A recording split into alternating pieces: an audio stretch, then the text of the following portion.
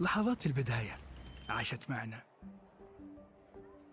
كنا نحسبها وقت للتسلية بس، نحسبها بس ذكريات. عبود أعطي أختك اليد يا ولد. ابتكرنا فيها ابتكارات، وإذا بغينا قلبناها خرافات.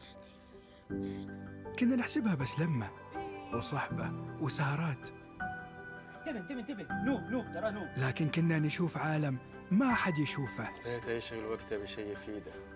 الله عليك على اليد سود. عالم كبر وعاش فينا، عالم الحماس فيه يوصلك كل مرة لحلم أصعب، بس ما يصعب عليك. بارت معك وين ما تروح.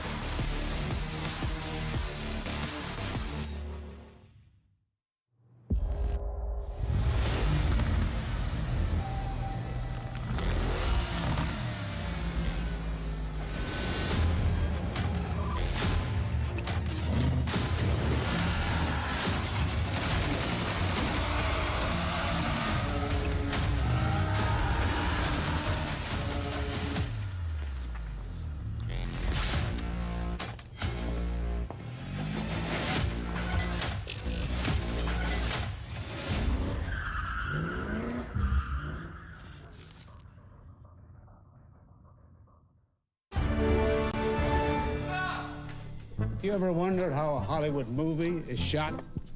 On a Sony. You review it on a Sony. And how do you make that sound epic? You record it on a Sony. Lunch break on a Sony. So why wouldn't you watch it on a Bravia by Sony? Have you got what it takes to get to the top? It doesn't matter how high you climb. To reach the top, even the biggest champ needs a break. So you can recharge, dive back in, and dominate.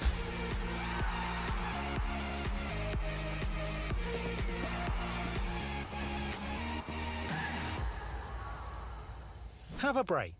Have a Kit Kat.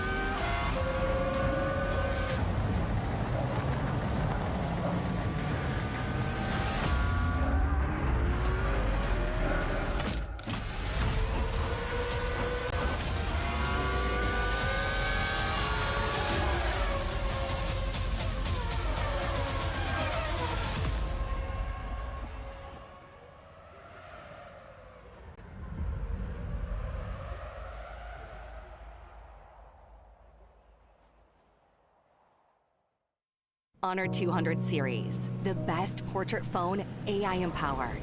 Studio level, AI portrait camera, 3 hardcore portrait modes. Color, vibrant and classic to capture portraits that truly stand out. AI-empowered Magic Portal. Snapdragon 8S Gen 3 AI chipset. 5,200 milliampere per hours silicon carbon battery, 100 watt, Honor Supercharge. This is Honor 200 series.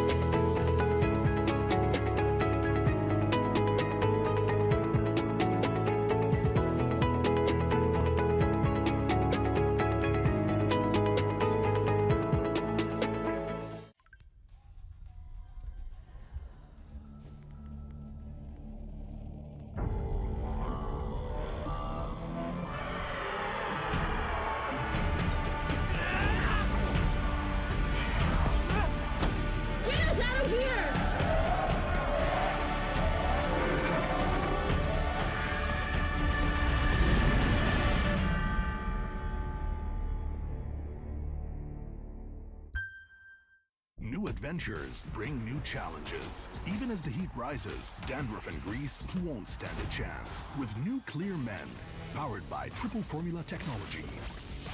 To eliminate dandruff, itch and grease, gives you 8 hours of freshness and 100% dandruff-free hair. New Clear Men, 0% dandruff, 100% confidence.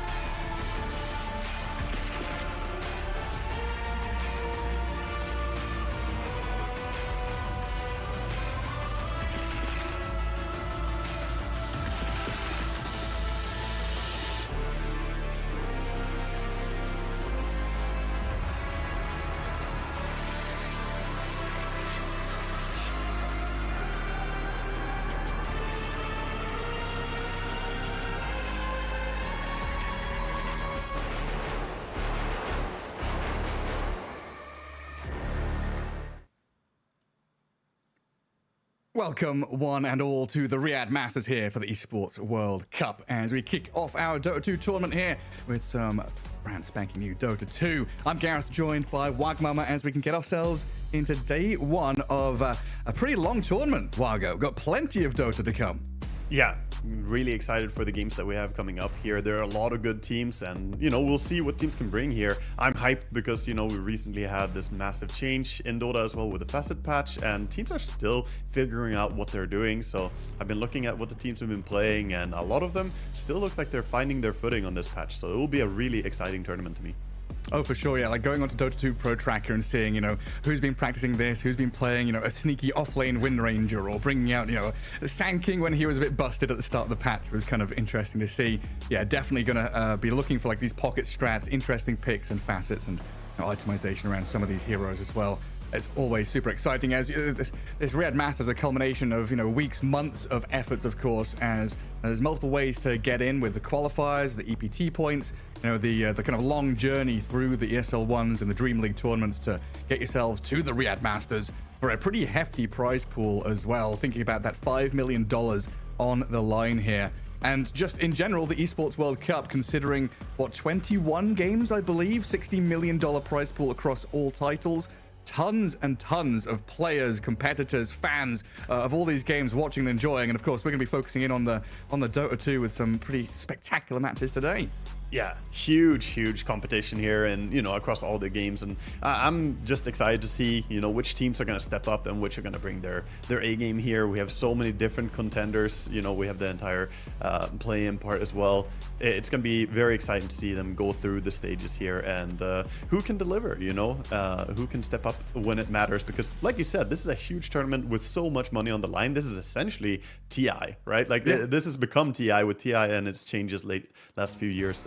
This is what teams really look forward to now. Yeah, it's like TI has, the prestige, right? You kind of want, I think Quinn in an interview was like, if I had to choose a tournament to win, I'd still go for TI just for your name on the Aegis and the prestige that goes around it. But in terms of your prize pool, the grandiose nature, Riyadh Masters definitely up there. As maybe I'm getting ahead of myself here, but I think this touches on a topic for our first series in particular, right? LGD against virtus.pro. Both of these teams failed to qualify for TI. Both of these teams got to that final hurdle and kind of faltered. They were meant to be shoo-ins, but now this is their chance at redemption almost. Maybe redemption is the wrong word, but it's their chance to shine for sure. Yeah, it's their chance to get something. And I believe that as we, see them playing soon, we'll first have a little video here to explain a little bit about the club championship. Introducing the Club Championship. Here's how it works.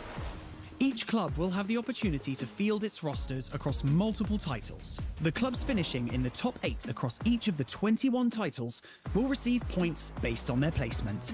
For a chance to qualify for the Club Championship, a club needs to place in the top 8 in at least 2 competitions. For a chance to win, a club must finish first in at least 1 competition. Once the tournament has concluded, the top 16 clubs will take a share of the $20 million prize pool, with the first place team claiming the title of the first ever Esports World Cup Club Champion, as well as receiving a staggering $7 million in prize money.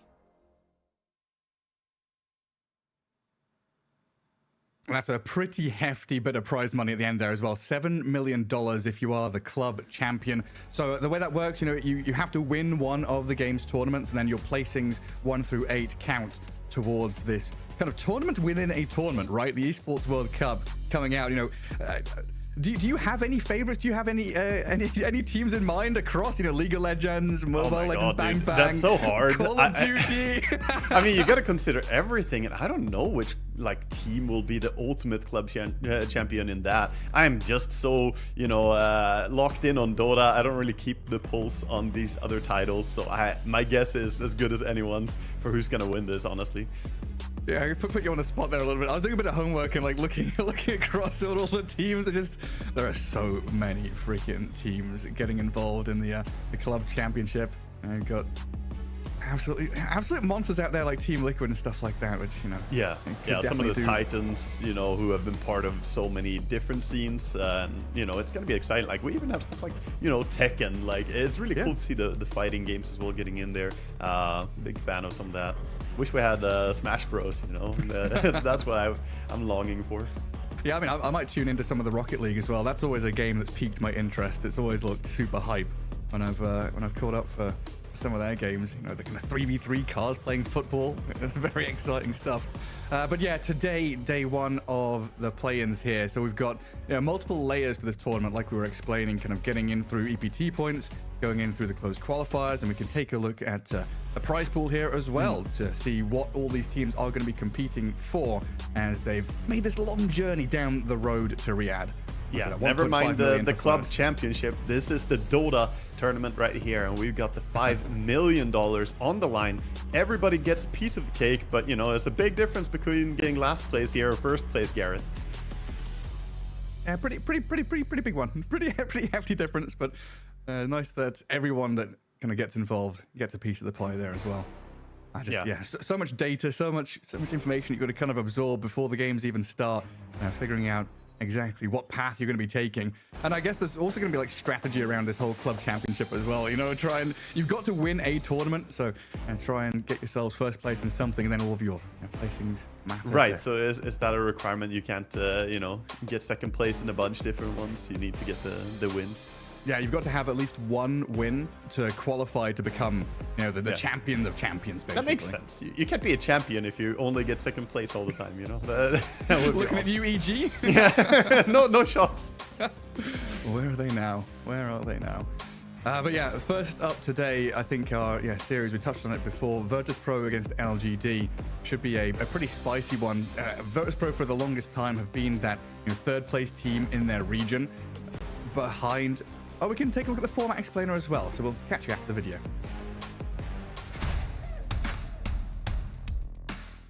We're back in Riyadh for another year, and this year, things are a bit different. It's time to see who will dare to triumph at the Esports World Cup. We have the 20 best teams in the world who will participate on land for a chance of their share of the $5 million prize pool. The Riyadh Masters competitive format will feature 3 stages, a play-in stage, a group stage, and playoffs. The event will start with the winners of our qualifiers in the play-in stage. 3 teams from China, 2 teams from Western Europe, Southeast Asia, and South America, and 1 team from MENA, Eastern Europe, and North America. These 12 teams will battle it out in 2 seeded groups in a round-robin 2-game series format, with the top 3 from each group automatically advancing to the next stage. The 4th placing team will face the 5th placing team from the opposite group to play a single best-of-3, with the winner qualifying to the next stage. These 8 advancing play-in teams will enter the group stage. Here, they'll meet our 8 EPT leaderboard teams who all qualified through the points earned from the EPT events throughout the year. The 16 group stage teams will play in 2 seeded groups and play in a 2-game series round-robin format. The top 6 teams from each group will make it to the playoff stage, with the top 4 teams moving to the upper bracket and the 5th and 6th place teams proceeding to the lower bracket. The playoffs are a 12-team double elimination bracket. All matches are best of 3 except the grand finals, which is a best of 5.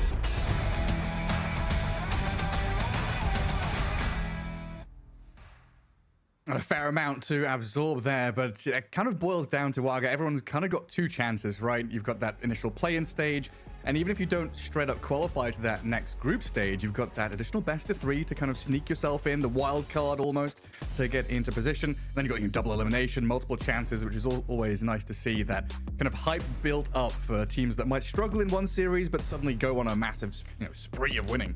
It's all set up to be, about the undisputable, best team, right? So you have no excuses here, because the first play-in, it's a very fair format. You have 6 teams and only 1 is not making it through immediately. Then you have to play the, only a top 3 advance, of course, but you have to play the 4th and the 5th as well against each other. I think it's a really, really good system for, making sure that every team has a fair chance. So it's exciting to me. I like that. We hate to see single eliminations. We don't want to see anything like that. But here, every team has a good shot at this.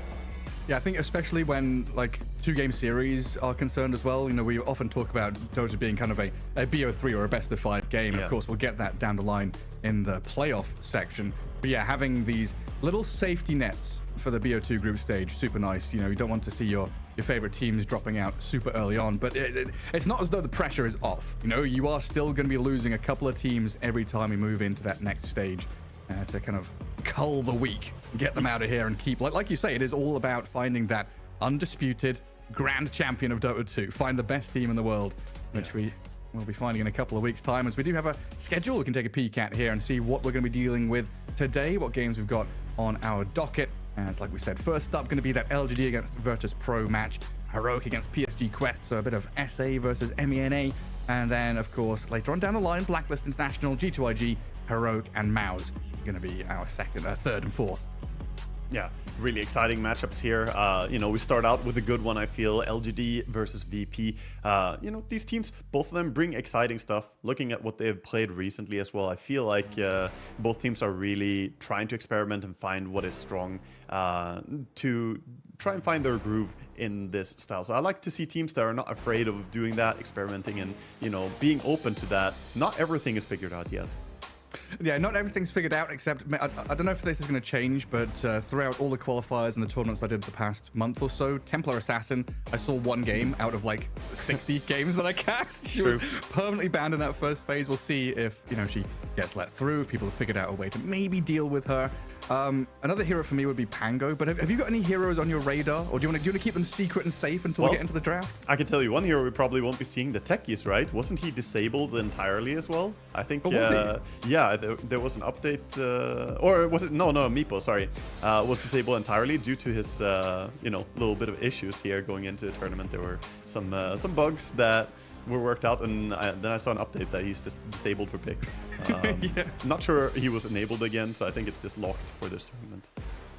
Yeah, some rough stuff going on there with like undroppable rapiers and, you know, the old warlock stuff. But yeah, we'll see what the deal is with that. You know, might just be one of those things where you've got to put into the agreements, you know, teams don't abuse it. Make sure that we don't have any of these lone druid armlet or, you know, fountain hooking pudges coming back into our game. Dota 2, an ever-changing game. You're always going to have these little things that have got to be sorted out. Yeah, but no, it's interesting what you asked, you know, about heroes, because I feel definitely true what you said. Like, we have seen a lot of Shadow Fiend and TA, like some of these heroes have been very, very popular over the course. But there are heroes as well that I feel are like on the rise and coming up and being used more and more. Like, in particular, I feel offlane Darkseer is still super, super strong. And even with the nerfs, some teams are still like playing, or some people are still playing Nightstalker to great success, which like blows my mind. That hero got such an enormous nerf. I feel like he shouldn't be playable even, but no, he's still good. Yeah, it's one of those things you kind of get a feel for it when it's strong, and then you still feel kind of comfortable on it, even if it does get nerfed a little bit. Yeah. I think Pango is one of those heroes that has been, you know, touched quite a lot by the dev team, trying to figure out where he's going. Still feels incredibly powerful now, more so as an off-laner than a mid laner, though.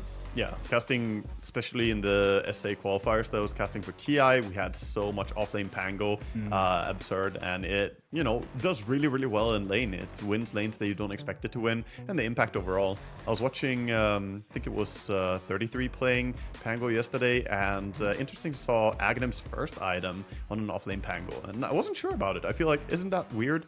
But they did buff the damage from the swashbuckle, so it kind of makes more sense now than before, and it's pretty strong. I was a little bit converted to thinking, okay, maybe you don't have to go Echo Saber first.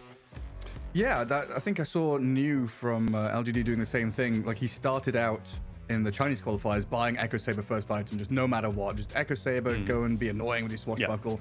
And then eventually he was like, wait, I've lost 2 games in a row with that build. It's time to just rush Aghanim Scepter, and then he won. So it looked pretty solid. Yeah, it looked pretty nice. But yeah, we don't see Diffusal Blade, we don't see any of this Maelstrom or anything like that. Forget the Javelins. Just go straight into the Aghanim Scepters. We can take a look at the Key Explainer video now.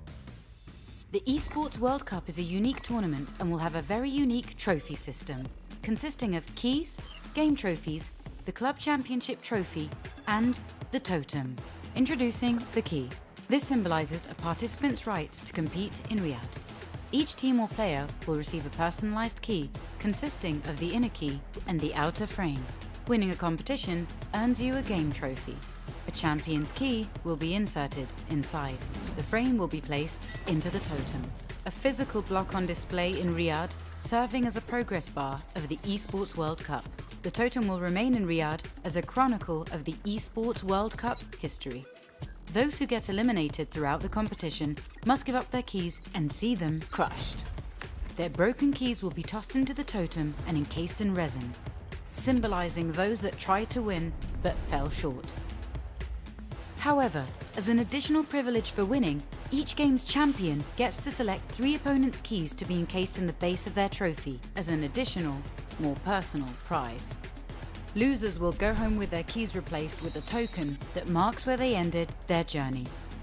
Witness history unfold at the Esports World Cup.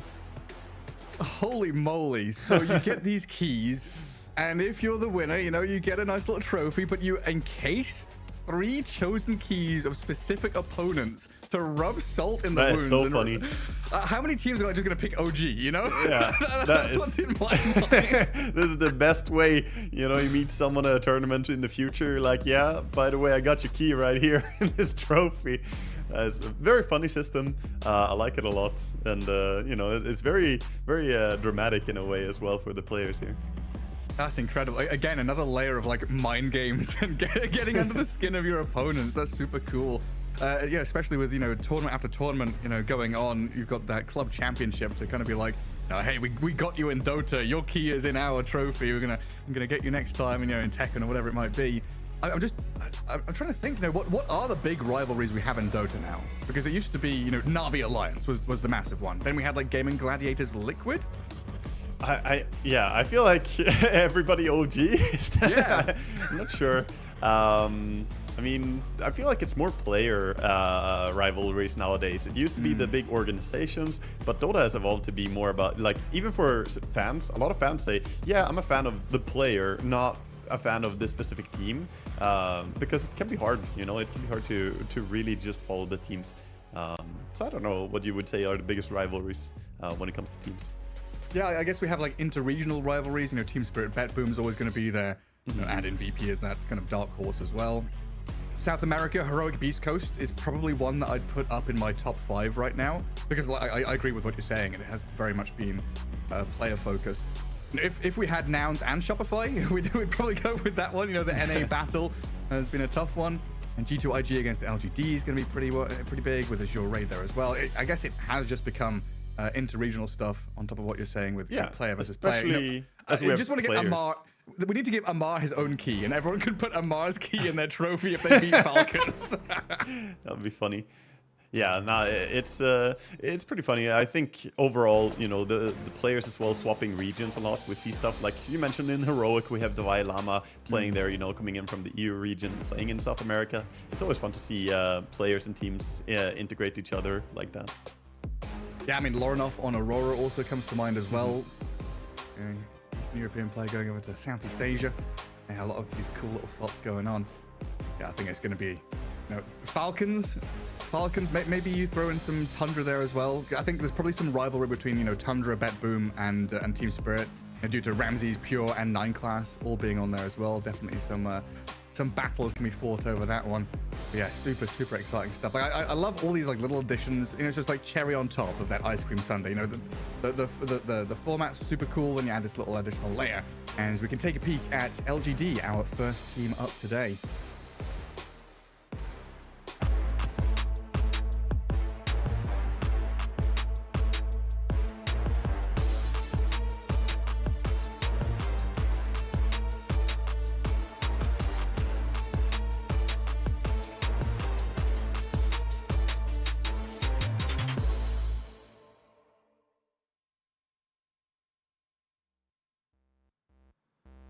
A team that I've enjoyed a lot casting the Chinese qualifiers for TI quite recently. Was disappointed not to have them go through. Of course, you know, you've got their Y from the old Wings team. You know, New has been kind of a rising star the past year and a half or so and has looked very good. The smile on his face, you know, from the off lane always brings a smile to the viewers as well.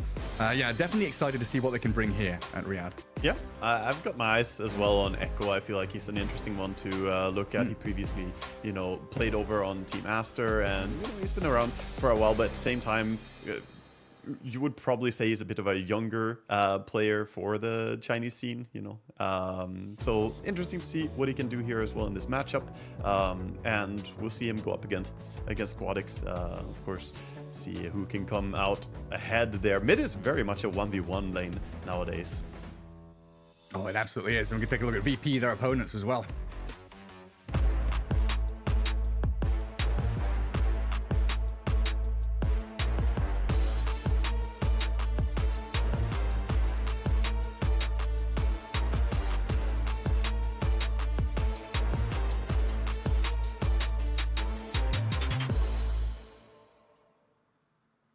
There's VP. Again, similar story, not qualifying for TI. It looked like they've been the third best team in the region for a long time, but got dumped out. And again, now is their time to shine.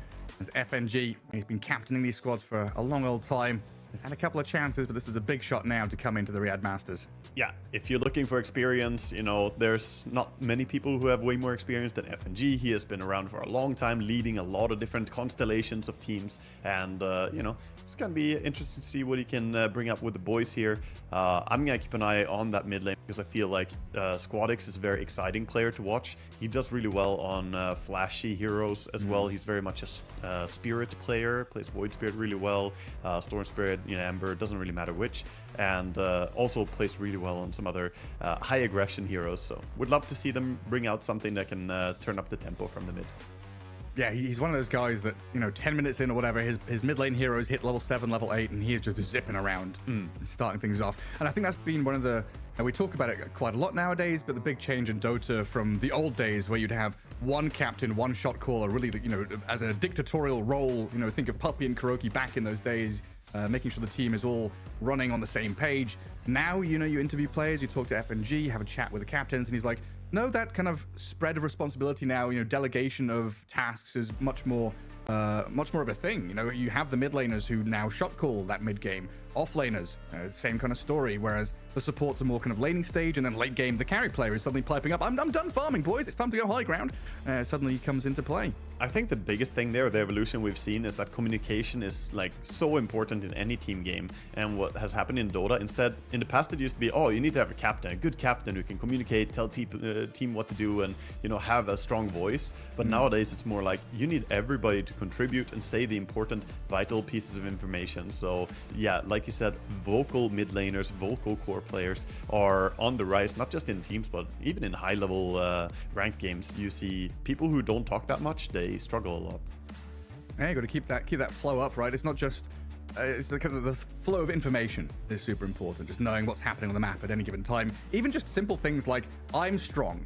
You know, a two-word sentence from your carry. "I'm strong." That just tells you all you need to know. You know, go for a tower, go for a push, go for a kill, whatever it is. It's the I've got my item, I'm ready. Yeah, for sure. And, you know, that's something that I think overall has taken away some of the burden from the plus 5s as well. They don't have to, like, look at every single player on their team and tell them, like, oh, by the way, you have an item now. You can now go and actually do something. No, now they can actually focus on their own stuff. So what we see a lot more is that supports gel together more and can actually communicate with each other because they know the cores are also gonna, you know, bring in their contributions when they can. Yeah, especially with all those additions, right? The pos 5 players have got it real hard now with stacking, pulling, Lotus, Wisdom runes. You gotta be everywhere, it feels like. Rotating. Oh, it's 5 minutes and 20 seconds. I better start running mid to guard those active runes. My mid player is not upset with me as well. There's a lot on the plate. But yeah, communication has become super, super key. Just having like shorthand communication to try and get points across that little bit faster. We've talked to OG in the past about that as well. Yeah, for sure. I'm pretty happy that there are so many objectives, like the 3-minute Lotus, for instance, because it keeps those rotations towards mid from happening. We don't have that massive everybody gank mid at minute 2 meta with our spirits showing up and Miranas and Pudges and everyone. Nowadays, it's a little bit more relaxed there, but instead, the mids, they have the onus on them to make the rotations really early. So we'll see which team comes out with the more aggressive intentions. I'm still super excited for when we're gonna get in and see these teams' ideas, basically what they're gonna do. So if that's the case, how do you feel about like pick priority for your mid hero? Because I guess as an example, I've seen Storm Spirit first pick fairly often, and it's felt decent going into these situations. is it a case of can you be countered? Can you ban the specific heroes that you need to? Or is mid a hero that you want to last pick to try and get a good counter matchup? I generally feel like there's some heroes they can first pick. Like obviously if SF goes through, that's a first pick without a, you don't have to use brain for that one. I feel like he got away with such small nerfs after being as broken as he is. It's crazy. So yeah, there are some heroes you can first pick, but generally I feel like hiding your mid a little bit is useful, because if you first phase pick some hero like Primal Beast, then immediately the opponents know, okay, let's not pick cores that just get wrecked. We're not going to pick like a Naga Siren or something who just gets trampled all over. Instead, they're going to go for something that can survive against it. So hiding it a little bit, I think, is important, because still, even though mid is not being ganked as much, it's also the one that you rely on to take control of those first 10 minutes of the game. Sure is, get those active runes and start moving around as quickly as possible. And it's definitely something that VP have liked to do as well. I'm thinking about their kind of support picks, roaming around with like support Tiny or support Tusk. They like to get in on top of people. It looks like we've got a little delay here getting the lobby started. Should be underway pretty shortly, but we'll have a quick break and come back when the game is ready for you.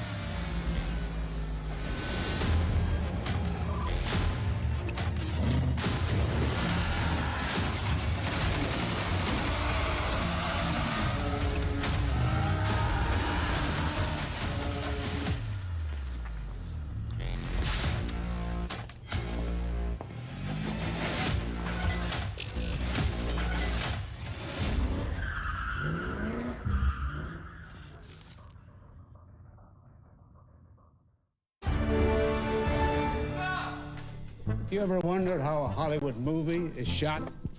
On a Sony.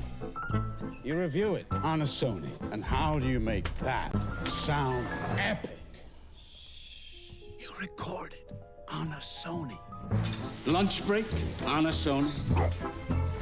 So why wouldn't you watch it on a Bravia by Sony?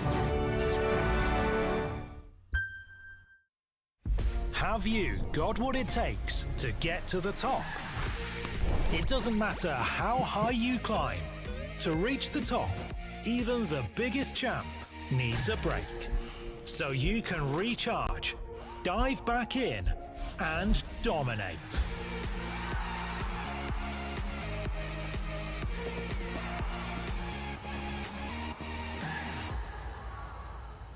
Have a break. Have a Kit Kat.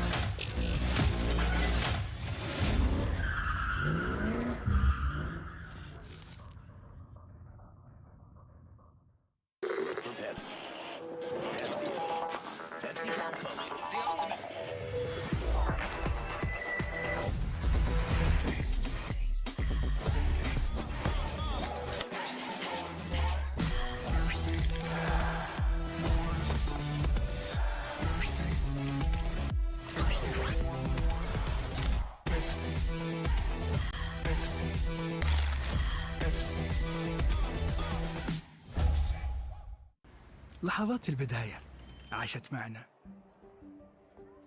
كنا نحسبها وقت للتسلية بس. نحسبها بس ذكريات. عبود أعطي أختك اليد يا ولد. ابتكرنا فيها ابتكارات، وإذا بغينا قلبناها خرافات. كنا نحسبها بس لمة وصحبة وسهرات. انتبه نوب ترى نوب. لكن كنا نشوف عالم ما حد يشوفه. ليت يشغل وقته بشيء يفيده. الله عليك على اليد سود. عالم كبر وعاش فينا.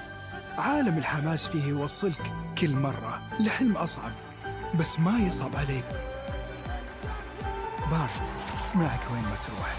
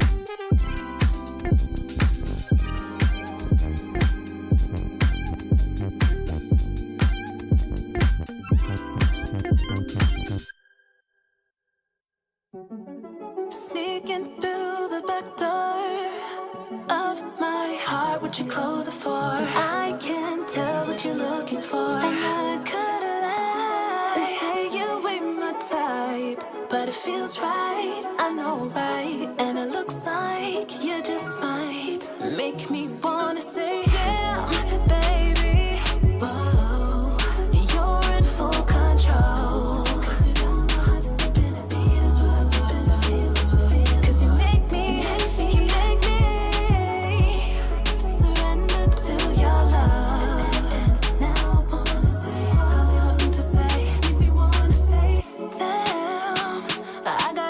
Myself, I can't let go of the girl I know. Got me high, keep it on the low. Your fire burns right into my soul. Like a light, turn me on the moon. You're all I need, all I wanna know.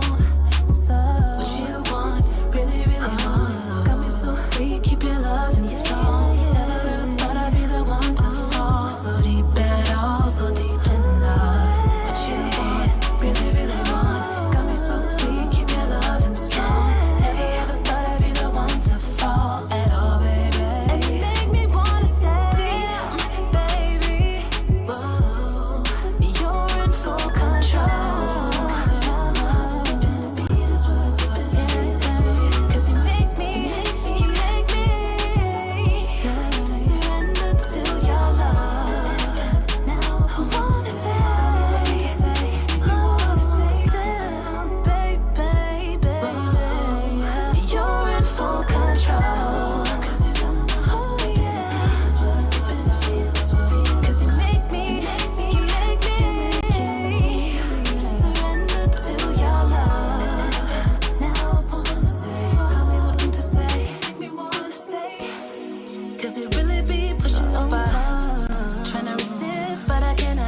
let's go all the way, all the way. Got me in the face.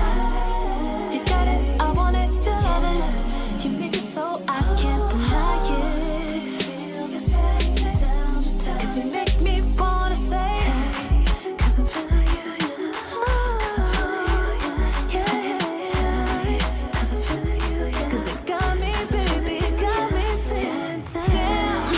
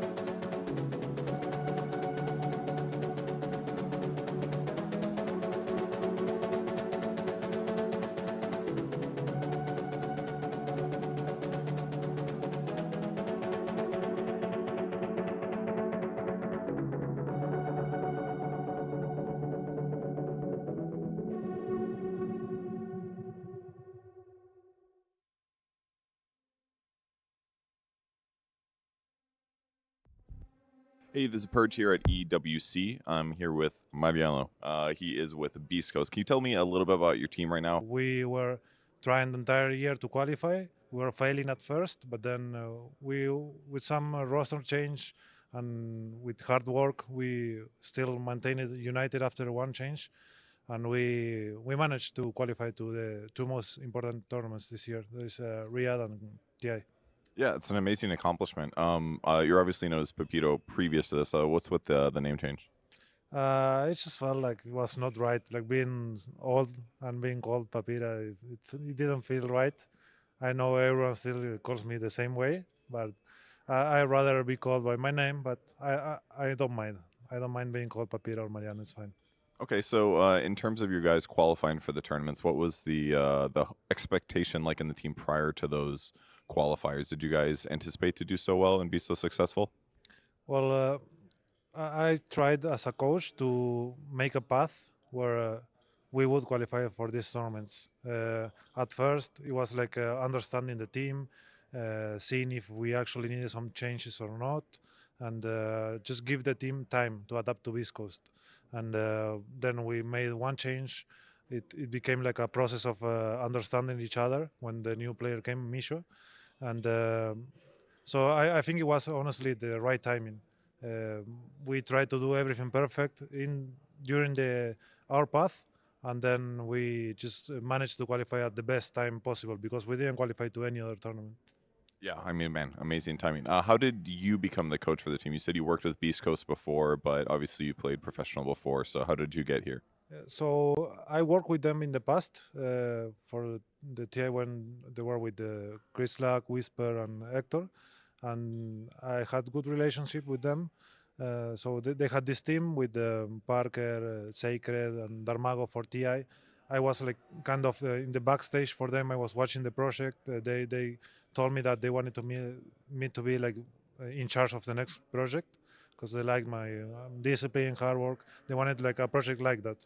So that's when I started working with them, and they told me I was in charge of making the new team for them. So that's how it happened, and then I tried, scouting, watching replays for every player, and just managed to get the correct roster, so they could feel happy with it.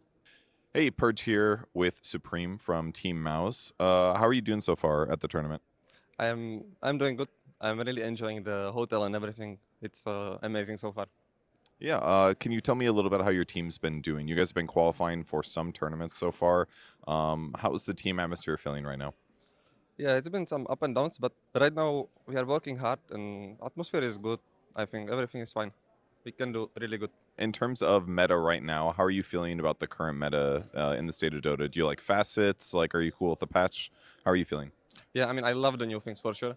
I love the mid lane meta as well now. Like, all the spirits are good, so that's kind of my thing. I like that a lot. I'm very happy with the current state of the game. Which spirit heroes are your favorite? Storm Spirit. What do you like about Storm so much? Is it just that you can globally initiate? Is that you can scale as a right clicker? Like, what are things that really pull you to the hero? No pun intended. It kind of feels like the hero does everything. He is strong all stages of the game. He doesn't really lose lanes. He farms fast. His skills really good as well. He farms jungle fast. He does everything almost. Okay. In terms of your team's overall playstyle, how do you draft like an ideal lineup to fit with Storm Spirit? Like, do you care about mana combos, or are there other synergies that you prefer? Just a strong support that can fight for the runes, some fast playstyle, something like that, I would say. Perch here with Ulnit from Mouse. So what are you guys doing in this room right now? We're choosing jackets from ESL. Okay, so what was the process like for you guys? You're customizing patches and stuff, is that right? Yeah, they gave us these patches. We chose from them. I chose the Axe, the second one. I like it. And then just sizes. You an Axe carry player? No, not yet. Did you? What else did you pick out? Just the Axe one? Anything else cool that caught your eye? Some numbers? A knife? A good quality knife? Knife is nice for sure. Do you play CS or any other games that kind of drew you towards it? Nah, just Dota mostly. I just like the Axe, play some RPGs. Did you see other players wearing jackets too? How does it feel to get a piece of the tournament that you get to take home with you? Yeah, it looks nice actually. It looks high quality, so I'm excited to get one. I'm standing here with FNG from virtus.pro. What are your guys' expectations for the upcoming tournament? I don't know. We feel a bit lost because we lost the TI qualifier, and the issue is not that we lost. The issue is that we just lost ourselves in Dota. We misplay a lot. We can't find the right way to fight. Just a lot of arguing, but it's good because when you evolve into something, it's good. And I hope that all the practice we did before this tournament will pay off, and eventually we'll just start playing Dota as we like to do. So how much of this is like normal in the cycle of getting better? Because it's very difficult to win, to be better than every other team in the world because everyone's trying so hard. So is this like a normal cycle in your experience towards getting better on a Dota team? Well, first of all, I was never a world champion, to say if it's the right way or not. But I would say, yeah, it's just play Dota. Play a lot of Dota and work on your problems. Because usually when you especially play against strong teams, they do something that you're not ready to do against them. Or like they do something completely unexpected for you. And at least I would say first step, be ready for everything possible. Or at least if you are not ready, know how to play after one mistake. It's never one mistake and you lose the game. It's always like, this chain of mistakes that happens.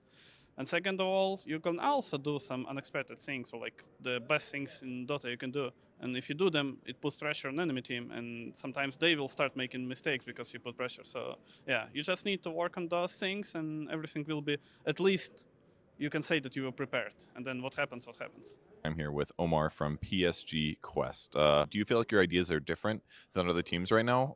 Do you have like your own play style thing going on, or are you just following the meta and performing well? I think we didn't develop our full own style so far, but I think we have a lot of good ideas about the new patch. I mean, we have a good coach and Ducalis who just plays 20 pubs a day. He's just making a lot of ideas, and yeah, we're doing them, practicing them, and hope they will work out. What's your favorite hero on the offlane right now that your team won't let you play in officials? That won't let me play? Yeah, they won't let you play. Maybe Morphling. Yes, I want to play Morphling very badly, but because it's very fun to play with the strength build that minus cooldown all the skills, and but it doesn't provide anything to the team, like no team fight, nothing. But I want to play, but you know it, yeah. What's your favorite hero when you play Strength Morphling to turn into with like low cooldown abilities? Maybe it's Ember or Tiny. It's very strong. Yeah, maybe we can see it on the tournament. Maybe someone could play it, but maybe not me.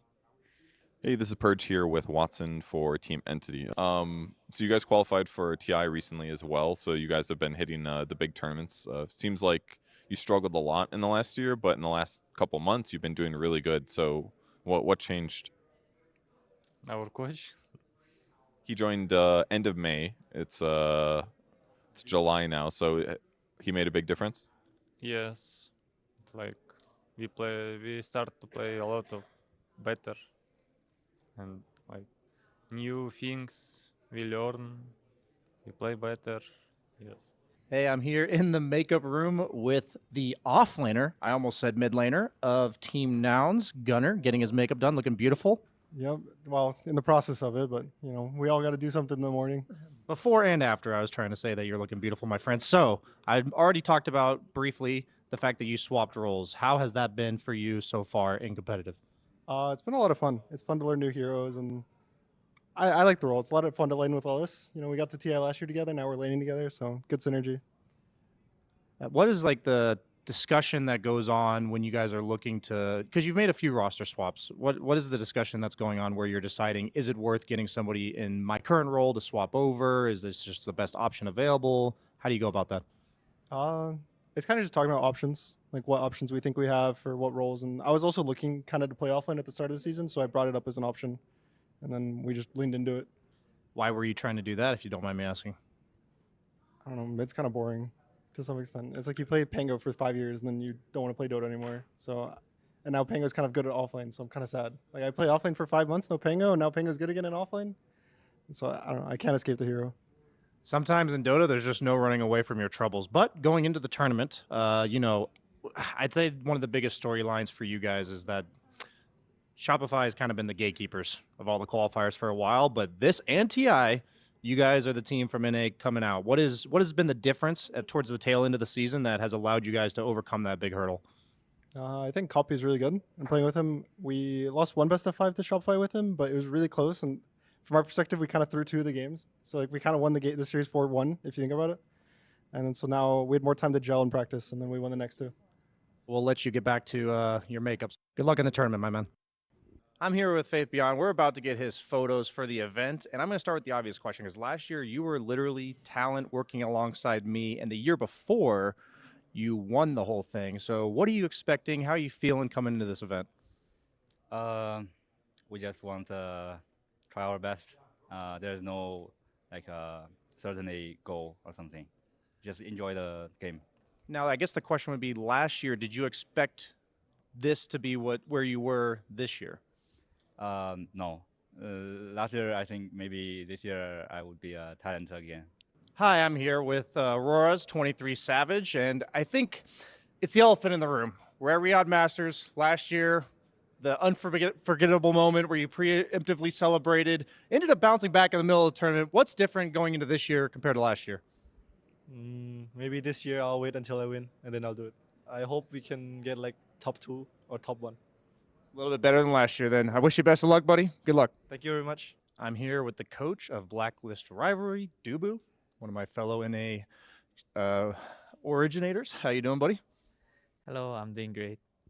Yeah, so I took a look at your guys' qualifier run to get here in the first place, and you guys dropped down in the first round and had to win 4 straight series to get here. What was that like as a coach, the stress levels of the team? Cutthroat. It's important to look at yourself in that position rather than like thinking about what your teammate should have done better.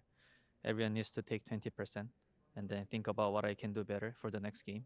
So you actually know what was the real problem. Is it like on the draft or it's just a play?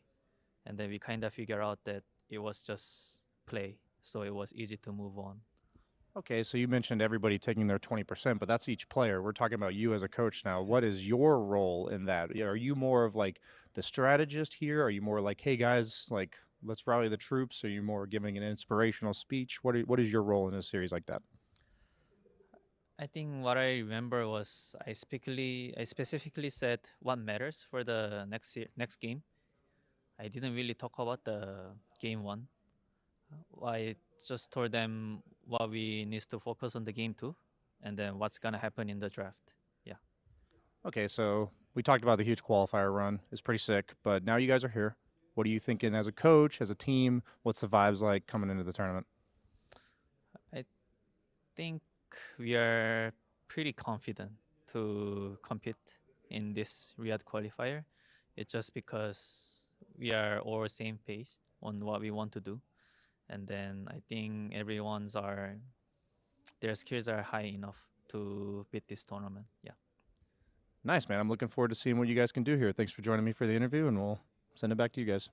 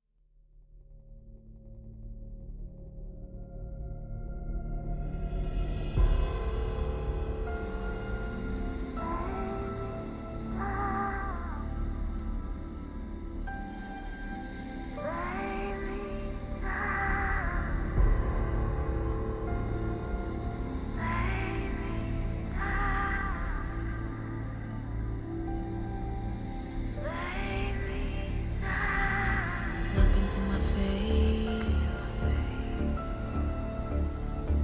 Tell me now why you want to wait. Running out of words you wanna say. I've been looking for you, looking for you, looking for you.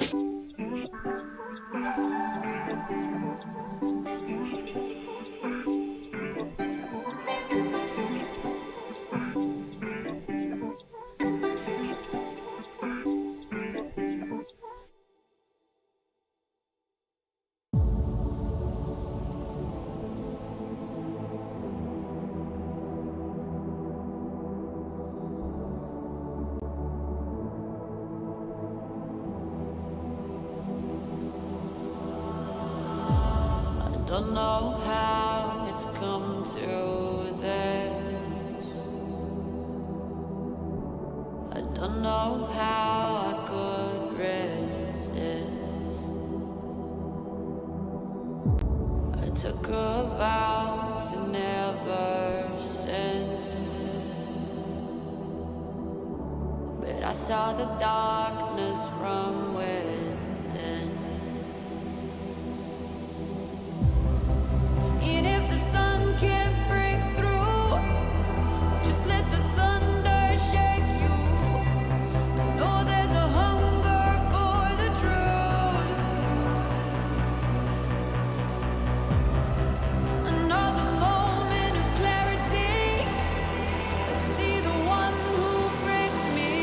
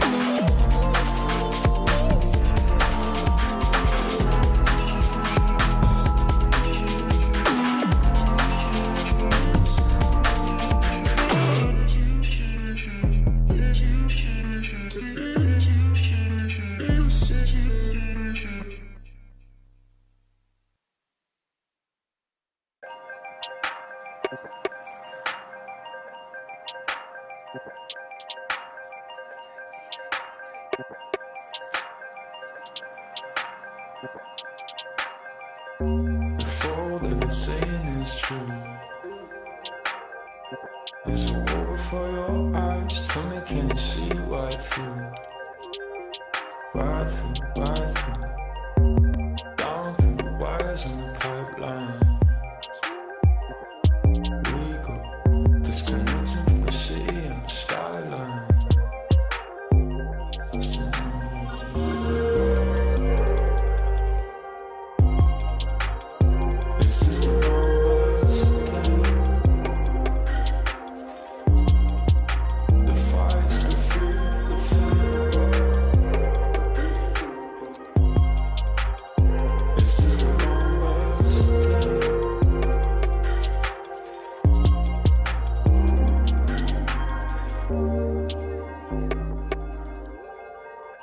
Counting up coins for a soda can, and there's nothing going on, no game plan, no plans. So I'm jumping out the fire, back into the frying pan. I'm trying to disconnect from the stats and the spray tan.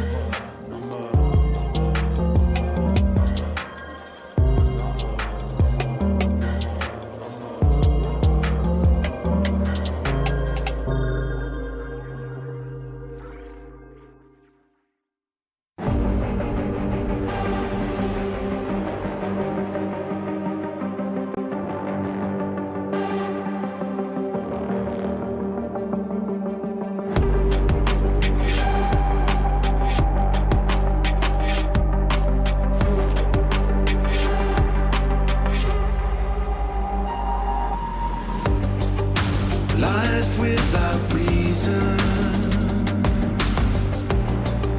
is no life at all.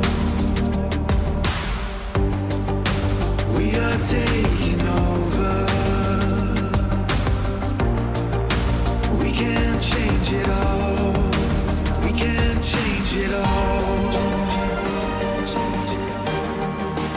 We can change it all. We can change it all. Hey,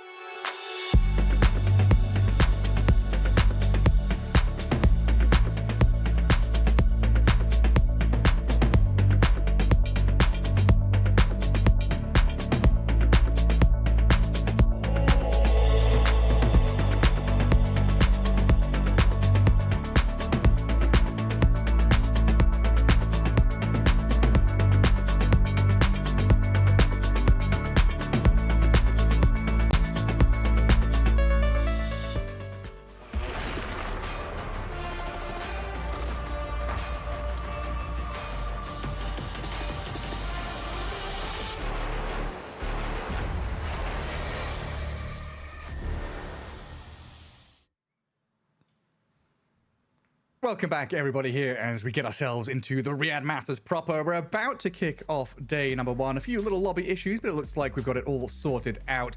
As Waga, we head into our first series of the day of the play-ins here for the Riyadh Masters at EWC. It's VP up against LGD. Yeah, we've seen the players, you know, you and I, we've been watching here, like, we can see the players sitting at the PCs and kind of walking, pacing back and forth. They are so eager to get into this, and finally, it looks like everything is ready. A little bit of server issues there for them, but yeah, now I'm really hyped, and I think the players, you know, they have been having to manage their expectations here a little bit, manage their adrenaline as well levels, because it's a competition, you know, you just want to go at each other's throats immediately, but they had to keep that contained for a bit. By the way, can I just say before we start here, I really like, I think it's Y's name on LGD. His name is May Thy Blade Shatter. The quote, chip and shatter from Dune. That's a very nice little nickname you got there. Yeah, may thy knife chip and shatter. Yeah, beautiful stuff. But that's a good point you make, right? I mean, for us, you know, we're ready to press that button. We're going to click start game as the casters do. We've definitely got adrenaline pumping, going to get ourselves ready for this. But now it's kind of, you know, back into the seats, back into normality a little bit, into the draft for game number 1, and see exactly what we're going to be contending with here. And it's like we were saying in the pre-game, you know, we've had a few tournaments here and there, TI qualifiers, of course, Dream League a month ago, that 1-win tournament recently, so we've had a little bit of playtime on this Facet patch, but there's still a lot of exploration to do. You know, we get a new patch, and very often the broken stuff, the fun stuff, isn't discovered until like 6 months after release. Yeah, definitely. Yeah, it's gonna be interesting to see, and you know, already as we head in here, we will probably see a little bit of adaptations and changes as the you know, teams have really taken their time to figure out stuff. There's a lot of scrims as well going on, because the last recent competitive games for LGD, for instance, is showing like 22 days ago, but there's been a lot of scrims since then. The last 3 weeks have been full of evolution. As we go into the draft, we can already see LGD starting out with a ban of a very popular hero in this current meta. The Broodmother is actually the first one. Yeah, it's been kind of carry Broodmother, right? This hero that's been very irritating to contend with. Yep. I've seen a bit of play Mid here too, and there. actually. It's been used on both mid and carry quite a bit lately, and very, very high win rate. It's one of the better ones. I'm trying to think. I think Pure has played it a fair bit on Tundra. That's definitely been a hero that's been looked at there. And here, of course, being banned against VP. There's a bit of that Eastern European playstyle with the Broodmother coming out. No TA ban, no Shadow Fiend ban. It's the Batrider, Underlord, Phoenix, Monkey King, and the tinier hero that we were talking about during the break as well. Yeah, I think Tiny is just absurd right now. Super good +4 hero, one of the absolute best that you can get, but at the same time got that flex potential. Some teams have ran it carry, some people put it mid, even offlane is possible. So I would say everything pretty much except for maybe +5 is doable, and that is so valuable. Teams love flexibility and being able to stay a little bit open to opportunities in their draft.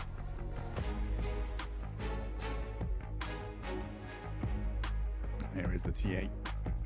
Yeah, I mean, still not too surprising to see TA picked early here. She did get nerfed, but I think that nerf may just bring her from being banned all the time to actually being played a bit more, because she was very frequent in the ban phase. But now you gotta think, you know, LGD, the SF is still not touched here. Is that a hero that we might see them go for? I feel like it's actually crazy to me that he is going through the entire ban wave here.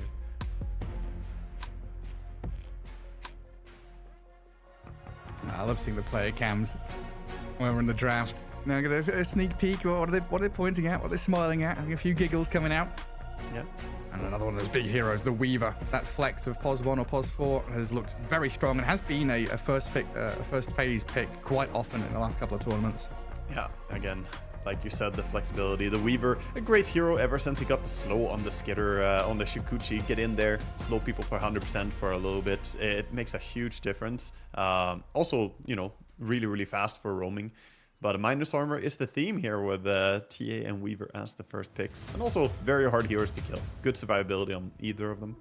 It looks like VP are banning out some carry that could be problematic for TA in a matchup. CK does really well. Might see them ban out more heroes that are TA counters, but we don't see too much of. Could be a PL consideration, but it's not really PL we see the most of.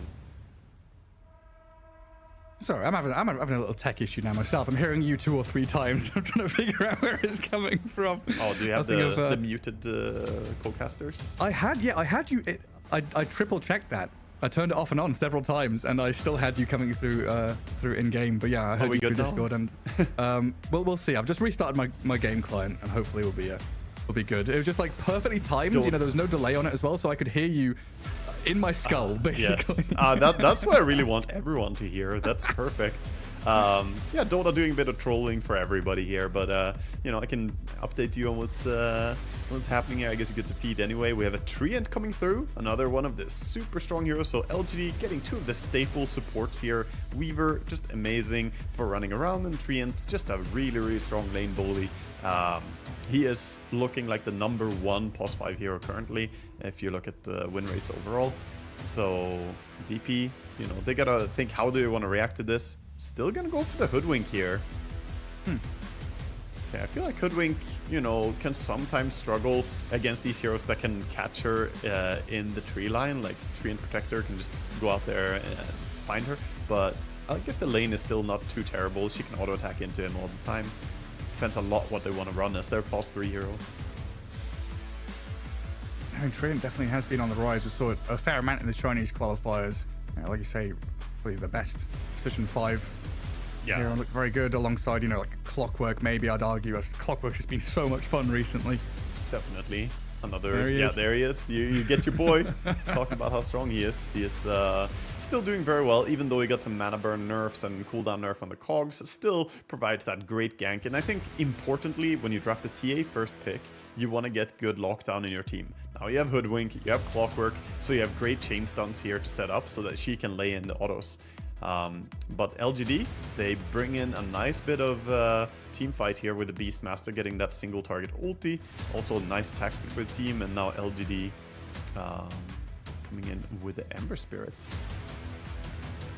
Yeah, I guess Ember not as bothered by like a Clockwork Hoodwink roaming duo. I do like this duo together. They can go around and look for kills with just the addition of a core hero. Ember can maybe, you know, slip away from some of that control if he does get hooked and cogged up. Just remnant out there and not have too many problems. Just, I want to come back to the Beastmaster pick though, because it feels like this hero has often been used against greedier safe lane carries. Like if this is a carry TA, you know, we've seen against carry anti-mage, etc.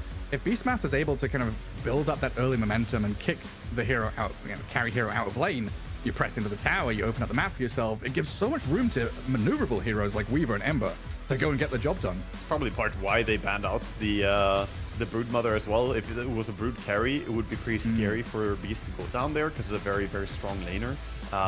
But yeah, TA, well, she can be pretty good against some melee heroes. Beastmaster's like pseudo melee. He's got the Axis and he has a summon as well, so he does pretty decent against her. And once he gets Aghanim Scepter, that's what a lot of people have been playing around with Beastmaster. The Aghanim Scepter rush, then you can burst through Refraction super fast. Oh yeah. And now VP adding even more of what I was talking about earlier, just stuns, lockdown, control. The Mars coming in here is a great hero for catching both the Weaver and the Tree and Protector, so good against the supports. I feel like he can struggle sometimes against the Ember, but if Clock leads, he can follow up. Alright, that's for damn sure. And I guess here, protecting Ember Spirit now, LGD ban out the Shadow Fiend, which is a very sad matchup for him. Yeah. Do we look at like a Huskar ban? You know, are there any of these cheesy picks that's going to crush the Ember Spirit mid? Is there a chance TA goes mid? You have, I think TA is most likely not going mid.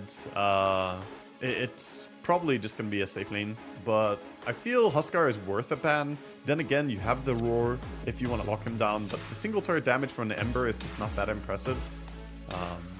So yeah, I would probably protect the Ember pick with the Huskar ban as well here. It's worth it in my book.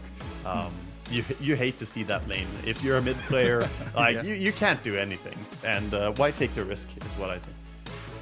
And it was always one of those, my go-to statement, we get to the end of the draft, I'm looking for these cheesy picks and bans. I don't know how it is now, but it was always Ember picked equals Necro or Huskar as the potential cheesy picks to come out. Shadow Fiend now, of course, has become quite a high priority hero, and he does well in that mid lane as well, so that's a good ban too.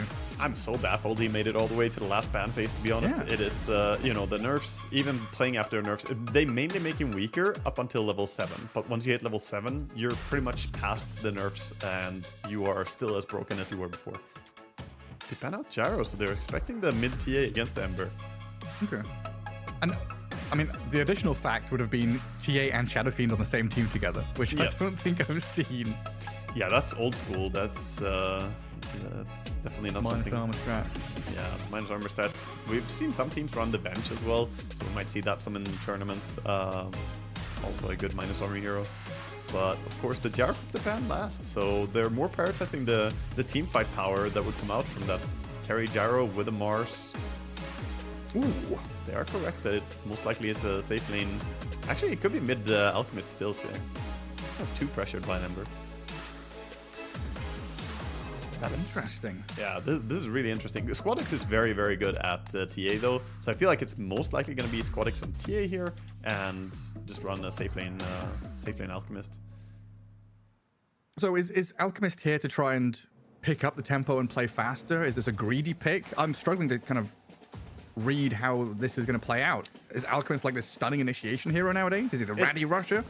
He's still a farmer, but you know, it brings a lot of lockdown. He is a hero who can buy Orchid, which is very, very good against Weaver and Ember.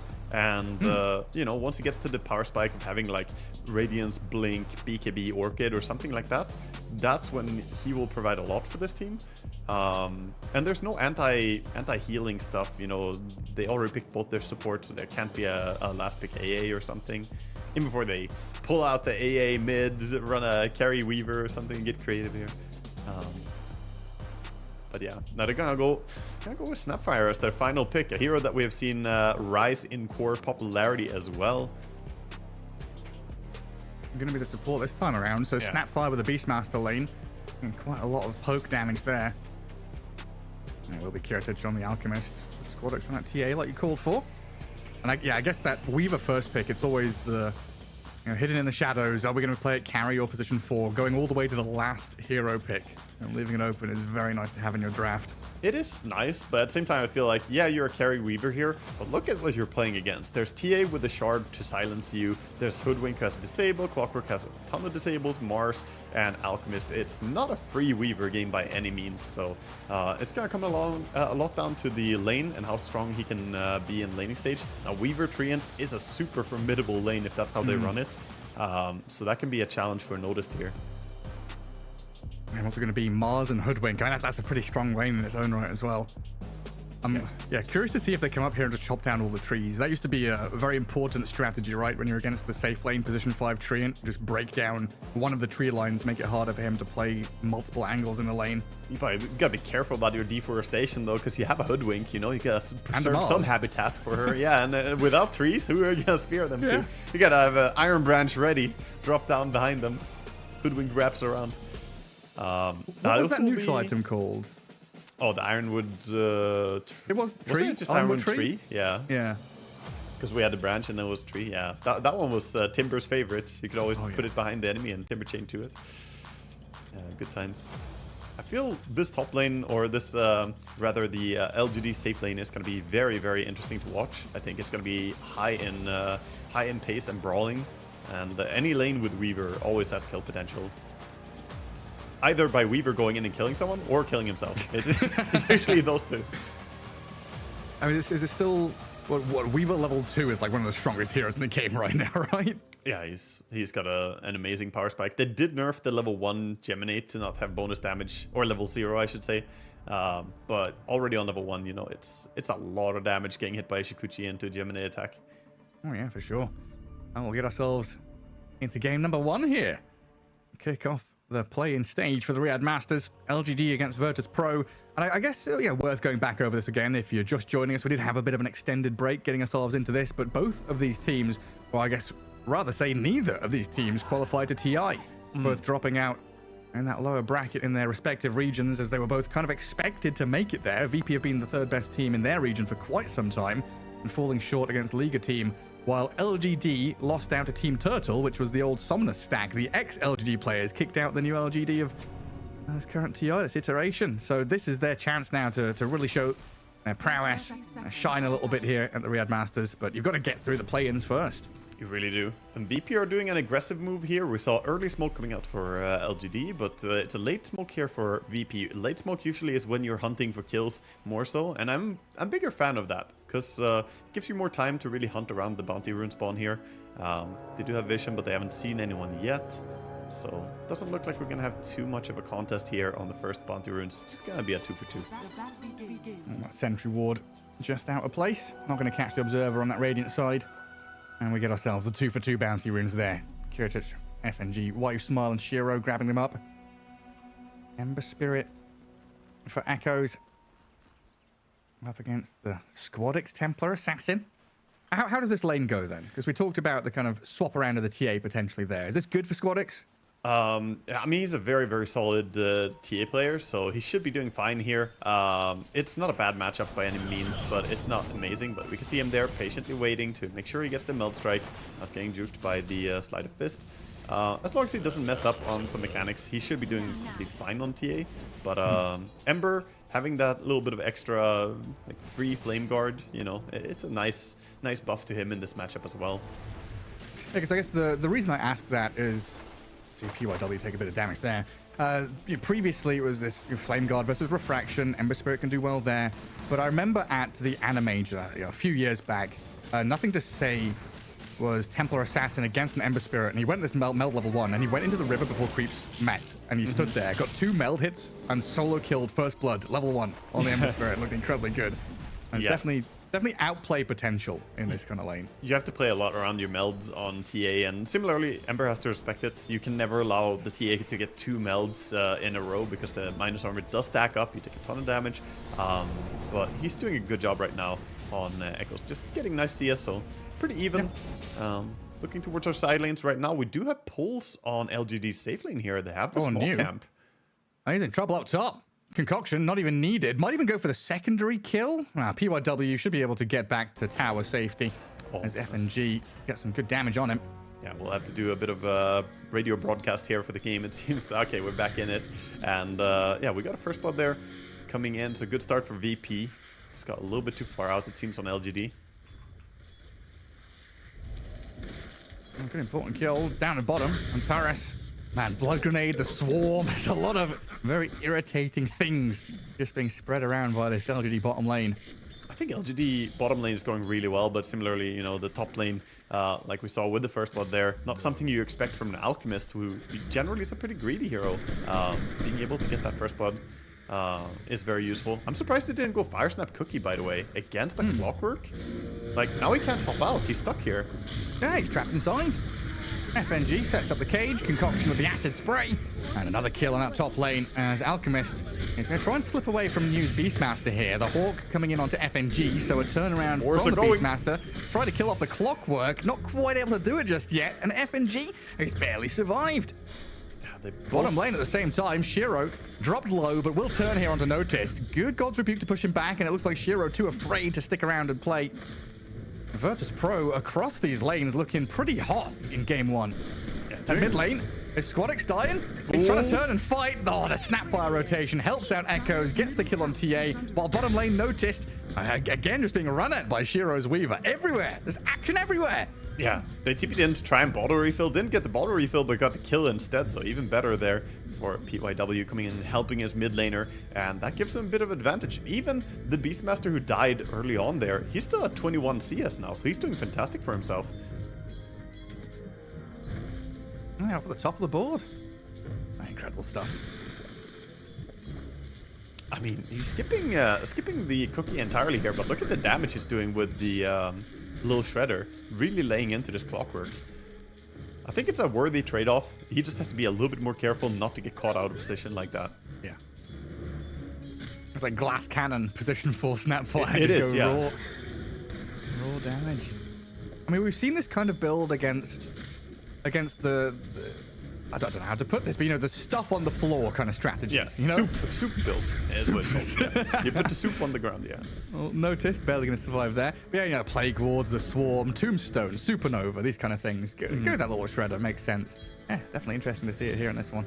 I guess he can kill Cogs very quickly, just spam out against the FNG Cogs when he needs to. I think it's also just adding up the damage. Beastmaster is a very physical hero. He has a lot of damage from the boars. He has a lot of auto attack damage. So getting minus armor as well is really useful. And he has beast mode as well, so he can unlock the inner beast to auto attack even faster. Bottom lane, trying to be aggressive under a tower here, not let the Mars get ECCS. Yeah, things have flipped a little bit. Good early aggression from VP, good first couple of kills. But now we're looking at LGD leading the charge on that farm board across all 3 cores. Beastmaster having a very good time. Ember Spirit now kind of poking at Squadix, trying to get to that level 6, and of course the 6-minute rune going to be a very important point in this match, right? Yeah, I think we're going to see all the supports rotate for it again, as per usual. We are at 5:20, so a little bit of time before they have to go. We already see Hoodwink start to migrate towards that mid lane, maybe get a ward set up. I mean, noticed here, 18 last hits, really dragging his feet and maybe dying down at bottom as well. Why You Smile and Shiro get right on top of his head, kill him off. Final touch of damage out of the Treant. That's a good recognition. Like, Hoodwink isn't there, so let's be aggressive and do something. And they get a kill, back out, and they're still getting so nice control in that lane. Oh, this new Beastmaster now, all the freedom in the world. And Tender Eye is going to feel pretty good for him. I would be concerned. Yeah, he's getting close to, you know, his first component here, or getting close to, but he has mana boots already, which is the first component towards his build. Go straight Aghanim, of course, like we talked about. Yeah. And this is that tempo factor, right? Mentioned it around the TA in general, but POIW and Why You Smile have come up top, Cookie away from danger as New comes in from the back to deal with Antares. PYW and the Cogs trying to turn on FNG, but Why You Smile's going to die here as VP, they bring heroes to defend their Alchemist, hold back LGD's aggression. That was a really, really important move, because that not only got them kills, but also allows the Alchemist to keep farming under tower here. You don't want that factory to stop the factory worker of Alchemist. He needs to get that gold, dude. Yeah, right now he does not yearn for the mines. He needs a couple more levels before he goes the lane into is the outer ring of fine. jungle. Yeah, 10 seconds for the Wisdom Rune. We see Beastmaster helping out in controlling this one, so FNG just gonna run into a dead end here, I think. Wait. Hold. Is he going to get there in time? Oh, the Hawk. Ah, yeah. You damn Hawk. Yeah, not only the slow from, you know, the Scatterblast and the Boars as well, but also the Hawk with the root. It's so obnoxious to get close to. And Notice is just being perpetually bullied down his bottom lane. Tries to spear the Weaver away, but dead again. 2,500 net worth. Yeah, having a rough old time. Just coming back to that Beastmaster, though, you know, we mentioned in the draft that tempo, right? Beastmaster has been used quite often and to great success against Anti-Mage, Templar Assassins, and these greedier core heroes. And this kind of situation, you know, you hit the nail on the head, right? Very good position for VP to defend. Make sure that tier 1 stays alive. So now at least you have the last bastion of defense in that top lane and the top jungle for your Alchemist to keep on farming. Yeah, and let's not forget, VP are a team that also run Beastmaster. Like, Noticed is a very good Beastmaster player, so they fully know the potential of this hero and what they can do. So hopefully they also know how to stop it from getting out of hand here. Mid, TA, set up on a little bit, but gotta be safe. She has her trap as well. Just throw some spells at her. Guard the rune here. As Echoes bottles up the invis. That's 4 heroes going for the rune control there from LGD. They really value getting the rune control. Actually, a lot of noise and nuisance on the map as well. Like, has VP had a chance to stack at all? You've got Alk and TA on your team, right? You want to build stacks. They got one set of stacks on their Ancients right now in the big camp. So they have something, but they need more, right? Because both Alk and TA, like you said. I mean, let's look at this. Ember Spirit gets a rune, gets active, and looks to kill off Antares here with a Remnant deeper. Not quite able to do it, though, and the Swarm will get taken care of. Yeah, gonna be fine on Hoodwink. Have to scurry back to base, it seems. Maybe stick around, look for a stack before he pops all the way back. They do need to get these stacks bigger. Of course, at the same time, on LGD as well, they're stacking with the boar. Yeah, very nice. Oh, you've got to. You've got to try and accelerate this farm on the TA some way, somehow. You know, the Alchemist will be given a bit of space up top to do that. And both teams building up some stacks, but a good diet sentry in that large camp will block some of it. Yeah, I don't know how you feel about this, but the vibe I'm getting, as Noticed, looks like he's going to die again down bottom. That's the same spot. Was that the Snapfire's ulti is ice? Yeah, he has the crazy cosmetic. It's so confusing. Like, what is this? Is the Ice Shaman Ancient throwing ice bombs at people? No, it's PYW with the Morty's Kisses. The new CM ulti. Facet gives her more than her kisses. Oh, the cookie on the creep. He gets in on top of FNG here. Swarmed up, Clockwork, being chased down. Caught inside the root of the chains. Does Cogs up to try and escape. Another Remnant forward, though. as Echoes maybe a little bit too far. FNG with the bait. Clockwork has set this up. Ember Spirit doesn't get the distance. Dies in our arena. Great one. 2 men caught up in a spear and got Rebuke. Down they go. 3 in a row. virtus.pro guard their ancients. And Shiro, oh, we've got the Shikuchi, and it looks like the distance to get away, but great fight for VP. That was exactly what their draft is aimed to do as well. Enable the TA, allow her to deal the damage. They have so many heroes to set up, and actually gonna prevent the DD rune here from Shiro. They deny that, trap him up as well to deal a bit of damage to him. Everything going their way there. Very nice reaction. Meanwhile, though, this is time that Beastmaster is completely uncontested, but, you know, Alchemist at the same time also farming. So, altogether, really nice stuff for them. I can see that back when FNG's baiting there, top notch, you know, dragging them all up to high ground into darkness. No vision for LGD in this area of the map, so perfect vision there for VP to get their cores involved.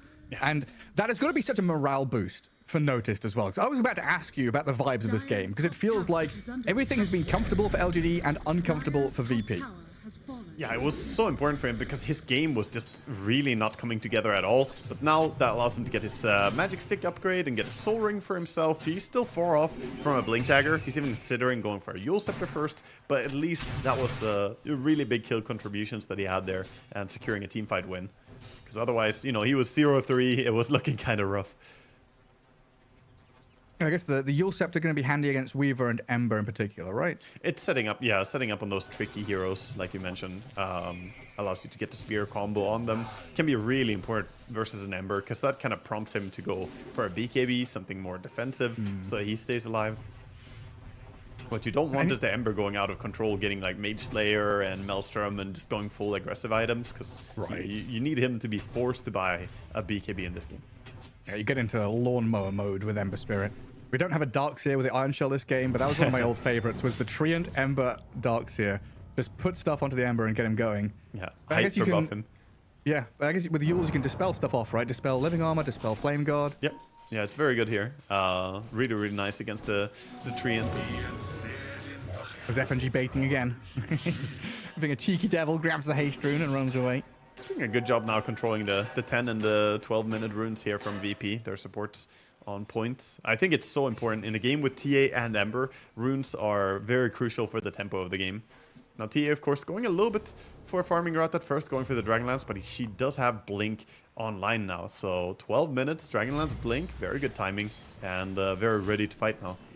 You might see him swing towards bottom. I think they're going to start looking to open up the map a bit. They lost their safe lane tower, so Alchemist, you know, still farming up there, but it's a little bit dangerous since he doesn't have TP support available. Yeah, just look to get Noticed as involved as possible. You've got a hook shot, you've got arena. And try and be aggressive whenever you can. Yeah, for now, they're still prioritizing stacking a lot, so even using FNG here in their own jungle to stack. We see TA clearing out the Ancients and does it in time to get a new spawn as well. And there we see the stack numbers. 6 stacks already by Hoodwink. Quite a lot. Good job. And New going to clear out some for himself as well. And just thinking about we had a bit of time there to run some content as well. I know FNG had a short form interview with Purge, talking about the journey through the TI qualifiers, falling short of that hurdle there. And FNG was saying, yeah, we kind of lost ourselves, didn't know what we were up to really. You know, playing Dota hasn't been a smooth ride. We had to have a few arguments, a few discussions to really kind of break into the practice that led up to this Riyadh Masters first game as well. And, you know, that started off pretty strong. Draft looks good. Lane stage went decently. But I think that fight in general, you know, one of the points he made was we struggled to find the entry points in fights. You know, figuring out who our first point of contact is going to be, what the process is, what that kind of algorithm to follow. You know, who do we need to kill first? Who do we need to stop? It can be kind of difficult in the moment to figure out. So now it feels like, you know, VP so far, these first 15 minutes are definitely hitting their stride, getting into a groove. Yeah, I think for now they're pretty happy just playing it slow and farming as well. They look from the perspective, we have Alchemist, we have TA, we're happy to just sit back and grow. But it's deceptively dangerous to just sit back against this Beastmaster building into the Aghanim Scepter. He will take over like the farm pace of the game pretty hard. And while your Alch is getting big, I think you need to turn that into something. The moment he hits BKB, he probably wants to fight. He is 1k gold away from it right now. TA is waiting for the 15-minute mark so she can buy her shard. Has the gold ready. Ember Spirit slips away from a move mid. Yeah, but top But it's the move top. That's the big one as new smoke break. Cookie into Raw, but he got off that chemical range. that So ulti's Alchemist he's now untouchable. Will turn with a concoction and TP rotation from the rest of VP. Hook shot from FNG. Mortimer's kisses. It's not lava, it's ice and frost trying to get turned around onto this clockwork to kill him off. Antares and Kiritich trying to open up on new, but this Beastmaster's so tanky. He's got his Aghanim Scepter. Doesn't give a damn. Maybe now, though, with Notice wrapping around all the way in behind, we'll get the Arena Spear down, and New finally dies. But this has given time, not only for Squadix to arrive, but also Echoes. This Ember Spirit, he is rooted for now. Being controlled up, the Swarm is on a bunch of these VP heroes, but they're thinking about turning and continuing to fight. They've got 2 in a row already. Shiro and PYW might get caught up to here, as the Weaver wraps around onto the Hoodwink in the back. A lot of poking and prodding from both these teams, getting some support kills. Yeah, Weaver gonna get out of there as well. Seems like he's gonna be safe. No blink on the Mars just yet. Runs over a trap, but of course already in Shikuchi. Can't be silenced anymore. Gonna be out of that. Can't be slowed down, rather. What was that? About 300 gold change, 400 XP change. So not a massive victory for VP. Just a little one. Definitely a statement, though. You know, everyone bringing numbers, having a 5v5 clash, and Beastmaster dying. I think the important part is that you kept your Alchemist alive, right? That was an attempt at slowing down Alchemist's farm. It didn't work. Now they're on the front foot. They're going towards mid. Like I said, with this BKB, want to look to engage, do something, take over your opponent's side of the map. Even just walking in here, and he's farming the enemy Ancients now. This is speaking confidence for VP. And so far, it doesn't seem like there's any move to respond to that. Weaver doesn't have TP, even if you wanted to, so hard to go there and fight that BKB ready on Alchemist. Radiant's middle tower has fallen. It's going to be a tier 1. And maybe a move onto that Ember Spirit. They're trying to play bottom LGD, but Squadix has killed off the Ember mid. Was it a hook shot into Cogs into death? Yeah, it was a trap silence first, and then they do a nice combo. The hook shot in, and then spear into the Cogs to combo the stun. So really nicely executed gank there. Good catch by FNG on the initiation of Squadix. The vision battle here. High ground level for LGD, playing for VP. FNG again trying to bait and draw the attention of LGD in area, but yeah, the rest of virtus.pro realizing not really a fight they want to be taking in such an awkward position. Will retreat with the rest of them. Gets a little bit of help. Wasn't really close enough. Killing the bug there. The Hoodwink gets to safety. Alchemist still saying, you know, okay, we ran away, but I feel pretty strong. He's pinging as though he wants to go and fight, but gonna go back and clear up, look for some tier 2 neutrals. He got himself the whip. See what they find on the other heroes. We got the Orb of Destruction on TA already. And they're going Roche. The delayed chat wheel from Shiro. We missed the arena. Shiro's Weaver Shikuchi's away. And straight into Roshan. This is a fast Roche, but the good reaction as well by VP. They quickly read this and they rocketed it, so they have full vision. Are they in time though? It's already dead. Aegis there for News Beastmaster. They want to fight it. Tanking now with 2 lives. Oh my god, the courier train. The angle, the courier squadron flying at the top. The Weaver's caught, stunned up, nearly dead. Oh my god, Shiro! No way! Finally falls. Looked like he might have been able to slip away, but it's now down to LGD to try and turn a fight around this Aegis of the Beastmaster. Antares on a beasting the health. Gets away from PYW. Squadix just opens up with the right-click damage. Now allowing Notice and Kiritich to get onto New. They pop the Aegis, kill the Beastmaster off, and while you smile left here, just a TP out after watching his entire squad die. That's such a nice realization by VP that, okay, they got the Roche, but we're still in a very favorable position. They had high ground, they had vision down, and they took the fight in a really, really clean way. And unfortunately there for LGD, Shiro just getting a bit too far in when he doesn't have the Aegis. I'm almost a bit surprised they didn't give Aegis to a Weaver, but, you know, if the Beastmaster had it, he needs to be frontlining so that he's the first target.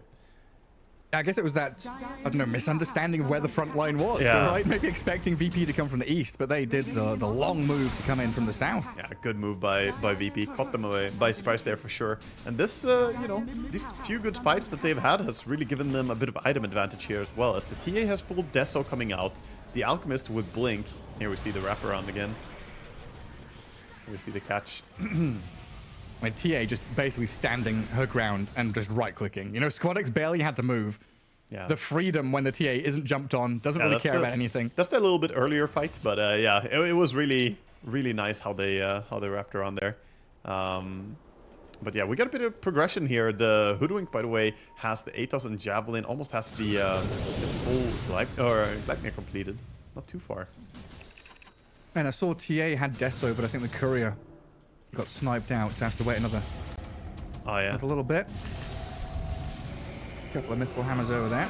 So it looks like it's Tormentor time. Yeah, she's going to need a little bit of help to take the Tormentor since she doesn't have the Deso. We see Clockwork coming in to help up with that. Has a salve for himself. And meanwhile, of course, Radiant as a team taking out the Tormentor as well, using the bugs of Weaver. I like the Snapfire Greaves rush in this game, by the way. I think it's pretty good. There's not that much to dispel, but the TA trap can be very crucial to dispel at times. And it's just a lot of armor as well against this double minus armor strat, plus the offlane Mars, who, you know, has the God's Rebuke. It's pretty good here. And yeah, I guess in that previous fight, we saw how close it got as well, right? With VP spending a lot of their initiation tools to get on this Weaver and kill him off. If there was that Greaves burst heal or that tankiness coming in, maybe could have survived, got a time-lapse off. They want the Weaver. They're looking for it. He goes in, Shikuching. He's going to run up, though. He has a good read on the gank here. Mars might be in position to catch him, though. Hello. Arena's there. Shiro trapped inside. God's Rebuke into Spear, and Kiratic's going to start opening up. There's another Shikuchi, the Yule Scepter into the sky. Noticed. Can they finish him off with a Radiance Burn? Overtime. There we go. Wow, that was close. There was actually no detection down as well, so if the Radiance didn't finish him there, he might have gone away. Very, very close, and good positioning by Mars, just standing and waiting there as the Weaver ultis back into him. And ulti on TA. Down the bottom. Not sure that does anything. But look at FNG. He saved the day. Yeah. Get down, Mr. President.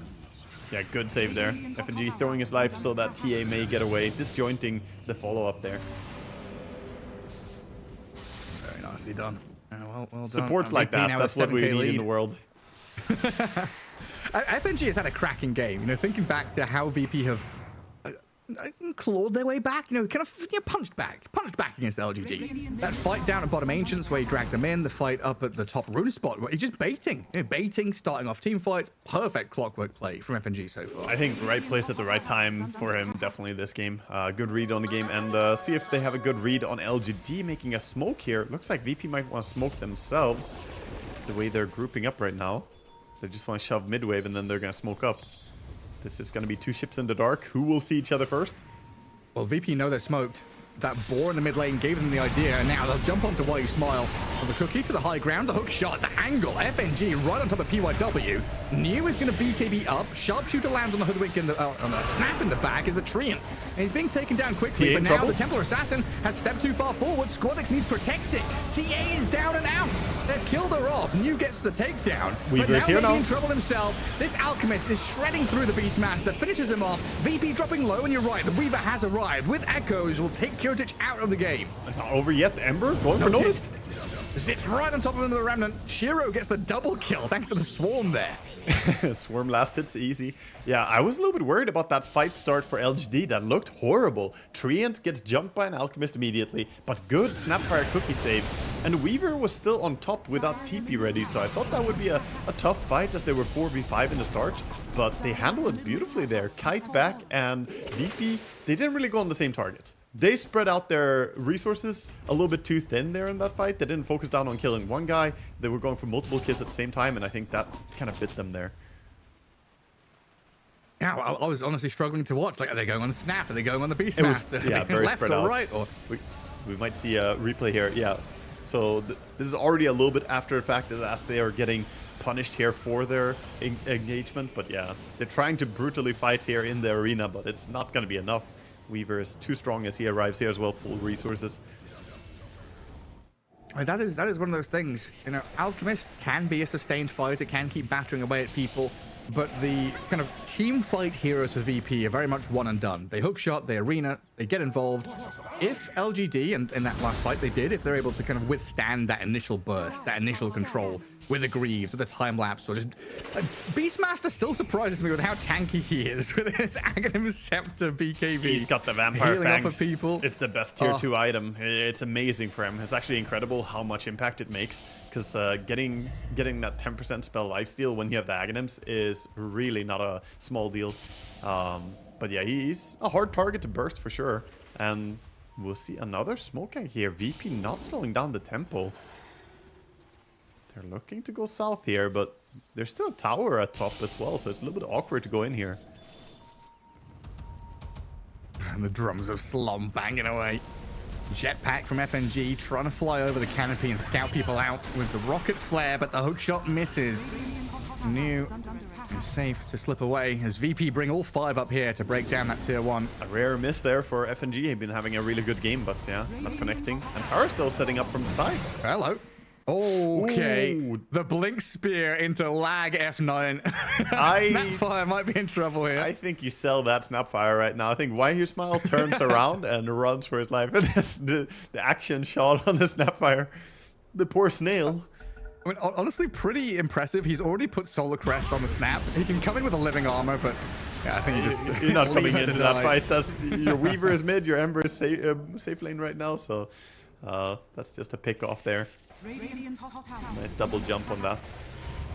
This is kind of a nice move from VP. Get a tier 1, a lot of damage on the tier 2, if not outright taking it. They got the living armor. They want to hold this. Don't want to lose towers when you have a treant. But I guess the overarching thing here is 15 seconds until Roche Fast spawn, and it's nighttime, right? So VP want to be playing this top left corner with a TA on your team. Yeah. You want that Aegis. You really do. Nice D-ward here. Gonna find 2 or 3 traps and double ward sentry combo there. Yeah, I agree. The top part of the map is the important place to play right now, so this puts LGD in a good spot to hold it. Alchemist did shove out bottom, and he can always use the gate to rejoin. But we're actually seeing LG swing a little bit towards this mid lane here. And again, another smoke. This game feels like it's non-stop smoke ganks. How do they have this many smokes? I feel like they're burning through them. That's insane. When FNG trying to shove out that top wave, Shiro gets on his tail, but a good wise TP gets him out of there. And you're right, LGD just coursing their way into that northern jungle, getting a ton of D-wards, limiting the vision on the map from VP. Yeah, and a great spot here to jump with that deep ward. Good wraparound here to make sure they set up this tier 2 tower push, making sure that there's no defense coming in. There's Glyph though, and maybe they want to go around. Noticed actually gonna snipe out the courier for Weaver here. It's just a clarity, nothing crucial. Ember, and a bit of a poke. Gleipnir and Bushwhack thrown at the Weaver there. They're just buying all the time they can for Alchemist to keep farming and for the TA to build up as well. TA has a full BKB now, so she's ready for this Roche fight, which is going to be very decisive. If that's even where the fight is going to take place. Move coming down bottom. It's a reasonably long Roche spawn, right? Like 2.5 minutes at least. Yeah, but the teams don't know it. We already see VP spamming the rockets, trying to scout it. And they know it could spawn at any second, so they need to stay ready. They need to stay in position to contest this. LGD in the driving seat. VP right now, the kids in the back of the car. Are we there yet? Is Roshan up yet? By the way, I think LGD just... Alchemist purchased himself the Shard as well, so he has a Dispel now against the Searing Chains or the Treant. It's a very good game for the Shard. Good recognition here. He turns off his Radiance as he tries to stand and wait to see who comes around the corner. BKB out from Echoes early. Gleipnir onto Noticed. Charging into the backlines here as Antares nearly just dies straight up. Arena's there on the Weaver though, and they kill off Shiro. He's back in. Straight up. Double buyback to rejoin the fight. New standing with BKB. Oh no, Shiro! TA and Alchemist, but He Shiro's didn't dying a second time! He dies back! And now VP have free reign in this fight. Charging forward with Kiritich. Squadex can come back in with some meld strikes. Minus armor onto New. He's a tanky fella, this Beastmaster, though, and he's turning and fighting, destroying Squadex. What are these fights? Kiritich now is the one in trouble. Oh, He's Mars is here? But Noticed re-arrives. Ember will zip-zap Remnant away. PYW Gleipnir up. Cookie off to safety for now. You'll zap back into the sky, though. And it looks like this Snapfire going to come down with a thud. virtus.pro punch back. The die back on the Weaver, a big deal. But that fight was crazy. That was so crazy. So many things going on there. Double buyback in the end for VP. So they spend a little bit more, but that dieback on Weaver is painful, man. He used the ulti to get back in, time-lapsing in. This is a classic old Envy clip if I ever saw one. And yeah, that's going to give them a free chance to take Roche here. No real way to contest it. 40 seconds on your carry still. Alchemist will be so happy to get an Aegis on himself as well, so he can lead the way. That's what you want on a carry Alchemist. You don't want to go in late into the fight. You want to be the one jumping in and starting it. Here we'll see it again. The quick recognition though, from the Mars ulti setting up on the Weaver here. We'll see it in a second. There's the spear. Now they immediately jump with the TA and the Alk. So good communication between the core players there, seeing a chance and just taking it to kill the Weaver. Oh, back to life. Notice dies, roared up and killed. It's also and VP did kill that Roshan and got the Aegis for Alk. It's also a dieback, so 90 seconds on him. Long time without him coming back. Gleipnir does find FNG. On the clockwork with that observer ward. Nice couple of snipes there. I mean, it felt like whoever takes Roshan loses the fight immediately after. Yeah, odd results here. And now, even though you have Aegis and Cheese, you have 2 heroes down. So it's actually going to be LGD looking towards that mid tower potentially and extend their advantage in the towers. They're already up by 1 tower. Could maybe make it 2. They hold all their tier 2 towers intact. TA has a DD rune. She's looking to maybe punish the Snapfire here. It's very dangerous though. If she goes, Beastmaster will be there in a second. Knew it was ready and waiting. Crimson Guard up. I mean, I was asking for a long time where this item has been, and we saw, you know, Clockwork in particular. Of course, FNG has won this game, but we saw a lot of players and teams kind of toying with the idea on Centaur, on Beastmaster, especially against a lot of these physical damage drafts. The Crimson Guard, yeah, it's rising in popularity a lot. We see it picked up not only on course, but also like in this game on the support Clockwork. It always feels good to be allowed to go Vanguard, you know, as well. Oh, why you smile? Okay. Looking for a deep catch here.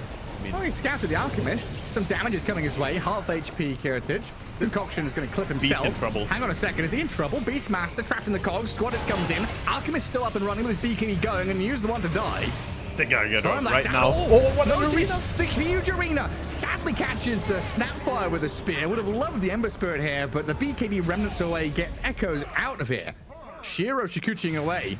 And virtus.pro again just holding their ground, marking their territory and saying, LGD, what are you doing? I think VP are probably confused by that one. They got initiated upon between their tier 2 and tier 3 tower when they have Aegis and Cheese, and they had the respawn in 5 seconds on Mars there. So LGD, they were trying to make a timing play with 1 hero being down, but the respawn was way too close there. So they're probably lucky they only lost 2 heroes, to be fair. The Weaver and the Ember showing their, you know, slipperiness getting out of that fight. Yeah, I guess the big idea there is, you know, similar to the Zeus ulti after the Tormentor, right? Why you smile, Tormentor dies, and he's like, this is our chance. There's going to be low HP heroes here. But it was just a TA and the Alchemist, you know, full HP untouched by the Tormentor. There's no real attrition taking a Tormentor when you have TA and Alch. That's very easy. And similarly, we see no real damage being taken here by LGD. Can take it pretty fast. Tier 2 down bottom. FNG's got himself a gem to hand over to Noticed. Abyssal Blade for the Alchemist, Blink Dagger for the Beastmaster, and now an MKB for the Weaver, and a Shiver's Guard for the Ember Spirit. It's all clicking into place for both sides now in terms of big item pickups. Yeah, I also think the Lotus Orb on Mars just finished up recently as well, so him having that is a pretty good one in this game. Again, you want to have a lot of Dispels against the Treant and the Searing Chains from the Ember Spirit. Both of them are so hard countered by Dispels. And interestingly, the TA also did go for the Refraction Dispel talent in this game, which is, you know, useful, but definitely nowhere close to as good as the Meld Dispel was in the past. Now it's a lot longer cooldown. You can't really hold up Refraction to, you know, be ready to Dispel. That means you don't have Refraction shielding you. See, this is one of the reasons why I can't play Warlock in real games anymore.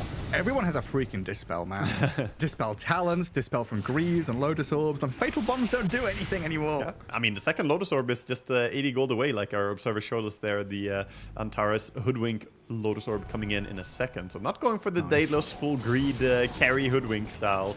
He's aware that getting more protection, more layers of protection here for the team is probably more important. The big middle finger to the Treant.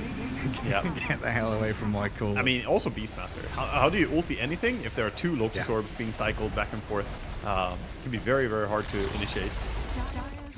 40 seconds remaining on the Aegis. VP just channeling this energy down the top lane. While LGD gonna start filtering back. They had a bit of a push down in that bottom spot, but they've got to contend with Kiritage for this Chemical Rage going. They'll bring all their numbers back to defend. This Alchemist's just gonna walk away. He's feeling pretty good having his 3 different Dispels available to himself. His ulti is Berserk Potion and the BKB in worst case scenario. That's without his allies helping him. And LGD a little bit struggling now on the map to get things done. They're still, you know, in a decent fighting shape. They have a lot of things that are scaling. This MKB on Weaver is huge for them. So now he can finally actually do decent damage to the Alchemist. The missed chance otherwise was screwing him up. Yeah.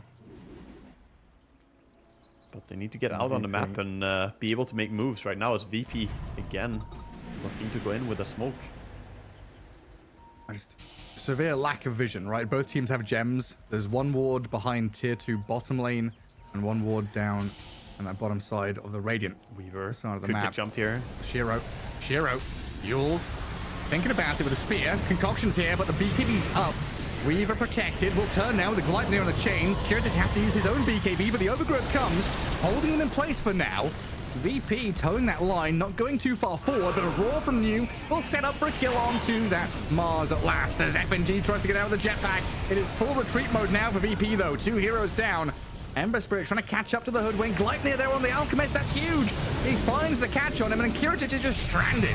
No way to run, has to try and stand and fight, but surrounded by 5 members of LGD, just crumbles. This is where LGD's lineup really shines. They're so good at catching people with the Gleipnir on Ember as well. If they get the first pick off, everything kind of just falls from there. And I think there was a bit of a miscommunication on the first jump there. They jumped the Weaver. When the Yules comes out, that means Weaver can always BKB react. So they just wanted to poke and force the BKB, but Alchemist jumped in and he kind of overcommitted there, putting his team in a hard spot. Super eager to kill off that one hero that maybe wins them the fight, but now we're looking at Barracks falling. Southwest push. Throw. It's all going down very quickly here. Mid lane definitely to fall. They're gonna take out the range racks first here for the glyph reset, not to prevent them. And then they go to top. Up we go. And 40 seconds, no Alchemist. That's a long time. No buyback available. He's missing 500 gold and he has a cheese and backpack worth 500 gold, Gary. Sadly, he can't sell it right now. Oh, that's rough, isn't it? Yeah. Should have been a dairy farmer. Could have sold it. Difficult. That goes. Keeping him at bay as well. Not much here. Notice an FNG can do. The Crimson Guard is really doing a lot to prevent the push here, though. Slowing down the tempo. No, it's down, though. Yeah, once that dissipates, easy pickings there for LGD. Get the melee racks and run away. And I've held my tongue for a long time, Waga, because it is a contentious point about Alchemist and his inflation. You know, that net worth difference. 28k looks pretty good, but are we now at the point where we've kind of hit late game and is that net worth difference meaning that much? Yeah, this is where we can definitely say that Alchemist, you know, he's a strong hero. Oh, wait, hold up a second. They're jumping the Clockwork here. Another good Blink Roar. They find a kill using the Snap ulti as well to scout a little bit. I don't think they're gonna go in for more immediately, but another pickoff keeps VP on the back foot. And like you said, you're not strong enough pound for pound here compared to what the Weaver can do. The similar net worth would be way stronger on a harder carry hero for sure. Weaver is stacked now. This also feels awkward because your next item in Kiritic here is looking to be Overwhelming Blink, and I'm just not sure that Overwhelming Blink is gonna make him a threat here. I feel like Bloodthorn is usually a crucial item on Alchemist, but if you go for Abyssal, if you go for this build, you can't really fit it into your inventory. So I'm not sure. I'm not sure if the itemization is the problem or the play, but it feels like Kiritic is going to struggle to carry this one from this point. Yeah, let's take it. These initiations perfect. Again, this is like this entry point to the team fight is so important for VP to have that vision of a key target, to layer on these stuns and team fight abilities. Yeah. And to be able to blow them up with a overwhelming damage. But we're getting to the point now where, you know, potential for LGD to go for this next Roshan. Buybacks. With a big fight, it's going to matter a lot. We do see some big levels coming up as well. The TA hit her level 25, so has the Refraction Charges talent. Not going for the Melt Bash, even though Refraction was nerfed. You know, it's always worth considering nowadays, especially against a Weaver and Ember. I think you could make a strong case for the Bash in this game as well, just for even more lockdown. But we also have level 25 coming up soon for the Ember. He's just one creep wave away from his 25, so to be quite a lot stronger as well. We'll see if he goes for the Sleight of Fist or the Charges. I have to imagine Charges here. He doesn't really have a good damage build. He goes Sleight of Fist, so he wants the double slide here. It can be super annoying. It's like having blinks being cancelled non-stop, scouting the trees. I mean, Sleight of Fist was also buffed with a double hit on the most adjacent target. It's a very good one. People dogpiling on you, suddenly double tapping them. But this is going to be the most important part of the game now, especially for VP. We're back to Roche. Melee racks down. Yeah. Back to Roshan time, yeah. It looks like, oh, big move down to bottom. They're saying if it doesn't spawn within the next few seconds, they can't take it in time. We go bottom, control bottom. This is a huge decisive move, but quickly, LGD hop through the portal. Off we pop. Down They're here in south time. we go. Oh, that was an important moment there. If LGD didn't portal quickly down, then VP could have set up shop down here. But now LGD still in a good position. They have the high ground. They are controlling the portal. As long as you sit on this high ground of the portal, you usually have a pretty easy time taking team fight, I feel. Yeah, it's when you come down to the low ground plateau, get into the swamp, you know, you get a little bit bogged down and stuck with the 3, 4 staircases. Yeah, it's all about those little vision advantages here and there, you know. High ground is so crucial in Dota for initiations. Rocket Flare giving that vision to VP right now. Ember Spirit trying to clear wave and scout out anyone lurking in the shadows. Also scouting out smoke rotations, right? Because if you Sleight of Fist in, you're actually there with your physical body as an Ember, so you can break smokes by Sleight of Fisting on a creep wave. It's a good little move, just make sure nobody's walking in on you. And, a bit of dewarding as well. Very tentative teams here. Roche is eager. He's waiting. He's like, guys, I'm here. I got 3 items for you. Who's going to fight Boy, me? howdy. Would Roshan love a team fight on his doorstep. Yeah. He's looking for some bastards. This VP smoke wraparound. We're going to get there in time. It looked like they were going much deeper, but they're going to angle in towards Why You Smile. They'll find the tree in here and blow him up quickly. Now, though, LGD coming back in. The hook shot great from FNG. Traps 2 of them with the arena down as well. The Ember Spirit, he's down to half HP. Stays alive, though, and now back with the Kiritich. This Alchemist struggling to stick on a target, but he has cheese. Back to full HP. Oh, he's still dying. Oh, my God. Disappears. The Weaver with this little shredder and a Snapfire. The minus armor galore. And virtus.pro meet their match. The brick wall of LGD down near this Roshan. So good by Why You Smile standing there in smoke break position. Sure, he dies in like a split second there on tree and first, but he had buyback, so he wanted to be the first point of contact. He understood perfectly. If they go on me, we get the vision. We can take the fight in a way that favors us. And what looked like it could maybe start out in a decent way for VP, and perhaps they could turn around with the cheese. We saw the continuous damage there. Look at the Snapfire damage output in that fight. Absolutely ridiculous. Insanity. Yeah. Most damage in the team fight. Absurd, actually. He has the multi-shot on the little shredder. So he's ready to shoot those little bullets at everyone. Of course, has a Gleipnir, so he can proc a lot. And, of course, the Mindbreaker is absurdly good on Snapfire. Really big neutral. I see that additional magic damage, yeah. You got a Hoodwink with Acorn Shot. Oh, I'm a Snapfire. I've got bigger talents than you. Yeah, it really does. Still the Tormentor there. Setting up next to the tower. Gonna give a tap over to Shiro. She has Ancient Guardian, so it's pretty hard in base here. And of course, this Weaver, the one with the Aegis, is the Ember Spirit. Remnants and clips onto this Hoodwink. Arcs are falling. 10 seconds on the... Oh man, I mean, they do have one range barracks top at least, but in comes New roaring up, catching the Mars, the second roar, in we go on the TA as well. FNG trying to save the day, but Squad is almost just dying to the Snapfire there. Gleipnir out of PYW, Overgrowth's a good one there for Why You Smile. They'll turn around and finish off the buildings. That's what they came for, claim their prize. Melee racks down, Glyph up for the top lane as well as they push in multiple sides. And virtus.pro now looking at dealing against Mega Creeps with a Clockwork down. 6 lives on LGD plus buybacks. This might just be it. Shiro, a lot of damage on that Weaver, but virtus.pro struggling to really strike back here. Yeah, they can't really get a hold of them here. TA has so much damage, but they can't really lock down one target that easily. No Clockwork. Gotta find some way to initiate here, but how do you go with the Aegis on Weaver? Everyone else can just sit safe. I think it's a tough one. Yeah, I mean, they were hoping for a Daedalus for this Hoodwink as well, but Courier is sniped, can't get that out in time. The Gleipnirs, just being spammed with roots over and over again. Interesting cookie interaction with a Sleight of Fist, but they blow up the TA, dead for 100 seconds. Alchemist, he can get it on top of PYW, who has been the pest and nuisance in these fights. I don't know if he can finish her off, though. Snapfire, healing back up, the Greaves, the heals, the Living Armor comes, and GG is called. LGD take game one in a back and forth barn burner of a match. Incredible stuff, defeating the Kurdish Alchemist. Squad XTA just falling short.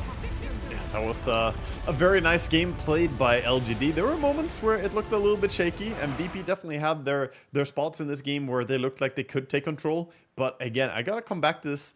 I am not so sure about the carry Alchemist sometimes. You know, if you don't close out the game, it can be hard to really deal with late game. They got into a point where it was kind of spiraling. They looked really good. They were pushing that top lane, right? As these fights around Roshan and Aegis got super hectic and chaotic. As LGD take game one in this best of two, as we'll take a quick break and come back with the next one.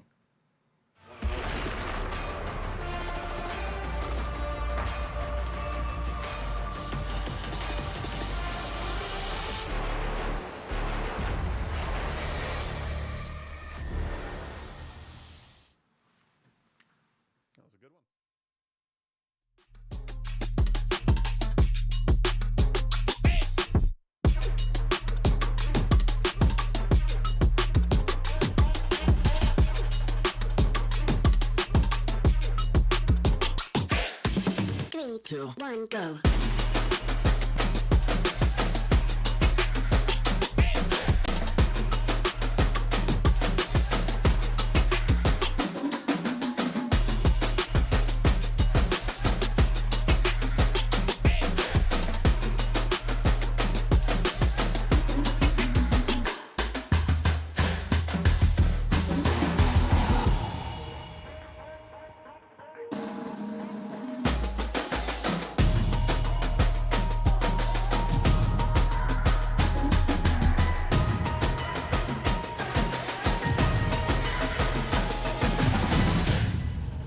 Three, two, one, go.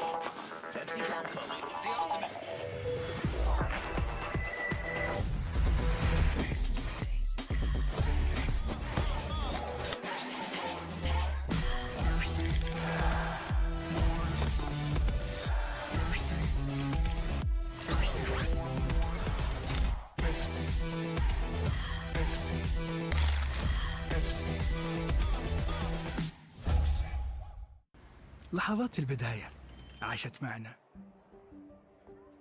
كنا نحسبها وقت للتسلية بس. نحسبها بس ذكريات.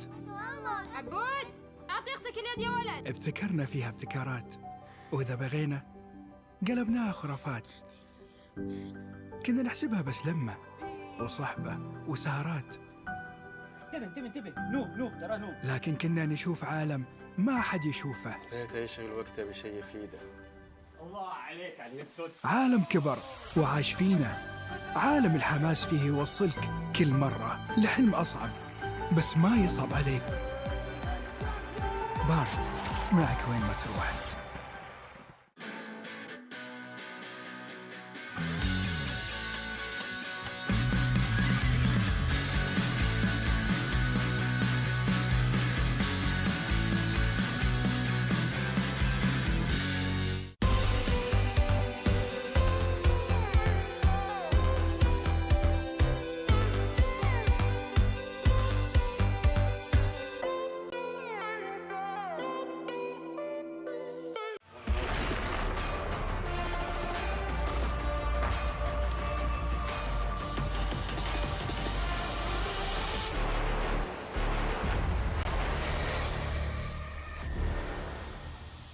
Welcome back, everybody, here as we jump back into our first series of the day of the play-ins in general for the Riyadh Masters at the Esports World Cup. It's virtus.pro against LGD, and Waga, a pretty back-and-forth game, but the Alchemist struggled to really hit his stride there for VP, didn't he? Yeah, he did. I mean, a lot of things were going well, though. He did farm a lot in the early game, and he got big, so I guess he kind of found his groove in terms of item progression, but I just didn't really see the big payoff, you know? You invest in this hero to take over the early game and have tempo, and I feel like LGD did a great job stunting the progression from VP here. They didn't really get to take over the game the way they wanted to. And, you know, a lot of it came down to really crucial teamfight executions. And sometimes it didn't really work out that well. You know, we don't need to ask Shira about that one moment where he ulted back in. But overall, they did a really great job. Yeah, what can you do? You're a Weaver, you die so quickly, you turn us back into death again. Sometimes that shit happens. Yeah, honestly, the scaling of some of these supports as well, like Hoodwink, we've kind of come to expect. The scaling from that Gleipnir, Daedalus, you know, the big damage out of the Acorn shot, cool. But LGD with his Snapfire last pick, man, that was pretty cool. Yeah, Snapfire did a lot in that game. I'm actually looking back. Snapfire did more damage than the Weaver in that game. She did 29,000 damage, which is more than the Weaver, and almost as much as the TA, and 10,000 more damage than the enemy offlane Mars. So yeah, a great showing there by him. It was really impressive to see how much he could do when he didn't really go for an aggressive build. He started Greaves, went into Atos. It didn't look like he's going to be a damage dealer, but nah, he showed us, you know, he got his ways. We've got like level 20 talent kicks in. Suddenly it's like, oh wait, hang on a second. Yeah. Like that bottom Roche fight, the third one, whatever it was. All of a sudden, the Snapfire just opening up did like 5k damage in a single team fight, and it's monstrous performance from PYW. Yeah, definitely not clean, super crisp from either of these teams. You know, a lot of back and forth, and I think just touching back on that FNG mini interview we saw earlier on, finding themselves, right? This is still a journey of discovery, figuring out strategies, how you want to play, and thinking about the vibe of the match. It felt like LGD were more comfortable outside of those weird little, you know, Shiro time-lapse moments where VP were kind of not struggling, but scrambling, right? They were desperate to prove themselves. Yeah, here we have some of the fights that went on. This is the one where they got the Ember. He tried to Remnant out, but the TA auto attack was already in the air. It followed him and got him. You know, this is early on, the first big fight that kind of turned Noticed game around, because he was having a really bad time. Then that set him up a little bit. I believe this is the fight where Weaver gets his dieback as well. Another good performance by Noticed with a great spear arena combo. But yeah, this fight was crazy. So much happened. You know, Weaver dieback, but it wasn't really enough to tell the story of the fight. Yeah, I mean, there's so many little things going on here. FNG had a pretty spectacular game in that first 25-30 minutes, landing all the hook shots, initiating for his team. But it felt like this fight here was the downturn of VP. Yeah. They were, you know, 10k ahead at some point, started to slip back. They made this aggressive move under the tier 2 mid lane to try and kill a Weaver. And LGD, from that point onwards, it felt like the deal was sealed. Yeah, a little bit awkward fight for them overall. You want to win those like 30-minute fights when you have Alchemist as well. And, you know, he had a backpack cheese during that fight. Could have been on someone else maybe, or there's a lot of stuff they can look back and wonder. I think the biggest moment that turned the game around was when they blinked in and Yulst and then out blinked in. Also a fight that we didn't really get to see here, but you see the end, of course, the Snapfire just blasting people. Yeah, no, I think the initiation mid where they blink in Yulst and then out blinked in, got committed and got chased down, that was really when everything started falling apart for them. Yeah, smiles all around from LGD there. Having a good old time. And just thinking about that kind of idea of VP's draft needing that immediate burst, the Blink Arena Spear, the hook shot, and then the TA damage over the top. I think it was pretty nice here having a Treant, that Greaves build you touched on with the Snapfire as well. Really nice to kind of weather that storm, get past, if VP are allowed to have the first 5 seconds of the fight like uncontested, get a kill, turn it into more, that's a great game for VP. That's a great game for the Alchemist just to go high ground, minute 25. LGD really did an exceptional job pushing out waves and setting up in like high ground spots, using terrain to their advantage to kind of make sure that initial initiation, dumb phrasing, didn't work out, didn't pay off dividends every time for VP. Yeah, it was hard. It was very difficult for VP to burst someone. Like you said, the sustainability of the Solar Crest plus the Greaves, but also just the disruptive abilities that we saw coming in from them. They had the Beastmaster ulti, always something to worry about when you're TA, you don't want to get caught, but also like Treant ulti, there were so many different things to be concerned about. And while you're thinking about all that, the Beastmaster is just randomly, dealing damage to people with his drums. The drums of Slam did a lot of work in that game. And that's why I was concerned in the early game there. You trade free farm Alchemist for free farm Beastmaster. I'm not really sure I would want to have the Alchemist in that case. Yeah, he farms faster in terms of just money, but the value on a Beastmaster getting early Aghanim's is insane. Yeah, that tempo builds up so quickly, like breaks your tier 1. And again, that kind of protection around Roshan as well. If you're able to take a bit of that map control, you're able to control the objectives. And thinking about itemization as well in that game, we looked at the Lotus Orbs for VP, seemed pretty nice against the Treant, against the Beastmaster. Was there any itemization that you disliked?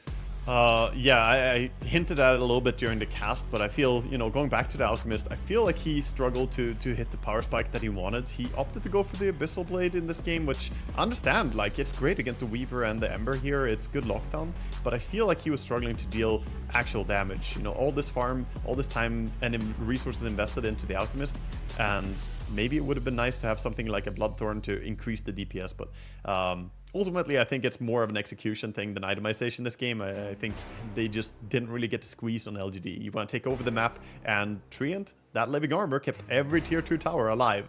If you don't take the tier 2 towers, that means LGD is on the map and feeling happy. Yeah, especially with mobile heroes like the Weaver and the Ember, right? And coming back to that pushing lanes point, if they're able to, go to a tier 2, push out, maybe TP to the opposing tier 2, go through a twin gate, they just had that entire macro playstyle open to them to meet VP when they brought those 5-man numbers team fights to their doorsteps. That was a pretty well fought battle though, and just using execution over itemization. Is there anything like draft wise that you didn't like from VP or LGD? Is there anything that they go back to the drawing board, or is this just chalk it up to game 1, put that in the books, go game 2? Yeah, I think TA is still a strong hero, but I'm not sure that she's an automatic first pick. I think there are a lot of heroes that can give her a headache, and while she did play really well in this game, I said it before the game, Squadix plays a fantastic TA. He's level 30 Grandmaster, really great at executing a lot of things. And he played a nice laning stage. Even so, he struggled in this game a lot against the draft that we saw here. He got good kills and so on, but he can't really stand his ground against some of the draft coming out from LGD. So I don't know about picking that hero absolute first cold opener when you don't see anything, at least maybe as a reactive first pick to the opponents, picking something that's maybe vulnerable to it. But we'll probably see it still be valued very highly. TA's comfort now, especially as she has been meta for the last months, it's been very popular. Yeah, I mean, we could maybe see that shift back to the Shadow Fiend, which was left until the 20th. Yeah, that still blows my mind. We'll see if the hero really is that low rated by teams, or if this was a one game off, because I feel like that's not representative of what I'm feeling about SF right now. Yeah, I mean, just thinking about like the process there, TA first pick, then we had the Weaver response, then we get into the next round of bans. Treant felt like a very good response to this TA. The bonus armor, the healing, the protection felt really nice, and then having that overgrowth super handy as well. The Hoodwink we talked about a little bit. The TA Hoodwink opener, maybe that's something they look to change, right? Maybe just TA Clockwork instead, something like that. Yeah, we'll see. We'll see what they're gonna go into. Overall, I think there are quite a few different avenues you can go in terms of drafts right now, and you know, I just feel you lock yourself in a path pretty hard when you open with the TA as a first, because it's, you know, more often than not gonna get countered by every single enemy core. You know, it's pretty hard to play TA into Weaver, into Beastmaster. Ember is an okay matchup on the lane, but it's really not that fun later on when he starts just jumping around with the Shiva's Gleipnir build. He's super tanky as well. So right, we'll see. We'll see what adaptations come from BP in Game 2. And we'll jump in and find out what we're dealing with. I mean, is Gleipnir overpowered? That's the big question for me, because this item has been on the rise. Everyone's buying it, and now we're seeing how many Gleipnirs did we have in this game? There Like were 5? Yeah, I think we had 3 in this game, but yeah, it was no, actually. Was it 4? No, 3, I think. The Weaver opted to go for the Deso build. He could have gone Gleipnir as well, because honestly, it's really strong. But yeah, Gleipnir is, you know, it's very comfy to go for that on a lot of the support heroes, and still just amazing item. The only thing is the mana cost, but nowadays with a simple mana boots, you can pay for so much mana, and that's what we saw as well. The Snapfire with the Greaves build. Just being rooted in the middle of a fight, you're trying to chase people, like, you know, from the tree line, from the fog, you see this electric lightning net catch you out and root you up. It's a real handy item, no matter what's going on there. As it looks like we are ready to get into Game 2 here of the 2-game series, also known as a best of 2. Yeah, we'll see adaptations here perhaps, or maybe not. LGD going for the same bands that we saw first here, the Brood and the Batrider bands, and VP banding out the Tiny and the Monkey King. So still respecting that monkey.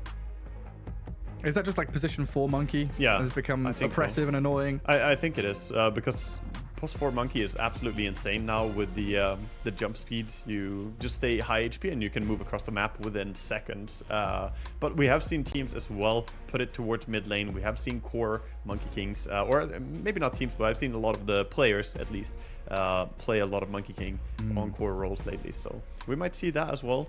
I think Monkey is similar to Weaver in the value that he has. Very ganky, very early game fight heavy, and has the flex potential right now. Yeah, very true. And also, you know, another great hero for Gleipnir. You were mentioning the Gleipnir is very, very strong. Super irritating. Well, VP this time around opting to ban the Templar Assassin along with that Darkseer Monkey Tiny and bring another bat out. So the change up here is Underlord left in currently. Yeah, that's also Phoenix as well. Yeah, Underlord is also a hero that is doing fantastic lately and completely destroys some carry heroes. So it can be very tricky if you pick a carry hero like, I don't know, TB or PL or whatever, and then Underlord comes out, you just don't even want to be in the game anymore. It feels so bad. Even CK struggles a bit against him. Yeah, CK's been one of those kind of never has a bad game kind of heroes. Yeah. Well, this time SF gets more attention though with that first phase ban here. Like I said, it has to have been a fluke that it went all the way. I don't know how the teams were prioritizing harder. But yeah, first phase Xiaowei has looked at his papers and he's like, wait, guys, Shadow. Yeah, it's like, dude, that happens. That happens for teams, honestly. Sometimes you go through the draft and you're focused on so many different things. You're exploring so many different avenues. And then you're like, how do you miss the obvious? You know, sometimes teams find themselves in that situation. Mortimer comes in. The man himself there on the screen. Well, I did the maths on this. It was like the first time since TI2 or TI3 that Xiao8 and LGD are not going to be a part of TI, which is honestly kind of mind-blowing. You know, the legacy, the empire they've built. Yeah, I mean, that feels very sad in a way. Like, I've got massive respect for Xiao8. I feel like he's such a cornerstone of competitive Dota 2, you know? And I think if I think like Chinese competitive Dota, Xiao8 is like the first name that pops into my mind. Yeah. Who'd your top 5 be then? Out of curiosity. Oh, top 5 for China, or what? Well, let's say top, because 3 names. You said Xiao8. 2 other names popped into my head immediately, and I'm curious if let's say top 3. I mean, it's kind of hard. I think Somnus for me is a big one. Okay. Yeah. kind of hard to come up with a top 3 necessarily, but probably Fatebian, I guess. Interesting. Maybe I'm showing my age. My mind immediately went, Xiao 8, ROTK burning. Yeah, you're a boomer. I mean, I'm a boomer too, but I'm trying to keep up, man. But yeah, true. We go ZSMJ, you know, is whatever. Oh, yes. There we go. I got you Yafets. covered. That's one of the first ZSMJ I think that was relic farming. Yeah, I think that was one of the first bits of Dota content that I like watched and felt like, oh, I'm part of Dota, you know, watching that courier die with a rapier on it. Yeah. And like, what, 4 minutes later he farms a new one. Yeah, it was incredible. Back when couriers dying meant your items dropped. People don't know how good they have it nowadays with personalized courier, you know. Back then it was FedEx messing up your deliveries.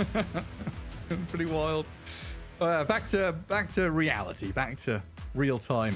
Dragon Knight picked up here alongside that Phoenix. virtus.pro have opted for the Ember Spirit for themselves this time around.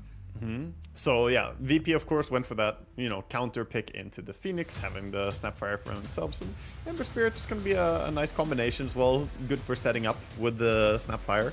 Of course, we did see those heroes work pretty well in tandem in the last game. So VP are just stealing strats here. Yeah, copy the homework. Worked out. Yeah, we'll see if LGD are gonna say, okay, you take our strat, you know what it's bad against. DK stun is a great stun to have against Ember though, I feel. Because if you get the blink, you blink in, stun the Ember, it's very simple to follow up. Question is, what's the follow-up gonna be? Start out with a Tusk. Yeah, big fan of that. And we're still not sure what the lanes are going to be. LGD really obscuring their draft as well. We can expect, you know, 5 Phoenix and a 4 Tusk here, but Dragon Knight flexes across potentially all 3 core roles if they want to. He does now. I've seen people experiment with the carry Dragon Knight again with the red facets because of the cleave. I would be surprised to see LGD pull that out. Yes. But, you know, that's also some of the value. You know, it's potentially very strong and nobody will expect it here. But he has been on the rise. That facet is actually looking better and better. And of course, Corrosive keeps getting nerfed as that is the, you know, the pro favorite. It's been very, very good. Yeah, I mean, I'm going to be real. It was super dumb watching this Corrosive Dragon Knight beat Timber in the mid lane. Yeah, Like, not just what is Timber. going I've on seen with that? Timbers and Razors. I've seen all kinds of heroes lose to Corrosive Dragon Knight just auto-attacking, like, just smacking them with Get out of my lane. It's like a melee Viper or some stuff, you know? You just kind of win. Disgusting. That's some nasty stuff. But yeah. Yeah, so if LGD are obscuring the idea of their draft, is there something VP can do here to do the same? Like pick a support for FNG? They're gonna have to show some cards here, right? So it's which core do you want to show? Because you got a double pick here on VP. So I'm not sure what the heroes should be. I like the idea of bench. They're gonna go with Rubik. Another hero that's very good against Phoenix. Get that instant lift. Also some really good spells to steal here, I feel. All of Phoenix stuff is honestly pretty strong with Spell Amp, and Dragon Knight has fantastic stun and nuke as well. Yeah, and I guess it's wrong of me to assume this is Snapfire position 4. Also, this could be the offlane Snap, which I know Collapse for sure on Team Spirit has been playing in his pubs, and a few other offlaners have been trying it out as well. Yeah, it is possible that they are just saving a last pick support here on VP. Yeah, go with the Ursa as well, a hero that is doing really well overall, also great at bursting down the Phoenix. So now they have 2 heroes that are fantastic at killing the egg, and then they have 2 heroes that are really bad at it. Rubik, yeah, he is ranged, so he can auto-attack, but he doesn't hit very fast. And Ember is generally awful at killing the egg, because no attack speed build ever. So, Doom coming in, LGD getting themselves a little bit of a reliable way of dealing with the Ember or Ursa here, if they can get that Doom out. Decent bit of catch and kill. They've got some team fight out of this Phoenix and Tusk. And Doom and Dragon Knight can be that more single target focused. Kill the Ember, catch him out. I like VP's draft more than last game though. If we compare like between VP and LGD right now, I'm not sold that I would go with LGD's draft. I think VP has, you know, good tools to work with here. If they get early blink on the Ursa, they can fight a lot.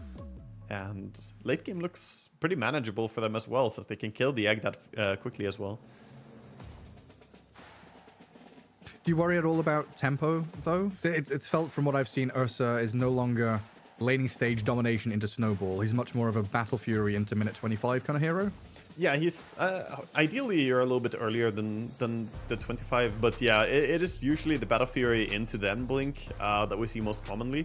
So probably gonna be the build here as well. But if you're playing against what looks like a Doom, possibly a Doom Tusk or maybe a Doom Phoenix Lane, I think you should be able to get your farm going as well.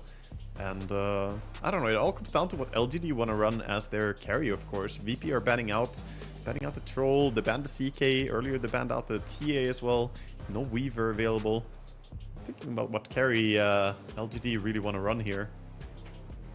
It would be nice for them to have a hero that goes for Nullifier later on. Nullifier very good against Ursa. Out goes the Beastmaster as well. Vengeful Spirit. Okay. That's interesting. So, pulling out the Venge. Is that going to be the carry facet Venge then? Most likely. I guess so, yeah. And, yeah, carry facet Venge is a very useful tool here for them because they can swap people in and then DK stun follow-up or even just, you know, use the swap defensively here. Whatever you see an opportunity for. It is either way a very high pace carry and can be a good way to deal with Ursa and his high burst potential. If Ursa jumps and kills your Venge immediately, she can have Aghanims, respawn, then you kill the Ursa afterwards. Yeah, so Shira did this in a pretty stomping victory in the Chinese qualifiers against Dark Horse. Went for the Soul Strike, that melee facet. Yep. Double Bracer, Man to Aghanim Scepter. And in this kind of game, when you're looking at the burst damage, right, having 2 lives as a Vengeful Spirit, pretty damn handy. Yeah, interesting facets we see loaded in here on a lot of the players. We will see if this is what they actually lock in with as well when the game starts. Because right now we're seeing Drinking Buddies from PYW, something that I haven't seen that much from the Tusks in general. He swaps. He swaps. He can't choose. He's baiting us now. He's hopping back and forth between it every second. It's going to be tag team. I thought he was going to do Drinking Buddies. And similarly, Phoenix is not going hotspot, going Dying Light. I can't remember. We saw it maybe once or twice in the qualifiers. It looked kind of funny. I think it was a Tusk Razor lane where they were like dragging each other closer to their enemies, stuff like that with the Drinking Buddies. But tag team here alongside that Doom with the Devil's Bargain. And Underlord, that last pick for virtus.pro hero we touched on through that draft, was banned in game number 1 reasonably early on. Good game for Noticed here, potentially? Yeah, could be a good game for it. He's going for the Demon's Reach right now, and that's usually not what we see. It's the lower win rate overall facet. Unless he is also baiting us, but I think he probably has locked it in, that this is what he's going for. This facet, by the way, this is the Cleave facet, of course.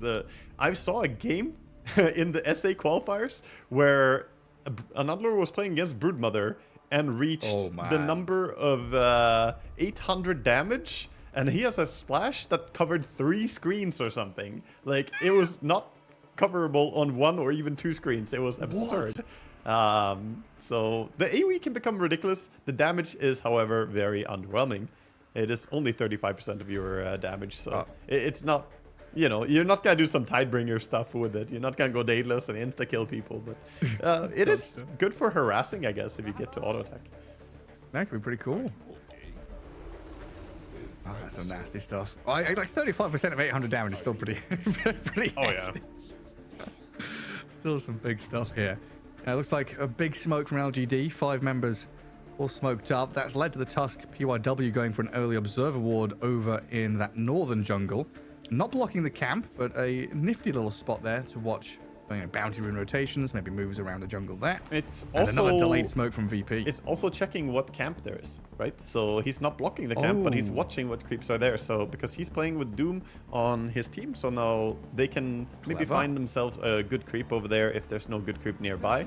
And like you said, it also will spot out rotations for the runes. I kind of like this word. It's also very, very unlikely to ever be dewarded. Like, who's going to put a sentry that covers that?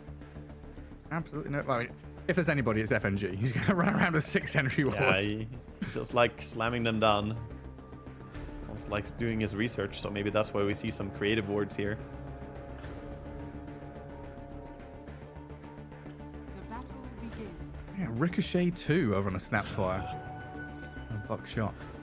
Whenever Snapfire glances or misses an attack, 2 Ricochet attacks will bounce towards nearby enemies. I feel like I've only seen full bore on, this is support snap. Very odd for support snap. Like, yeah, I mean, it has to be intentional, but it's always full bore, but he was locked on full bore during the pick phase and swapped it to this. So he didn't forget or anything. This is his choice. So he's looking more to scale and do the damage. Maybe inspired by last game where we saw the Snapfire do a lot.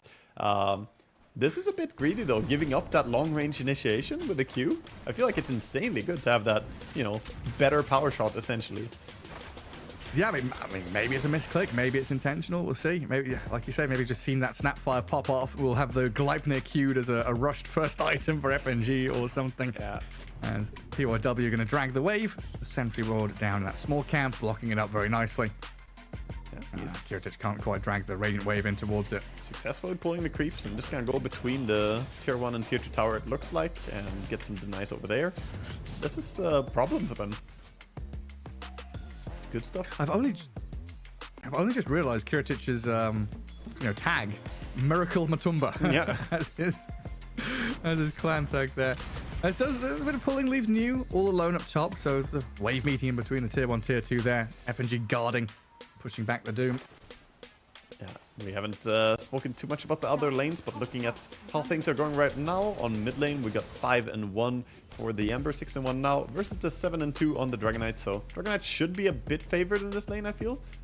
It's a pretty straightforward lane. You just see us, whereas the Ember has to work a lot with his Flame Guard to do damage to the Dragon Knight, if ever. Yeah, I'm not going to lie. Two or 3 weeks ago, I would have said this is like DK 90 to 10% on Ember Spirit, as we do lose Antares down at bottom. Rubik gets caught up by this magic missile, fiery spirits nonsense. It's a strong safe lane coming out from LGD. Whenever you pick carry bench, you know, it's not the most standard carry hero, but she is very, very good as a laning carry. And, you know, the BAT is good. Top lane FNG doesn't have a point in Cookie yet. He needs experience. Oh, the shards trap him inside as the Infernal Blade with the damage over time. And now a creep dies. If that creep died earlier, he would have had level 2. He could jumped out. It all comes down to the details here. That's upsetting. Mid lane, a lot of flaming damage here onto the Dragon Knights, but he's going to be completely fine. Just going for a double bracer strat here. Yeah, I mean, these LGD cores are going to be so tanky. DK with double bracer, we know that that's all about. The Vengeful Spirit, I think she's having the second bracer delivered quite shortly, so Shiro is going to be untouchable in that bottom lane. So far, Why Smile's done a good job just sitting back behind the Venge, guard these waves, grab the Lotuses. Yeah, LGD get both the Lotuses. I'd be happy. Well, actually, sorry, they didn't get the top one. VP got it. Noticed. Oh, going on the Rubik. Antares in trouble. Aggression onto Rubik. Yeah, Antares trying to lift back the Phoenix. Does buy a bit of time for himself here. I'll turn on to Notice with some good damage out of the Phoenix and the Vengeful Spirit. And no kill, but definitely putting them like within that threshold. If they go again, VP die for sure. Yeah, I like the choice to always play aggressive on this lane. When you have the Vengeful, look at her just laying in the damage to the Underlord. Underlord hero does really well in this patch, but usually doesn't lane up against the Venge. I think this can be a tough matchup for him. Why am I against a ranged hero? What's going on? I do lift the Venge into the Firestorm with a Blood Grenade there. Drops Shiro reasonably low, but has a couple of stick charges and a Healing Lotus to fall back on. No point in Pit of Malice yet, of course, so can't really lock him in place. Antares gets caught by the stun. Caught up in all the kobolds, stunned up and being burnt down with the Fire Spirits, and Why You Smiled. Blood Grenade didn't finished off by Notice, so at least a trade. He does go down, so Notice gonna be happy getting that. That kill also gives a lot of damage to him, so... All the shards top. Beautifully done. Good cookie there to buy a bit of time. The snowball, though, to turn around onto Kiritich. TP rotations coming in for VP. They haven't killed the bear. Ursa turning now to try and deal with PYW, but he gets too aggressive. Killed off. Trade 1 for 1. The Ursa dead, though, for this Tusk kill, and now they desperately need to kill off New. Antares has moved up here. Very nice catch there. And, yeah, good rotation by Antares coming up top. Why You Smile's diving in. Continues. Now the Phoenix has arrived. What, level 2 Fiery Spirits? Yeah, monumental damage out of this Phoenix. Enough to take down the Rubik and finish him off. Oh no, that's really painful for him. That was a TP out for him right before he died, so he has to do a walk of shame here. He does have enough money for boots though, courtesy of getting the kill on Doom, so he's going to be able to run down to a lane, and looks like he immediately has to go help bottom, I think. Yeah, Shiro, double bracer, raindrops, magic wand, and Notice is like, please, I'm trying to buy the same items as you. I've got double bracer as well. I mean, she's got the same damage as Underlord right now. That's a lot of damage on a ranged hero. You know, ranged melee hero. She's both. The wonders of playing bench. You get benefits of both. Is it going to be the same itemization I mentioned earlier on? The kind of Agnum Scepter, Manta style kind of deal? I think so, yeah. Very commonly. We see Ursa jumping in on Doom. Yeah, Phoenix is here to give a bit of backup. No Sunray, just all raw damage from Why You Smile, but he's going to meet 3 members of VP now. As Antares has yet again shown his face up top to try and kill him off, but the Ursa dies in the meantime. Why You Smile trades that 1-for-1, and VP, they've lost themselves again. Yeah, they have gotta find themselves here, like FNG was talking about, and bottom. A little bit of a fight for a Lotus here. Lotus is gonna get it. They've been left 1v1 mid lane. PYW is just bullying Squadix right now, chasing after him, trying to control Rune. At least Squadix did get the illusion. Mid tower falling very quickly here. Yeah, now you're just contending with a Dragon Knight in his ulti form, right? Catapult wave. There's not much you can do. Breath. That tower is dormant. Try and deny. Okay, nice deny. That's the little victories, Waga. Yeah, just little. This also means the Dragon Knight is going to be happy to immediately leave this lane and go somewhere else. Oh, man. Noticed. Burnt alive down bottom. Swap will secure the deal. A TP coming in from FNG, not going to accomplish anything except maybe get the Wisdom Rune. Again, alone here. That's being snowballed on, yeah. New and PYW on his tail. I think he wanted to sneak in for the Wisdom, but they realized that, caught him as he was walking up the stairs early on the way there. So get the kill and get the Wisdom. 1-for-1 on the Wisdom. I was going to ask. Like, VP basically tri-laning for the past couple of minutes, right? Is this just down to Kiritich having a really bad time? I think they realized that they can't do anything bottom, I guess. But now, bringing everything bottom, and that should be enough to bring down the Venge.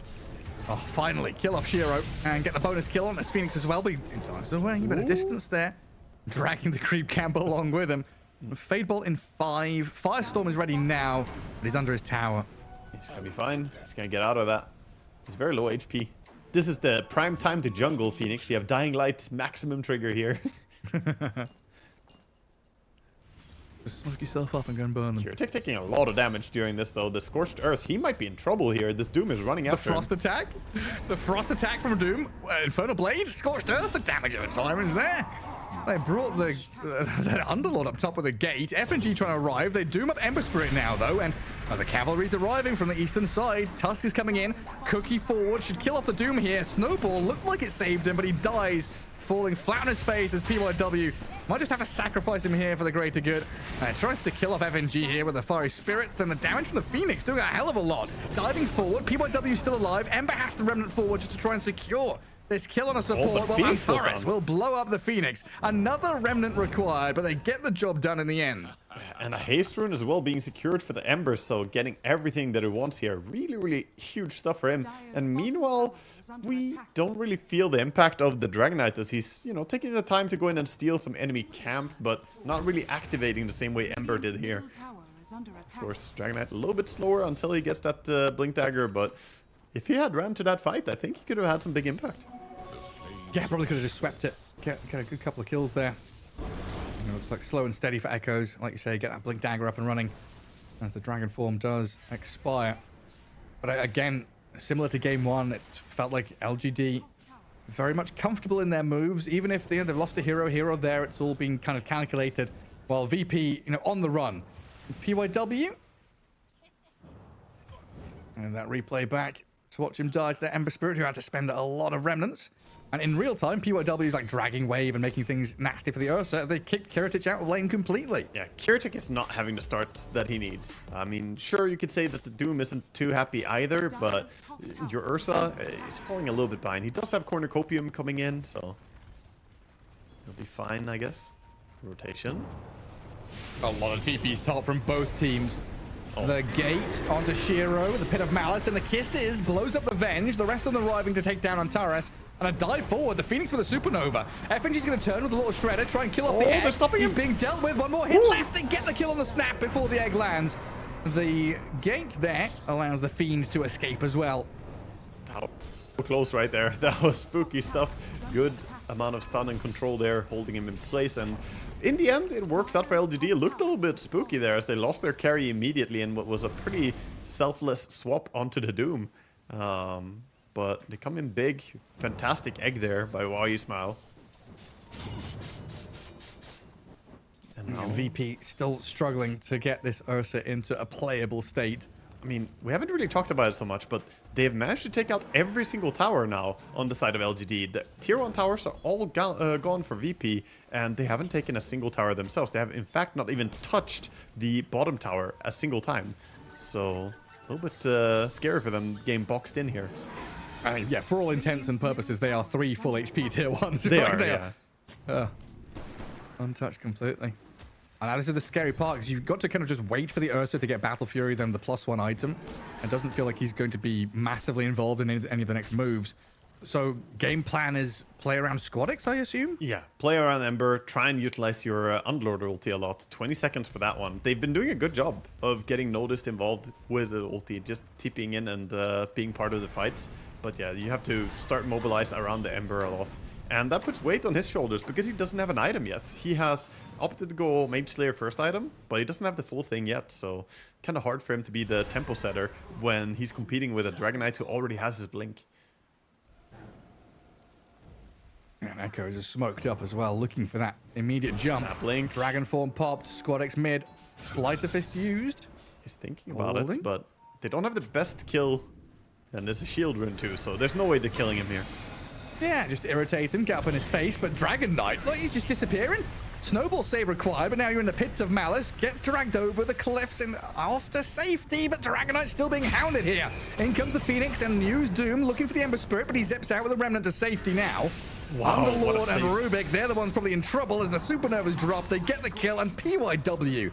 Man, the tip's well deserved here for this Tusk as he tries to continue. Things about the Charlotte on the move forward. That was crazy good. The snowball onto the creep. The creep keeps running to safety, and then they just barely managed to get the Dragon Knight out of there. That was so close to him going down. Ember even committing in a bit, but doesn't want a full dive for it.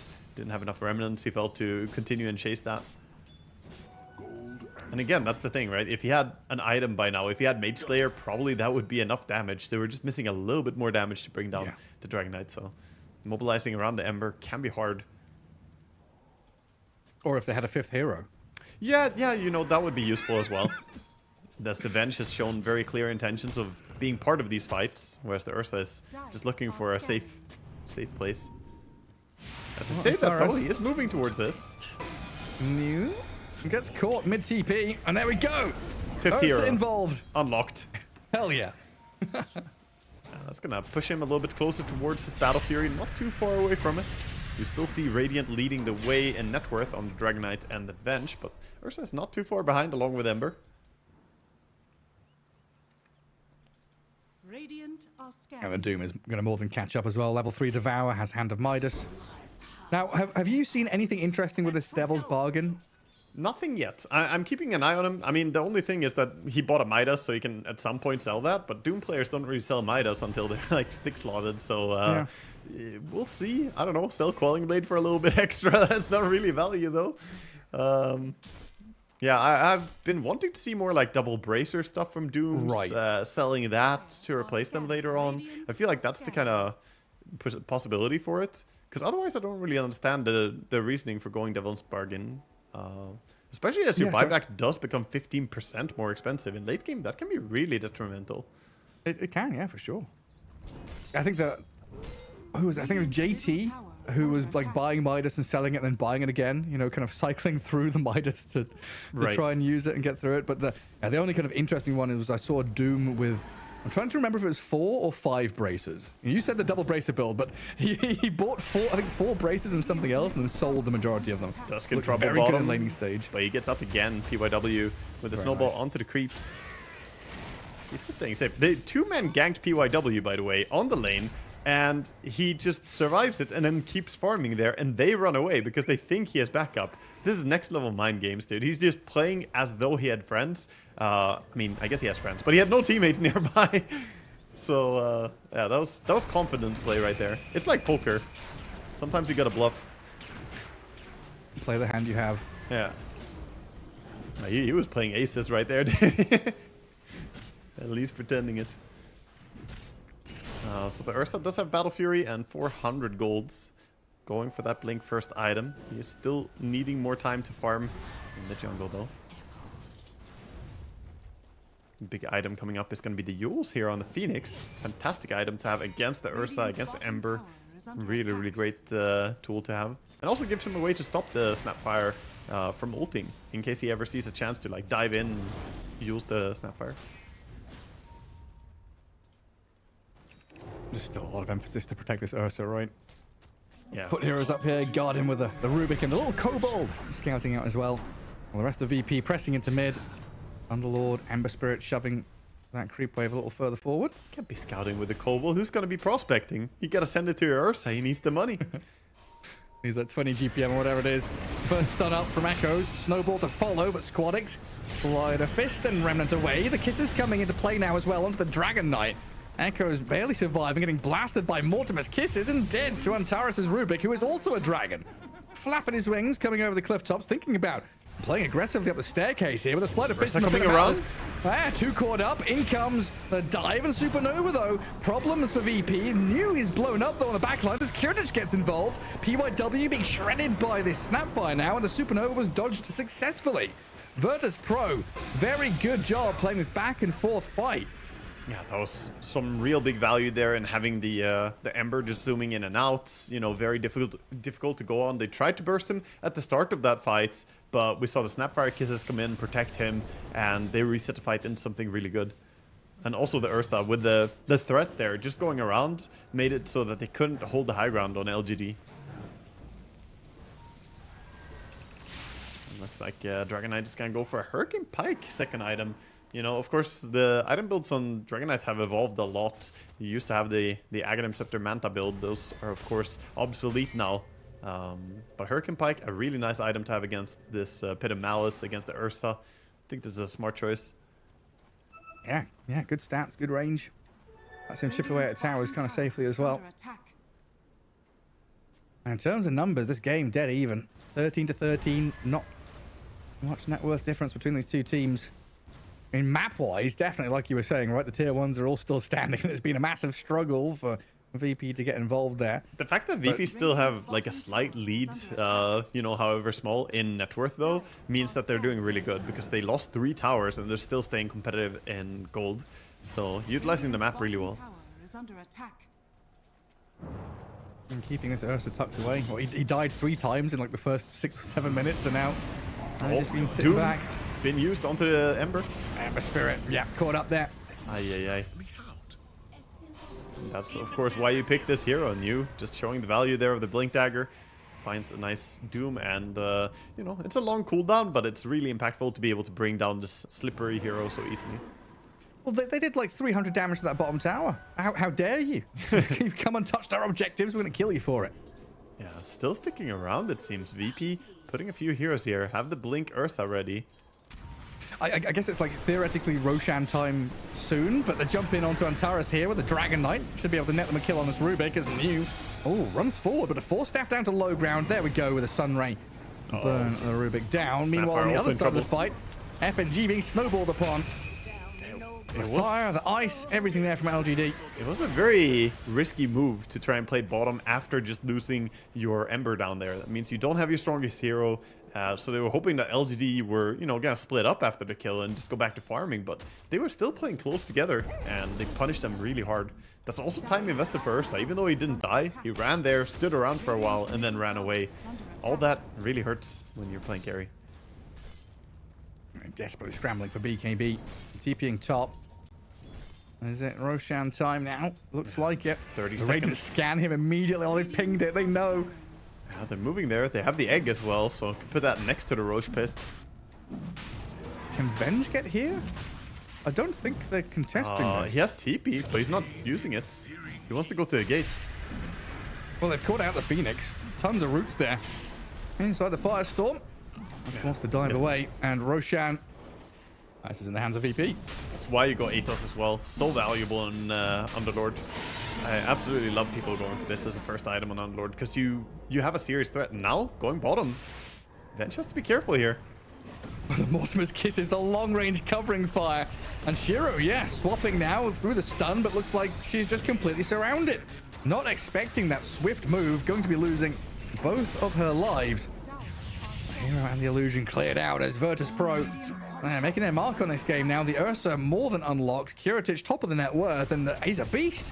Yeah, he's coming back, and this is why Ursa is one of the more successful heroes in the current patch as well, right? You get the Battle Fury, and you have both really fast farming, and you have great fighting. So even if you don't have the value of like super early blink, I think this is still the way to go. Just build yourself into a more reliable mid-game, late-game. And he's gonna go over and secure his team, the Tormentor here. Doesn't need to wait for the overpower, I think. Wait for it to come back off cooldown, then he can go for it, use his ulti. He should be able to take it. He's even getting some help. Low Shredder. Snap has to be careful though, takes a lot of damage. Yeah, put the minus armor debuff on it and let the Ursa take the rest.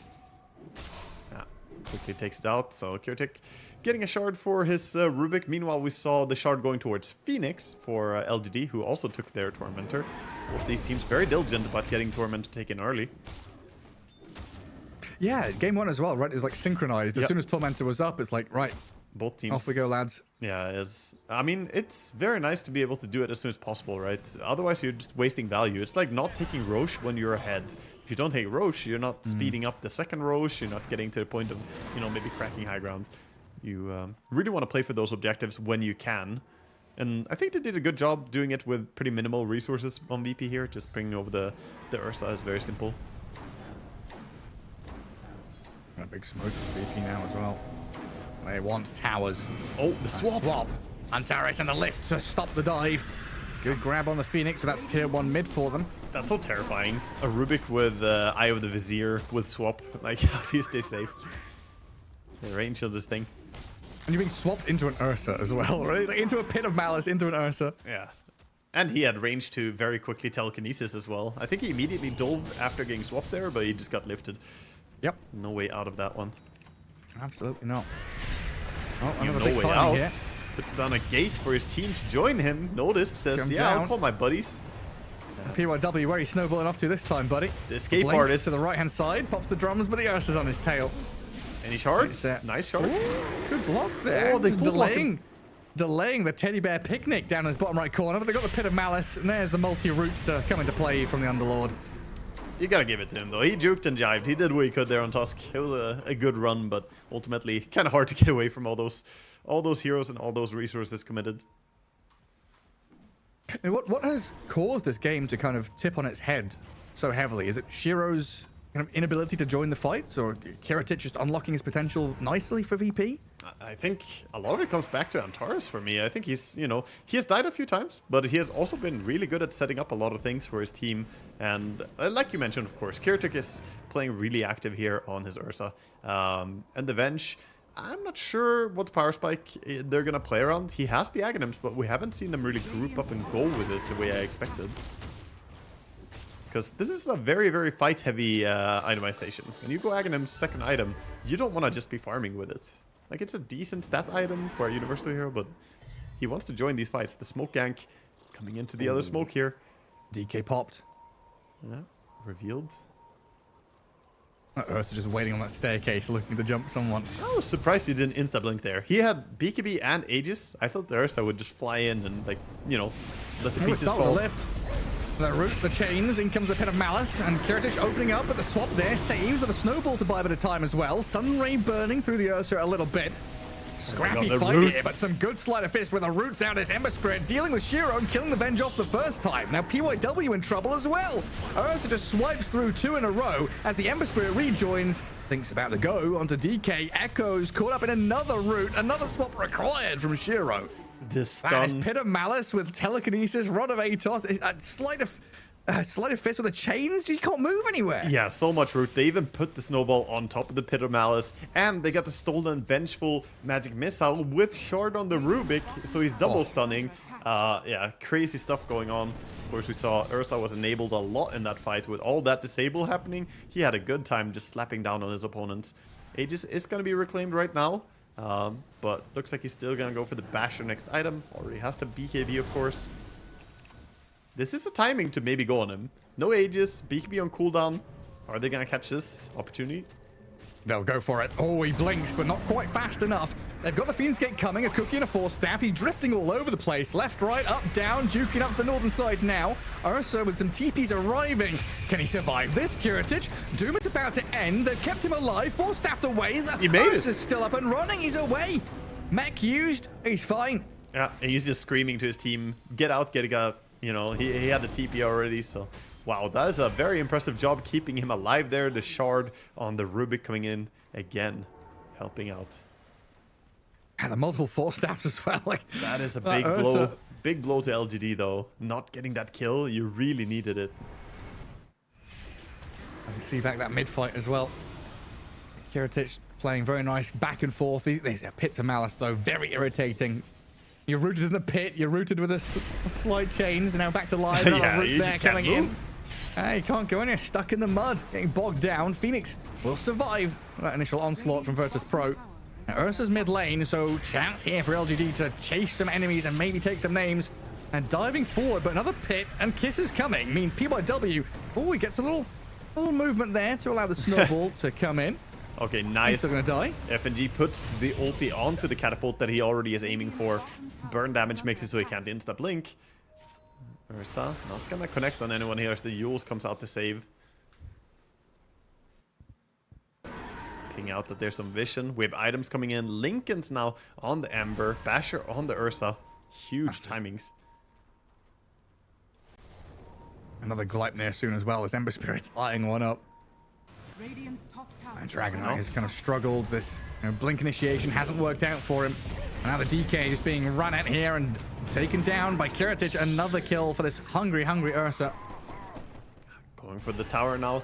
I mean, everything is falling apart for LGD here. They haven't really hit their timing. This is a little bit akin to what we saw last game with the Alchemist not really able to take over early game. Again, if you pick Venge carry, you don't want to be losing the early game this hard. And a lot of it is the carry difference right now. The Ursa is just absolutely tearing through people, whereas the Venge, we mostly just see her use a swap and then she kind of dies. She's never allowed to auto-attack at all in any of these fights. Yeah, she feels like a position 5 Venge with items. Yeah, she actually swapping does. the Doom to save and then dying. I bet you if we had like a look at damage dealt in this game right now, I don't think Venge is going to be in the top 5 even. Like, she's not able to do stuff. It's going to be wildly low. And VP now emerging with a 7k lead. Well, there is that damage dealt. Oh, we do have it. Nice. Yeah. Okay, so, you know, is doing some decent damage, but still lower than the entire enemy team and one of his teammates. So he's 6th or what? Yeah, 7th. 7th. Rough stuff. And 5 seconds left for Roshan to respawn as well with a bottled amplified damage for Squadix. This game now feels like it's got VP's name written all over it. They struggled to cross the river in the first 20 minutes, but these past 5 or 6 minutes, just been storming it up, running enemies non-stop. Yeah, also showing the difficulty. Like, Ursa is a hero that, you know, somewhat you can kill him with Doom, but he also is pretty good against Doom in some ways. If he manages to quickly use his ulti or use his BKB during the Doom to stay alive, it can sometimes be a tricky one to kill. Radiant's top tower has fallen. I'm just gonna go for Roche here. Roche screams for help across the map, but there's no help coming. Radiants are not near enough to contest. Triple bounty rune found for Doom here. Found a little one piece. Straight through the gate. Oh, they found Phoenix. Flying small down and out. I love this item on Underlord, the Aghanim Scepter. The extra AoE on the Pit of Malice and also Pit of Malice on the Fiend's Gate. So good for catching people. So using that to catch the Phoenix there. And that's them a kill. I don't see a... I don't know. I don't really see a play. It seems like LGD are just confused as well as what they're supposed to do. Venge is just farming. She has her Manta style now. I guess her timing is just going to be farm for a butterfly. But right now, they're just getting picked off all over the map. PYW now. Maybe he finds a way to blink to safety here. Yeah. Oh, Antares is on his case. And Rubik's found him. He's got a snowball. He wanted to go to the mud golems. He's trying it. That's optimistic. Yeah, he tries it. Yeah, I don't know, man. It kind of comes back to what we were talking about at the start of the day. You know, communication that shot calling of situations and just simple things like I am strong. I'm looking at LGD and wondering, like, who on their team is saying I am strong right now? I think everybody's saying I'm weak. I think right. This is the opposite. Everyone is like, I don't have the items to deal with everything that we're being threatened with here. The Gleipnir, Mage Slayer, Lincoln's Ember is, you know, a real threat here as well. We talk a lot about Ursa, but Squadix on his Ember, you know, I said it before the series started, he plays really, really well on these Spirit heroes. He's 2-1-11 this game, having a very good, kind of silent impact in a lot of these fights. Chipping away at people, rooting them up. Setting up Maybe bottom getting now. a catch, setting up down the bottom. Yeah, new. The Fiend's Gate is here, and that means the rest of VP are arriving on the scene of the crime. A kill for Squadix, new dead for 50 seconds. And now they swing and pivot straight back up to top. Four staffs and dives away from this Phoenix and the Venge. But look at Antares, the man you've been shouting out, requires a swap from the Venge. Curatage being focused, PYW being blown up, though the Mortimer's Kisses land in, raining hellfire onto LGD. Shiro shredded, dead for 70. Age is claimed up, but LGD just running out of gas here. And numbers are dwindling as the Ursa comes in and makes the Phoenix extinct, forced to buy back. Double buyback here. Shiro in the thick of things, right in the middle, dying back. That's a disaster. Maybe he can this get might swapped just be still? game Oh, he used over, it already. honestly. Echoes is dropping quickly. Shiro's Vengeful Spirit Illusion and the Curatage arriving. Dive forward from the Phoenix. Going to accomplish very little here. They get a Yule Scepter on the Ursa, but no Venge for 80. Phoenix being chased and hounded by Squadix. Finished off by the little Shredder in the final tap at this Ember Spirit. I mean, this is just looking brutal. I don't know how they can ever fight the Vengeful buying back there and dying as well. Surprised we don't even, you know, see him continue the push here as the Venge is dead with no way to come back. Looking like they want to steal the Tormentor, but a little bit of a risky move perhaps. Without Underlord around, he is a pretty good centerpiece to these fights for them. Damage reduction from his aura and the pipe. And his roots, man, his Aghanim Scepter Underlord with roots on his pit, roots out of the Atos. You can't do a damn thing. Yeah. Area control, just zoning people out, holding them in place. And there's more bad news on the horizon. There's a Nullifier on the Ursa now. So I said Nullifier is good against Ursa. It's also pretty good on Ursa. Now the Yule Scepter and Force Staff on the Phoenix. They're not really going to do a whole lot. And yeah, he's going to be pretty spooky here. I mean, tremendous comeback from Curatage, honestly. After that laning stage, I was, moments away from just writing VP off. Yeah, it looked really bad, but they did a great job at like finding a way back in for him. They did good moves, and that's where I was trying to like highlight. I think Antares and his rotations have been really good in this game. Him and FNG, they've been doing a good job working their way back in. FNG, by the way, has a Hurricane Pike, and he has the Growbow as well, so his auto attack range is crazy. He's able to do a lot with this low Shredder right now. And he's 2 levels away from that level 20. Oh, yeah. He just needs to see the Supernova, doesn't he? He's got range for it, just needs vision of it. Yeah, I mean, that would be nice. He also doesn't even need to hit the Supernova. He can just shred the heroes as well. Strong enough to cut through some things here with the help of his teams. Lotus Orb on the Underlord, by the way. So, even more problems. Everything is single target on the side of LGD. You got the Venge stun, you got the DK stun, you got the Doom. You know, this is gonna be tricky to target down the Ursa if he gets Lotus Orb. Oh, the DK is being pinged out bottom. He's working his way towards Daedalus. He's optimistic for some damage. They need to add something because they know the Venge carry is really not doing that much right now. Him and PYW just relegated to farming enemy ancients and pushing out waves. Might have to cut that bottom wave to try and hold them back. But yeah, I don't know. I just keep thinking back to FNG's little interviews he had with Purge earlier on and talking about, you know, Dota isn't lost off the back of one mistake, right? Having that ability to recover from a mistake, not allow things to kind of fester or snowball out of control. Recovering from that is such a valuable asset to have in your team. And just like the mental resilience, like, you know, losing your safe lane. It's called the safe lane, and it wasn't safe for VP. Yeah. Coming back into this match and really solidifying themselves as potentially victorious has been tremendous. Courier spots Echo here. It went over him, so he has to get out right now. He knows that he's been spotted, gets to a safe spot, and TP's out. But yeah, like you said, you know, losing yourself and then finding your footing again is a good commentary on this series so far for VP. They lost the first game in a pretty, you know, significant manner, I want to say. It didn't really feel that great for them, and they did look a little bit lost. But here, game 2, 18,000 gold lead right now. They have everything going for them, and they don't have the best, don't have the best high ground hitters, so they're patiently waiting for the next Roche respawn. They need to kill heroes. That's the only way they push, really. But they're not stressed at all. They feel like they're farming a lot and getting massive, and why would they go high ground without Aegis here? Don't make any rash decisions. Especially into Avenge swap, you know, and Doom and stuff. It's dangerous. Get like a high ground supernova. Yeah, they're also storing up the cheese, fermenting the cheese on Ember. Soon the next Roche is available.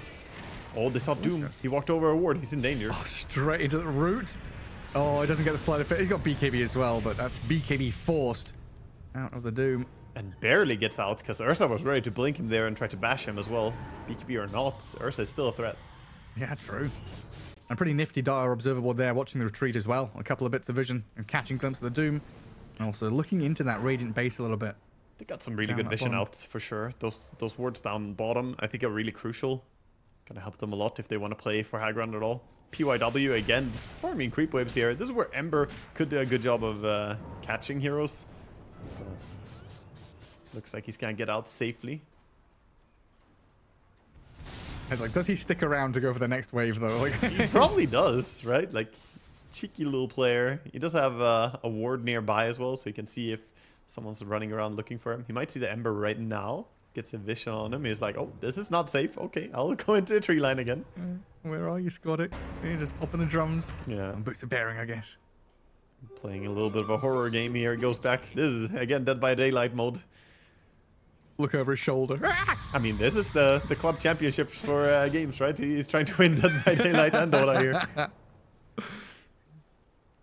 Just drop us into some PUBG Mobile or something. Go and pick up some guns on the opposite side of the map. Go grab a car. Get us into the circle. Dota? Can you imagine if the Dota map shrunk? Like every 5 minutes, the Dota map got smaller and smaller. I wonder which hero would scale best with that. That's an interesting question. Bristleback. I don't know. Techie's player smiles. Aghanims purchased. Big old minefield. Finally, you're just fighting on the mid lane, the 2 towers and the river. Yeah, we have a little bit of a lull here, but Roche will spawn in 120 right now. He keeps kind of running around. We have ninja gear on the Ursa, so he's able to run around and hunt a lot. Another Lotus Orb picked up. The Lotus on the Rubik as well, so Lotus double again. Similar to last game. Pretty nice moves from LGD to really drag this game out. You know, could have already come to a close, but they're pushing out, cutting waves. PYW did get scouted over in the Ancients, placing down sentries and stuff, because there's lots of vision here from virtus.pro to try and catch him. There's trying with the Shivers, but... There's a huge power spike, by the way. They have Butterfly and they have Elven Tunic. Oh, bottom. They're trying, but not going to connect on Ember here. So she has double evasion sources on the Venge right now, putting her at 45% evasion. And Ursa does not have an MKB. Oh, he does got it now. Okay, never mind. The power spike's over. He already had it. He's so rich, man. He just recently picked up his Nullifier. He already has the MKB coming out. And it's like Nullifier, Abyssal Blade, yeah. And the power spike is over, right? Yeah. You had like maybe 20 seconds there. You could have done something with it. Look, she just got the Aviana's Feather as well, man. Oh no. He hasn't seen the Ursa yet. He hasn't seen that he has MKB. Man. So he committed for the Aviana's Feather, which he may not have done if he knew the MKB is already up. Pain. But Ursa is playing off map a lot right now, just sitting in Fog of War, so they don't have the updated information. Pick up bottom. PYW just doing what he's been doing. Finally, they do get him here. BKB. Venge has to be careful. Oh They're coming back. God, this could be big. Vengeful Spirit, who do you swap? Put him in there. Phoenix, go die for me. I think Shiro's realized that you're going to stand and fight. You're getting blasted by the Morty's kisses. No, he dies anyway. You got buyback on the Tusk and the Phoenix. You've died on the Venge with no buyback, it looks like. 80 seconds without her. And VP are on your doorstep, chasing onto Echo's DK. Sentry dropped, placed down, and they've got control here for days. Echoes not quite trapped inside the Pit of Malice, but rooted up nonetheless. And tier 3 is going to get opened up here by VP. This is some you make best situation out of no situation moment right here. You swap your Phoenix and then you die anyway. Poor Phoenix thrown under the bus. Looking at the cleave from the Underlord right now is pretty funny. Isn't that 300s on the Atrophy aura? Already that cleave is pretty massive. Skadoosh. Yeah, dunking on people from a million miles away. I mean, who's left here? We've got Doom and Tusk. Smoked up. Doom without Doom. Is he even Doom anymore? I don't know. He kind of lost his core personality there. Yep. Gonna have to pop off to a government official and get a name change here to Dead. Yeah, it's okay to be a fan of something, but when you make it your entire personality, Doom, kind of detracts from your personality. Oh my god. The Dota version of the Stanley Cup, the people. It truly is. Those freaking water cups with the straws. Oh, I don't get it. Oh yeah, VP here, striking back. Mega Creeps claimed. Vengeful Spirit just respawns, but it looks like LGD down in the dumps here in game 2. I'm really struggling to see any way of coming back. I mean, they gotta go on Ursa. They can't go on anyone else. If Ursa's not gone on, then they just lose. But the shiny circles around them, they're lotused up, they're clapping over the igloo, getting away from the ice shards, and Squadex just hitting buildings. Dragonite and Venge trying to manta and stand their ground to get away from the roots of this Pit of Malice. And this Dragonite has to BKB just to survive, never mind fight, as the Vengeful Spirit's gone pretty deep here, turned on by the Ursa, dead for 90 seconds. And can't move. Look at that ulti, so nice. In game 2. Oh man, VP, incredible comeback story for them to tie things up here, as it looks like a couple of buybacks. LGD will try and punch back, but they just do not have the firepower. Yeah. It's the little shredder. The Snapfire brings the artillery, and virtus.pro will tie this series up to 1-1. Yeah, 1-for-1 is going to be a result of the dragon drops down here as the throne disappears. Some funny visuals. Yeah, ultimately... What's that Venge? Did you see that? What happened with the Venge? Venge is like flying over my screen, going back to Fountain. I love the Rubik too. It's like doing a little run, plants the staff and running around. But yeah, very impressive stuff by VP there in game 2. They bounced back after what was a really rough game 1. Yeah, absolutely. It looks like we've got an interview lined up in a few minutes and some highlights as well, so we'll take a quick break and come back with all that good stuff.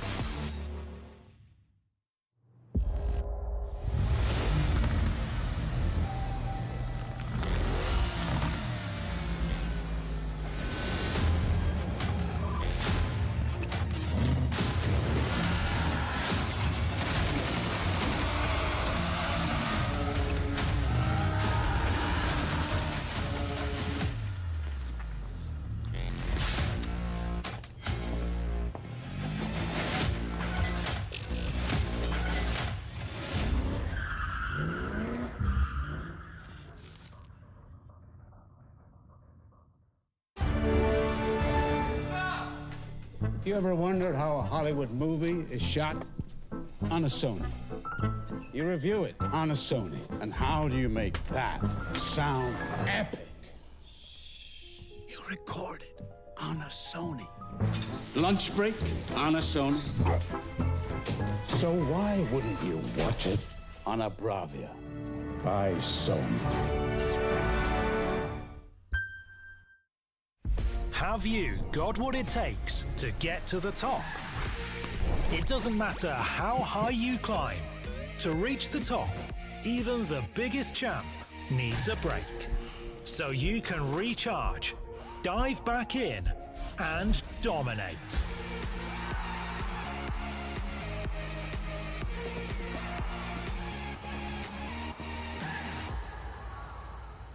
have a break, have a Kit Kat.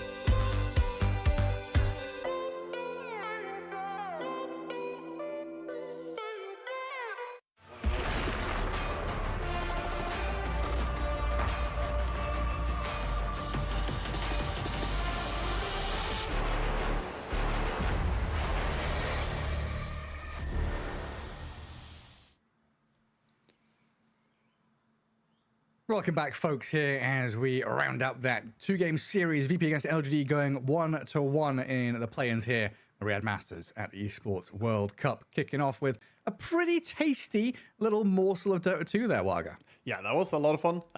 We got to see some pretty high-paced stuff, some crazy fights as well. You know, very back and forth, and a whole lot of buyback action and people fighting into, you know, try and contest. Especially the Roche fights we got both in the first game and second were quite exciting. Yeah, super interesting stuff. And VP, no, just gonna be talking about this for days. I love it when you get a little bit of content, you know, get into the minds of the players. You hear FNG talking about how they're kind of struggling through the TI qualifiers. LGD, similar story as we touched on earlier on as well.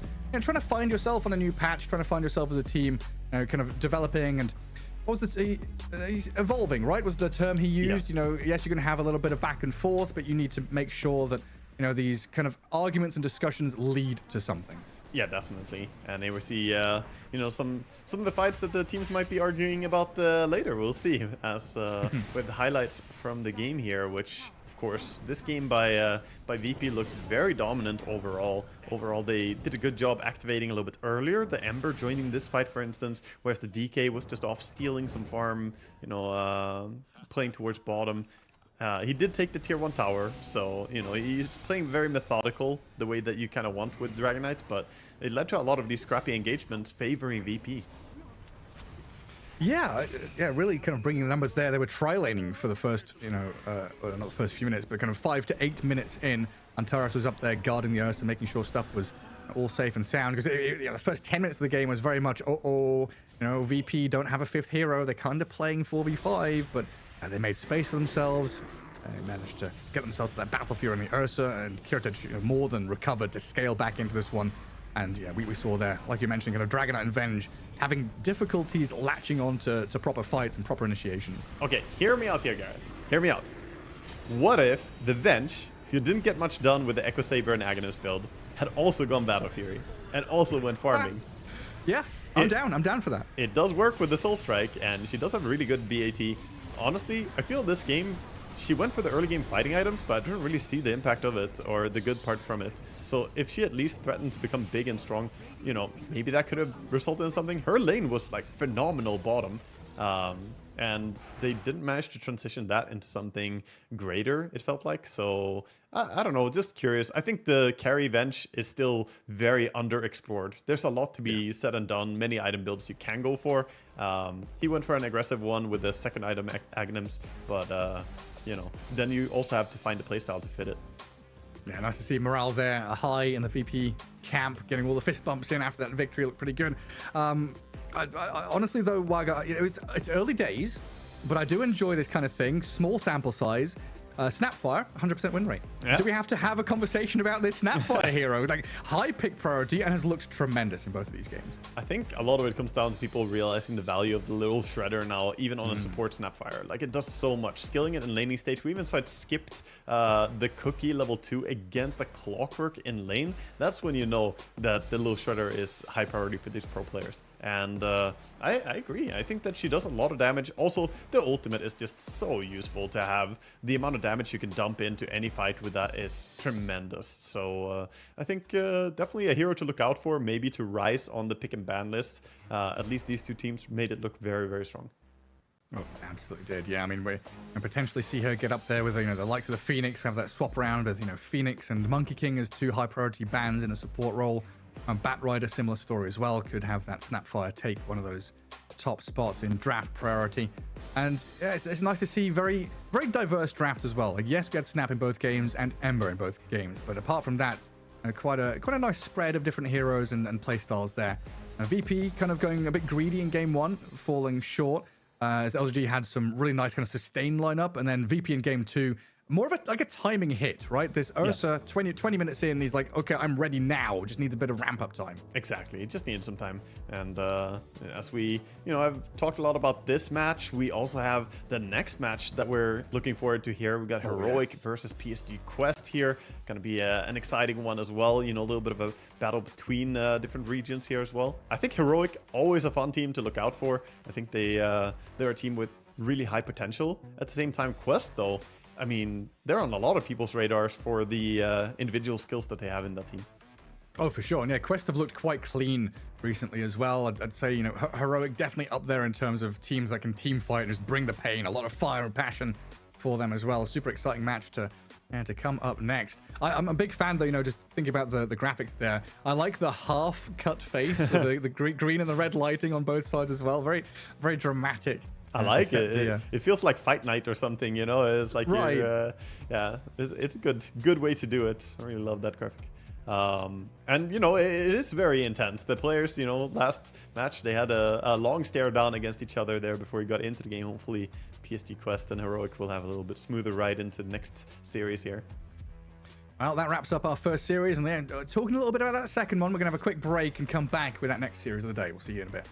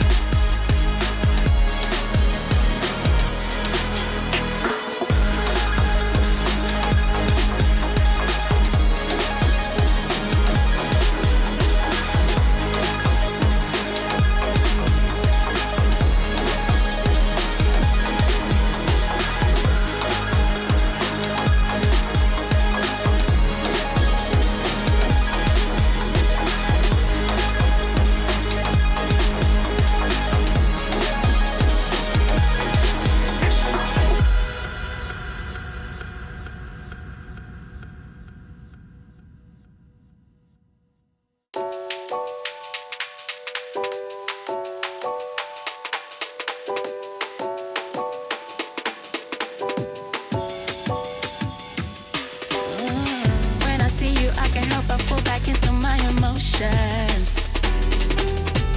Cause all the good times that we had is flooding like an ocean. Sometimes I wish we made it through the summers. I never thought I'd lose my homie, love a friend, but it's over. I'm falling in the deep end.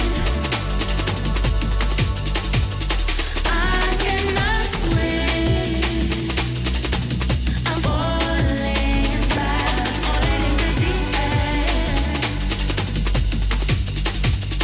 I cannot swim. No. I'm falling fast, falling in the deep end, deep end, deep end. I'm falling in the deep end, deep end, deep end, deep end.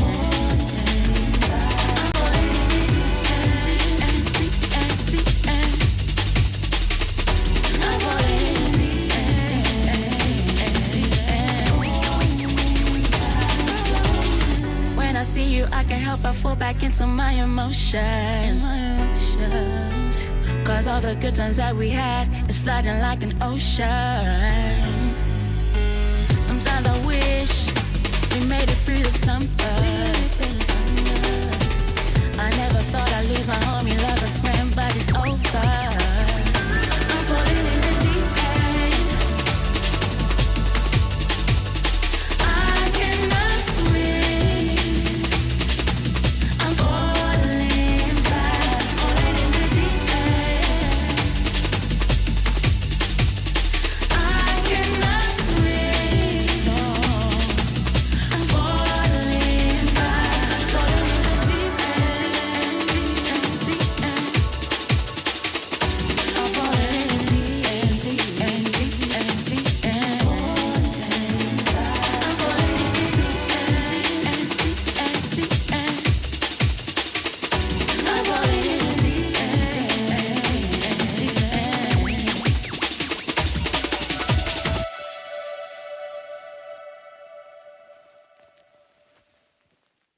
Look, man, I don't wanna hear no talk. Look, man, I don't wanna hear no talk. Look, man, I don't wanna hear no talk. Look, man, I don't wanna hear no talk. This ain't new to me. This ain't new to me. This ain't new to me. You're technical. Imagine that when it's time to get bread, I don't panic, man. When they ask what I do for a living, I just say I met paper, appear like the magic man. Imagine that when it's time to get bread, I don't panic, man. Keep cool and calm like the attic fan. We met paper, appear like the magic man. Deal with the money like David James. Save and save and save and save. Lock it in a box like David Blaine. Discipline thing, I ain't playing no games. One A for one, I got plans and aims. Man, I yard, man, I live by the old school sayings. Every mickle must make a muckle is true. Big up my granddaddy, showed me the way. More times that notes and I act bro, cause I'm like Houdini, I'm trying to escape. Passport's gotta get another new stamp, so don't say a word if you see me on planes. Winter time, man, can't see me again. Pop up in the country with a mad name. Little man, I don't wanna hear no talk when I come for the money like Biggs and Wayne. This ain't new to me, no talk. This ain't new to me, no talk. This ain't new to me, you're technical.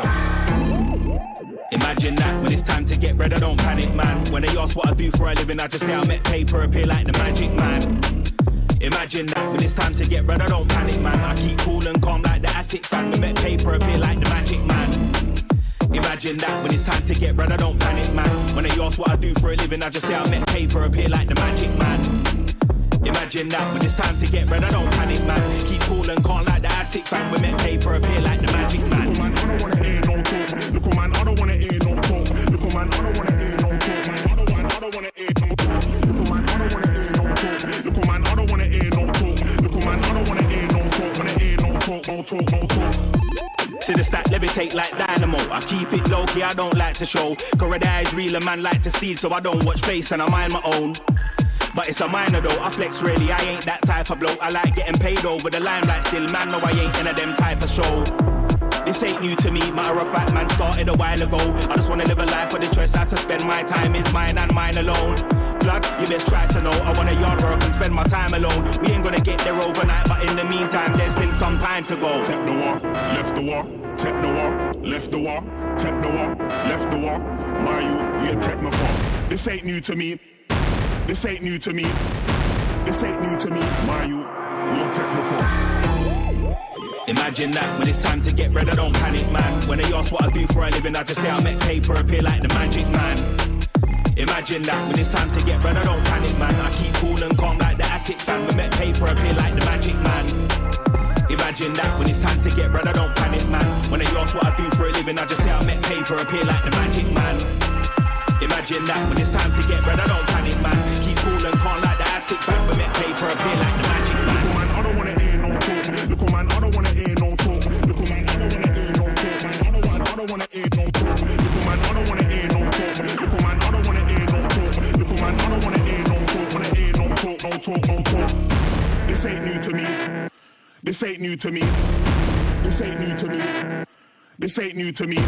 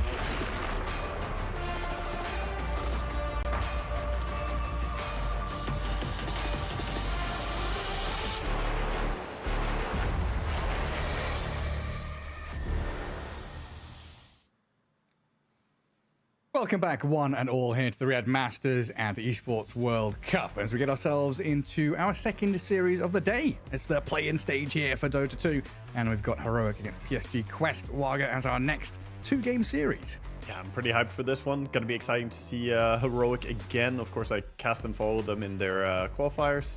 Gonna be fun to see what they can do here and how it's gonna play out against Quest. This will be a harder test for them than their recent games.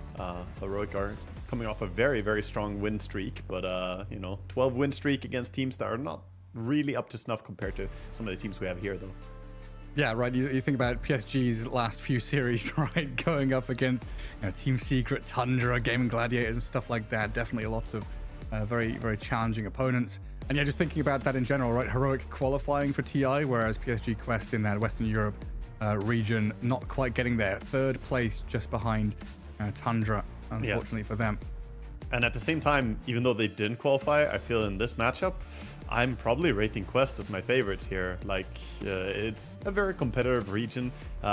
So, top 3 is not poorly done at all by them, and getting that close, it has to hurt, man. Yeah, I mean, being a game away theoretically from qualifying in Western Europe is already just a massive achievement, right? Knowing how strong that region is. Yeah, it is. But at the same time, Heroic, they did make the SA qualifier look very easy. So they were definitely in a class of their own there. Nobody tested them. They got some very strong takedowns there. And we'll see. Nobody could take a single game off them there. We'll see if they're going to carry some of that momentum into this as well and have a good time. Of course, we did have a little bit of a balance patch since then. They ran their tournament a lot using TA, Night Stalker off lane, and played a little around the Pango as well, which was very popular then. Still a strong hero. I think Pango probably the most viable out of those different options. Still, TA is still very good, but you gotta be careful what you drafted into.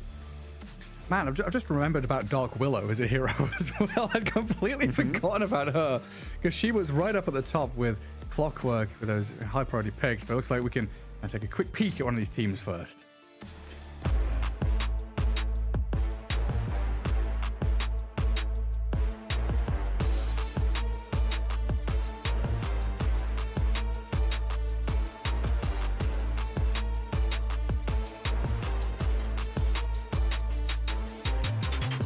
Are pretty exciting. They have aggressive ideas. They like to play high pace, and overall, I feel like the Vailama is really integrated well into this team as well. Like, he's really found himself. There's no real sign of language barrier or struggle within them. So, credit to them. They have really found their groove.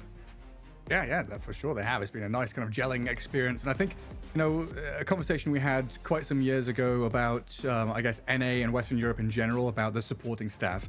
Thinking about the coaches, the sports psychologists and things like that, knowing that Heroic have, brought on caps, they've brought on a coach, they've got a manager, they've got a bunch of support staff behind them. And you can kind of feel that with teams as they progress. Thinking about Gaming Gladiators, Liquid, they're kind of catapulting to success over the past couple of years, and Dota to the highest level, I feel like has been in large part due to, the delegation of stuff, right? We had this little conversation about captains in Dota 2, how they were the one person, that one point of contact that makes all the calls, and that is a massive task to undergo for a 5-man team game. Once you're in a position where your 5 players can just play the game, and someone else is drafting, someone else is doing research, someone else is doing the psychology and communication side of things, it makes things a lot easier. So it's been nice to see Heroic kind of pick up the slack there, as of course we can take a look at Quest, their opponents.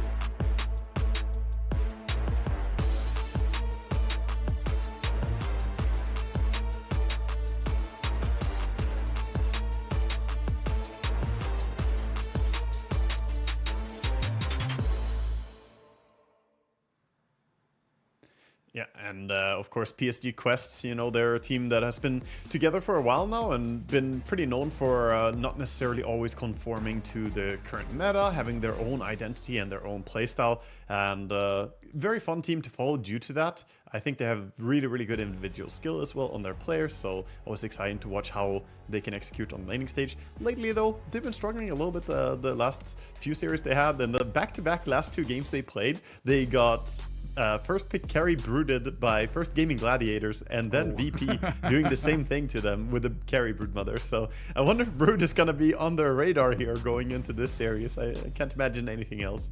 Yeah, just imagine that. Just ban it. Just get it the hell out of here. Just don't want to contend with it. Although, yeah, I don't know. Does Heroic play? Can Hector play Broodmother? I don't think that's a hero I've ever seen him touch in his history. No, not Hector. Hector Brood, I've truly never seen it. No. That is a good point. But I guess there would be, potential for them to maybe run it in a different way. But yeah, I mean, Analog likes micro heroes, so maybe they could run it mid, for instance. But yeah, either way, I think this patch has opened a lot of carry players to the possibility of running heroes that have not traditionally been carry heroes as much, like Brood, for instance. Yeah, for sure. I'm just thinking about Quest and their journey over the past couple of years since joining. There was that period, right, where they had Malik, they dropped him, they had Amar join as like a stand-in for a part of the season as well. It felt like Amar was going to join them, and then they had this kind of battle for the off-lane and trying to fill that role. Malik has slotted in very nicely here, and of course Ducalis joining earlier this year has looked very good in that support role as well. I think that Quest has been one of the cleaner teams in terms of identity and play style. It feels like when they win, it just seems so smooth. Yeah, it's, either it works or it doesn't. I also have some bad memories. This is a long time ago, but I remember their stubborn draft around like slow turtle strats with Medusa when a lot of teams were playing faster paced, and they just did not conform. They wanted to play their own style, and sometimes it worked and sometimes it really didn't. But I like that they're a team with a very clear identity. They don't necessarily just want to do what everyone else is doing because it's successful. They want to understand the patch truly and play what they think is good. Yeah, and it feels like their style should fit this patch quite nicely with Noob from that mid lane, his Tiny, his Snapfire, and potentially Storm Spirit or something like that. Having this active playmaker from the mid lane really does play nicely into those side lanes, which can be a little bit greedier if they want to. Malik, a Darkseer player. Darkseer has felt pretty good as an off-lane hero here. And of course, TA2000, Templar Assassin. A lot of these heroes could just be banged out in that first ban phase in the draft. Yeah, definitely could be. Definitely I want to say that Noob, gonna keep an eye on him for tempo setting here. It's going to be important. I think he's similar to Squadix, who we just saw play in many ways in how he plays his identity overall. And we'll see what heroes he's going to end up on as we have the players getting themselves ready here for the game. Man, I still struggle. When I see PSG, my brain immediately autofills LGD. So when I hear or see PSG, I'm like, Chinese team. Yes, of course, it must be. But no, it's PSG Quest. And a brand spanking new roster and team. Yeah, it takes a little while to get used to. It's like when Gaming Gladiators came into the scene. I remember a lot of people struggled with, saying that it's like a mouthful the first times you cast it. But you get used to it. You get used to it over time. We'll see. It's going to be interesting because I can't remember when these two teams faced each other last. I'll have to look up when the last matchup was. Since they play different regions, you get interesting matchups like this. Yeah, I mean, there's a possibility they've never played against each other, right? There's that yeah, chance. In current constellation, it's very possible. Yeah, with Gaming Gladiators, remember also the shortening of their name GG is not something you can say in a broadcast either, right? Exactly. It's like talking about GG or smoke ganking. I got a fair amount of, rightfully so, kind of upset and angry viewers who are like, what? GG just doesn't fit. It doesn't sound particularly good. Yeah, definitely. So looking back, it seems like they last played in Dream League a month ago. I think they faced each other. And it was a 2-0 win for Heroic back then. So it looks like back then, at least, they had Quest's number. Let's see how it goes today. It's 50-50, so they've played against each other twice. Dream League Season 23, the 2-0 win you just said for Heroic, and then a 2-0 victory for PSG Quest in Elite League. When was that? That was three months ago, yeah, so earlier this year. I can't remember that series, but I was casting that, but I can't remember if I cast their series specifically.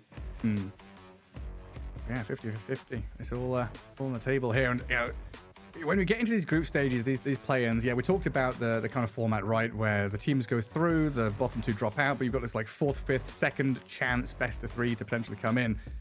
Group stages nowadays, it feels like day one matters so much more than it did before. We used to have like 8-day-long group stage where it's like, yeah, day one, you can lose a couple of games, it's fine, no big deal, we'll rally and come back. The old EG and OG day 3 group stage, win all your games and then qualify through to the playoffs. Now, if you're even like we've seen teams draw all their games, and that should feel okay. But if you draw all your games, there's a high chance you're just not going through. Yeah, I mean, you want to get wins. You want to get wins on the board. And you could, of course, make a Heroic comeback, later on, especially for you, Team Heroic. If anyone is to do it, it's you. But overall, you gotta fight straight from the get-go here. The first match matters a lot. Tempo is a real thing in Dota as well. Momentum for your next series. Getting, you know, a nice 2-0 can feel amazing and give that confidence boost going into your next matchup. So we'll see. You know, I think that this is an interesting starting point for both these teams here. I would say that Heroic is pretty evenly matched overall with Quest.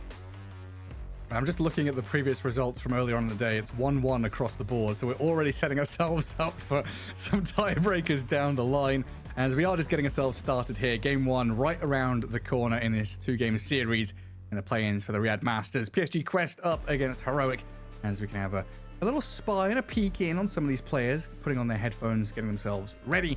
And of course, they're Heroic with Cafs, their coach, right behind them, ready to get into draft for game number 1 here. We'll see what kind of priority picks we get. Now, Snapfire definitely on our radar after that first series.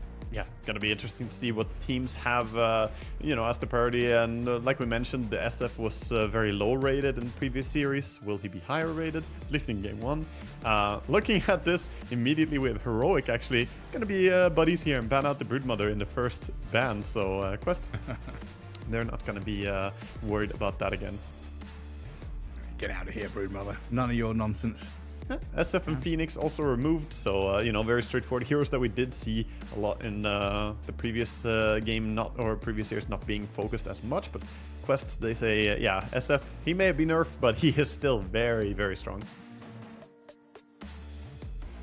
I like that tiny ban as well. I think he's a hero that fits into so many drafts. Very, very versatile, playing him core or support. Yeah, I feel like specifically here with both Analog and Noob playing it, you know, quite often, frequently from the mid lane, having that flexibility for the 2 or the 4 feels very strong for both sides, honestly. Yeah. You see the entire line of bans here from Quest. So it's going to be the SF, Phoenix, Tiny, and TA. And which Rubik gets banned, and we'll see what Heroic are going to go with. It's just a simple ban Rubik, take Weaver. So you don't give away the ability to counter the Weaver easily with a Rubik. And with DK banned as well, pretty hard to lock down this little Weaver. Yeah, it can be super challenging. Makes it nice for that position 1 roll. And of course, still flexible onto the 4 if you really want to go that direction. Now, is there an immediate response here that you like? You know, Malik Darkseer, is that something that comes to mind? Yeah, I think Darkseer is huge here in the current patch, so I think that's the one that you can play around. Looks like they're going to go with Pango instead, though, fitting up the same role. That does leave, again, Heroic to play Darkseer if they want, a hero that they also wouldn't be too unhappy with. I don't know, maybe I'm reading a bit too much into it, but Noob's facial expressions there, it kind of felt like I'll play Pango if I really have to, but I much prefer it as an offlane hero here. Yeah. I mean, mid Pango is not really seen that frequently anymore, and part of it has been that, you know, Shadow Fiend presence bullying him out of mid lane because he just can't play that matchup. But also some other heroes can, you know, cause problems for Pango on mid. So offlane has been just a nicer home. He does pretty well in 2v2 since he has 2 AoE damage abilities. He tends to do really good on side lane. Well, next round of bans. What are we going to remove here? Now, I guess the big difference is Monkey King, Bat Rider, 2 heroes left in here compared to our earlier series today, which were very heavily prioritized. Hoodwink goes out, the Snapfire is still there, and Spirit Breaker going to be the ban. Yeah, I wonder how much Monkey King we're going to see. I mean, I think it was very specific bans towards LGD, like, oh, we don't want to deal with your Monkey King, you're going to roam around and, you know, kill a bunch of people. But I think more teams could definitely play that style as well. So maybe we'll see it a bit more. Interesting draft here. We get the Hoodwink Spirit Breaker ban into Grimstroke ban, and then a Lion comes out. That's a great hero against Weaver. You get that burst, and you get the stun lockdown as well. If you jump him, right? Yeah, true. Could go the other way where Weaver finds you and you die in 3 hits. Yeah, I mean, you can die very fast, but at least you should be able to, you know, if you're quick on your keyboard, you should be able to stun or hex that Weaver quite quickly when it goes on you. So it is tricky. It's tricky if Lion is ever out of position, but overall it's a great hero to have. And if you do get to Blink Dagger on Lion, Blink on Pango, suddenly Weaver has to be so cautious showing anywhere. Looking back at Heroic's previous drafts, Weaver hasn't been super high priority. It was left until kind of latter stages of some of their early drafts.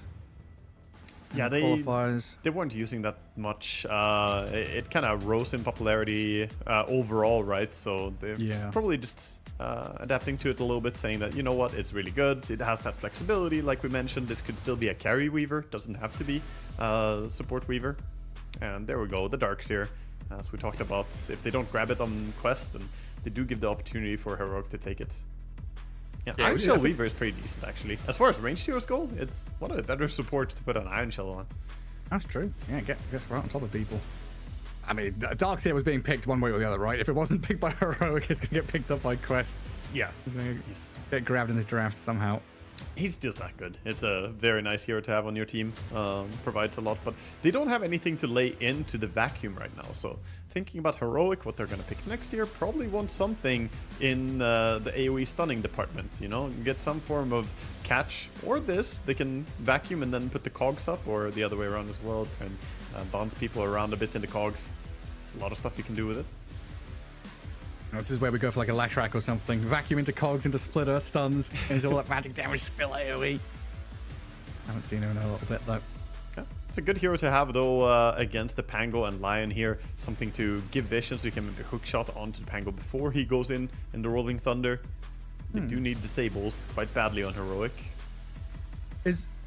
I'm wondering, is the Lion maybe a setup for like a Storm Spirit? Looking at the control for Heroic right now, not massive amounts of it. Like picking Storm right here in his third pick, I'm not advocating for that, but later down the line having Mana Drain. They could set up for a last pick, yeah. They have the ultimate last pick on PSG Quest, right? So they could consider going for the Storm, a hero that does very well overall. You could even pick it here if you feel confident. The two supports don't really do anything to you, and the Darkseer doesn't do anything. And the carry is most likely just going to be AFK farming, so that really leaves just one hero that's going to be good at catching you on Storm. So yeah. And it's going to be the mid lane. Yeah, the mid laner, which you'll lane against it, but as long as you can deal with the lane, it's fine. And with SF banned out, I don't know if there are that many heroes that I'm too worried about. It's like Lina can be obnoxious, but she's not really that popular. No, not really. That was the only one that came to my mind as well. It's like if we see a Storm, we might see a Lina, but yeah. I'm taking my time on this one. Okay, they go for the Sven. Been seeing a fair amount of support Sven recently, but I guess with the Jakiro pick, support Sven is on the rise, but with Jakiro picked up as well, this more than likely is just going to be a carry Sven. Still very, very good. Carry Jakiro, let's go. I would love carry Kiro, but not sure we're going to get it, Gareth. A mid Jakiro. Mid Jakiro supports Sven. With Gleipnir. Hey, he's a Gleipnir buyer. Gleipnir is a great item. True.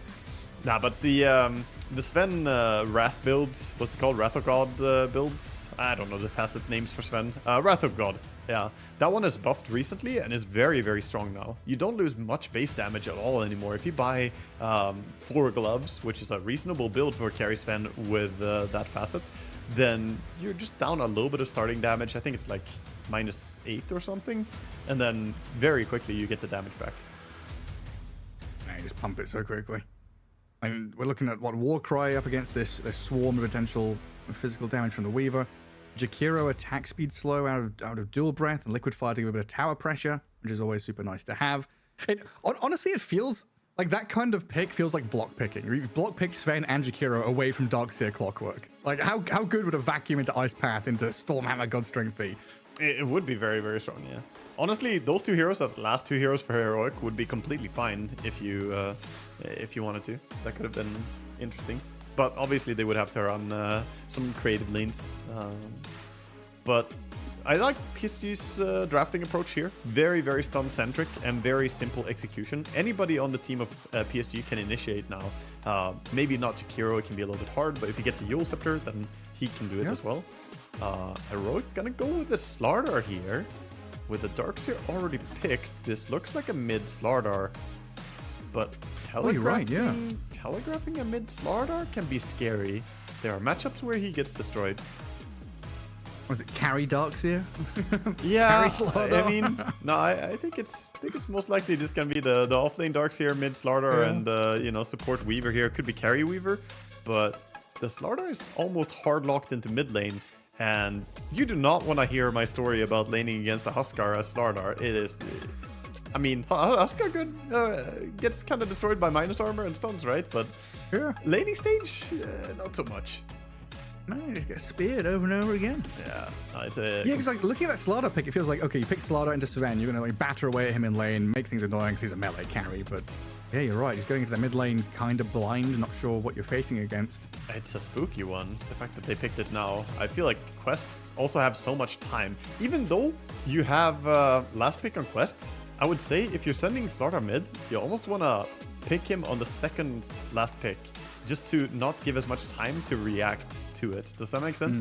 Because now they have so much time to say, okay, what do you want to lane? Is it like almost guaranteed to be a mid Slardar? What do you want to have against it? They already have all this time to think about it. Yeah, unless it is part of a bigger trap or plan, right? If there is some unique lane swapping or messing around they're going to be doing. Yeah, It looks like so far Lifestealer Troll, two very solid K1 heroes banned out, and then Enigma Wind Ranger, a couple more removed. Kind of looking at this Pango still being a flex pick. Wind Ranger is flexible mid and off lane. Enigma would be off lane hero, and the last pick is a Shadow Demon coming out of Heroic. SD coming out, so it looks like just carry Weaver then, most likely. Yeah. And that's gonna be their style. The Shadow Demon super good against Sven. They get the purge here against the Warcry. So until he has the shard on Sven, it is dispellable, and you can slow him down. It's very, very good for locking him down. And I kind of like the SD pick overall here. Can be pretty good to disjoint some of this chain stun. So once you have BKB on Weaver, you can't really kill him because you start and then SD disrupt him and then Weaver pops BKB. It's a nice way to disjoint the fight. Well, Quest, what is your last pick? You see everything on the board here, and there's no real lane swaps or messing around. Heroic are going to set themselves up here for their lanes. I mean, I like Storm here, dude. I like Storm Still, a lot here. I hear I have Bullbeye in my ear or something because, like, look at It's it, me. man. I've been calling for Storm. It's you. Oh my god, he got to you, Agent Bullbeye. No, but they have horrible lockdown, right? Maybe Slardar is going to have the early Orchid, of course, from that offlane, but even so, you're going to have a pretty good timing window where you can do a lot. I guess the questions being asked are like, Lion Pango, can Lion Pango lane against Clock Weaver? Is that going to be okay? I think it has to be able to do it. If you pick the Lion, you're confident that you can do it. Okay, never mind. They are sending the Pango against the Slardar then? That doesn't feel like a good lane. Underlord mid? Nah, it's Noob gonna be on the Pango, so Okay. I feel like Slardar got very lucky there getting a matchup against Pango. That's a good matchup for Slardar. They knew it was coming. They really didn't want to lane the Pango against the Weaver, perhaps. I feel like that lane is hard. Yeah, it definitely can be. Oh, the Clockwork, a Weaver, it gets kind of nasty. Like Lion can get bogged down, Pango gets run out a little bit. Yeah, Underlord definitely can stand his ground a little bit better against it, but this does come at the costs on that mid matchup being a little bit rough for them. They do have incredible lockdown still though on Quest. I mean, adding in the Pit of Malice into what they already had. We've been talking about it throughout the draft, how they have insane disables. Now, Heroic, they will have the benefit that if they get the BKB timings going, BKB on Weaver, on Slardar, maybe even on Darkseer as well, then they will have a huge window. But up until then, team fights are going to be hard. I do kind of vibe with Heroic draft though. Like everyone outside the Shadow Demon has go fast potential. You got a Shikuchi, Surge, Jetpack, Sprint from the Slardar. Lots of ways to just chase people, run at them and fight non-stop. So it feels like maybe early days, just slow the tempo down for Quest, just buy a bit of time. They need to get this Sven and Underlord off the ground with a bit of momentum. We'll find out how it all pans out though. Game 1, 2-game series. It's the play-ins group stage here for the Riyadh Masters. It's Heroic up against Quest in game number 1. We'll find out exactly what we'll be dealing with here. Because that's Heroic draft, not something that I've really seen. And the culmination of these 5 heroes, not something that I'm particularly familiar with. Yeah, I'm gonna be honest. I'm gonna be a little bit less friendly in the way I say it. I don't really like it that much, but maybe they can, make something happen with it. There is potential. They have, good minus armor from Slardar with the damage of the Weaver, and of course the Vacuum can always do good things with Slardar as well. That gives me back some memories of VP Polar days. That used to be the 2 heroes they always ran. So there are things that I like about it, but as a 5-man draft, I feel like it's a little bit clunky to execute. I had to do a bit of Google translating there. Davai Lama. I don't know, this guy speaks like 10 languages or something, I swear to God. Every time I'm in a lobby, he's all chatting, hello, good luck, have friends, good luck friends or something. Good luck, Sabi. Good luck, friend. Omar drops it back as well. Oh, walking here up we the high come. ground. Gonna find Schofield. He pops the battery assault, but he's being tagged up by the stuns and a Sven, the Lion. Now Surge is there though. Level 1 Surge from Darkseer saves Schofield from first blood. It saves him, but is that worth it? Would you have saved your support? Nope. I mean, I if would have you're... leveled Iron Shell in Fountain, my man. Yeah, I'm now an offlane Darkseer with Surge level 1, so he does have the quick wit. He gets auto attack speed from intelligence, and he has 4 gauntlets to get a lot of intelligence because he gets the same intelligence as his strength in this case. Gaining 17 attack speed, gaining 34 intelligence. Yeah.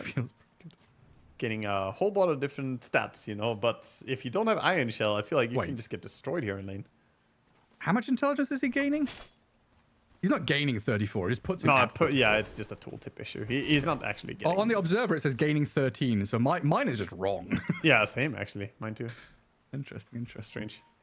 But yeah, Dalai Lama is currently zoned out of lane by a Jakiro. Clockwork has come in to try and help out. But yeah, level 1 Surge definitely going to help. Very reminiscent of the old days of like Enigma leveling Malefice to get first blood rather than Eidolons and then feeling pretty sad about things. They already have to go shenanigans. Like Clockwork, he knows he's going for the pull here. He's going to try and get the creep wave in a favorable spot.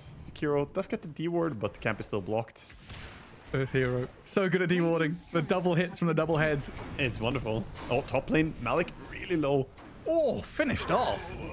KJ, King Jungle, gets first blood. Probably dying to Omar here, unless he can juke around the trees. And, are they turning and fighting the Lion? Weaver comes in with a damage, and Omar's going to be the second kill up here for Heroic. A double kill for your Shadow Demon.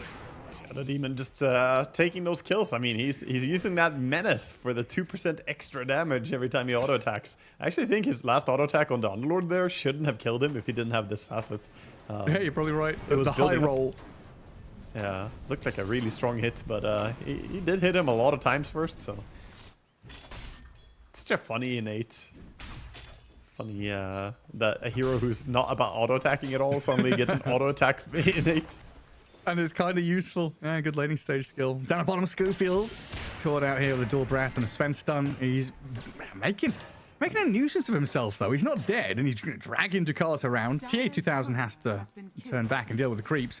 They've done a very good job here, like you said, with the shenanigans, the lane manipulation, to get Dalai Lama up to level 2, buy his tier 1 tower, and get some farm going. Yeah, it's very good, because otherwise that lane looked like it was going to be rough. It does come a little bit at the cost of Schofield's, having to do all these weird moves, and they're not really threatening the Sven, is the big part. Like, they could have had a pretty strong lane with Iron Shell up on the battery assault and then go in, but instead they had to play survival, and all that comes back to the first little initiation there, or first blood attempt. This is very Schofield, though, right? Playing Clockwork and playing behind enemy lines. Oh, yeah. This is very much his modus operandi. Get in there, be a pest, be a nuisance. Schofield is, yeah, he's always the support who kind of goes places, let's say. In the qualifiers, I remember that too. He was usually the one kind of providing vision, let's call it. Man, this dewarding battle bottom just never stops. It has 3 sentries each or something to try and control the small camp.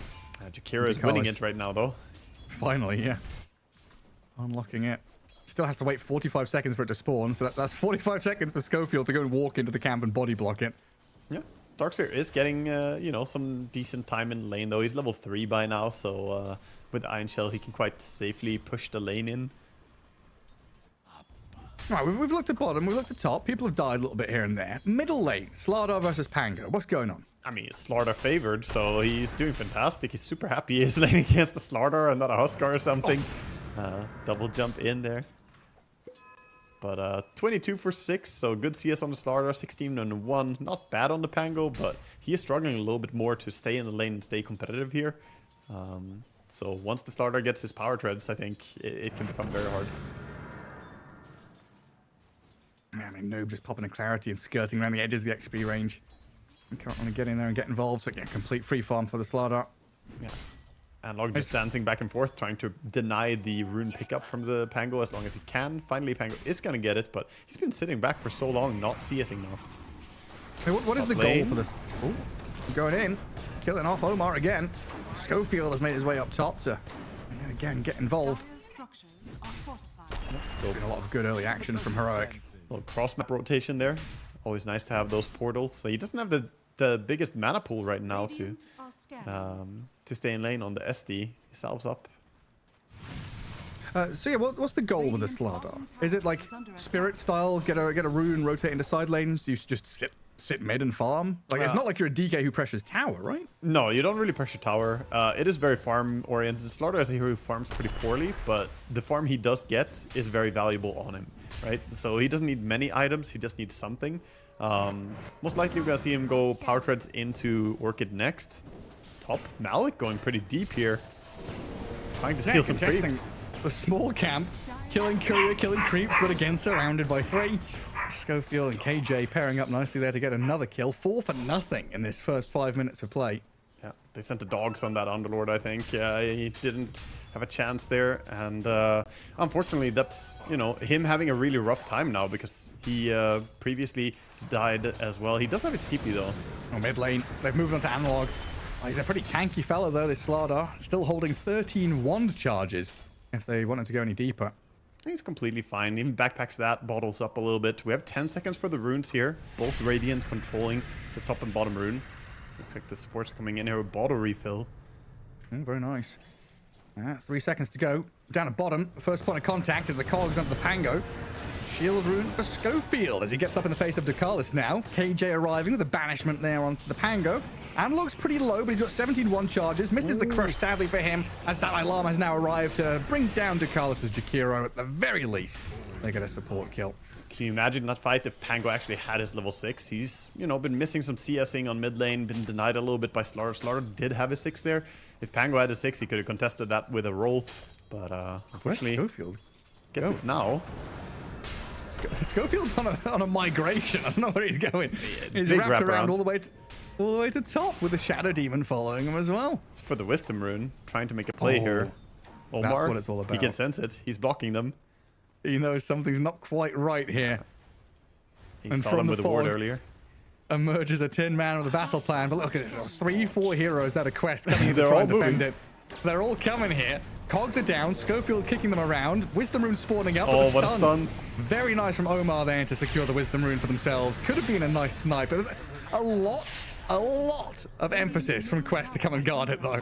Yeah, they did bring a lot of resources to make sure that they get that one. At the same time, decent amount of investment from Heroic as well, running there. But it's going to be a 1-for-1 on the rune. Of course, Darkseer snagged up the other one on the other side of the map, so getting closer to his level 6. Still a little bit behind the Sven, who is starting to farm up pretty fast now, by the way. He has his mask already coming out.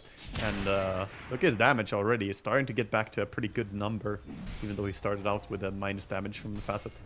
Oh, yeah, he's got some hefty hits now. On top of the net worth, top of the last hits, with 24 denies as well. Not top of the net worth, though. That is the Weaver. 4.1k for K1. Of course, 202 for this Weaver, getting involved in some kills and having that free farm. I love the choice close to the Maelstrom by K1 to go for the Maelstrom as well, rushing.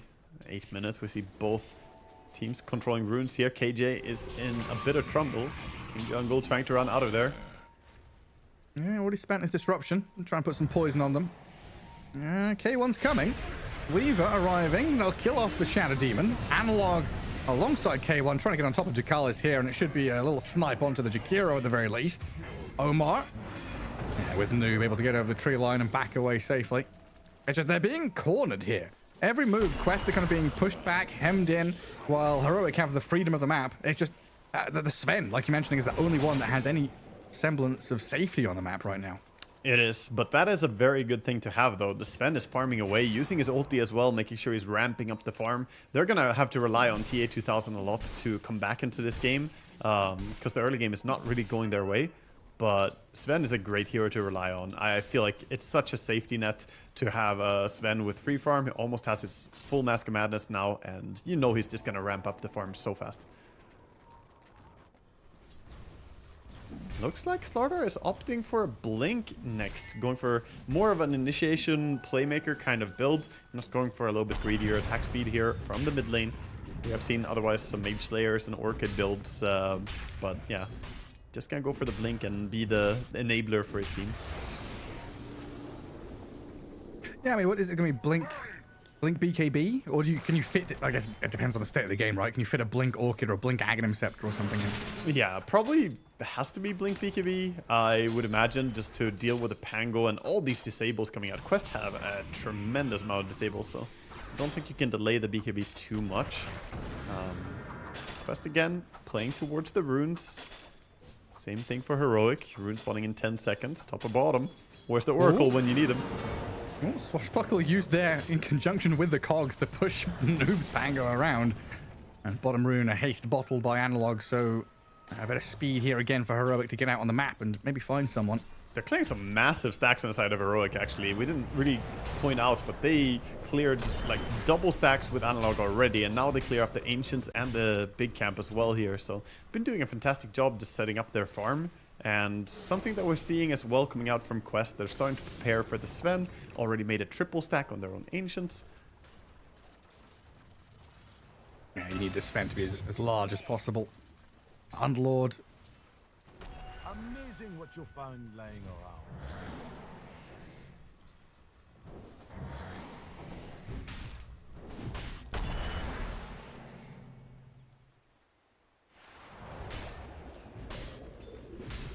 Dice are scanning.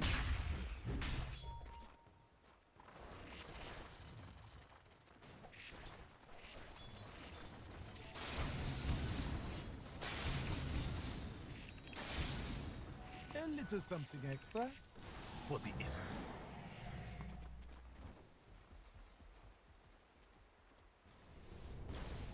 Dire's bottom tower is under attack.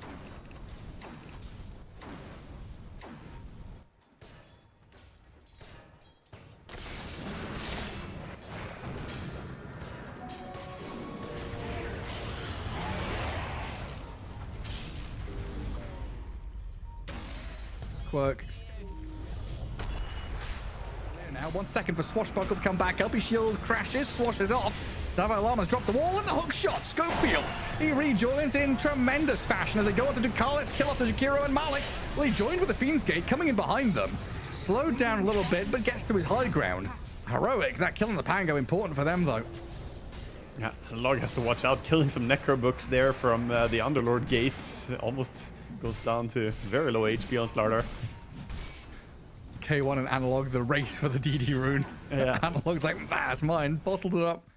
A good feeling to be a Slardar with that Guardian sprint. Gotta go fast. Of course, him having the Blink Dagger, we'll probably see a lot more activations around him as well and see him look for fights. He's actually going for a Null Talisman next, it seems like. Get a little bit of mana regen for himself. Of course, you do need some mana to be able to spam your Crush. That's cool. Yeah, it's become more and more common, right? The one Null on course. Yeah, when I first saw it on TA, I don't know, 6-7 months ago, whenever it was, I was like, what is this? Like, why is Mickey buying Wraithband and Null Tally? And it's like, well, Bassi sucks, no one's buying Arcanes on his team, he needs mana. Yeah, it's a great item. Yeah, this was just made more efficient overall. You know, kind of makes sense. And especially with Bassi competing for the Mana Boots aura, I think that's a very nice little detail, whereas Null Talisman doesn't. Yeah. And Sven just cleared up 2 ancient stacks right there, so he gets absolutely enormous amount of gold. I believe that he has his entire Echo Saber. Yeah, he does. So full Echo Saber coming out. We'll see if he opts to go for a Harpoon as well. Not that much lockdown on the side of Heroic, but you still probably want an early BKB here just to be able to auto-attack. Also going to be curious to see when he decides to get a Shard here, since there's an SD on the enemy team. I was going to ask you that. Like, going up against Slardar Weaver, you kind of want that Shard, but does he want to spend it himself? It's awkward to buy it. It's very awkward to say, yeah, now we take the time to buy it, but, you know, we'll see if it's ever a priority for him or if he just decides to go for regular items. It's like that 1400. Oh, hang on. Oh, the Hex. Quick Hex. Stops the stun. Omar. Great. Nicely done by Omar. Schofield's coming. The trap Oh no, he's inside stuck. the cogs. Hang on, did they save the Slardar and got him out of there?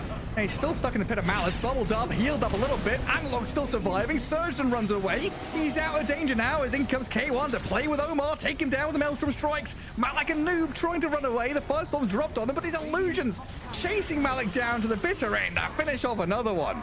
I cannot believe that Slardar survived. Yeah, did you see what happened to Pango in that fight? He got hook-shotted and trapped in cogs. He got hook-shot, trapped in cogs, even got trapped on the outpost. The outpost blocked him a lot of times there, so he couldn't get forward. He was trying to go forward towards the Slardar, but didn't manage to do so. So we see a bit of a chase here. Sven's behind him. There we go. A kill on the clockwork, something at the very least for them, and maybe they can transfer this into a tier 1 tower. Wow, what a big moment for them here. They were losing so hard, and now suddenly they managed to get a kill at least and go towards mid here. So Sven chased the clockwork off to the right-hand side. Analog slips away to the left. Clock comes back in a second to... Oh, it's already been done, right? To stop the Pango. Yeah, the pinball is already over here. He was stuck for a while there on the outpost. Meanwhile, back into the game, we saw mid tower taken out by Radiant, and of course Weaver, K1 taking out the top tower. I have memories of K1's Weaver as well in the qualifiers, by the way. He did a great job split pushing a lot. Very, very aggressive split push from this man. So we'll see if he replicates that in this game as well. Yeah, Weaver has always been one of those heroes for K1 that's like... not one of his signature heroes, but it's just been outside of signature. Yeah. You think about his Wraith King, Chaos Knight, Phantom Lancer, Illusion Heroes, etc. It's but Weaver, well. yeah, Weaver definitely fits in that wheelhouse quite nicely. Yeah, in the series they were the closest to losing in the qualifier. It was his Weaver that pulled them back, by the way. They were like absolutely on the ropes and struggling, but he was just a thorn in the opponent's side on the side lanes. And that's what we see. He TP'd bottom now to start pushing side lanes. So he pushed top all the way, and now he goes bottom, keeps pushing all the way. Really active on the lanes. Yeah, even farming enemy ancients on the way there as well, right? Yeah. Pushes top, farms enemy ancients, goes bottom. Oh, yeah. Supreme efficiency from the man. He's a greedy player. He's a very greedy player. If you, He basically invented we had to invent the term farming pattern for K1. he likes to push it to a limit as much as he can. We see the offlaners connecting here. Yeah, I mean, this dog's here, taking a tremendous amount of damage, but bubbled up. Slardar hexed up. Sven is here. Sun's coming in. Analog. The wall dropped over the top of him to try and protect the Slardar, and he barely slips away again. Malik gonna drop. Heroic just bring their numbers so quickly, snapping into action, buying that time with a Shadow Demon disruption to stay alive, get a kill. Thinking about it, not going. Gets clipped by a little poison touch. Gets out. That was a very, very close fight to going the other way, though. The Slardar living on the skin of his teeth right there. Again, the Slardar is like 50 HP away from death. He's just surviving. He's out of there. Imagine if he had another neutral item than the broom handle. You know, if he had something that doesn't give him +4 armor, he probably would have died in that fight, at least with Sven laying into him. Oh, very likely, yeah. Oh, it's been good moves from Davai Lama, though, like the Greaves. The wall dropped on him. The vacuum was a bit of protection. Yeah. Yeah, he recognized that he's strong, has the double bracer, has the dragon scale now as well to tank up even more, so he's willing to go first into these engagements with a cloak as well to give a bit of magic resistance. He's not an easy target to kill. Also kind of cool how that fight started as well, because we started talking about the Weaver, right, pushing the tier 1, the Weaver's showing, and the rest of the team from Heroic went for this kind of wraparound style play, and Quest have got to feel good about that. They see their first point of contact, Darkseer, let's go on him, let's catch him.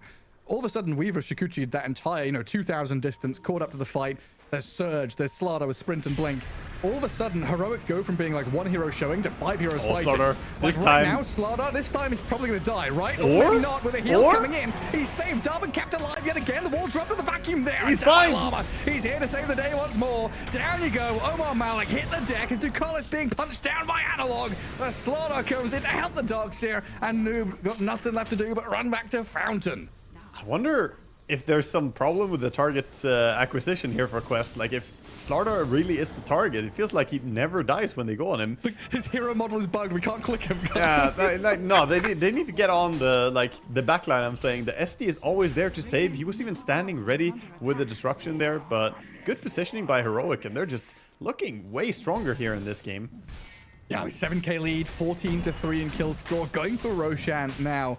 You could argue, Analog probably should have died 3 times this game, but he is 1-0-6 on this mid Slardar, having a tremendous time. He's towing that line, and that's exactly what they do in South America, playing aggressive and pushing it to questionable levels of aggression is what they're known for. So Heroic, genius, insanity. Yeah, exactly. You should be questioning it. If you're not, then it's not aggressive enough. It's been great stuff. So far, things are working out great for them. They have almost built the entire Aghanim Scepter on Slardar as well. Just need a bit more gold. He needs some 1300 gold more. He's like, forget BKB. Did you see the last 3 fights? I don't need it. Yeah. Yeah, just some status resistance on top of that and HP regen, bonus armor. He's going to be completely fine. So right now, the goal for Quest, unlock TA 2000. He unloads a tremendous amount of damage if only they can start the fight on their terms. Yeah. It kind of feels like they just need vision of the Shadow Demon. Like KJ has been playing Oracle. You know, hide in fog, save one hero, and then turn the fight. Yeah. King Jungle has been really on point for sure. His positioning for saving his teammates has been great. He only got caught out once, which is remarkable. I think very impressive and showing why SD was a good last pick here in this game as well. It's really working out well for him. Yeah, it was a pick that I didn't have a read on. I didn't feel particularly good about the pick, but it's been tremendous. The smoke around into the Tormentor take. Can they steal it? Clockwork imposition. Oh, wow. They're coming close to it. They've killed off Omar. Sven, he's run back. He's already popped God Strength. The hook shot off the mark, though. Schofield couldn't quite latch on to the hero, and it looks like they're going to try and steal it. Down it goes. Tormentor grabbed by Analog. That is a bully move right there. So they run away. Quest recognized they're not strong enough to take this fight yet.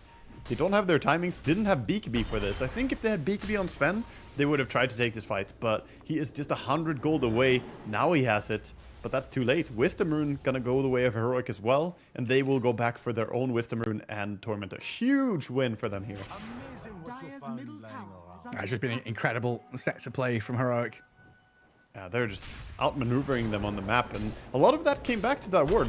You know, Schofield had a ward on the Tormentor, placed just long enough ago that it lasts long enough to cover the early Torment take. That was a really heads-up decision, having this ward here.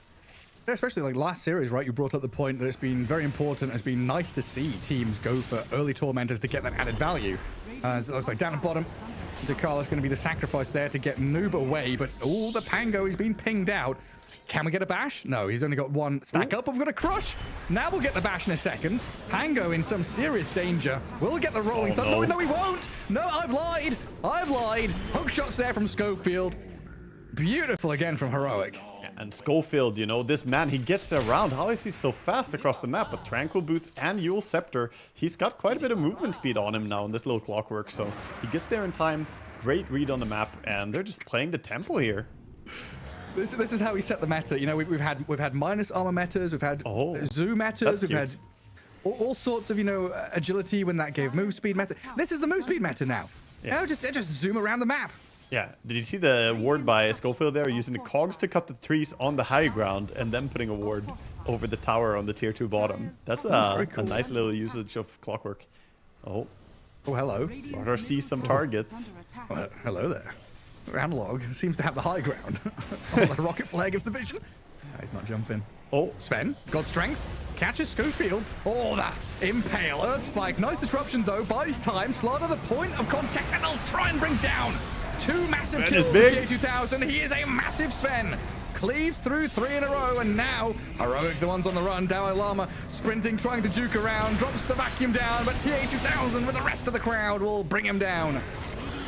Man, that was a very unfortunate blink in by Slardar. He blinked in, the Lion Stun was already clicked onto the Clockwork in the process of hitting him, and it clips onto the Slardar, so he doesn't get the first stun with Slithering Crush, but because of that, his Aghanims becomes useless because it doesn't provide any safety for him. He didn't get to put down the puddle. The puddle is essential, Gareth. Look at this. It is. He didn't get the puddle right here. Right. Okay, it was actually before that, but yeah, the missed opportunity for the poor Slardar. And that's where, you know, BKB would maybe have been the more disciplined and safer choice, I guess. But very unlucky to blink into an impale. Yeah, super unfortunate. I mean, that could have definitely gone the other way. And K1 also wasn't really available. Heroic posturing as 4 into a very nice, again, clean setup from Quest, right? This hasn't been an easy game for them, but something we always praise them for is that kind of entry into team fights. They always have a very good plan in terms of which target they're going to go for, what the order of operations is going to be. And Quest, very good at kind of executing. Yeah, I mean, they're playing towards their strength. They're playing towards Sven. They realize that, you know, if we're going to win this game, it's going to be on the back of fights close to our buildings where Sven can actually join. If they go too far out on the map, it can be tricky. They could use the Onlord ulti to try and bring him over there. Hook shot. And then spotted. Lion. Looks like the 6th death of the game for Omar. Carlos trying to make a meal out of this. Throws a couple of spells the way of Heroic. A lot of damage onto Schofield there, but no casualties. Another nice pre-click on the stun there, I think, from him as the Slardar jumps in. But, you know, it doesn't matter if your Lion get caught out on front line, then it's kind of hard to stay alive. His team rightfully sells him immediately. They're like, yeah, take him. We don't care. Pango, by the way, did go for the, you know, the Aghanims before Echo Saber and then going back for it now, it seems. Or like he disassembled He went Echo. Yeah, he had Echo and then disassembled. Yeah, he's gonna go back for it, I guess. But he has a shard Q as well. See if he decides to actually utilize the Echo Saber or not. Oh, yeah. Yeah, I was wondering if he had anything on Courier, but no. Nothing coming just yet. What else can we buy with a Void Stone and a Broadsword? Battle Fury type? No. Yeah. No more Void Stone and Battle Fury. Yeah, not anymore. Not in current year. Sad times. Oh, big smoke from Quest. So they've had a taste of victory. Nice team fight for them. Now let's see if they can maybe claw back some of this net worth lead that Heroic have built for themselves. Yeah. Move into that northern jungle. Good wraparound, but you know they sense something is off here. Heroic holding a good position. Look at the position they're holding in the fog. Oh, Davai Lama. And in comes Sven. Yule Scepter into the sky, and we've still got Pipe and Greaves here for the Darkseer, but he's blown up before he can use either of them. Slardar now on the run, trying to sprint away from this Pangolier, who's quickly on his tail. KJ and K1 gonna hold the ground here a little bit and maybe think about fighting. Oh, this is Sven tipping top. Maybe they could fight without Sven now. This is a good chance. Great hook shot in. Schofield's gonna start things off. Fiend's Gate dropped. Pango trying to crash back into the clockwork, but the jump from Analog into the back line. Omar has the Ghost Scepter, offers protection. Sven has rejoined. The gate allows him to rejoin the fight. TA2000 can get a bit of damage onto Analog, but they've lost Malik. And KJ is dealing with Ducalis, while K1 BKB'd up and running rampant over Quest right now. A good ice powerful by a little bit of time here for Ducalis, but Analog has got his number. So funny, K1 was channeling the gate there. He was, I don't think he realized it's so easy to misclick the gate and start TPing away. So he clicked the enemy gate and started TPing towards top. And then 2 seconds later, he's like, wait, what am I doing? I'm chasing people. I need to kill people. Yeah, but, you know, it's for some reason the hitbox on that is really huge, even when it's, you know, an enemy. I feel like you shouldn't be clicking it that easily. Yeah, I mean, I'm not good at the game, but I have tried to, like, click around the gate, and I swear I fail. It's enormous. 90% of the time. Yeah, it's huge hitbox. It's easy mistake to make, but that was still pretty good fight for them, even though the Sven could come back with Underlord ulti, which is a neat little usage of their Uber there. It still didn't really favor them, as the Sven didn't have his ulti going anymore, and without Wrath of or God Strength, he's not that strong. Now though, he completed the full Daedalus, hitting level 20 in just a second. The Harpoon is coming as well. Drag them into these pits of malice. Yeah. Well, drag them close to Sven and they won't last long enough to suffer in the pits of malice. It's pretty quick and pain-free death. Radiant's bottom tower is under attack. And Pango grabbed his shard, got handed a gem by the Jakiro, and is going back into that Echo Saber now. K1 grabs the Lincolns.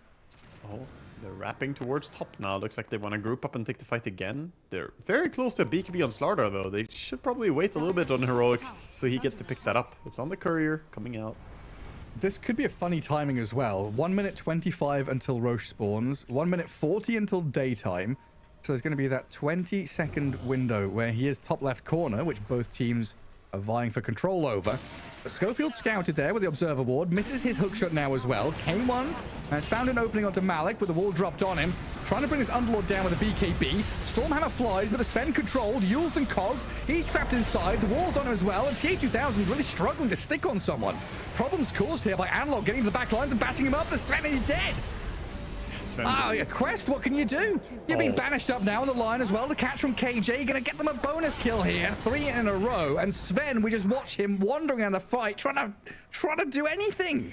You see the mobility. You talked about it earlier, the move speed meta, right? They have so many fast heroes. It's honestly hard for Sven to stay onto anyone. He has so much damage, but everybody's running around at zooming speed. The Slaughter is sprinting. He doesn't care about Sven. He blinks past him to get to the backline. The Darkseer has the, you know, super speed. Even though he didn't take the heat of battle, he still has Surge. And then you have Weaver. It's not that easy. And Clockwork is in his little jetpack, so even if you stun him, he still keeps cruising forward.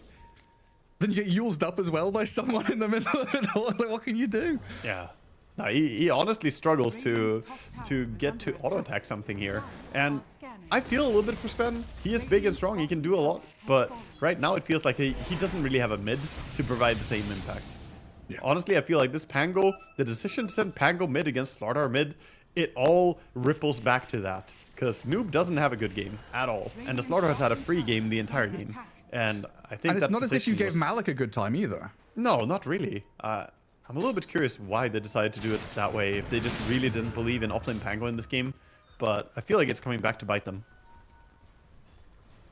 Well, that funny little timing that I was hoping for didn't really come into play. You know, Roshan's just going to go into the bottom right corner. We don't have that back and forth around the twin gates or anything. At least we don't have Roche being confused, running across the map back and forth. Those were the days. What's going on? Oh, it's like Heroic just going to take this. No real contest from Quest. Yeah, they know they can't really go there. They do have the Underlord, but there's no other way to really get over there. And they're just going to keep farming. Looks like they're building towards some items. Kira's hoping for a Glimmer Cape, but it's pretty poor. Changed it to Aghanims now. It's mostly a dream, though. Pipe dream at best.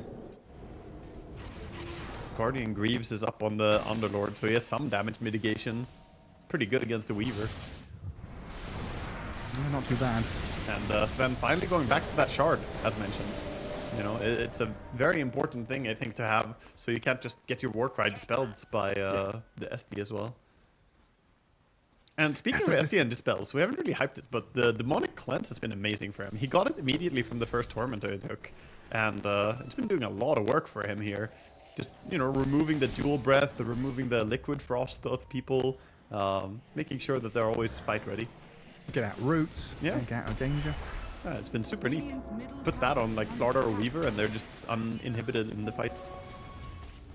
Yeah, I'm looking at this Underlord inventory, and I guess the big factor is he is so far behind, right? He is 4,000, 5,000 behind like the Darkseer, the Slardar. He didn't go Athos, Gareth. He didn't go Athos to help lock down for his Sven. This is my point. It's like you look at this inventory, it's like, okay, cool, you have Greaves, Crimson Guard, but that's, I don't know, that is such a dull, ignorable inventory. Right? Yeah, just do not interact with the Underlord. Deal with other people. He's dropped the Pit of Malice down on the Clockwork. Sven has come in to try and whack away at K1, but a BKB and time lapse available for the Weaver there. As Dalai Lama wall into vacuum. 3 men caught up in it.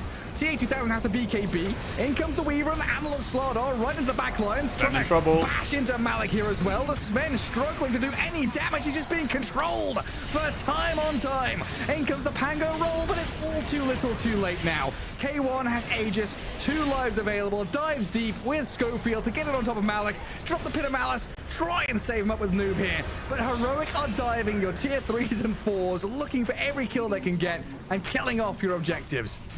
Yeah, and now just going straight into the building, and Easy Papa comes out from King Jungle, having a good time here. What a buyback from Malik as well.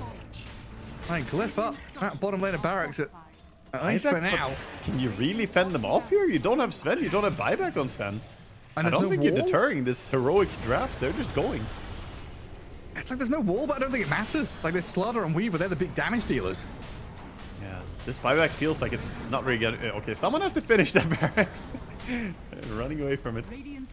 We've got Sanj and Yasha up on this Slardar as well now, so his status resistance is through the roof. Oh yeah. And slow resistance, actually. Stacks with the Vindicator's axe that he has as well. Oh, very nice. Alright, 2 lanes of barracks looks like. We're going to get the ranged mid. I mean, so Sven in 5 seconds? Yeah, leave the melee for now. When you stun Slardar, he has 58 armor right now. I don't know how Sven ever kills that. Like, he can just man-fight Sven all day. It's kind of absurd. 58 armor, 3.6k HP. Ton of HP regen, slow resistance. You need 5 crits in a row, all right? I don't even think that will do much to him, honestly. Not with that armor. Oh, yeah, Quest going for some last-ditch effort here, but it looks like the read is there. Heroic understand what's happening. They've been pinged, they've been scanned. They got your location. High ground vision, Schofield jetpacking, looking, scouting, tanking the gank. Does die with a vacuum wall. Oh, it's a big one. In we go with Atlog as well. The damage from K1 unloaded. Destroying Quest as their wraparound does absolutely nothing. Oh. Yeah. That was a classic top 10 Schofield moment right there. It's like, yeah, my team fight contribution, I'll bait them, guys. And then for me? Yeah, I mean, I've watched this guy a lot. It's always like people go on Schofield and then they get punished for it. This guy is the biggest baiter that I've seen in South America. He absolutely is. He knows how to get in there, you know, kind of backstab, cause a bit of problem. He just goes in there, you know, like waving a flag and screaming some noises. Look at me! Look at me! Yeah, you've got to turn around and fight him. You've got to try and deal with him. He's being an absolute nuisance. What a beautiful 4-man vacuum there. And, you know, the Slardar Darks here, we saw it over and over again there. It really gave me some VP Polar flashbacks, seeing all these combos. It's pretty damn strong to have a super low cooldown stun and pulling your opponents together. And there we see them happy with their performance in game 1.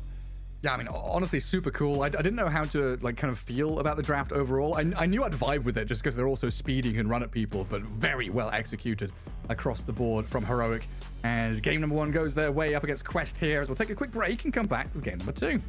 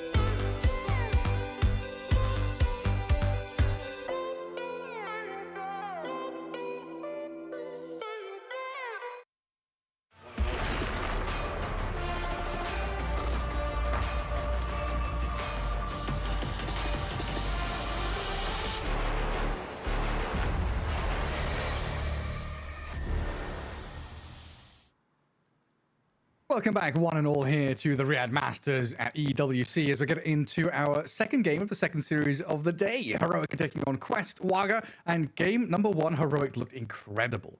They really did. They came in with all the tempo that we expected them to really have. PSG Quest a little bit shooting themselves in the foot, I feel, in the draft there, putting the Pango first pick against the Slardar, which was one of the last picks on the mid lane, which really made him have a hard time on Noob to get into the game here.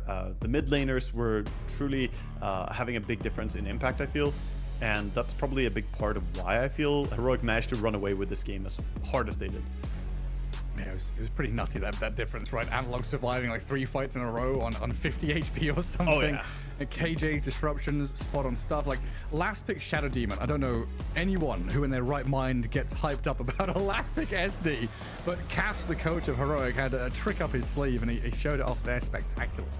Yeah, it's the value of that first pick Weaver, right? We don't know if it's going to be carry, is it going to be a support, and I think they completely were locked in that that's going to be support for sure. They banned out the Lifestealer and the Troll as the last 2 bans on PSD Quest, so they, all the way until the end were expecting that to be a support, and they had pretty good heroes to deal with the support Weaver, but the carry Weaver was really a different story, harder to deal with and really enabled by his team as well. Yeah, like they had some cool moments with that Sven finally reaching his potential. A couple of openings from Omar with some pre-stuns. It was very nicely done from the Lion, but it didn't feel like that draft kind of came together properly. Like you said, the off-laner and the mid-laner for Quest really struggled to break out of the laning stage and have any real meaningful impact, whereas Heroic, every player, every hero had a job, and they fulfilled every single role pretty much to perfection. Whereas Quest will just kind of wait for Sven. When you got 4 heroes waiting for Sven to be online before they can really play some Dota 2, that's when you know something's not going quite right. Yeah, and we talked a lot about how the difference between those. We're gonna see some highlights here from the previous game, but we talked a lot about how the mid laners had big difference, but also the off lane, that Underlord. I feel like we never really got to see him come into fruition. We didn't get to see him really have a big impact either. So it's not like you even gave Pango a hard lane to have a super good lane somewhere else. The Underlord was underwhelming this game. He for sure was. And then even thinking back to level 1 where Darkseer had to level Surge, he leveled Surge to save the Clockwork, made the first couple of levels difficult in that offlane for Heroic, and then Dalai Lama just comes out, 3-man vacuum walls every single fight, banging out these massive combos, looked incredibly good. And keeping people healed as well. To, pop the Greaves, pop Disruption, save the Slardar. At no point did it feel like Quest had numbers advantage in any of these fights. They recovered that well. I think a lot of teams might have crumbled a bit there after skilling up the Surge level 1, but no, they showed that they were completely fine. This is the fight where they just jumped over the Sven and then ran over everybody. This is kind of the tail end of the fight where they're just basically picking off stragglers at this point. And yeah, overall, we talked a lot about the speed and maneuverability of the lineup that Heroic ran, and I think that is, a very, very key thing if you're playing against the Sven. You don't want to stand next to him with a whole lot of heroes, until, of course, that the Slardar hit the 58 armor with his crush. It's like we talk about, teams and players liking to play fast, and it felt like Heroic took that very literally in this game, right? Speed, you say? Speed everywhere. Yeah, no, they were definitely all showing up as well, very easily finding each other on the map, which was a big part of their success. They managed to play into each other well, and they're a fun team to watch. We see some of their reactions during the game. Some moments that he wasn't so happy, and some moments where he was very happy. This is the GG moment. I love a bit of fire there, a bit of reaction coming out of the players. It's like, damn, I've leveled Surge level 1. Why have I done this? And then, I've landed a 5-man vacuum wall. Hell yeah. Yeah, just bang out the big combos. Yeah, certified. I think it's required. If you're gonna play in a South American team, you got to bring a lot of emotion. If you don't, you're just automatically out of the team again. It's how they roll usually, and it can fuel you. So this first victory, how much does it mean in the grand scheme of things? It's just one win, 1 point. But going into game 2 here, this is gonna put them in a great mood, great position, and overall, it's gonna be Quest who has to kind of refine their footing here, the same way that we heard previously from FNG. You gotta find yourself when you're lost. Yeah, you absolutely do. Find your path some way, somehow. And thinking about, go back to the drawing board of that draft and consider, the Pango pick, was that better than the Darkseer pick? Because Darkseer has looked good in the hands of Dalai Lama here, but it's also one of Malik's specialty heroes. And then also thinking about that Spirit Breaker ban later on in the draft from Heroic also seemed very targeted, like towards Ducalis, right? You're removing some of these elements which Quest have maybe used as crutches in some of their previous games, and just said, no, you cannot have these overpowered heroes or signature heroes of yours. We're going to ban them or steal them ourselves, and then see what kind of footing you're actually playing on. Jakiro Lion as a support duo, in my mind, not ideal. Yeah, definitely can work out in some situations, but I think there's quite a few elements there for Quest to kind of go back and think, maybe we shouldn't be reacting to the enemy this much. Maybe that Lion pick was a little bit early on. Yes, you picked Lion into Weaver, but could that have been something else? Could that have been a Clockwork, or could we get the Darkseer rather than the Pango, etc.? Maybe. I mean, that's also where you can talk about how Lion and Jakiro as a duo, the two of them have the same weakness, that if you're starting to fall behind and you're playing on the back foot, neither of them do well. You can't really easily go and cut creep waves the way a Clockwork could, and easily get away with the shard or whatever. Like we saw PYW play on the Tusk, for instance. We can't really do that kind of stuff when you're playing Lion, and even on Jakiro it's pretty hard. You can maybe drop a Macropyre to push creep waves, but that's a high commitment. I don't know if we can catch this on camera right now, but Heroic are doing a little team huddle. They're hyping themselves up, getting ready. We were talking earlier on about how important the initial days of the group stage are. First series, bit of momentum, build yourself up, get that hype going, because you need victories. Like, having a 2-0 victory as your first series is like giga important. How many times have we seen teams, go 1-1, 1-1, 1-1, and then drop out because they've not got a victory, which they need to qualify? Yeah, that's a good point, actually. The first game in a series is a very big thing, but getting a 2-0, that's, a great way to start your group stage. So they are, staying excited here. They had a good little team huddle there, and everyone had some big smiles on their faces afterwards. So they're still, making sure they refocus as well. We'll see how PSG are gonna tackle this situation as well. It can be hard when you're down one game, but ultimately it's just one game at a time, right? That's what they gotta tell themselves. Yeah, it's a BO1 followed by a BO1, and there's no, That's your life as a Dota player. No matter if you're a pubber or a pro or whatever happens.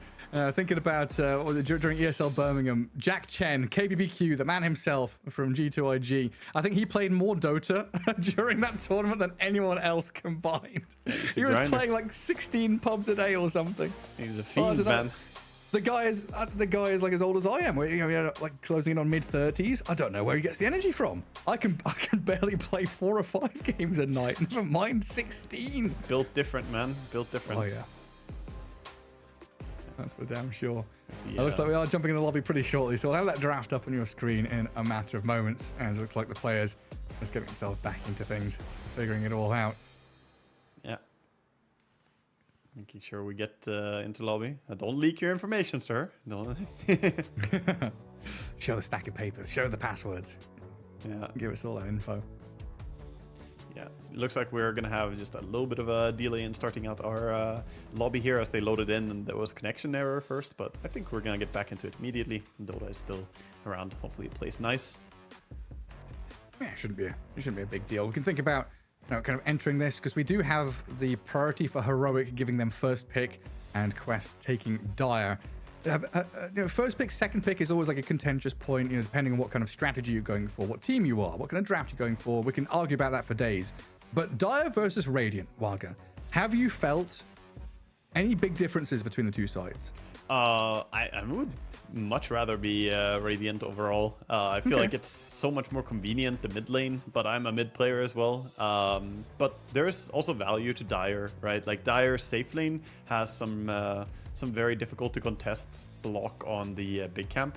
It's really, really hard if you block up the big camp with a sentry in the top right corner. It makes the Radiant support have to walk out of position a lot. So, there's depends where you play, I guess.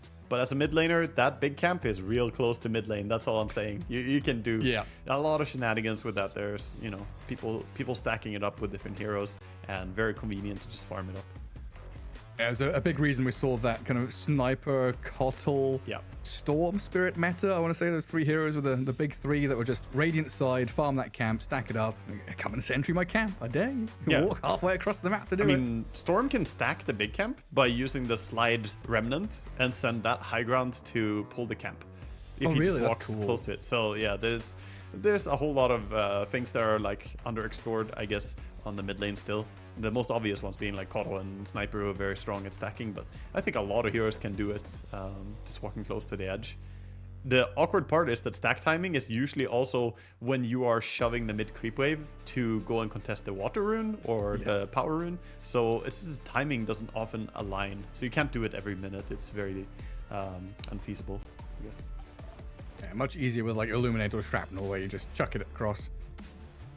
I'm not really giving away your positioning. Anything like that. But yeah, so was it first pick for Heroic? What did they have last time? They did have first pick as well, right? Because they had that Weaver Shadow Demon flex until the end. Yeah, they cold opened with the Weaver last time, so yeah, they're getting the same, which is nice for them. They're happy to have the same thing going on, and PSG, they want to be Dire. That's their choice. So maybe they have some, specific reason they want to be Dire. Some safe lanes work better with that safe lane. Because if you're Radiant, it can be very, very easy sometimes to just block up the big camp over and over. But yeah, we'll see. We'll see what they bring.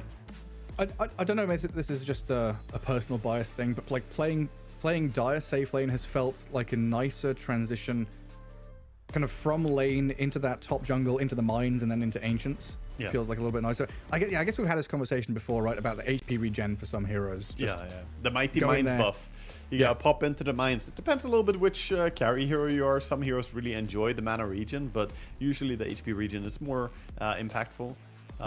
Looks like I'm just thinking like TA 2000's heroes, the Gyro TA. You mentioned the Medusa even, right, before game 1. Those kind of heroes, maybe even Sven you could add in there, feel kind of nice doing that little circle around the jungle. Oh yeah, definitely. I mean, those are all heroes who can very quickly go in and clear jungle, and that's how he generally plays. So being able to have that at your disposal, it's good in case that you have not a fantastic laning stage. Looks like this time we are getting into the lobby. All the players are loaded in, so the players are ready and huddled up here as they gotta get the draft right. PSG thinking. I like the setup. Is it Noob in the captain's seat with a crown on his head, pressing the buttons, but he's got tons of people behind him, watching, supervising? I like teams that do this. Not every team does this. Some teams just sit by their PCs. Honestly, I like it better when you just group up and huddle up a little bit. The people on the edge, just, leave your seat, go closer, because you want to have a nice conversation about it. And just sitting at your PCs, you can do it, but I don't know, at LAN, it feels nicer. It's the feeling thing, right? You become like a mushroom, right? You're next to each other, you're connected a little bit more, that vibe, that feeling. Yeah. And all of a sudden, if you have one of these split seconds, like, oh, what about Broodmother? It's much quicker to... Same time, Heroic, they have their coach. He's kind of, wandering behind the players, making sure that, everyone is feeling like the part of it. It's not a big thing. I just feel it's nice to see the huddle. Then again, they did do the huddle pre-game, right? You called it out. They were doing a little pep talk pre-game huddle, so... They've done their cuddling. Yeah. Well, here we go. The big boy. We have the priority here for the Darkseer. Heroic say, yeah, we're not going to take the Pango given the same opportunity. We're going to take the Darkseer. It is a hero that they use to great success.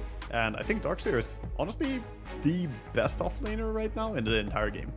Like, look at the other bans we have so far. These are not really offlane heroes. Some of them can be run offlane, but I think the top offlane hero in Dota right now is definitely Darkseer in my mind.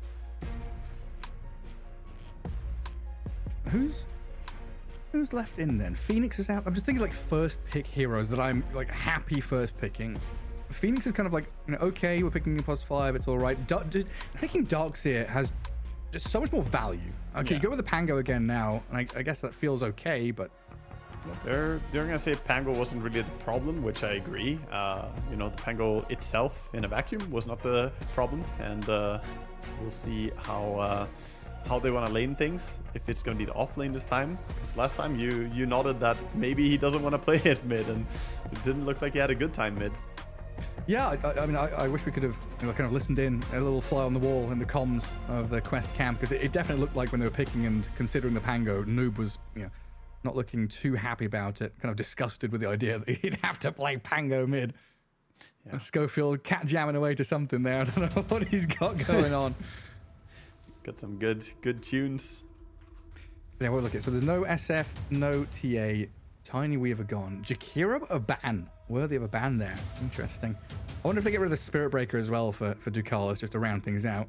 Jakira is very good against the Darkseer. It's very obnoxious. You try and run somewhere, Ice Path just blocks you. Darkseer is reliant on just running around, and Ice Path can be very good against it. And laning stage can also be a little bit tough. So yeah, probably a good thing to secure the team fight pretty hard. Banning that. Pango is already very strong team fight.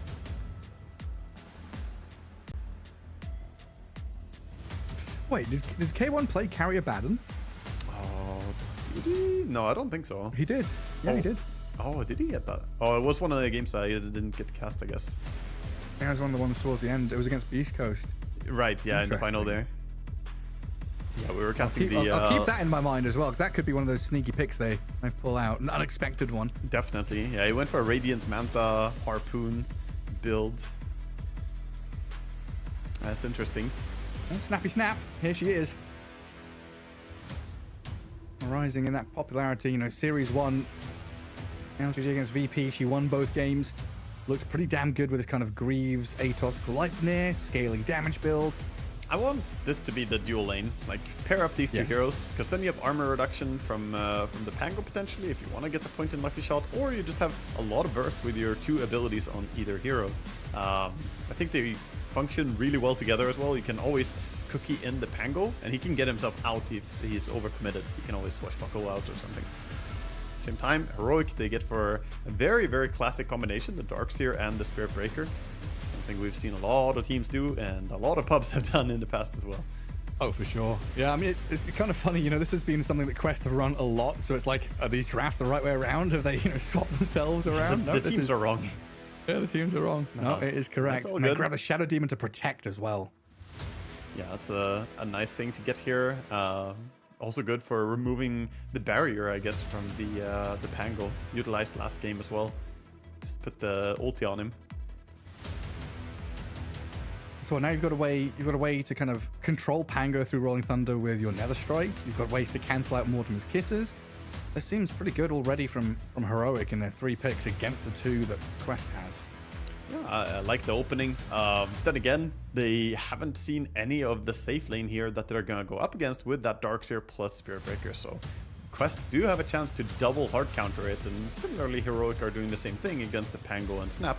But I think Snap and Pango is a bit harder to counter and shut down than Darkseer and SB, right? Darkseer, SB, double melee lane. You get some range here with good damage to secure the last hits. Can be a good way to control that lane. Let's see what their reaction is going to be. Again, a lot of thought going into this 3rd pick. In the previous game, they took quite a while to consider their options, what they're going to go for. Get ourselves the Elder Titan.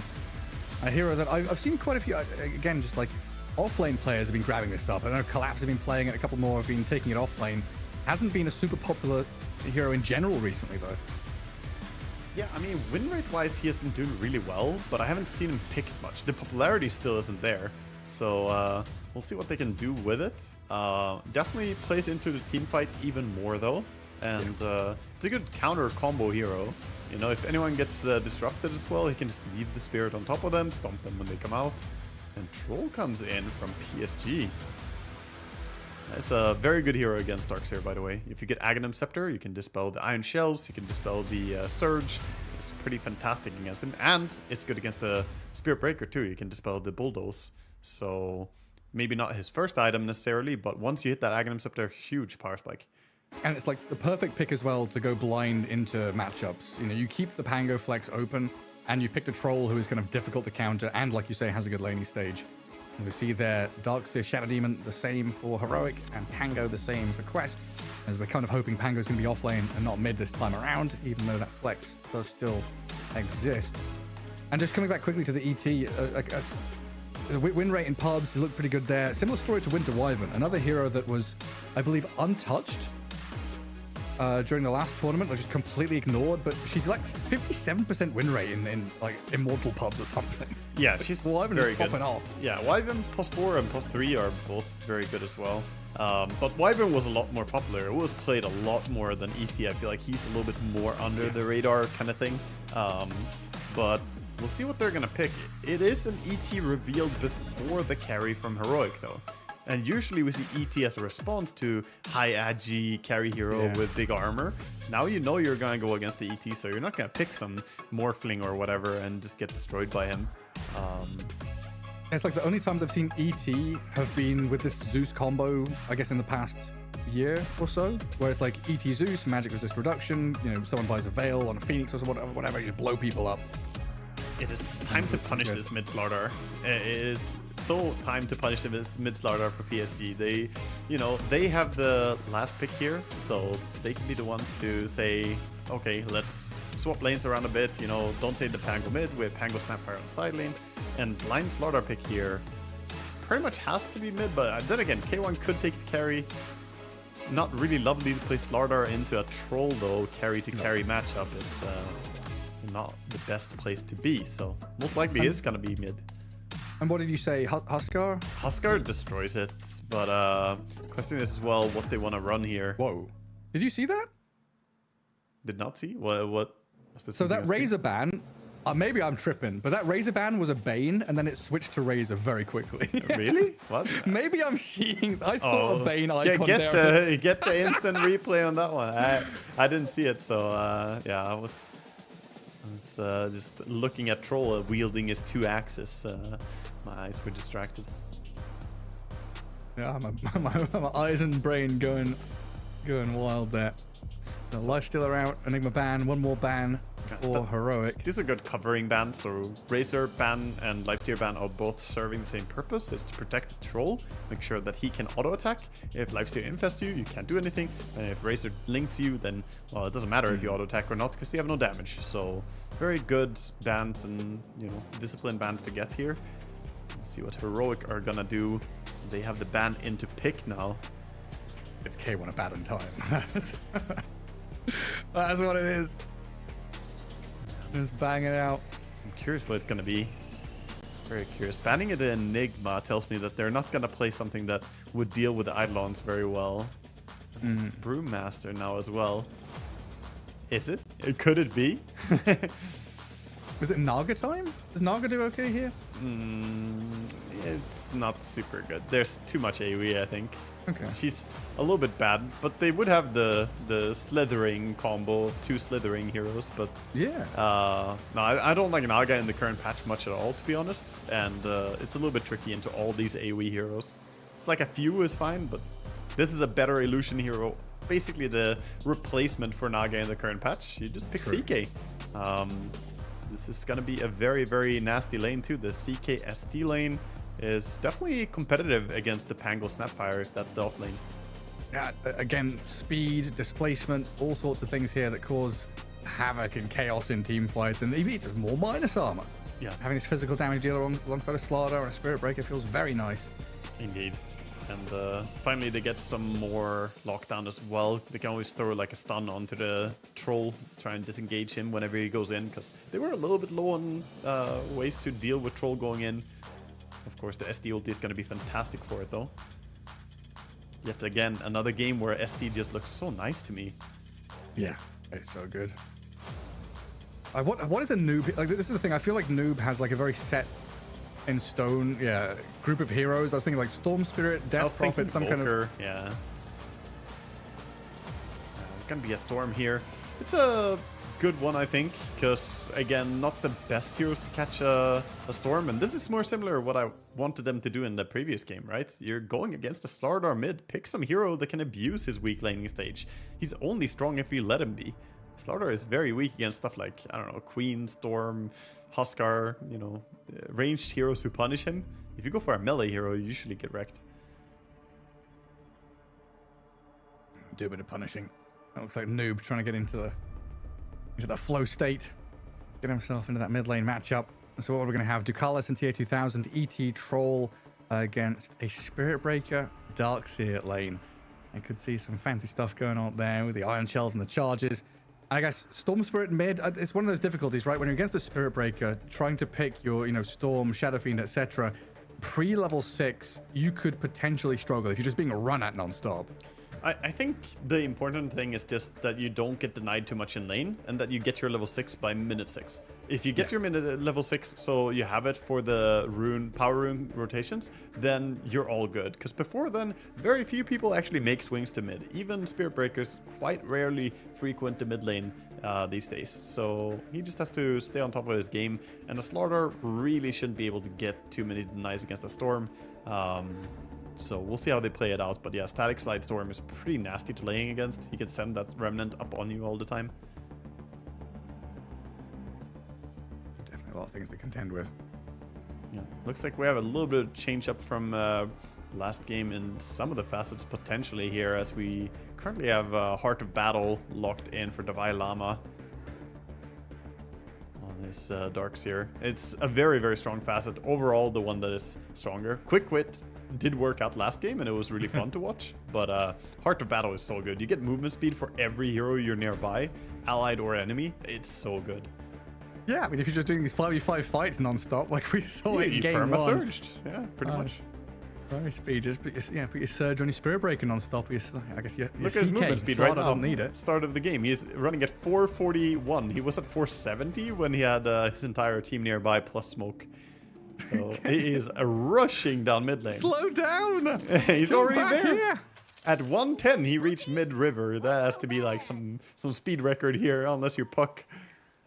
Yeah, that's the thing, right? Why is he not the one with the wards? Why? Yeah. Well, he did block or reveal that Noob was here, and probably did spot the ward. Very likely. Already very reminiscent of like Weaver Shikuchi, Puck with the orb, just getting out to lane as Davai Lama. He walks up to the cliff. Okay, they made it pretty obvious that they also have a ward right there. He's going to get wrapped around on the Darkseer. He's fucking speedy. Look at him. Just zoom away from that. You can't catch Darkseer. Schofield's battling back into Omar. 5v5 around the top rune spot. No one dies. He just walked out at. He doesn't need Surge. You know, that's so the difference. sure he's dead. If your support gets caught and you have to skill Surge, or if you get caught and you just casually walk away. Off you pop. Yeah, he's going to get back. And it's early enough that it's not that painful for him he got caught out there. Because he can heal up, he can TP to the lane. This is not going to be terrible. And he probably wants, he wants his team to get first blood and one of the supports dies. Yeah. And so he's got the movement speed from his support back in fountain to run to lane. Nah, he's not walking. He's traveling in style. It's going to be TP scroll all the way. Yeah, 3 seconds to go. Buys his tangos. And off he'll pop up to that top lane. He's got his bracers queued up. He's ready. So funny enough, ready to go. It's going to be Quest to get the D ward on mid, as they denied their own ward and now they get the D ward. So Noob getting a bit of extra experience there. Can always be helpful on the mid lane. Oh, nice added little bit of efficiency there from Davai Lama too. So he Iron Shells, he waits, like his TP was ready to go, but he waits to get the second Iron Shell and have that mana regeneration buff from the fountain. So he's all topped up as he straight into battle in that top lane with the Iron Shells going. Takes a few hits from Ducalis there. Schofield trying to offer that protection. Yeah, so far pretty brawly start to the top lane here. Troll is going to stand pretty happily here though. Doesn't look like a bad lane at all for him. Bottom lane, bit of damage being dealt to K1 as well. Trying to use their combo here. The little shredder and shield crash. Not an awful lot they can do to kind of punch back until they get level 2. Disruption definitely has been buffed a fair amount and can do some good harassment and chip damage here, as we'll see it just used on Malik and sent towards Omar. Can't do too much through the shield of Malik's Pango though, but these illusions last quite a while. Yeah, they have good duration. It's just more cost effective and you don't feed magic sticks as fast, so better than going for the poison. Of course, as a reaction to this, people don't buy Magic Stick against SD level 1 anymore. So is there a mind game at some point? Oh, Schofield just gets clobbered by Ducalis up here on top. Got a lot of damage buff from his spirit, so... And the Windlace paying dividends there. It's definitely a difficult lane, right? Troll, ET against this Darkseer Spirit Breaker. Yes, you got Iron Shell. Yes, you got Spirit Breaker. But like we said in the draft, it feels like the focus of Schofield is going to be that mid lane. And you kind of just put Davai here out on an island a little bit. Technically, I feel like both off lanes should struggle because both off lanes were fully revealed before any of the safe lane heroes were picked. So you have no excuse if you're losing the lane as a safe lane here. But yeah, top lane for Quest looking very good. And we haven't really checked in or talked too much about mid lane, but so far Slaughter doing fine, getting some CS, but Storm is, as expected, winning the lane a little bit. Just able to get some nice advantage. As I say that, Slaughter pops back up. He does have a new wave coming in as well. Storm Spirit offers a lot of damage. There's melee heroes trying to get into the midst of the wave, even playing under the tier 1 tower now to keep it going as well. Yeah, overall, there we go, sending in the sliding remnants. It's so annoying. This gets in there, hard to stay safe from. The Lotus is spawning. Speedy clicks, boys. Schofield with a charge. He grabs it under the nose of Ducalis. And on the right-hand side, Omar, yeah, completely free open time to get into that pool. And KJ's trying to play in behind enemy creep wave here to try and gather up some CS, but Shadow Demon jumped on with a cookie. And that shield crash to bring him down. One more touch from that little shredder as well. Gets them the second kill of the game for Quest. It hurts so much. The little shredder does so much work on level 1 already. And a few extra auto attacks, you know, regular auto attacks afterwards with all that minus armor. It's like a free Deso in laning stage. Basically what it feels like. And it's bottom lane, pretty decisive victory for Quest. Top A1 lane kind of struggling to farm and keep things going. Top lane difficult for Heroic as well, as they're being pushed back by this troll and ET, but they get a kill in the mid lane thanks to KJ coming in, helping Analog to secure that kill on Storm pre-level 6. Yeah, that was nice. Just bottle refill and then turn that into a gank as well. Get the water runes now. He can get the double refill. So that's really going to help out Analog's game. Dire's middle tower is under attack. Yeah, you got to be wary every with time I the look top, Schofield is being absolutely hammered. Look at this blood grenade. The bonus damage, it expires now. Ducalis couldn't keep it going, sadly. And this is before he gets boots. Just wait till this ET has boots as well. He'll run in even more aggressively. He's doing a good job just building his damage and then coming in with big smacks. Again, look, wow, the double root here, but of course no duration. A surge ends, and they're going to keep chasing this one. With the slow axes, TA2000 comes back in with the melee axes. Oh yeah, super long cooldown enough to finish surge. him off. He's pretty tanky though with these gauntlets and the bracer. How many hits? Three for the ET to finish him off. There's 4 one. maybe soon. With the HP regen kicking in, he's gonna be fine. Well, it's like you survive, but what do you do now? You put Iron Shell and Creep Wave and walk to Fountain. As Omar, you're gonna trade his life there for KJ, giving Malik a kill down bottom. Noob kills Analog mid as well. The Storm Spirit comes out with a solo kill on the Slaughter. Yeah, that's after Slaughter gets double water rune refill. So he was full there, but, you know, doesn't have a way to sustain. Goes down. That's a huge solo kill. And I would say shouldn't really happen, that kill. Nice little bottle refill there for the Storm Spirit as well, as Omar comes into mid. There's so many of these little nuanced plays, rotating in, bottle refill, helping out here and there, and even the ET moving into this mid lane. Good cookie into the damage. The Vortex already used, so no further disables. The Lotus Analog might just be able to survive this. Pops the heals, crushes up Storm. Noob is out of mana now. Where's the reaction? The charge is coming in. Here we go. The Mad Cow comes in onto the Storm Spirit to take down Noob. Down you go. Analog gets his revenge. A little bit over aggressive there, and 6-minute rune check top as well. He's got to spawn bottom. Slaughter can make his way over. Meanwhile, we have Troll just laying into Davai Lama here. Level 3 on this poor Darkseer, just trying to get away. Oh, jeez. He doesn't have Surge. 10 seconds. And the ET has arrived. Maybe this charge, is that going to be enough? No. Even with a Lotus there, they couldn't save him. Schofield, he thinks about going on the Troll, but will turn on to Ducalis, who has 152 bonus damage. You can't do a damn thing against this guy. You kill him off finally, but you'll lose both of your supports. The Storm and the Troll, giving TA2000 a double kill. Wow, that is a huge start now for TA2000, having a fantastic game. And yeah, that Elder Titan is working out, man. It's a good pick for the laning stage when he plays it like this. And he's being underestimated, right? You think you can kill him, but if he has the Astro Spear ready, you gotta kite him. You can't fight into that. Where's he getting 152 bonus damage from on his ET? I don't know. They buffed the numbers a lot, man. He hit a few heroes, hit a few creeps. He doesn't even have any stacks, so it's just that's the numbers nowadays. That's the current economy. Well, this is important. Killing off this troll. Good move from the two supports again from Heroic. And they even brought Analog up here, but wasn't able to connect as he would have liked. It looks like now as well, Heroic just sending the CK back into the jungle. K1 trying to farm into that armlet until he feels comfortable. Yeah, just take it safe, play for the armlet, and then the orchids. That's the build that we see on a lot of CKs lately. It's extremely strong. After that, the Blink Dagger can be an option. Storm looking for that 8-minute rune. Same for Slardar. Big smoke timing here from Quest as well. Malik's level 6. Setting a trap for him. Use out of this Rolling Thunder. Try and crash over the cliff top and straight into Analog. Well placed, but the charge bashing him around, pushing them away. But Analog's still going to get vortexed and slain. Oh, Schofield steals the regen and TPing. Oh my. Gets away. Schofield is so fun to watch. He always has these silly situations happening. Like, where am I? What am I doing here? Suddenly gets away with murder. He just gets places, man. And taking that region away from Storm, I mean, that's massive. Otherwise, he would be full resources now. I'm very happy to keep fighting. But now, seeing at 300 mana, he can't really take a fight here if they go on him. Or if they go on Snap. And try with a Banish into Crush. Good cookie, though. Gives Nuve the distance away. Oh, zip. Back to safety as well.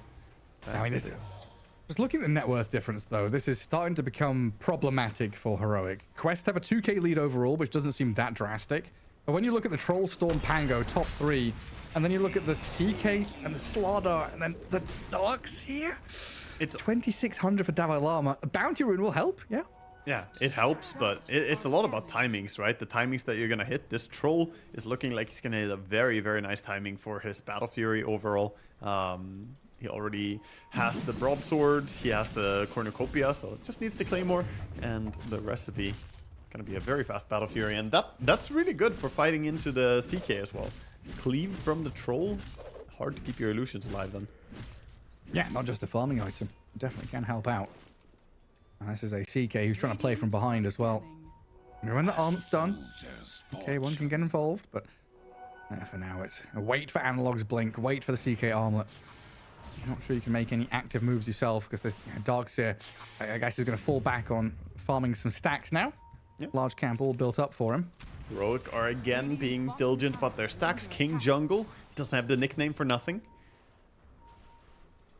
Ancient's blocked up though with a nice little sentry from Ducalis. Yeah, should realize that after that stack. In we go. Spirit Breaker down. Rolling Thunder on a Vortex with the Morty's Kisses landing onto the Shadow Demon.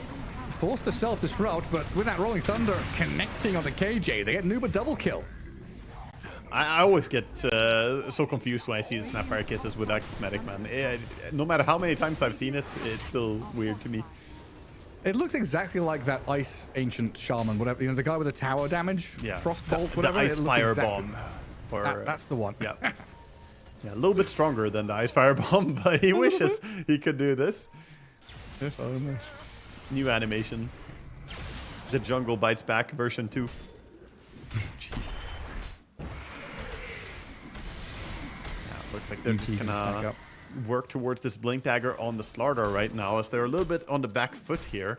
They're gonna rely on this guy with this Blink, then they can start playing aggressively. Storm, meanwhile, almost has the entire Witchblade.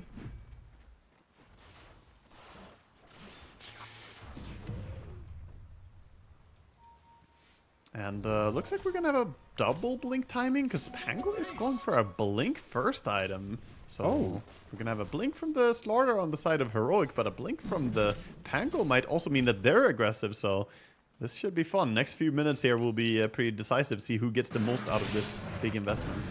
Yeah, it's gonna get pretty hectic pretty quickly here. And I'd love to see a smoke move out of one of these teams with these Blink Daggers picked up.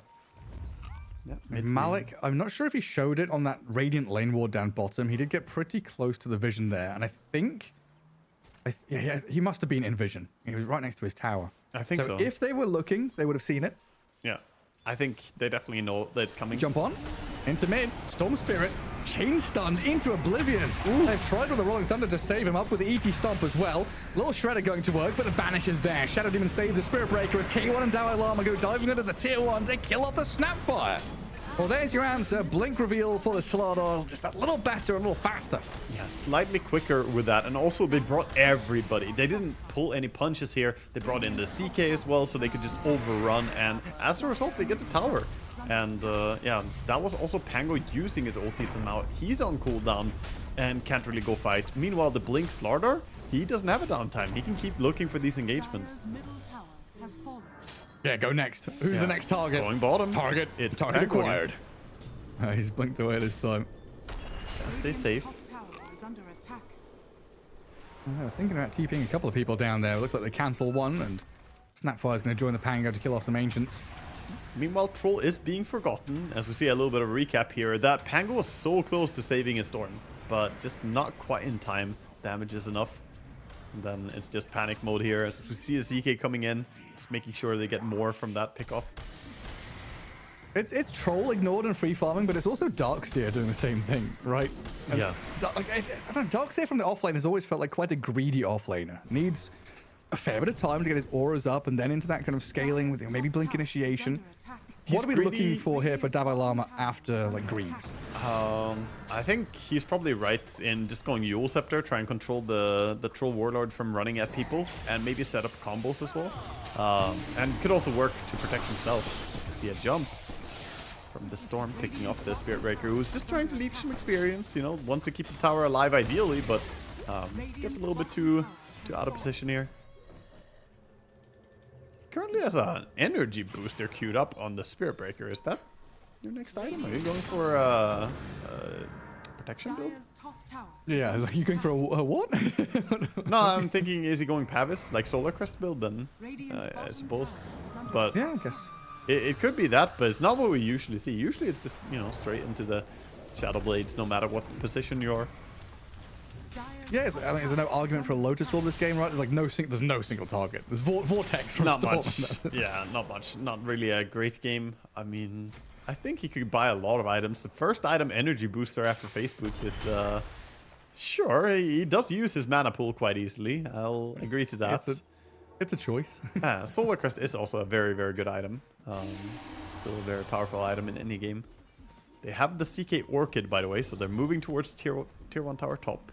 Playing around him. This charge is pretty obvious. He's running over a few points of vision here. Mid first and then a ward. And then immediately cancels. Let's go for the tier 1 tower instead. Yeah, I guess in this kind of game where the Snapfire's little Shredder build has been quite annoying with the minus armor, the Pango adds in. Yeah, just go for that Solar Crest. Buff up your teammates. Keep people alive. It's not a bad idea to do, generally. Try and be a team player here, as we have the Greaves coming in from the Darkseer. We'll have the Pavis build on the Spirit Breaker, it seems. Yeah.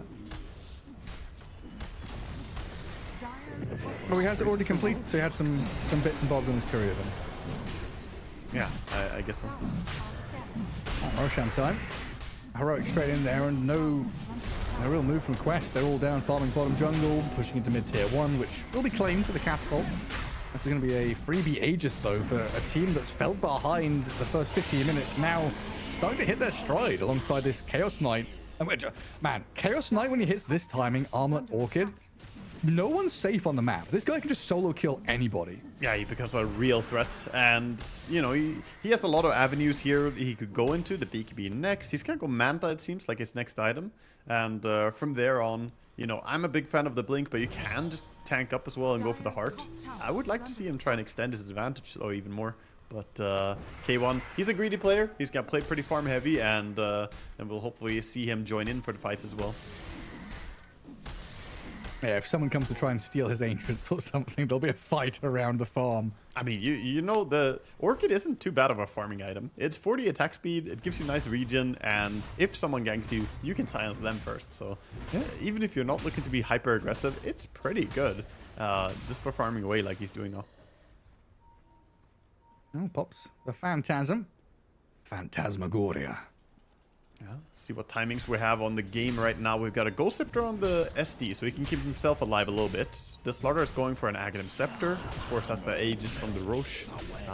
The Slaughter still has 1400 gold to go, so needs to farm a little bit more. CK, of course, working on that Manta, like I said.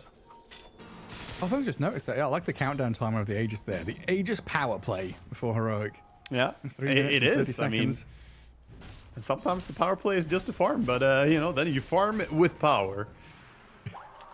Confidence, power. I believe that they probably will find a chance to use this in some greater way, though. Start with Aegis. Radiant's top tower is under attack. Oh, he's going for it. He's setting up for the Darkseer and the Chaos Knight to arrive. Like, yeah, drop the wall on this one as well. I mean, Omar's stuck in between a bunch of creeps, dead to K1. Yeah, easy kill in the end. He likes doing this when he plays Spirit Breaker. He always pump fakes the ulti every time. Interesting skill build, by the way. Not a single point in the bulldoze. So prioritizing just having the damage from this bash and having, of course, the charge cooldown and charge speed. Yeah, I guess very different to game one, right, where Quest had tons of stuns. Now they have quite few.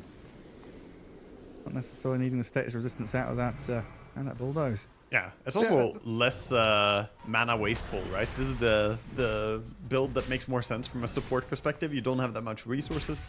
You don't want to keep paying 30 mana or 40 mana for bulldozing all the time. No. It drains you dry. There's a lot of signaling there. I don't know if KJ's saying the observer ward locations, because if he is, he's bang on. He's just drawing circles around where they have observers. Yeah, the Kobold? I see the Kobold point of view here. Oh no, the Kobold. Look away, violence. Oh, my Prospector. Oh, no more panning. He's down. Both teams kind of in a bit of a lull here with this Aegis just farming. Looks like Quest saying, okay, if you don't extend your advantage with Aegis more than just farming, we're happy with that. Storm is getting close to BKB. He is only looking like 600 gold away from his own BKB timing here. So that's pretty fantastic for him. And Troll has the full Manta style completed. So he has an anti-Orchid. That's pretty useful for him here. Don't want to end up getting silenced and just killed. Yeah, super important. It's kind of felt like this is what Quest want, right? To kind of sit back. Yeah, okay, go use your Aegis to farm up. You buy a bit of time. You recover a little bit after your poor laning stage, Heroic. These observer wards coming out of Ducalis, you know, watching mid, watching for that access point into Dire Ancients, keeping the Troll safe. And then lane wards up at top as well. And maybe starting to think about maybe the next cycle of Roshan, the next big play around that top left corner. The big story is that the Vailama does not farm very quickly if they're just going to farm like this. So they need to make moves, I think, on Heroic. And they're going to smoke up now before Aegis times out. Malik not going to give them the opportunity there. Very quickly in and out of the creep wave. Another long line drawn down to that bottom right-hand corner from Heroic. Yeah. Troll building towards an Aghanim Scepter next item, so he is going for that, like I said, very good item against the Darkseer. And minute 20, you know what that means. Both these teams, already we can see them moving towards their Tormentors. CK is pinging it, Slaughter is coming in. I like it, dude. I feel like so long we saw teams just not prioritize taking Tormentor early. And I think either you should be taking your Tormentor on 20 or you should be punishing your opponents most of the time. And stealing. Yeah, you can go there, maybe play aggressive and then steal it like we saw Heroic do in the last game. That's just free money, isn't it? It's a resource on the map to be claimed. And Malik right now trying to roll in towards KJ. This is very flailing, missing entirely. Kisses don't land. Rolling Thunder doesn't land. Storm's going to zip away from a bit of initiation from Schofield. Rod of Atos into the Troll, but the vacuum wall from Davo Lama catching 3 up inside. Malik now dragged back with the Orchid on him. Tagged up by the CK and killed off. And a pause. FPS Dorps. Yeah. We don't like that. Dorps are bad. God damn Dorps. Yeah. Do a quick little reconnect here. It's for K1 as well, he says. It was the vacuum wall. It's the classic, right? The Darkseer. Darkseer and FPS drops in my Dota 2. Nah, the Dorpseer, man. It's the Dorpseer. I love it. Dude, in that fight, that looked like they could have had an amazing combo, but quick little verbal recap there. Analog was looking for the blink on the 3-man vacuum, but his blink got cancelled by random damage. I think he walked into the ET Spirit first, and I don't know if something else clipped him as well, but the ET Spirit canceled his blink. So we go and ready here. Could have been even bigger for Heroic. Oh yeah, they want more. Almost out of mana, but the charge is going off to the right-hand side into the troll and the snapfire. Omar's dead. Nice man to dodge to get away from the nether strike there. Gets away with a little animation cancel. Yeah. Save the lives of their cause. Good stuff there. I mean, Manta is very, very nice for staying alive. Then they're going to get robbed a little bit here. Invasion and stealing of Ancients happening from Heroic, who are pretty happy on the back of that one team fight. And Analog going for a BKB this game. Is that a throwback to game number 1 where you had the BKB or had the Aghanims but still died? It was like, dude, just get a BKB. Just have it. Just buy it. There's tons of magic damage here. Yeah. You want both. Why not both? Yeah. It's just kind of funny, though, how Aegis expires, and that's the time that the Radiant want to fight. You know, they get themselves prepped and ready, win a battle, and that Aegis definitely allowed them to recover and get themselves kind of back into the driving seat of this one. Perhaps a false sense of security, like, oh, they don't have Aegis much longer, guys. We can go out and do something, and suddenly, boom, you get jumped by Darks here, who just finds a 3-man vacuum, despite not having Blink Dagger yet, you know. Good job by Debai Lama. I mean, it was like a 1,000 or 2,000 net worth lead for the majority of this game, honestly, until that last team fight. Now it's swung about 4k across towards Heroic side. Yeah, and so they can get done with it. Even though you're feeling pretty strong on like Troll, you don't feel too comfortable if you start giving up more of the map here. You don't want to play on the back foot against a Spirit Breaker. And again, against an Orchid CK, the pickoffs are very strong from Radiant. And a Shadow Demon, right? Playing into the Shadow Demon as a Troll feels pretty bad if you get disrupted during ulti or just Demonic Purged. That's never a good time. Speaking of Purge, he does have the Cleanse available on the SD. I believe he was the one to get it from the Tormentor they took. Yeah, he was. It feels like another game here where Quest need that little bit of sneaky vision, that jump onto a key target. They need, like, again, they need to find KJ. I swear to God, this guy has permanent invisibility. He's died a few times, okay, but in the moments where it matters most in these big team fights, he's unfindable. Yeah. I mean, between the two of them, they play the support duo very well. Schofield is always showing himself, always playing great. Look at this. He found the Snapfire. CK is here. Yeah, what's Schofield doing? He's running at someone. He's giving K1 kills. Accidental BKB. It works. Wanted to use Magic Stick. It works. Yeah, probably had the Magic Stick in that inventory, actually. It's common thing. So you don't want to have Magic Stick in the same inventory that you want to put some important item. Or phase boots. Oh yeah, that's the phase boots is the big one for me. I always screw that up. Well, Schofield maybe now pays for his overzealous actions as he zipped on. Killed off by Noob. While K1, well, it looked like K1 was running, but now with KJ, they're stepping up. I'm thinking about posturing with Analog and Davai Lama coming in from the south, but it looks like they're not really going to get sucked into a fight without their Spirit Breaker. Yeah, it's still a tricky fight. There's still ultis available apart from the Pango ulti. There's still Troll ulti and Snapfire Kisses. So you want to be a bit careful about giving an easy fight when you don't have Phantasm or your Spirit Breaker. Spirit Breaker does play a very crucial role of going first and being the easy target. CK is getting real farmed right now. Looks like he's going to go for the full Bloodthorn perhaps. Or maybe he gets the Silver Edge here, yeah. I mean, this is pretty big, though, for Quest, right? Roshan is potentially spawning now in a matter of minutes. It is about to hit nighttime. They've got all this vision around the Roche pit. This should be the biggest chance for Quest to kind of have a team fight go their way. It should be, yeah. But item timing-wise, it's also not feeling fantastic for them. Like, they have good items, but you're just looking at the CK and saying, he looks massive, you know, it's spooky. But I think you're right. This is the time to go. They should go and fight. And we see them congregating towards mid lane. Looking like they're grouping up for a smoke. Smoke is coming on the Snapfire. Rule number 1 of Pro Dota, right? Push out waves before you do something. Yep. Get that mid pushed out. Bottom's going to shove thanks to tier 1 down there. You could just say push out lanes. That's basically the rule number 1 for playing good Dota in general. Alright, just push out lanes. Wow, Heroic straight into the Roche pit. Gives the old man a whack from the CK hammer, but It looks like they're falling back here, not super comfortable, not knowing where Quest are lurking. They did get the D ward by the Lotus Pool, though. Super important here, but they're playing into lane ward where K1, well, he jumps. There's a good catch for the Atos to stop the charge. Schofield thinking about that Nether Strike. The Storm zips into the back for the Darkseer.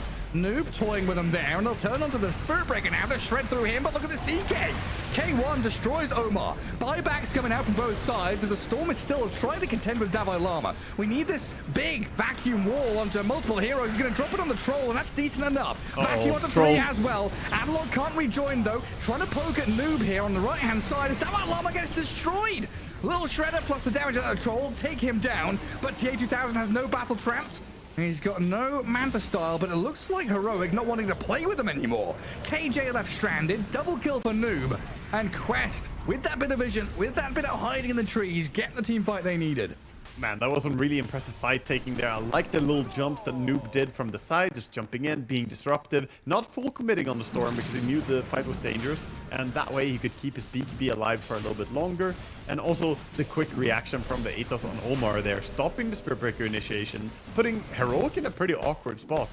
It looked like they were going to turn the fight when they had the vacuum onto the Troll, because the Troll and the Darkseer wall interaction is pretty funny. The AI of pressing Troll ulti with illusions near you can screw you over. But still, they managed to win the fights. They just had really good positioning in this. Yeah, I mean, it kind of felt, you know, with the Troll in the wall, with that battle trance down, maybe they go for that additional Back jump. in the game. Storm Spirit or K1. He's got to run, doesn't want to continue, but the Spirit Breaker, the Rod of Atos, the final touch, Noob, he's going to get the Vortex down, the Zip away, and the Storm, oh God, here we go. Take him out, Aegis claimed up, finally. Something going their way in that scrappy fight, but they lost the CK in the midst of it all. Yeah, losing CK and Spirit Breaker, I wouldn't even say that's a good outcome here. Yeah, you took away the Aegis, but that's just even more momentum here. 60 seconds of no CK, so they're going straight down from mid, not wasting any time. The Troll looking for some buildings. What is that? Aegis duration kept 29 seconds. Net worth difference due to Aegis less than 1k. Yeah. Yeah, that's always the interesting stat to see how long does the Aegis last. Definitely a bit shorter duration than the Slaughter Aegis. Now again, it's that standoff for both teams, you know, just take down some towers, take a bit of farm, but no one's going to be pushing the envelope here until that next Roshan, really. Quest are a pretty methodical team, how they want to play, so yeah, they're probably not going to go too off script here with how they push, but they're going to get that top tower, and it's hard to defend it. Troll is very close to a full Satanic, by the way. That is pretty terrifying if you are Heroic here. It will be hard to kill this man. Oh, it's going to be monstrous. And K1 realizing his Ancients have been farmed, there's nowhere to be. I'll send out some illusions to try and defend that tier 1 top. 6 minutes for that next Roshan to come up.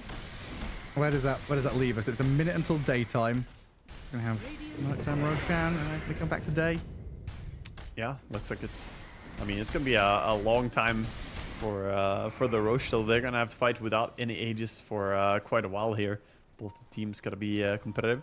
Cheese gets passed over to the Storm from the Troll. He says, "Thank you very much, but I'm fine. I already have my Satanic basically, so I'll be surviving." Pass the cheese. And Storm now with a Parasma. Ooh, big damage increase here. Kaya, Parasma, Enchanted Quiver. He is ready to do quite a bit of damage now. Plus ET and Snapfire as well. True. Yeah, what is it? Parasma, 20% magic resistance reduction. Yeah, plus the ET aura. Snapfire Kiss is going to land in. That's some pretty hefty stuff. Yeah, that could cause a hero to melt real quick. Looks like Heroic want to fight here. They have the BKB and Aghanims on Slardar. They've got high ground.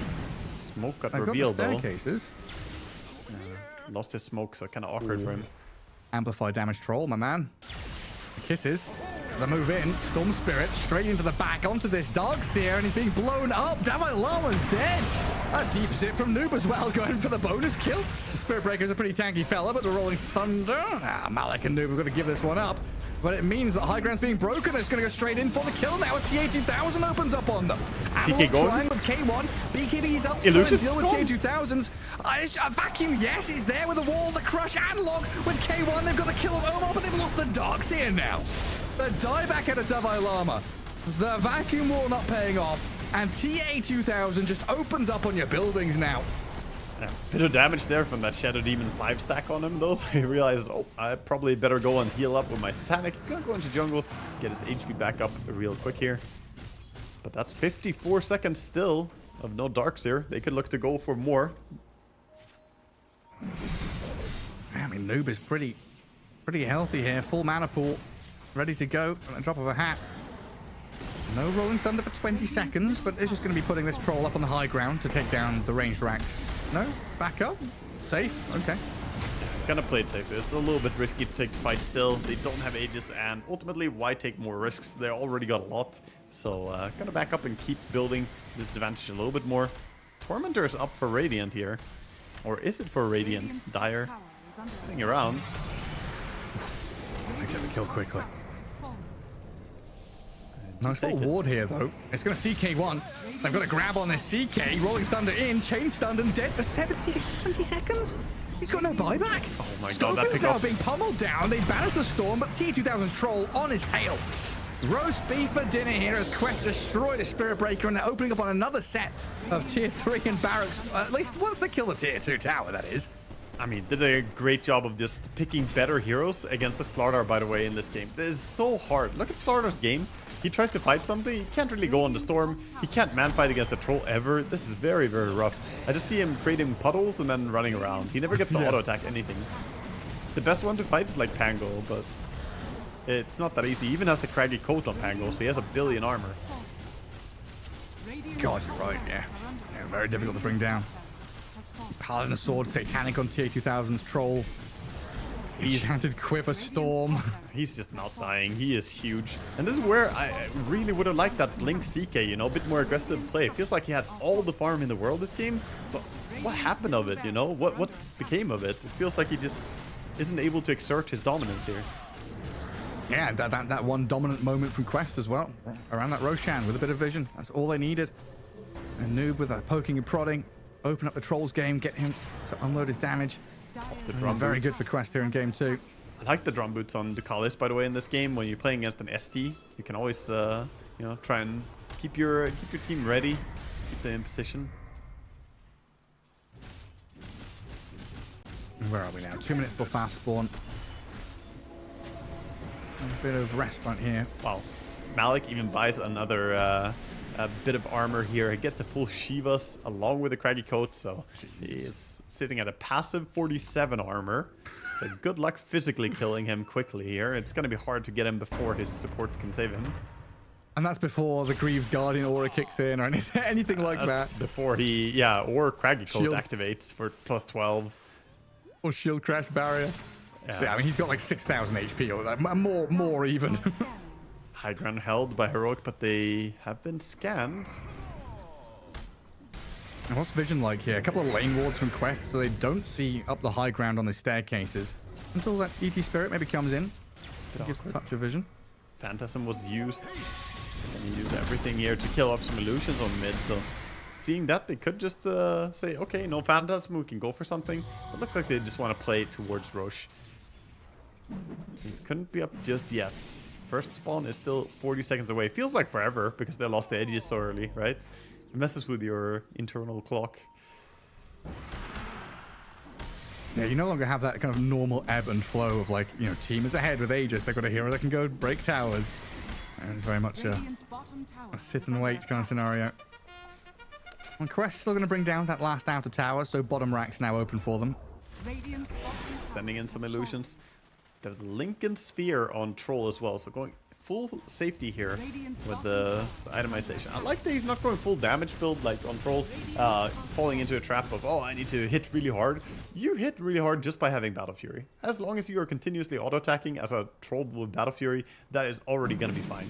So every single item has been tailored to survivability. Manta Style for survival, Satanic, Aghanim's also a survival tool for him for the Dispels, getting rid of that Slardar ulti. And now Lincoln's as well. It's nearly Roshan time. Yeah, a long line drawn by KJ up to that top left corner. Analog's going to try and clear out the way, but look at Quest, how prepared they are. already preempting any kind of move to get vision or anything like that. They're all smoked up and ready to strike. In they go to try and jump Analog. Spirit Breaker charges the Storm. K1 is here, gets on top of the Storm as well. A bit of heals and safety, but Nouns being blasted. Down he goes with a big burst damage out of Heroic. But now they've run out of their BKBs. The Rolling Thunder and the Troll can maybe get some ensnares and net up this Chaos Knight. Break the ankles of the CK with another good move from Malik and TA2000. They've got the job done. Lose the Storm, get the CK, and now Heroic just out of damage, out of potential. If you don't have K1, you don't have half of your net worth on your team. They'll try here maybe with a Spirit Breaker to dive into the back and cause a bit of havoc. Yeah, Omar dead, Davai Lama still sprinting around. They're kiting pretty decently here. They're trying to go still. Have to be so cautious about the Troll. He is too strong to man fight. So they're kiting to stay alive, but they're not able to get any further kills. Yeah. I mean, they got the Snapfire at least, so they got some nice pick off there. Now running after, as they have respawn. Controlling towards the Roche, still 30 seconds for the Storm. Yeah, I mean, this could be big. If they want to get in on top of them, Ducalis just disappears. Analog and Schofield now having to contend with the Troll, but a good disruption there. Keeps him at bay as Davai Lama arrives. No wall, though, just a vacuum to play with. Ducalis down, but Schofield looks like he's going to be the trade as that Malik. Oh, hang on.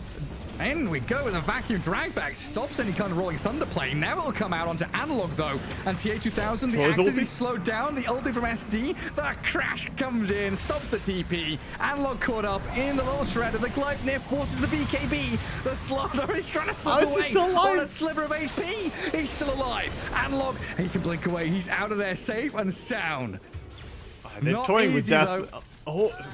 They're thinking about going. Schofield and K1. Looks like they have to. You cannot give Troll Aegis here, right? I mean, you can't really give it, but I also don't think they can go in. There's two good wards up here. They don't have any sentries down, no D wards. I think it's very risky. Damned if you do, damned if you don't. Yeah, it's a tough situation. They did play hyper aggressive there, trying to fight for that Roche. I think it may have cost them a little bit more than if they had just tried to split push, but ultimately they had to try and fight when Storm was dead, they felt. Not a bad choice, I think. Yeah, I guess like weighing the options, it's like, do we want to fight now at a chance of stealing Roshan? Get a good fight, win a fight, take Roshan, or do we want to split push and then fight on our doorstep when they have Aegis? Troll? Or CK, sorry. Looking for a pick off here. Okay. If he finds the Storm, he could maybe go on Lincoln's though. Hello. Lincoln's popped, silenced and stunned. That's another huge one. Yeah, that's the power of vision right there. He also left his neutral item on Storm on the ground. He's picking it with his courier though. So he is. They didn't notice it. And K1 loses his courier. Where was Troll just killed it on the other side of the map? AC. Yeah, AC parts on it. I guess CK was just 100 away. He would have a Giraffe right now, but he was. Yeah, I guess he was trying to buy it on the other side. Looks like they're gonna buy themselves some time though with pick off on the Storm, controlling the map now a little bit. Meanwhile, Tormentor was taken. Storm gets his shard from his team. Radiant are scanning. Oh, there we go. Aegis power play, 5.6k difference gain. That's what we like to see. That's an interesting Aghanim's Roshan blessing on the Storm Spirit. K1 having to BKB and just try and run away. Not a fight that they can really contend with here, with the Rolling Thunder crashing into the Malik on the tail. Oh my god, run from the boulder.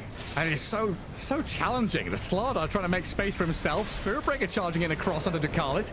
ET looks like a kill, maybe they can go for. BKB up for the Analog Slardar, and they will deal with it. ET down, TA2000 going to caught up with some illusions and surrounded. Disrupted up for now so as well. Much. There is a lot of nonsense going on here from Heroic. A vacuum there, going to grab 3 of them, dragging them back into the wall. Goodness gracious me, but K1 is like, screw this noise. I want to get the hell out of here. That is a masterclass in kiting right there. That was beautifully done.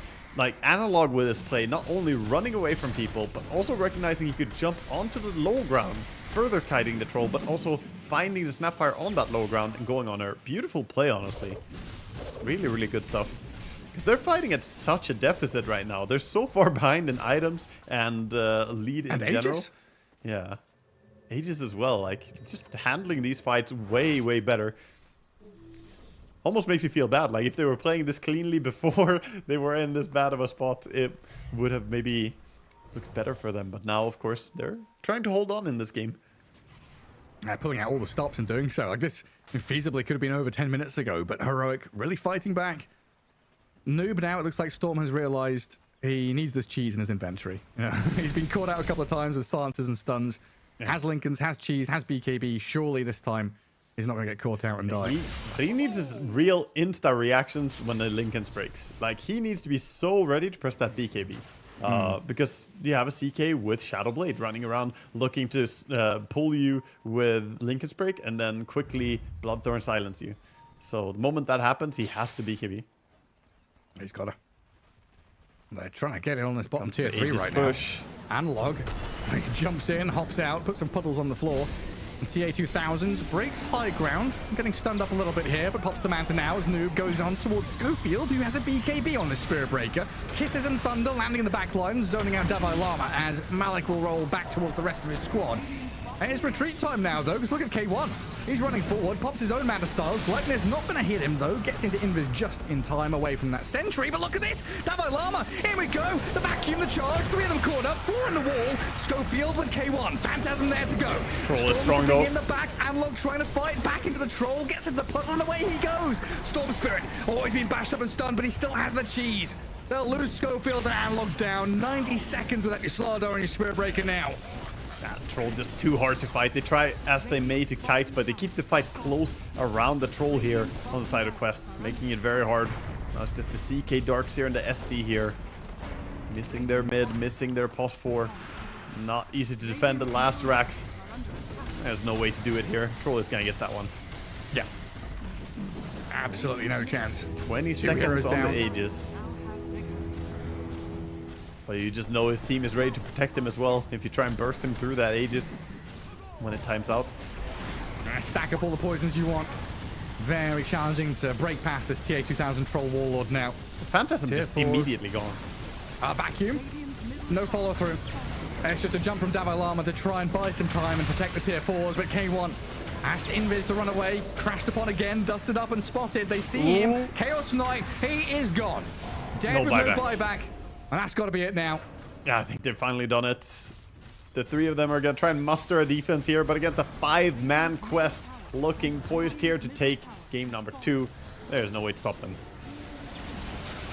Another couple of kills, going to be the cherry on top here. KJ goes Scepter, not going to offer protection. GG called as the vacuum drags Storm into the fountain as the Ancient falls. And another series going 1-1. 1-1 it is, and Quest proved to everybody that, you know, even though they lost game 1 super hard to the side of Heroic here, they can still bite back, and they do so in a really good way. And on the back of a very, very impressive carry performance, I want to say. The Troll having a very clean game. Absolutely. Yeah, good stuff. 1-1. It's not all 1-1s. I've just spoiled myself and looked at the scores. There has been a 2-0 if you want to go check that one out. But yeah, a 1-1 here, tying things up. We're going to have a quick break and come back, hopefully with an interview and a little bit of highlights. We'll see you in a few.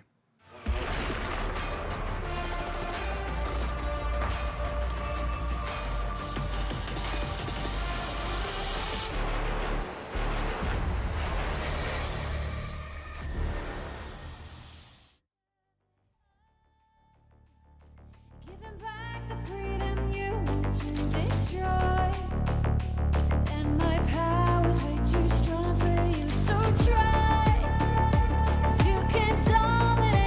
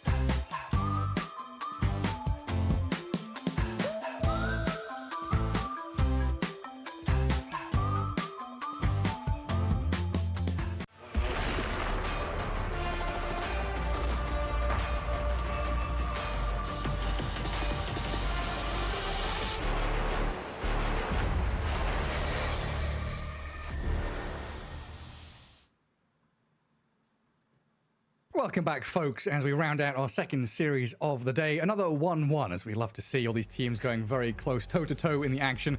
PSG Quest against Heroic, ending out with... would you call it a stomp either way, Waga?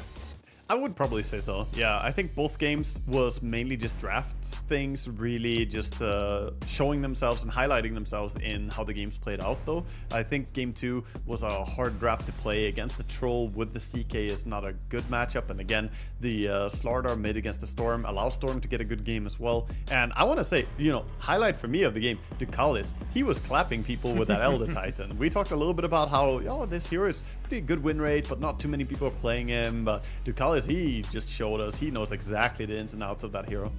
Dude, Spiritbreaker is there. Like, I'm gonna bash him eventually. It's gonna be fun. I'll trade, and Ducalis just comes out with like 70 plus 155 damage, and you're doing 220 a click. Just briefcase, 4 hitting a freaking Spiritbreaker in lane. Tremendous stuff. Definitely one of those heroes to look out for, along with the Snapfire, who we've seen have a lot of success today. Yeah, for sure. Yeah, Snapfire looks a lot of fun from the games that we've been watching. The impact of the ulti is always big, but I feel like the bigger part is that she's not all about the ulti anymore. It used to be a very good ulti and, you can play around the QW combo, but nowadays it's doing a lot of damage to just go for that Shredder as well, and people even taking the Shredder talents on support Snapfire. Yeah, it was FNG, right? Going for... Yeah, FNG went for the different facet as well. He went for the Ricochet 2 facet as well, which I'm not sure about that one. I still think the long shotgun is better because, I don't know, it sets up too much for your team. It's definitely super nice to have. Yeah, I mean, just watching Dota is super exciting nowadays. Like, Darkseer being a big priority pick yet again is always great for these massive teamfight combos as well. As we saw, Heroic in game 1 have a lot of success with this Clockwork, Darkseer, Slardar trio, making the jumps happen, giving a lot of space to K1 to unload damage. Game 2, it didn't really go that way. The Slardar element felt a little missing from that combo this time. Yeah, and big reason why Slardar was struggling in game number 2 is because they had some really good hard counter, right? Like the carry in this case was able to just stand his ground and fight against it. So I think that was a big part why Slardar didn't get to shine. It sounds like we've got Omar on the line joining us here from Quest for a quick interview, as they did take that game number 2. Do we get him up on our screen? Is he just in our ears? I'm going to see him. Hello, Omar. Congrats on the game 2 victory. It looked like you had a lot of fun there. Now, I want to go first to game 1. I can't hear Omar. Hopefully, could you just say something for me? Hello. Do you hear me? I'm not sure if he can hear me either. Yeah, I think I can hear him either, so. Omar, maybe we'll get this fixed in a second. Hello, but, I do hear you, my but... question to you is, I can hear him, I think, what went wrong in game number low. 1? Yeah.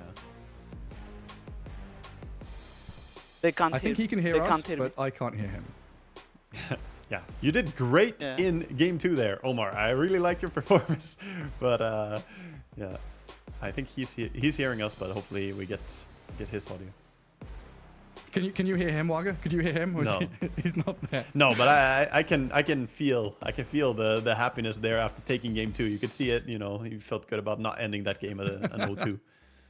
Yeah, absolutely. And like you said, right, Snapfire kind of an enjoyable hero to play. You're juggling a lot of things. You've got long range ulti. You've got save through the cookie, and of course just raw damage as you start kind of scaling into that later game. Hopefully we can get that all sorted out and figure out exactly what's going on. Yeah, we did a few tests. We got audio working earlier on today, so it's just classic stuff. A little gremlin has come and sorted something out. I mean, I really want to pick his brain a little bit about what his thoughts are there, but yeah, for sure. Hopefully we get that audio sorted.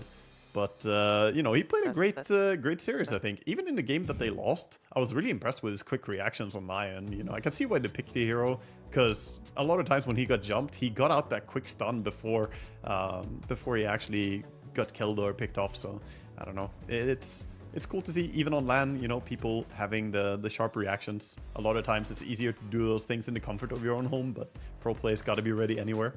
Oh, for sure. I mean, I guess thinking towards their next series, right? Because it's not just one and done for these teams for the group stage here today in the play-ins. Up against Azure Ray as their next competitors.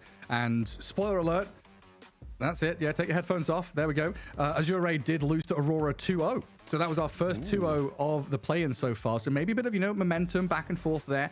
if Jure going to drop some games, PSG Quest in a good position now to kind of exploit maybe a bit of weakness. Yeah, that's true, actually. That's, you know, since we only have one team guaranteed eliminated, right, immediately here. So it's very important to not be the team looking the weakest in the pack. That's, you know, so the first 0-2, that's, people smell blood in the water at that. Yeah, I mean, definitely. Especially it's like, you know, day one, you're trying to figure out, you know, what's going on with the draft. You don't have that extended period of time to kind of go and sit down, watch replays and analyze and stuff, right? As watch a couple of highlights here from the past couple of games as well. See if we can take a peek into that last game we watched as well. As we get ourselves, you know, prep for that interview, try and get the audio issues set. Oh, there we go. There's a little huddle. I love that little team bonding exercise. Yeah, team bonding, and you know, getting ready. And here we see some of the fights from the game that we just watched as well. Game number 2, and this was early engagement by the CK. I kind of like this, but I think for Heroic side, I would love to see a lot more of that. He had this big timing with Orchid, but I don't feel like he got that much from it. And as the game progressed, ultimately he just can't stand. Like, look at this, he can't stand next to the Troll, and just has to run away so many of these fights. Yeah, it honestly felt like K1 was, not always, but quite often on the wrong side of the map. You know, he bought this Orchid and they had that kind of, you know, Aegis timer where they were farming to catch up. That felt nice. They won a team fight. But then he kind of fell back and did the classic K1 safe farming thing, where I've seen a lot of Chaos Knights when they have this Armlet Orchid plus BKB, they're in the enemy jungle, right? They're farming enemy side. So if someone comes to farm in the Dire safe jungle, there's a free kill, there's a solo kill. So he's kind of posturing and playing aggressively there. It's maybe a threatening hero, right? You want to be a threat. You don't want to just, you know, being off map is a little bit spooky, but if you don't do anything with it for like 8 minutes or something, then the enemy are going to be like, okay, you're just farming. You're not really looking to kill us. So then the threat is not really that big.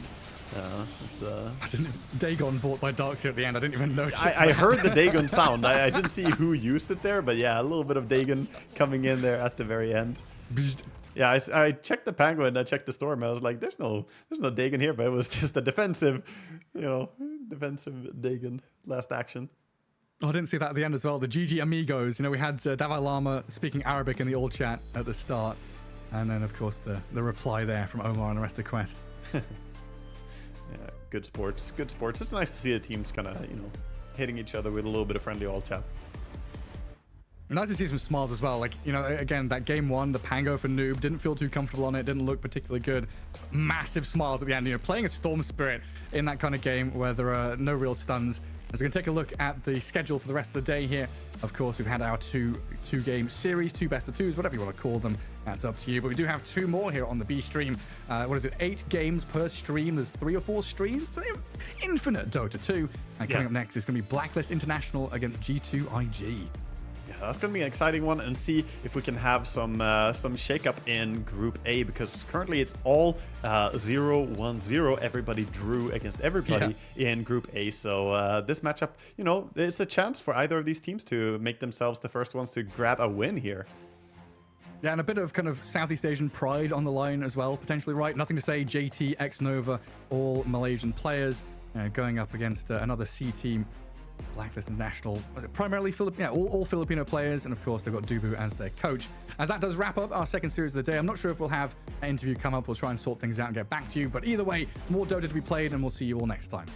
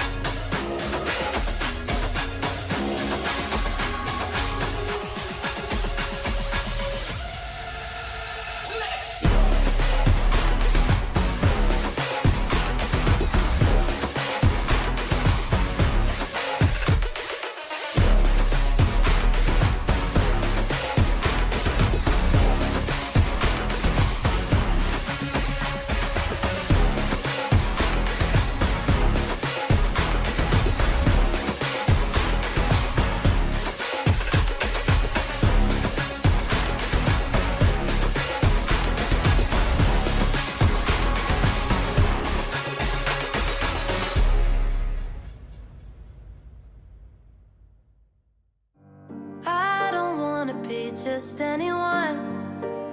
I'm not just anyone. I'd rather keep my hood up, walk the world alone, and make it on my own. Then you claim that you're the reason that I got where I'm going. And I'm not interested in settling for the hell of it. All these people want convenience, I want more. The wolf is howling at the door. And now it's up to the clock before the last lock hits the floor. Wait, you got in my way. Think I finally got it figured out. You can take a seat, oh please, I'm busy. I don't wanna let you let me down. I don't wanna let you let me down. Take a seat, oh please, I'm busy now.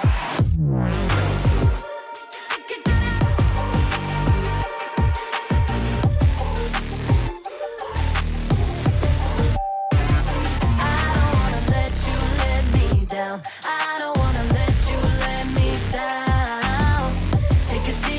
Take a seat, oh please, I'm busy now. From the time I wake up till I go to sleep, I give all of me, yeah. All fight, never flee, no flights ever free, yeah. I'm in my corner and I'm ringside handing me a water. My hands are on my shoulders, got the belt, crown myself the winner. It's just the way you keep on talking about yours while I'ma make mine. And I'm the first one in the morning and stay late night.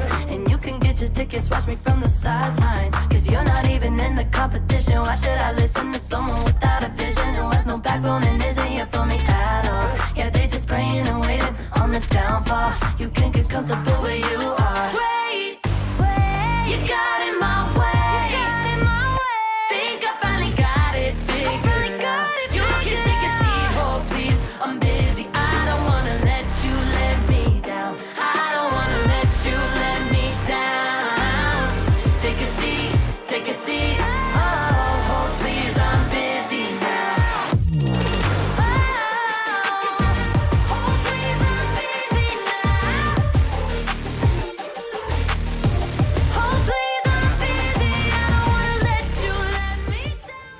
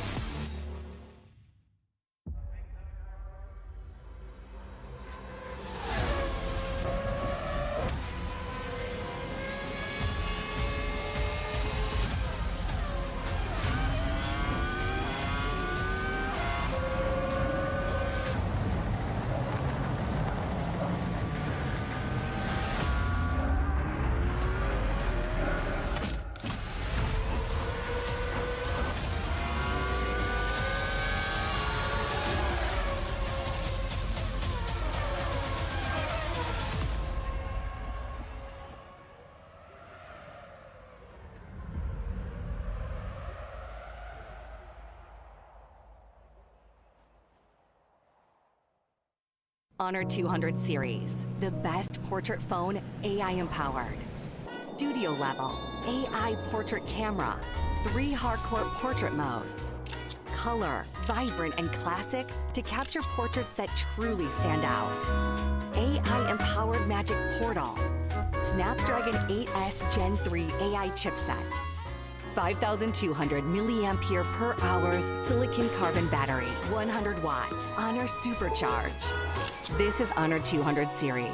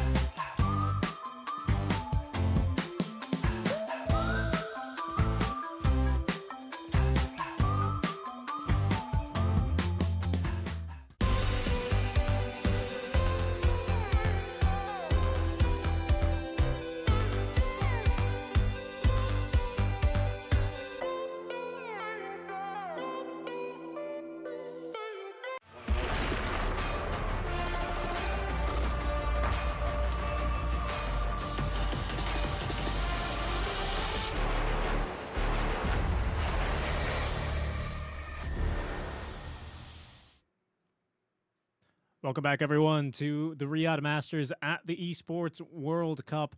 Live from Riyadh, we are in day one of our play-ins, back for our second half of the day. And with Group A, we will be resuming our matches across all 3 streams. Thanks for tuning in as you are with myself here, Seek and Strike, and Winter. Lovely to see you all, and thanks for joining. Winter, how are we feeling? You are looking tropical over there. I love the fit. Thank you so much. This is, if you remember, this is one of your choices back in the day. You chose this outfit for me, so I did it for you. That may or may not be true. I don't exactly remember, but of course, quite the fit as we are both ready to go. And we're dressed for the heat, aren't we? Because not only is it hot in Riyadh, but the Dota action is starting to heat up here as well, as we are underway with Group A, or back underway, I should say, with Group A, where Winter, everyone has tied already. So everyone in Group A is sitting at a 1-1 scoreline. That's kind of crazy, to be honest. Yeah, they're going to have to need a tiebreaker, you know, at some point. And it's going to give us more games, hopefully. We'll see if it comes down to that, as we'll focus on our upcoming match, of course. It's going to be Blacklist International taking on G2IG. We'll take a look now at Blacklist and refamiliarize ourselves with them, as they did draw in their first match. That was versus Beast Coast, a 1-1 draw. I don't know if you got the chance to see that match, Winter, that 1-1. Did you get to catch that game between Blacklist and Beast Coast?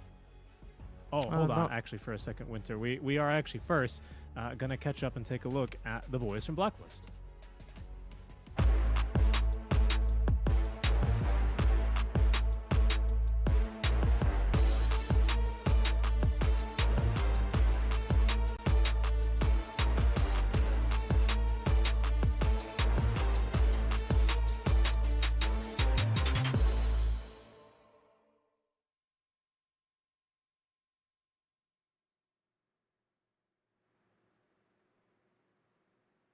There they are, the lads from Blacklist International. John Well, of course, recently joining this team alongside Natsumi, kind of the Neon Esports reunion. John Well, of course, rocking a lovely hairstyle. I forgot what it's called. The name escapes. Oh, the mullets. That's what it is. I immediately remembered. But yeah, I mean, they were looking, well, they looked good in one of their games earlier, and then they dropped their second versus Beast Coast. Winter, what's something that you always remember about this team? What stands out about them to you?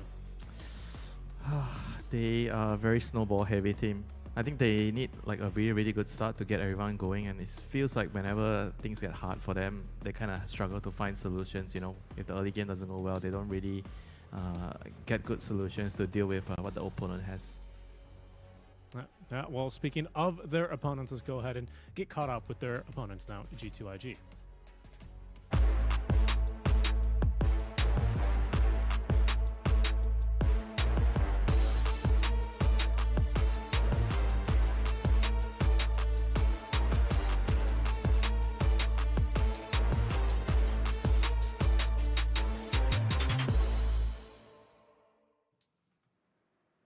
A team coming from the Chinese region, Winter, but also a team with a few Malaysians on it, some compatriots, especially, of course, Nothing to Say, and X-Nova. Always these two playing a lot in China. What do you think about this team, Winter? What comes to mind when you think about this squad? Apart from being friends, I think their Dota has been very unstable as well, a little bit similar to Blacklist. Sometimes they are doing really good, sometimes their games are just very, very difficult to watch. I did get into a couple of like pub games with JT yesterday. Okay, not yesterday, the day before. He seems in a pretty good mood. He thinks his team is in a good spot at the moment. They have renewed their confidence, probably doing well in scrims, and yeah, just want to see what has changed, you know, from them. Yeah, and well, fortunately, we won't have to wait too long. Pardon me, to see how that's going to get going, because our draft is now just about to begin. Winter, no spoilers here quite yet, but we do have Blacklist with first pick on Radiant side and G2IG on the Dire side. As we can now take a look at our stage, at our players, and at our draft now live on your screens. Winter, I was taking a look at the heroes picked and banned so far, and it's very similar to what we saw at the end of the last letter patch, which was the TI quals that we did. We had the pleasure of covering the C region, had a lot of these players as well, and there is TA yet again, as still very first pick material. What you were saying, a lot of you were still focused a lot on the 3 versus 3, as you call it, back then. Are we still in the same kind of a patch? Is that what you think teams should be kind of, you know, making their draft around? Yeah, for sure. I feel like the carries and the offlaners are also looking to participate. You see heroes like especially Underlord or Dawnbreaker, you can come into the fight and upset the 3 versus 3 balance. You see the carries tipping in like CK, those Weaver carries, you know, they're not really afraid to come to the fights early, especially the rune fights. You want to help your mid laner get the rune. I think those are the things that TA as a carry, I think he does really well. I mean, your traps are just excellent at the runes. I feel like she's just one of the hard, if not the hardest hero to fight in the rune. If you have time to set up a couple of traps before the rune spawns, it's almost quite impossible for you to contest it. Something similar to, you know, Bramble Maze. Yeah, no, I see that. And that's actually, speaking of Dark Willow, that used to be another, well, at the end of our TI quals, rather, that was a very contested hero. That hero seems to have fallen off a bit of a cliff now, but here's a hero that we still see a ton, Winter. It's that Enchantress. What's her staying power? Why is she still so great? Is it just how much of a boss she is really in the lanes? Yeah, the lanes and the scaling. You kind of be an additional core if the game kind of drags out. Like, you do damage, you are very, very difficult to kill as a position 5. I think in the early game, what do you want as a position 5? You think about it. You want to secure the lane for the carry, and Chandras does that. Then when it comes to the mid game, when nothing is going on, you're going to be pushing out dead lanes, pushing out creeps with your enchant. You enchant creeps and push it out. Or you can be blocking smokes, right? And you can always be a very good target for a team to use as a bait with your heal. Especially with the facet right now, with the additional wisp coming out when you're taking damage. Yeah, I really like that one, the overprotective wisps. That one is I think that's by far the stronger talent for me. And late game, you're basically another carry. There's the man, I believe that's Xnova, if I'm not mistaken, right? I'm not used to seeing him from this camera angle, but who will probably be playing the Enchantress. Yep. We just saw Dubu in the captain's chair for Blacklist Rivalry, thinking about what they're going to take mid, because we do have quite a few mid laner bans already. This Ember Spirit seems to have really risen. His stocks are up, Winter. He is we saw stable mid hero right now. I think if you are talking about stability, I think he's the one that comes to mind. It's very difficult to beat him in the lane if you don't have SF. It's reliable. And with the new change to you have a double hit on the Sleight of Fist, I think that makes the hero very powerful in the laning phase. And overall, I feel like he uses the meta items like the Mage Slayer, the Gleipnirs, and such. Yeah, just very reliable. I mean, and you've got Abed, who is quite the Ember player, and he's the 3rd most prolific Ember Spirit player behind Quinn and Somnus, so he's actually tied for 2nd behind them. I'm sure those records will change. This is not something that's very, very common nowadays. I mean, he used to be a thing before, but now not many teams pick him. I guess it could be a solution to the TA. Break Refraction, you drag him out of position, you can kill the TA in the lane. And they're gonna use Clockwork kind of as a body. I expect this to be the lane. TA and Clockwork safe lane. Do you think the back, obviously it's, you brought up the TA solution, but it's something that Azure Ray have also run this tournament in their loss versus Aurora. Is this just like a China thing, perhaps, that we'll start to see a bit more? Not really sure. I feel like position 4 heroes that can initiate, usually you think about Tiny and Spirit Breaker. I think Batrider is also up there, but the thing is his laning phase kind of got nerfed a lot. And so people are just leaning towards more to the melee heroes. But I think if you can get your dagger on a good time, this hero is still the same menace in the team fights. You get to reposition people far away from their teams. You get the free pick out, the free jump, and obviously you jungle very well with Firefly still after the nerfs. Not many position 4 heroes can just jungle and get your dagger from there, you know. So the Brewmaster is going to come through. I've seen, I mean, it's a lane combo. A lot of hero specialists. The Brew and the Bat, because the Bat can ignite the Cinder. The Cinder Brew. JT's been playing a ton of Brewmaster in his pubs as well. Beyond the Darkseer, it's his most played hero. So he really, really has been spamming this. I think it's very team dependent right now, but we are casting quite a few Brewmaster players over the next few days. I feel like the one that I think strikes up the most when you talk about players that want to play this hero. I think he has the type of playstyle that tells you that he wants to be another core. Is like a polarizing offlane. Like in a meta right now where a lot of the offlaners are just aura bots. I think Brewmaster is one of the more carry auras because you get Radiance, and then you kind of try to come to the team fights, and then you be a late game menace. I think Brewmaster is kind of like a hybrid in that regard. Yeah, not all on the auras, but you're also kind of helpful in the early game, but then you also provide your team with scaling, kind of a bit of everything. And they're going to go up with the Razor, which is a good core-to-core matchup against the TA with the Static Link. And all those supports that want to target you, it's always a nightmare clicking Frostbite on Razor because you get hit by the unstable current. 18th pick now for Blacklist Rivalry. Winter, are we expecting to see, what, a mid, a carry here for Natsumi? What would you want to be prioritizing here? An offlane, because you already know that it's probably Razor and Enchantress. I feel like you could pick your offlaner here, which can play into the lane. You kind of need like a front line. I mean, okay, it's not exactly a full front line, but it works with CM. I think this pick works really well with that, and it's very suitable for Gabby's I think personality and playstyle. He's also like JT, very, very polarizing. He takes a lot of farm. He can kind of win the game if you allow him to have a good start, and Beastmaster is that type of hero. You clear stacks, you hit your timing, your team plays around you, and you just run the enemy down, you can't die.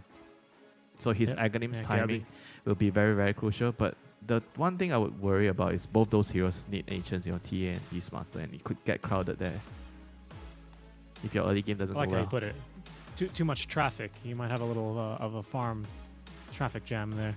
Yeah, when you go to KL, 8:30 a.m. you drive in, try to get that plate of nasi lemak before you go to work. Or anywhere basically in my neighborhood here. All right, so now we're kind of locking down for some mid laner bans, some safe laner bans for Blacklist. G2IG, we expect them to pick up a carry by the looks of things.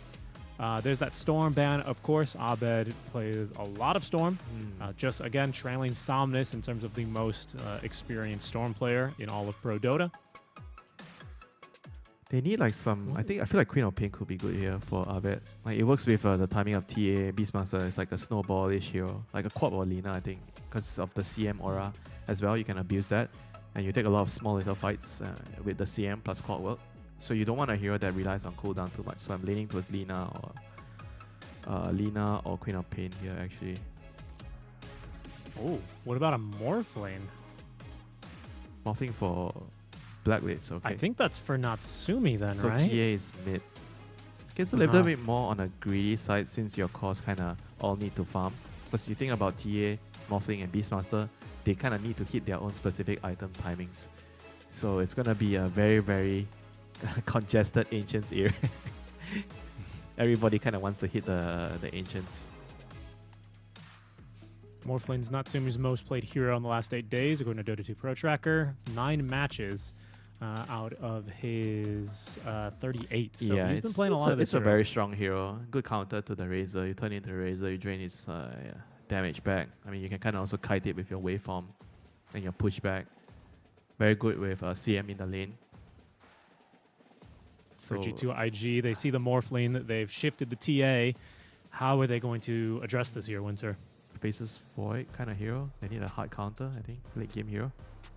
Okay, Terrorblade. Terrorblade's kind of strong right now. I feel like he has a lot of potential. I've seen this pick a lot recently, especially into like physical damage line. In this lineup, I feel like it's not just physical, like TA is physical, but CM, Clockwork, and Beast, they're kind of magical. And Morphling is kind of magical, mixed damage.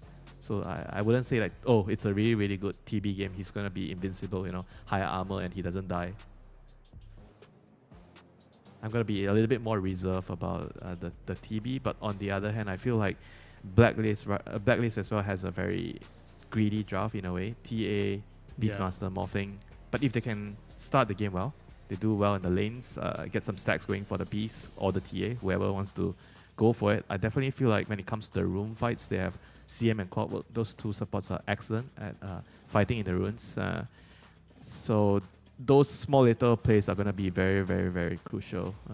Whoever gets to fight the runes and wins the runes for their mid laner. Same goes for the Enchantress Bat Rider. They are kind of also, I think, strong when it comes to the rune. Bat Rider can displace you with the Flame Break and secure the rune.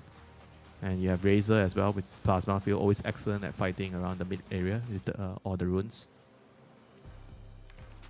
Yeah, just taking it. And also, you know, you just touching on this last pick, you know, if there's someone I trust in a Core matchup, especially against a Morphling, it is Monet. He's actually got the second most Morphling games played. He's one game behind Slylar, so almost overtaking him already for what I imagine is quite an old record. That's an old name.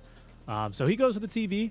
I'm not sure. And also, the only interesting thing that we're seeing here as far as... the only interesting thing we're seeing here as far as the Brewmaster facets and facets in general is Drunken Master by JT.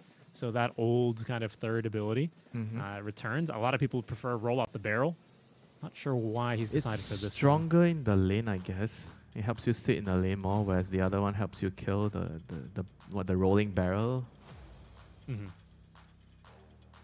And this hero is definitely one of the, I would say, most fun heroes to play in the lane, where you always have a lot of options to change your stances depending on how the lane is going. You know, very complicated hero. If you don't play this hero enough, you are not going to be able to use him well. Yeah, very true. Very true. Quick disconnect here as we did load into our lobby, but we will get going here shortly. Small audio issue for G2IG as they're just getting set up here on their side. Winter, I've given you enough time to think. It's time to jump off that fence you so love to sit on. Excuse me? Where are we going here with this game? Who do you think has the always advantage? take sides. Come on, Richie. I don't like sitting on the fence. You always take the side against me. I think I kind of like the Morphling TA Beastmaster Tricore more. And I feel like in the early game, Blacklist have CM and Clockwork, which is going to help them succeed, secure the lanes. Like Clockwork, I think as long as you get, like I said, you need to make sure you stack Ancients, and in the lane, I feel like you need to make sure that you keep the Enchantress busy. If Enchantress is not bullying the Beastmaster in the lane, I think Beastmaster will do fine against Terrorblade. You just go for Axes, you axe him down, you spam him down, and you'll be able to farm.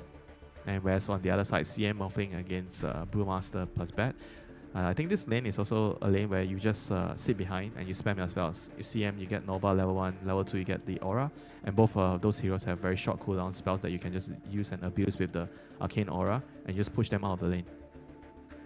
I think Bat Rider doesn't like to play into this type of spam lane, you know. He wants to be able to kill you and slowly find a position to just bounce you back and go for the kill. But against CM and Morphling, because they're always poking you with spells, then it's very annoying. You're going to be like half HP. Difficult. And then you're like, oh no, do I do this? Don't do this? Because you feel like you can just die, you know? Yeah, no, I see that. I see that for sure. Yeah, I mean, just to kind of touch back on something, when we saw this Morphling pick and they flex the TA to mid now, right? It's Abed who will be taking his TA mid. One thing that you did mention was feels a bit greedy with this Tricore, but that was something that you just praised. That's something that you liked better. Is there something with IG's lineup where you think they don't bring enough pressure? Because IG is also greedy with TV, Razor, and Brewmaster, you know? That's true. Yeah, that's true. So they're both trying to... If you buy one Midas, I'm trying to one up you now. I'm getting 2 Midas, you know. So you're asking me if IG is being more greedy. I feel like in terms of timing, yes, their heroes kind of need longer time to come online. Whereas if you think about TA, Beastmaster, Morphling's timing, they are kind of around mid game 20-25 minutes. TA kind of needs the trifecta of items: Dagger, Desolator, and your Dragonlance, and then you're like destroying heroes, you know. Beastmaster, I think this game you're probably gonna go for the Aghanim with I'm not sure what's the +1 item here. Do you go for the initiating? Do you need to get Dagger, or you just go for more tankiness, you know? You go for, I think Shiva's pretty good against like Terrorblade. Whereas Morphling, you kind of just need like Lincolns, you know, then you're good to go. So all those timings are kind of around minute 20. So I think they are going to be strong at that phase of the game. Whereas IG, early game, they're going to be fine. They have Enchantress plus Bat Rider to hold down the lanes for them, control runes, and make sure they don't get run over. But after that, they're going to be at a point of time where Blacklist is stronger than them, so they have to kind of dodge and push out the waves with Terrorblade Illusions or Bat Rider Enchantress suiciding and just pushing out the waves. And hopefully they get past the 20-minute to 25-minute stage and get to the point where in late game, 30 minutes onwards, you have Terrorbait with Skadi, which is going to mean that the TA is going to get kited in a fight. Skadi TA against TA is great, against Morphing is also great. And you have the Radiance and maybe AC Shivas as well on your Blue Master. And I mean, Razor just has his normal items, you know, Refresher, BKB. Yep. So you have double Eye of the Storm, double BKB, and then you just run in. I was looking as well at how Gabby tends to build on his Beastmaster, and for the most part, unless the lane's really good, he likes to go for the Axis build anyway. Ags, Blink, BKB, Dagon in the two. What did you say? Shivas. Did you say Dagon? I said Dagon. I said Dagon after Blink BKB, following the drums of Slum. He gets Dagon. He gets drums very. He gets Dagon look, just for the spell life steal. Build? I guess he's just doing for the spell life steal. Okay. That does slightly buck the trend, but I mean this is not too out of the ordinary. I have to say. I see like Cox likes to do this. Masaros, Ramses is doing this. Like this does seem to be one deviation. I'm not playing enough Dota, you know, Richie. The only hero that I remember buying Dagon recently is like Queen of Pains. I see a lot of mid Queen of Pains do it. For the spell life steal. We'll see how it works out this time around. I mean, and here we go. This is going to be game one of the second series now for these two teams at the Riyadh Masters at the World Cup. Hold on. We're already in for a bit of action here as Tims does get the cogs set up. Does buy him a bit of time, but a second blood grenade. And now with the plasma field catching him, Tims slowed to a crawl. May just end up dropping here. That's the second blood grenade now thrown, but he does make it underneath the tower where Gabby will be able to aid him, connecting wild axes onto just about everyone. So they will be able to dodge that first blood. Oh, what was he going over there for, Tims? I think he was trying to block Enchantress camp. He was trying to block the small camp and just go early and just try to maybe sentry block one of the camps. It's a kind of risky move, but yeah, I mean, he didn't get away with it. I guess IG also kind of wanted to check, you know, because they were like moving towards the top side. So maybe it's just expecting someone to come and block the Enchantress camps. That's true. And even if they don't get first blood, they do get this ward on the cliff, which is going to overwatch and see if there's any stacks in the triangle. That's actually a very good ward against Beastmaster. Because it's going to happen. He's going to start. Yeah, true. We'll see. I suspect Blacklist will know something's up there, but it's up to them now to see if they can get the D ward, as it will be G2IG leading at the horn for 3 bounty runes to the 1.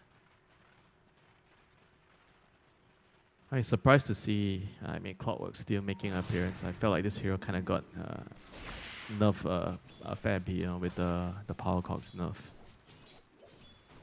I think his laning is kind of a bit similar to before he got the change now, you know?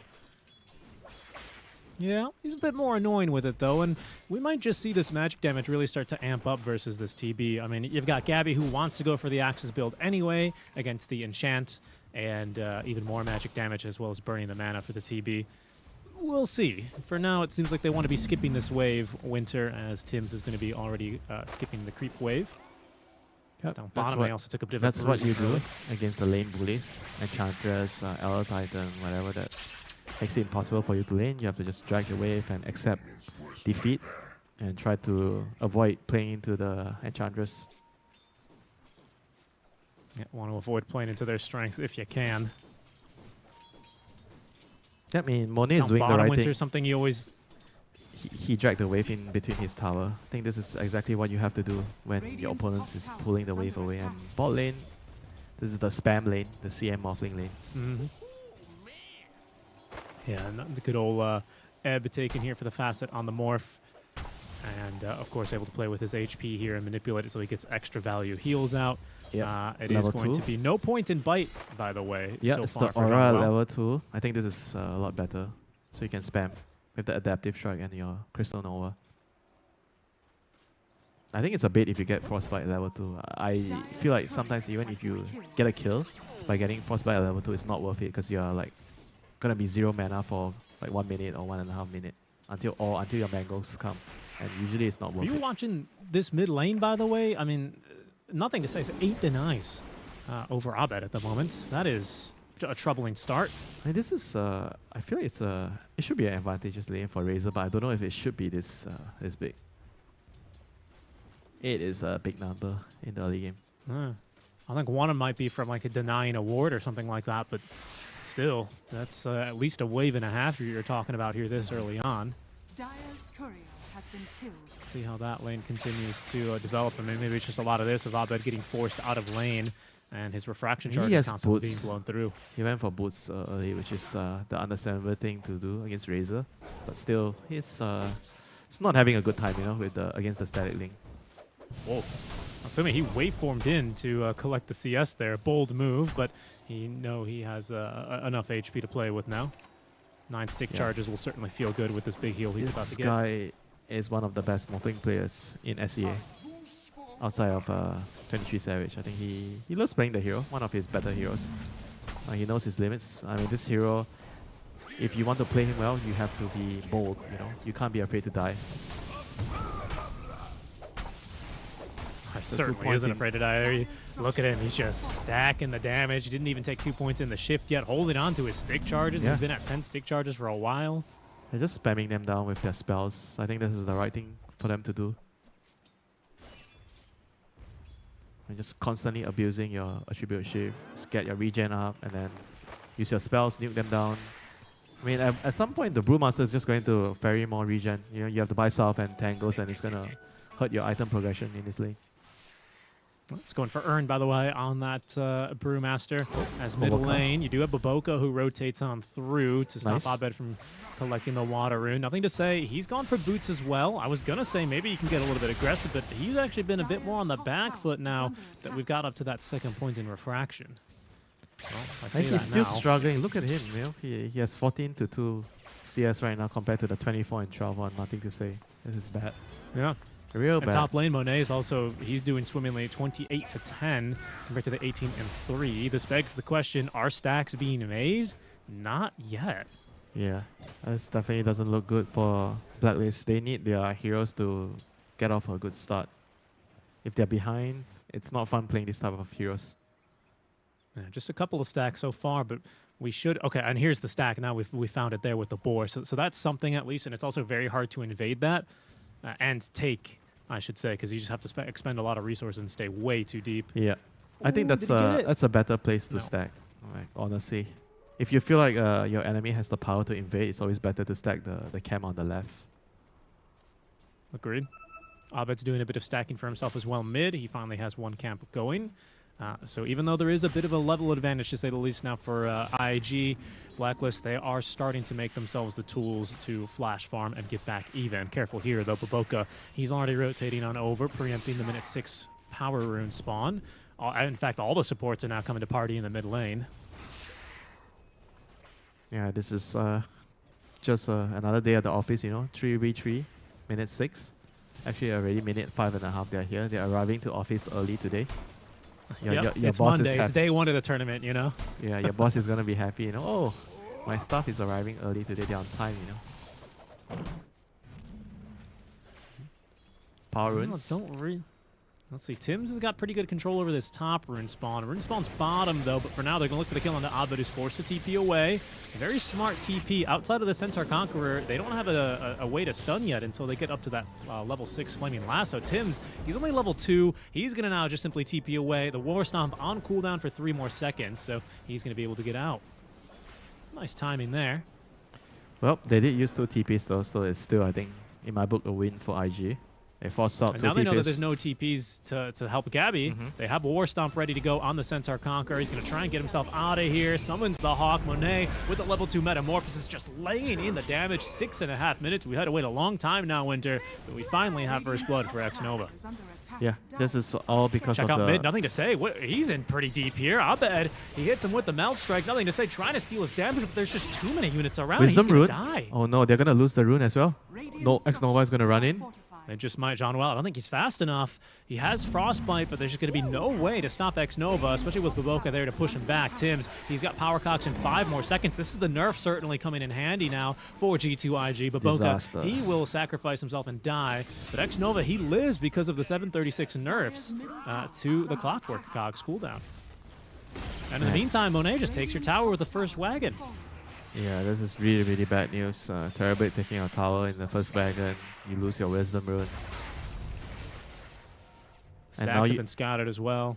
Now I mean, the last hope is the stacks. You know, if IG can somehow bring the Brewmaster with the split to steal the stack, I think that would just be such a big blow for Blacklist. Yep. We saw there the mid comparison, and well, as we have been kind of alluding to, it's nothing to say. Currently blowing a big lead here out from Abed.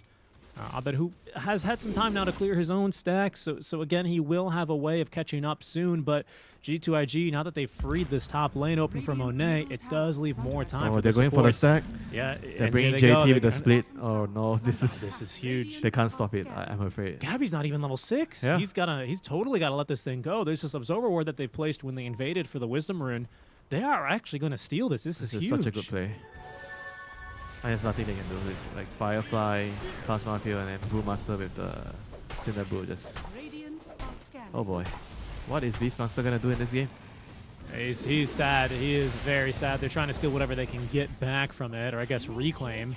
Yeah, but there's the boars being stolen. X-Nova. He just knows he can stand out front. He is so confident here.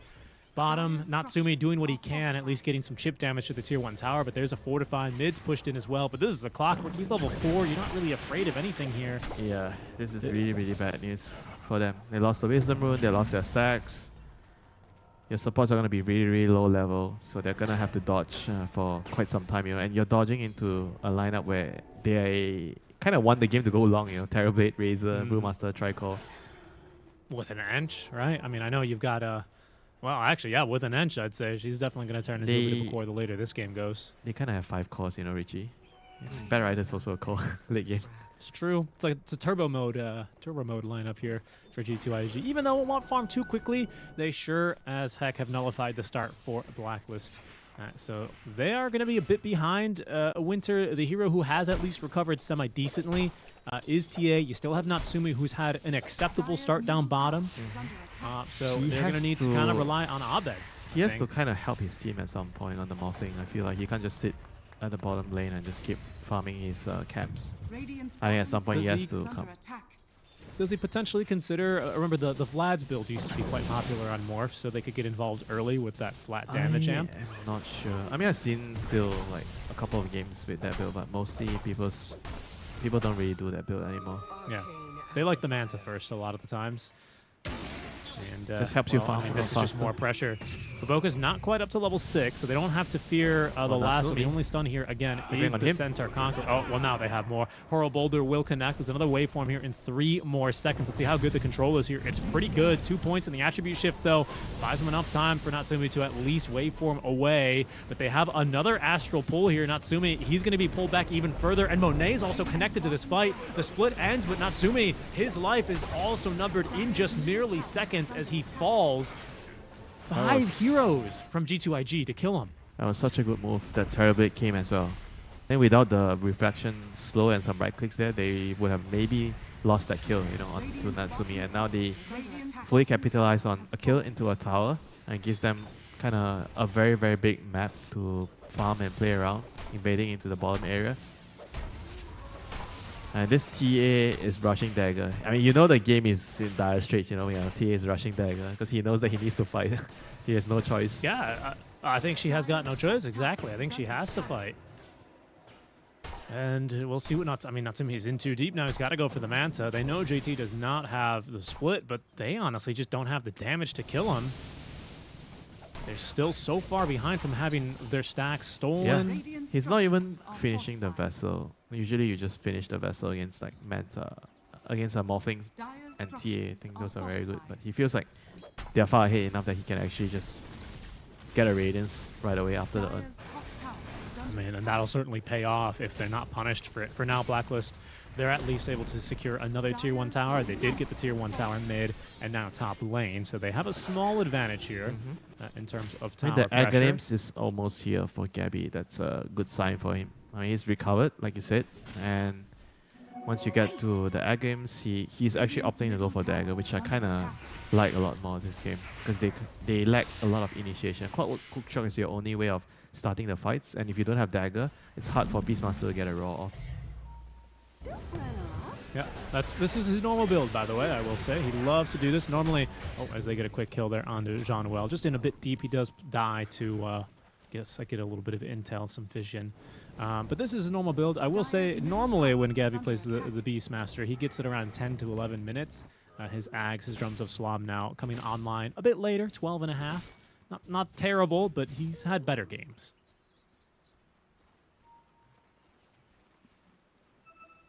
Alongside this Blink Dagger from Abed. I mean, you do have less cooldowns to play around in the early game, I would say, relatively speaking. I mean, compared to the Metamorph, the Split on the Brewmaster, IG definitely has a lot longer cooldowns. So perhaps they'll be able to put that to their advantage. Abed, he is scouted here. He's picked up on this Observer Ward, but his Blink Dagger sees him safe with his own side of the river, as he steals a few cheeky camps away from G2IG there.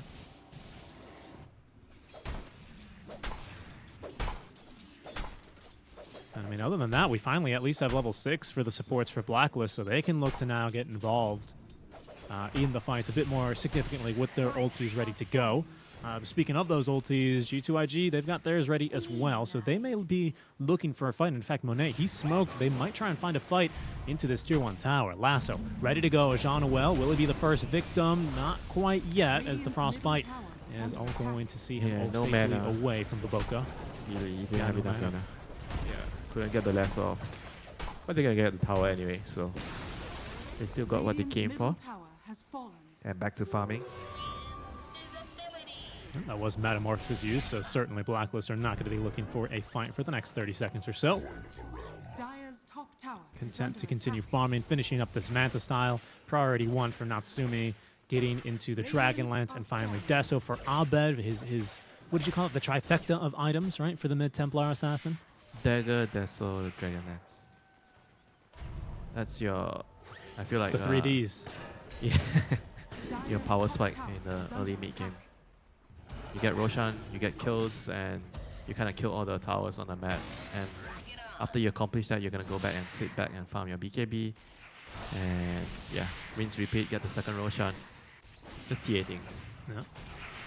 Well, you can see X-Nova doing a bit of dewarding, setting up some vision, and maybe using this Satyr Tormentor alongside the TB Illusions to try and keep bottom pushed out, just to make any Rosh attempts. I mean, I don't think they're going to do Rosh in the next fight. If it is, it's going to be top. Because I'm thinking about that Roshan now, Winter, because this Deso is nearly completed. Yeah, he doesn't have Deso yet, so I feel like it's going to take some time. So if you don't kill like at least 2 heroes on IG side, I think it would be quite risky to go for Rosh, just like that.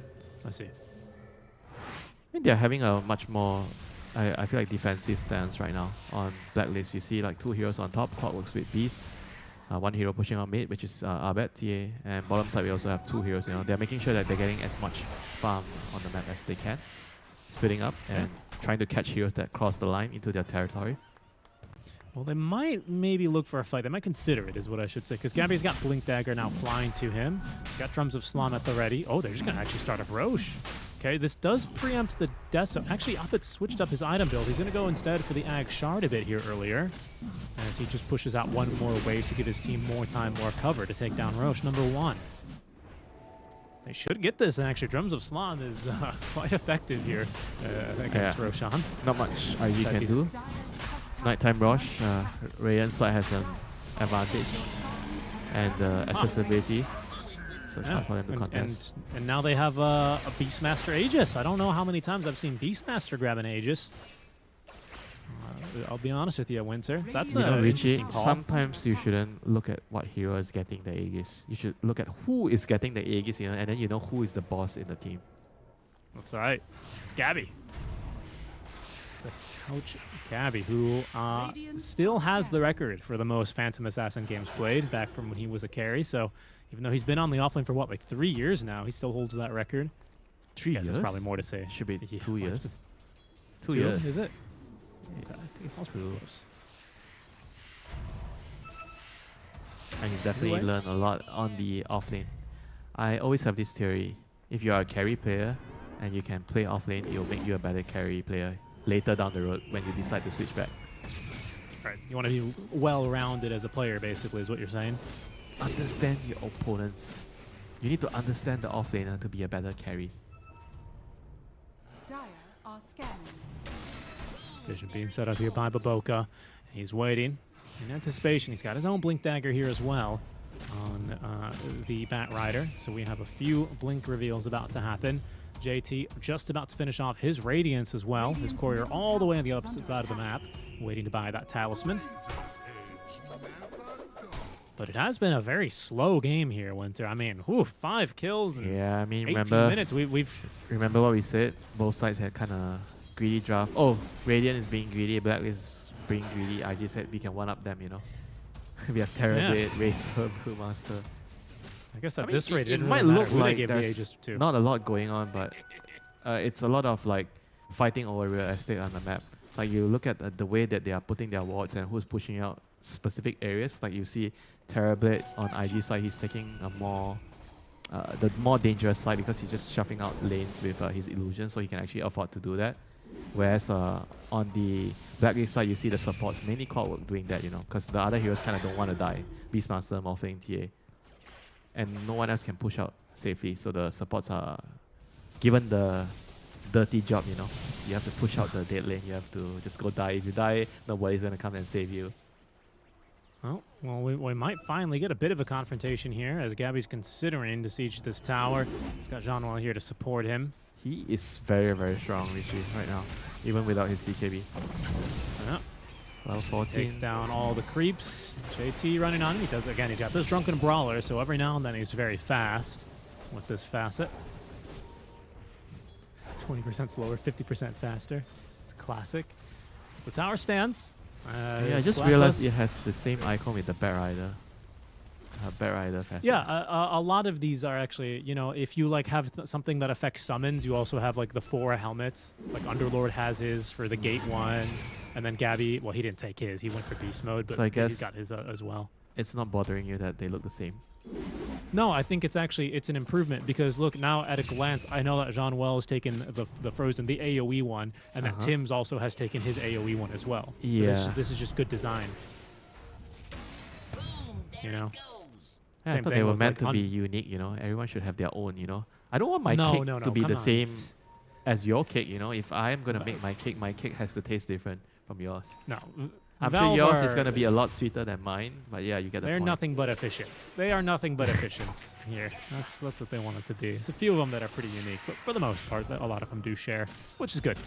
You want to simplify the game, not make it incredibly too complex and deep. Yeah, just as if the game is not complex enough right now with all these facets in it. You know, I tell you, I had this game, you know, and I was so mad at myself. I was playing against a Nyx assassin, and I forgot that he can actually move into the Roche pit, you know. So I placed my sentry outside of the Roche pit, like what a silly idiot would do. Like, you didn't reach the change lock. And then when your Roche goes down, you see a Nyx beside you, and you're like, what? Is my sentry? Yeah, is my sentry wrong? Or like your brain just like lags, you know? And then I went back to the replay and like I realized, oh shit, that's actually a thing now with the Fessa. You can actually just walk. I thought you were gonna say you got jumped by his Nyx sense, where he can sense invisible heroes near him. So funny, Rich. That's what I guess that's a thing. Yeah, I guess that's a thing. Also. That's a thing. Try and Glimmer Cape and run away from a Nyx. That's not happening. Nyx is the counter to Bounty Hunter. You smell him all the time. That's true. Or Riki, or anyone with a Glimmer Cape. Yeah, indeed. A smoke from G2IG. That doesn't pan out. We don't do that here. This is Fight Club, except the rules of Fight Club are you don't talk about fighting, you don't fight, and you never fight. So it's a bit of a different ending to Fight Club here. They are just trying to, you know, shuffle lanes and make sure that they get an advantageous fight. Like both teams just wants to take fights on their own terms, on their high ground, on their vision. Like this 3k lead is just not really that big of a deal right now, given the state of the game. I mean, it's still good for Blacklist. Yeah, it's still good for Blacklist overall, and they have completed BKB on Gabby, the Beastmaster, so he's very, very strong right now.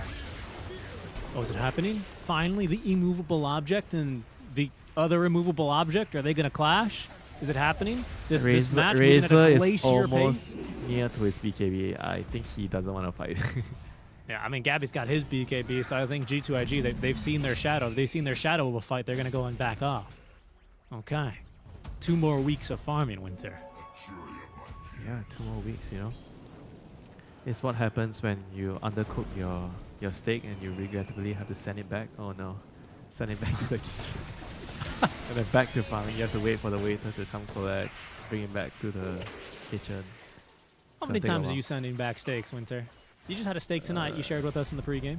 Quite frequently, you know, when I see when I see the color being wrong, you know, the brown part is not there, not correct, and I send it back.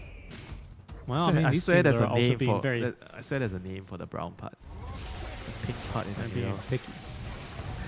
You're being picky here, Winter, as you are with your steaks, looking for the perfect fight. Hey, Tormentor going down. IG is also being really picky right now. They're They like are. dodging, choosing. Oh, okay, this is not the time to fight. Let's go back, you know, finish this camp, finish that camp, just wait. Or Razor's gonna have his BKB. Everyone wants to have their toys, you know. You have to let all your babies get their toys before you put them together.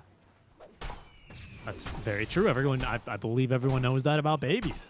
I mean, this is just a slow game. My goodness, we are going nowhere kind of fast. My kind of game, you know, Richie. Where's the beauty in these kinds of games, Winter? Where do you see the beauty? Point it out. Call it out. What are we seeing here? Trying to. Beauty is in the eye of the beholder. Trying to What does your eye see? Abuse that small little 1% efficiency out of the map. Like push one wave. I think as a support you can always do that in deadlock situations. You try to position yourself in a very dangerous place and try to cut a wave. I kind of enjoy doing that. I mean, it might sound boring to you, but I have a lot of fun doing that. And then you get out and you feel the amount of accomplishment. Hold on. Just Is it happening? Is it happening? X-Nova's got this invis room, though. detection. I don't think it's happening. No detection. We were close, but no cigar.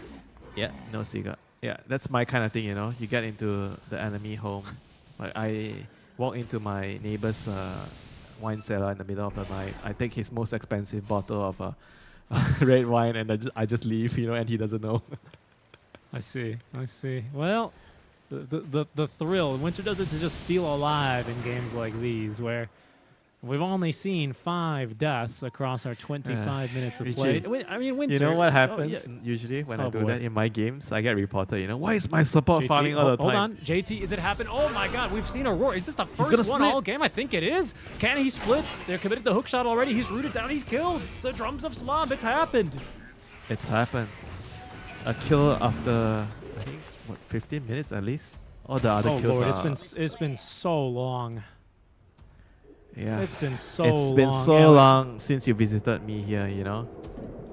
It's been so long. I've been waiting for you since 2 months ago. When was the last kill? Oh my Top goodness. lane. 10 minutes. 12 minutes ago. That's madness. That is... hold on. But when it rains, it pours? No, they're going to get the D ward, so they're not going to go and fight. Oh, you're truly in Second Malaysia Roche? now. When it rains, it pours. Second Roche is up, so this is certainly something to get both teams' attention.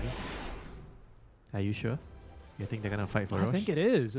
I think it is, especially because they did kill the the Brewmaster without him JT popping is his gonna ulti. say, guys, I need my ag glimpse. I just died, you know. I'm behind. I need to fight. Nah, surely they fight here. Although, careful, JT, they might just jump you again. Tims, he's got his hookshot ready to go. TP is going to be scouted. Plenty of TPs. This time, the Primal splits too soon as Natsumi gets the 4-staff away from Tims. He's still going to be pulled back by the Void. Panda lifted as well as they turn back to take down Tims. They interrupt his TP with the lasso. He's dead as the day... Well, as the day he was killed, I guess.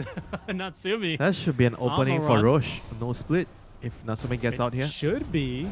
Blacklist, maybe they can move in. This is taking some time. Natsumi simply waveforms away a second time. But they will move into the Roche pit. Okay. There's nothing IG can do now. See, I was right. They're not going to contest Roche. In a way. Ultimately, you were correct. I mean, the items are really starting to stack up now here for the side of Blacklist, probably we should say. We have this Deso, no stacks in it, but that's finished now for Abed. This Butterfly for Morphling looks very nice alongside his Aegis. We're about to actually finish off this Slate Mail. This Butterfly is a huge problem because nobody is going to buy MKB anytime soon. I guess TB is going to kill one right now. Razor's getting a Lincoln's. Enchantress is not going to get MKB.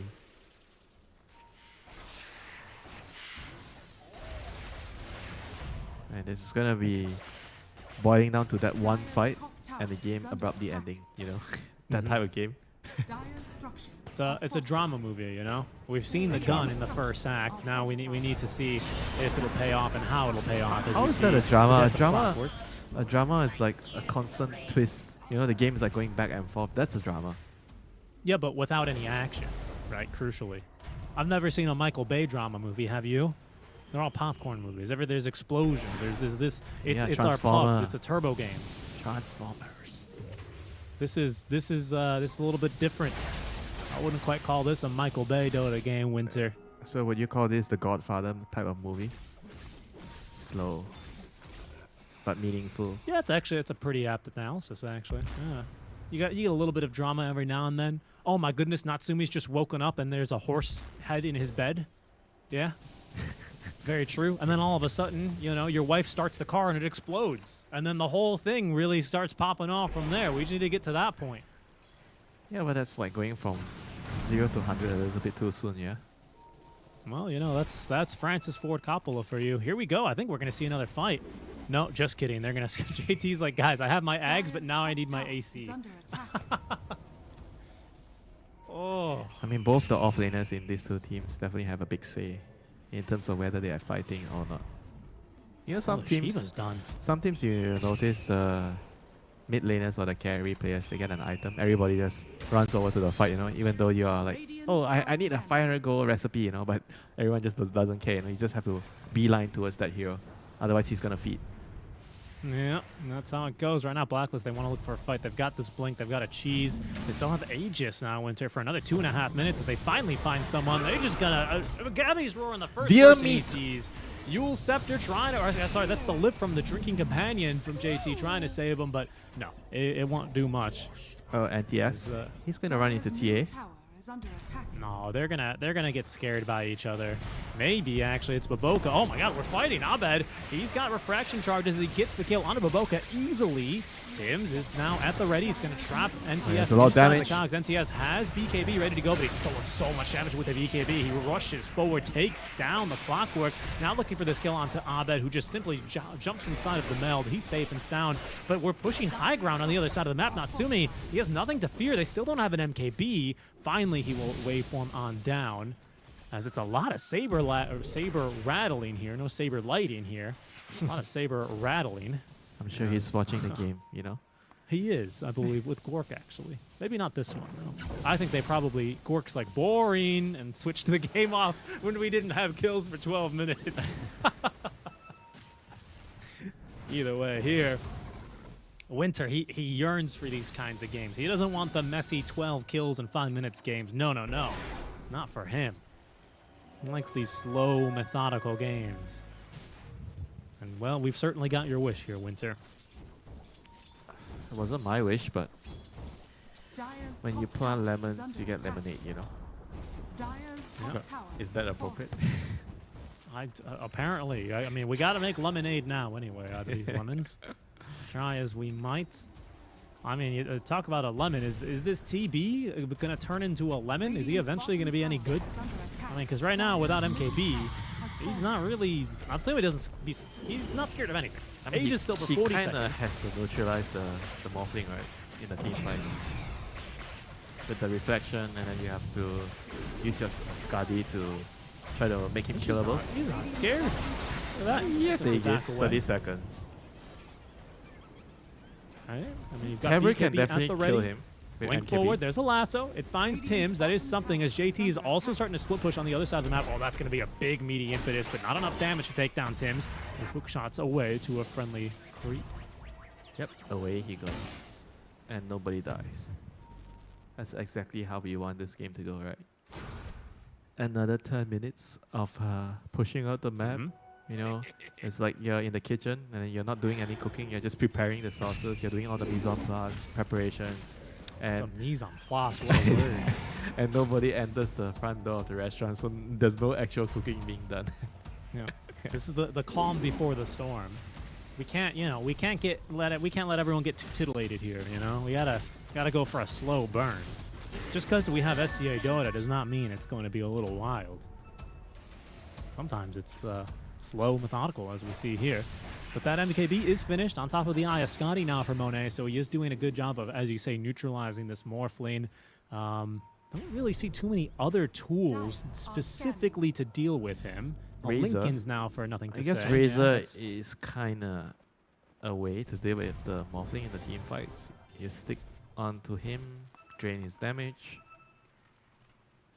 I think once you get Refresher on Razor, you're going to be a very, very difficult target to take down in the team fights. Just double drain. You drain the TA and you drain the Morphling, and that's it. Yeah. Are we going to go for the Dakins here, Gabby? No, we're not going to go for Dakins. He's accumulated 3,000 gold on top of his build. I thought we were going to see another Dagon, but no. It's going to be something else, as he now has his Call of the Wild upgraded hawk. So a little bit more control, some more roots. Always something nice to see. But he's actually going for Wind Waker here on the Beastmaster. Are they going to try and steal this Tormentor? I guess they could. Radiant's middle tower is under attack. Dire's bottom tower is under attack. Okay. G2IG, they will take up camp here in the enemy triangle, where Natsumi is going to just kind of walk in. He's pretty low on HP here, but does have a Satanic. He's got nearly enough money now for the full Daedalus as Gabby jumping in. He's already found his mark. It's going to be on to Baboka. The lift is there in time from the Storm Brewing, but already the Drums of Slam, they still beat far in the sky as well as on ground level. And they hurt just as much. Natsume continuing to give chase. Now it's the hook shot. They have found nothing to say. Trapped inside the cogs. He gets a Force Staff and activates the BKB in order to escape. So Blacklist with a big opening here. They have found a kill and forced out the BKB of the mid lane Razor. 6-6 now, Winter. My goodness. Oh, yeah, here's the replay. Slow game.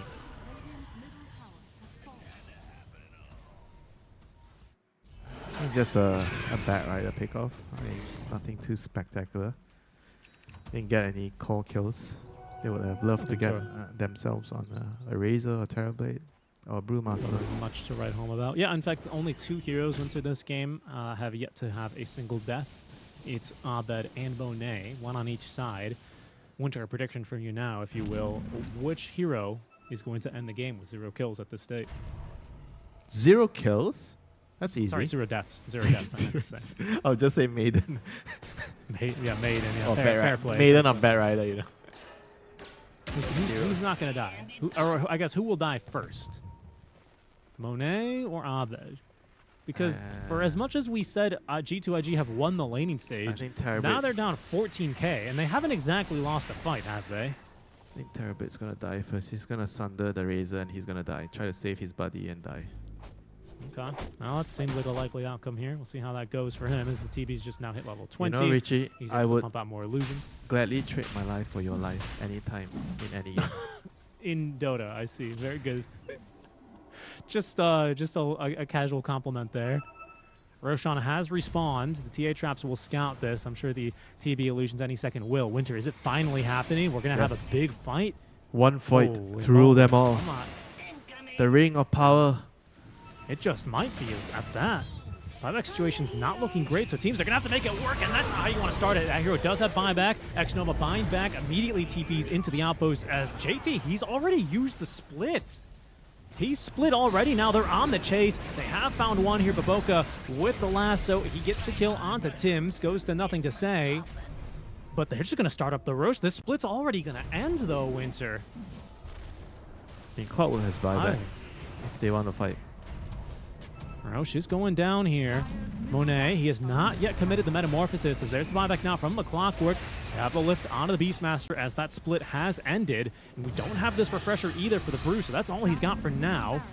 Frozen Field here. Sorry, the Crystal Nova does connect onto a few. Gabby, he just blinks onto the back lines, just trying to get through Baboka as fast as he can. He's chasing after him with the Hawks. He has the kill with the BKB active. The lift is onto Abed. It's Natsumi. He waveforms out of the fight. Gabby, though, keeping them pinched right on top of their outpost. There's a buyback available now for Baboka, but they're just getting poked from range. Monet is in trouble. He might have to sunder a friendly target. Now it's Gabby. He finds his man. They've got the vision. Blacklist. They take down the carry. Nothing to say is minced meat as well as Natsumi tears him apart. G2IG, they get themselves one fight, and it doesn't look pretty here. Yeah, just the vision advantage, you know, from the rocket flares, from the Hawks, you know, there's no hiding. They were trying to hide around the jungle, the trees there, but just there's no hiding, you know, against Gabby. He sees you, he senses you. The beast can feel you, can feel your fear, and he's coming for you. Another big problem here, just comparing the two lineups, is you take a look at the casual poke and harass that Blacklist have, you compare it to what G2IG have. G2IG, besides the Ench, they're very hard commit, aren't they? It's either you use your static link, you use your primal split, or you don't. Right? You use meta or you don't. You can't really poke with these abilities. At the same way that Blacklist can, is they're just going to go in and pick off another kill. Down goes Xnova. That's a dieback for him, as Tims will steal the gem. A trophy for his kill, but this is... I think this is just the game. I think you were right. This is a one-and-done kind of a game. As Gabby, he's just going to kill Baboka a second time. Baboka has buyback. JT, he's forced to split just to run back into his own fountain. There's the buyback. They do get the last one on Natsumi. The Lincoln Sphere is not in time. The waveform is available as well as the cheese. So Natsumi gets out of the fountain to safety. The man to dodge as well. So they get the buyback out from only one. Baboka. Okay, a 4 versus 5 now. They still have Aegis, by the way, on Gabby. He took that one last time. Again. You see my point? Who's the boss of the team? I do. I'm certainly seeing it now. Level 25, so he's got another Primal Roar ready to go very shortly here with that cooldown talent taken. And G2IG, well, they might get one more fight here, Winter, but all of a sudden they're down 31K. Fight. How do they do this? They need to drag Beastmaster or TA with the lasso and force stuff into the tier 4s and hope for the best. Replay of that last engagement, a nice pick off there onto Xnova. Yeah, I mean the team fights are just very, very difficult right now for hold IG. on, back in live. Natsumi's just up to the high ground. He eats a boulder here, but they just... I mean, you see that the poke and the prodding. It's too difficult because you, like you said, you know, IG needs to either hard commit or they can't fight. Right. And whereas if you compare to Blacklist, they can kind of poke you from range, you know, and you have vision with the rocket flares, the Hawk flying around, the TA traps, so they see you, you know, they can decide whether they want to commit or not, or back off, you know. Exactly. It's like, oh, guys, they use Metamorphosis. Just back off, and wait right 45 now, seconds. You also have to deal with the Aghanim's on TA, which gives her mobility, so she's like pushing waves left and right. It's just very, very difficult. You don't even have... you can't even use this Primal Companion to split push either that JT's been doing so far. You have that to kill him. avenue is now cut. You have to lasso the TA into... Oh, hold on. Gabby, he's daring anyone to go in a bit deeper. There's going to be the vision from the overclock. As they see nothing to say. Monet behind, though, does have himself a Sunder ready to use. Nothing to say is also with a Lincoln, so he's not a great first target. So Gabby is going to be able to get himself off the high ground safely. So he's going to be looking for a better target now. But this is... oof, it's been a rough game here for G2IG, I have to say. This can't be one that has been too fun. On Tims on the clockwork. Wow, he's found some far. Just when you think the rocket flares are annoying. Yeah, I mean, it's less of a cooldown, I guess, there. I guess the big one is the overclock cooldown reduction. There's just more uptime on the spam. We're going to probably get to take a look at that here shortly. I'd like to see his post-game stats and how much damage he's done. Here he goes. He's able to really spam out these suckers. And you just wait for his level 20 talent when he gets the rocket flare damage. Yeah. I mean, just... Okay, there he goes. He's going to make the jump in. Those fours out the 4-step. It's not to me with the Lotus Orb. He's going to prevent nothing to say from hitting with a Link, although I think he has. He still found a Link. This one onto Gabby. He's going to Wind Waker himself out of trouble. There's a lasso, though, that caught Natsumi. Natsumi, though, he gets off another cheese. He's just full healed. And they just get off the high ground. And now, guess what? IG, you've used everything, and you've gotten nothing. You might not even be able to kill Natsumi. There's a Lincolns and a Lotus on top of him. He's safe and sound. Tim's lighting you up with these rocket flares. They're just going to wait you out and end this game. Yeah, wait out the primal, wait out the metamorph, and that's it. What can you do? Like IG, they have to... I think they have no choice but to initiate. Or if they don't do anything, they are just going to have to deal with Mega Creeps and try to defend Megas. Oh, this is going to be tough, Winter. Yeah, this is going to be tough. Yeah, it's definitely not tougher compared to trying to get you out to eat dinner, you know. Why do you keep bringing that? Natsumi. I miss you, man. He's pushing high. He's pushing high ground, Winter. Oh goodness. You're busy all the time, you know. They're pushing high ground. Natsumi takes down the tier 3 tower. They're trying to do their best poking and prodding, but Blacklist, they know that there are hardly any tools in the toolbox right now for IG to reach to.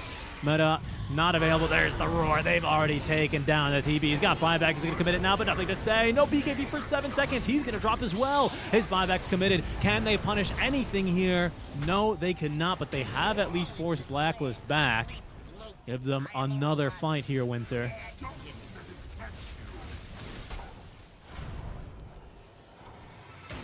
I mean, they just need to wait for like, what, another 4 seconds, then they have another roar. Well, that's true, but they are going to have Metamorphosis and Primal Split in just about 10 more seconds. Yeah, but they can do the same thing, poke utilities- and prod, force you to use your spells, and then they back off again. Well, that's you know? true. Okay, in they go. Gabby, he's found the roar again. Monet! Monet is just dead. They have no save, nothing to say. He gets off the BKB, but he's being torn apart by Natsumi. GG. GG, this one is over. G2IG go for a greedy lineup. They win the lanes, but Blacklist fight back and take game 1. Yeah, it just came down to the team fights, you know. CM and Clockwork, I guess, and the Beastmaster, like they have a lot more easy access in terms of the vision, so they can identify the targets that they need to go on in the team fights. Whereas IG, they kind of have to just commit with a split, you know, split and go in and see who's out of position and then try to get the lasso off, which is not as easy as the Clockwork Beastmaster in the late game. Not at all. And these guys, they look pretty content here, do Blacklist in game 1 as they put their shoes back on. They got comfy. They slowed that game down, took off the shoes, and here we go, guys. We're going to be going to a quick break. But when we return, we're going to have Blacklist versus G2, game number 2.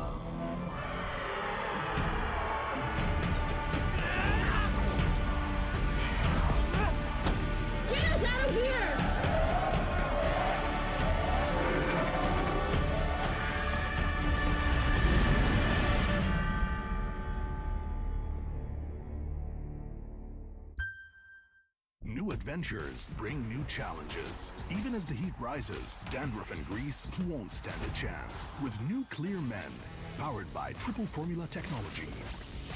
To eliminate dandruff, itch and grease, gives you 8 hours of freshness and 100% dandruff-free hair.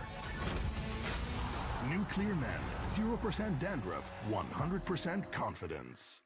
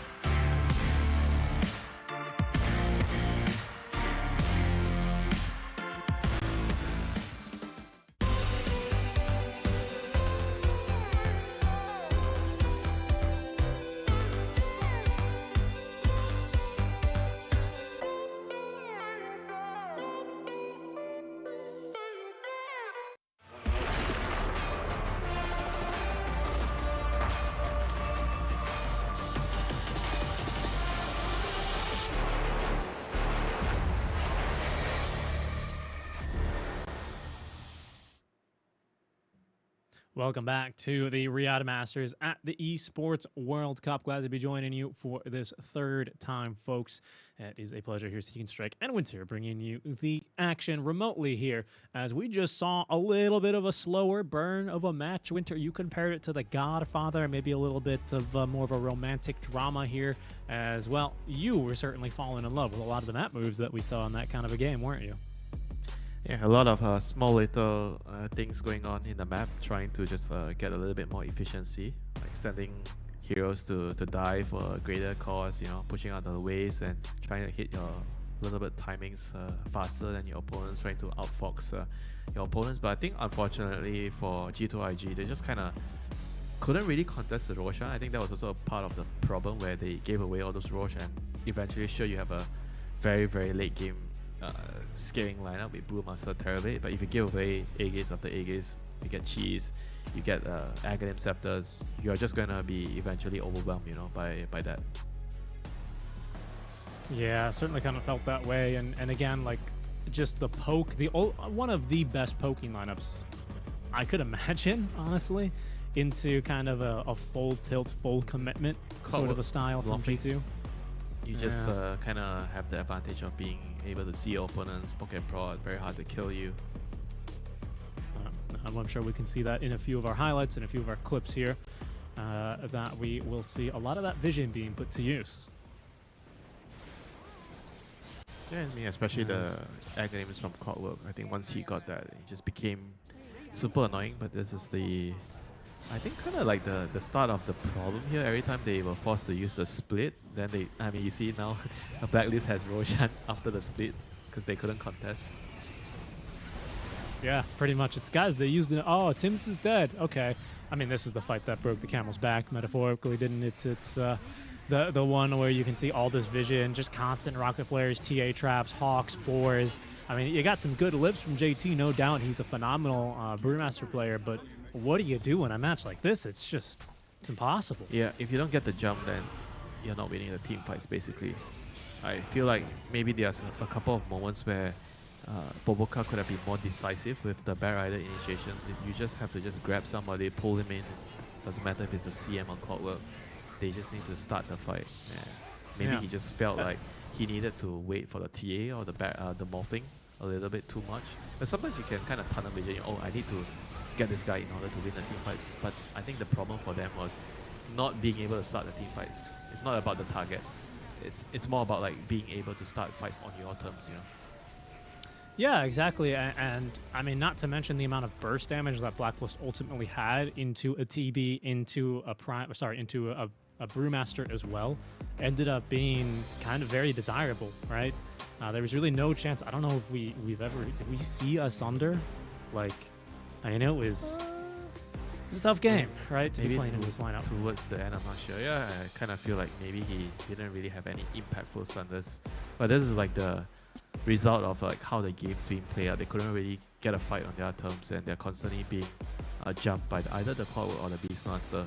So they couldn't really react appropriately, you know. And I feel like if you get the right jump with the Bat Rider, and you follow it up with TB running in with meta, and then you have the Razor staggering, you have a fair shot at winning the team fights. But every time I feel like what we are seeing is the Brewmaster split being forced, or he's just using it preemptively to try to scout or, you know, help the Bat Rider find a target, but it just didn't work out for them at the end of the day. Yeah, it did not end up working out. We have our teams off for a bit of a break now, but they'll be returning here, and so will we after a quick break. Game 2 coming up shortly between Blacklist International and G2IG.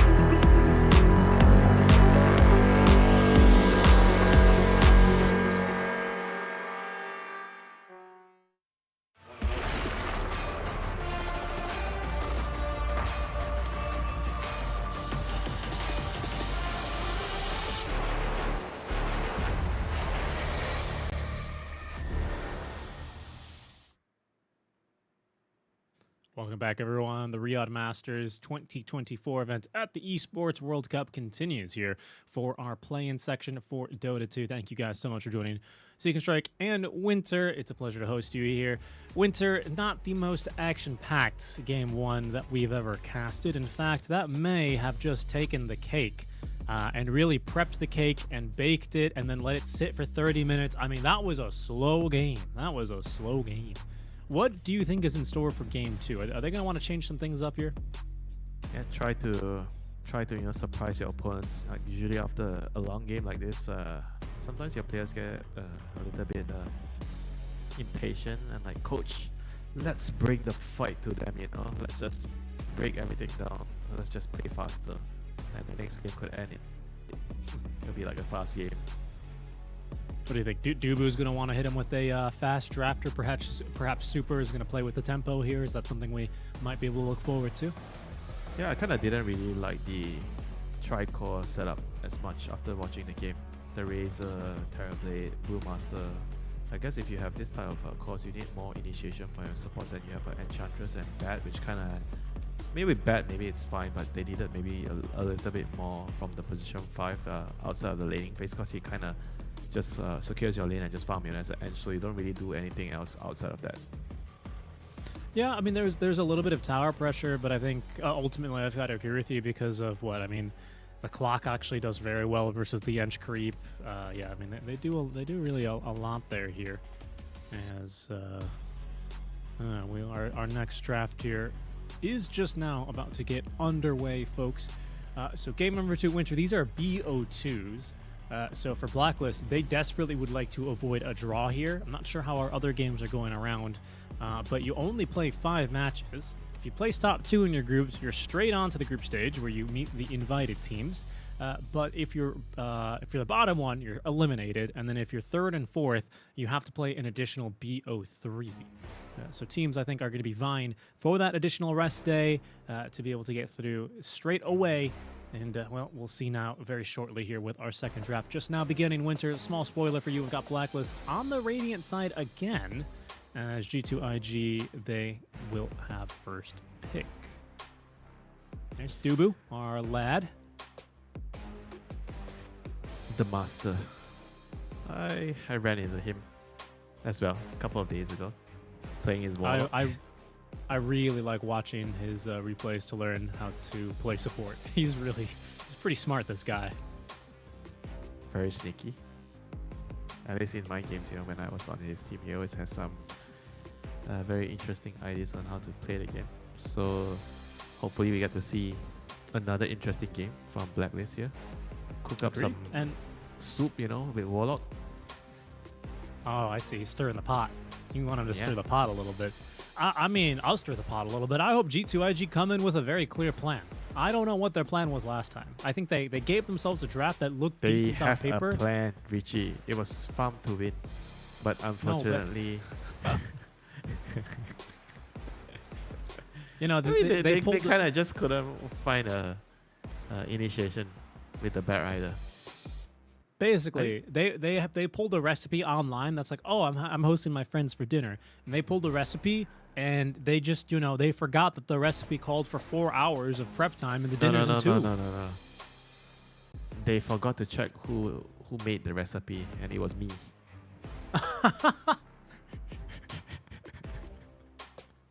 I see. Imagine a person that didn't cook for 30 years of his life coming up with a recipe. It's so wild to me that you actually have a culinary training, and yet here we are casting Dota. Not that it matters, folks. We'll see how. Life is always fascinating. It is interesting. Here we go in game 2 into our first picks. They're out in play. There's the man of the month. I would have to say our pointy-headed purple man, Darkseer. Is this just the best hero in Dota 2 right now? Full stop. Yeah, I think so. I think the hero's just really versatile. Buys all the strong items, the mech, the crimson, the pipe if you need to. Just the lane is very strong because you don't run on mana now on this hero. You're very tanky because of your what's it called? Your facet, quick wit. Quick wit. You're a very strong laner. Because Darkseer, he always kind of have problems in the lane, and right now you solve it, by just buying some gauntlets, and you get HP and you get mana. And you never run out of mana in the lane. And they're attempting to solve it by picking Gyrocopter into Darkseer for Blacklist. So you can kind of de-push the lane with Flat Cannon. Because Darkseer kind of wants to pressure you into the tower, and then he creep skip, goes behind, cuts the wave, and pressures you. But with Gyro, because you can kind of deal with it with Flat Cannon, and you also have magic damage from Rocket Barrage to kill him, run him down. That's right. Yeah, you got a good chase spell, that homing missile, and you do well versus his illusions eventually because of that flat cannon. Yeah, I mean, I've seen, who was it? I think it was Gaming. They picked Lion into Darkseer to just remove the illusions in a team fight, because it's a big deal, in the team fights. His illusion just kills your teammates. So you need to be able to remove it from the team fight. Speaking of illusions, we have the illusion man himself, the Phantasmagoria Sufferer, I guess Enjoyer, basically. The CK, who was the final ban of our last game. Wouldn't expect him in this pick anyway, but he might make an appearance in this phase. G2IG with 18th pick. Wanna see Space Cow. Space Cow. With Darkseer. For G2, even into a Clockwork, that's a tough matchup for him, isn't it? Yeah, but I don't care. I think the hero is just strong enough. It's just very, very good with Darkseer. Okay, I actually don't mind Snap. Snap is I think it's the next up-and-coming hero. Can be played as a core or support. It's a flex pick. It might be actually stronger on the support role. Not 100% sure. Because your laning is very powerful with the facet. What's it called? The one you do a lot of damage with your scatter blast. The full bore. Yeah, full bore. I think that's I know exactly what you're talking about. I that's haven't a seen very, this very hero good a lot. facet for the I support. haven't seen this hero a lot as a core, but I have seen it a ton as support. Yeah, the core you get the other facet, the ricochet. So you do a lot of damage in the team fights. I think as a support, the reason why he's strong, he's kind of like she's kind of like a hoodwink in a way where she secures the lane, and then you can kind of farm and scale into a core because you get Gleipnir, you build into Atos. If you need mech, you can go buy mech as well. But this game you have Darkseer, so you don't have to buy it on your hoodwink. And you kind of have a combo of vacuum into Cookie. I mean, not the most impressive one, but you can kind of do it. Just looking at some of the cores that Xnova has played with as a Bane, and I see a CK and I see a Huskar. Was a pub. I mean, so. Bane into Clockwork is pretty hard to. Yeah, that's true. Pretty hard to get your spells off in a team fight. Like Bane, I feel like when I'm playing Bane, I hate Clockwork and Rubik the most. Those are the two heroes that I don't want to run into. Yeah, that's fair. Maybe a Shaker is kind of tough, but I mean, I agree. I hear what you're saying. Those two heroes are on another level. Yeah, Rubik is especially annoying. But now we're going to see Doom, which is not a hero we see a lot.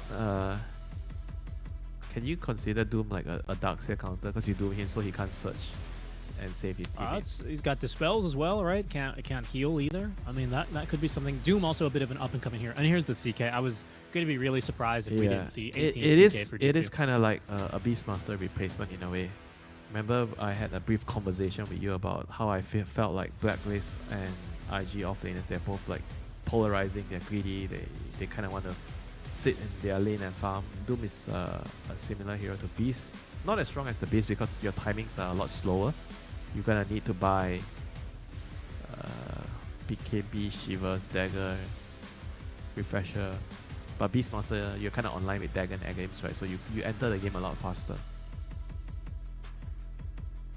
So I don't know if that's gonna be a problem here for Blacklist this game, because you have Gyro, which I guess with Gyro you can kind of offset the Doom's slower pace by joining the early fights with your cooldown, be a little bit more active.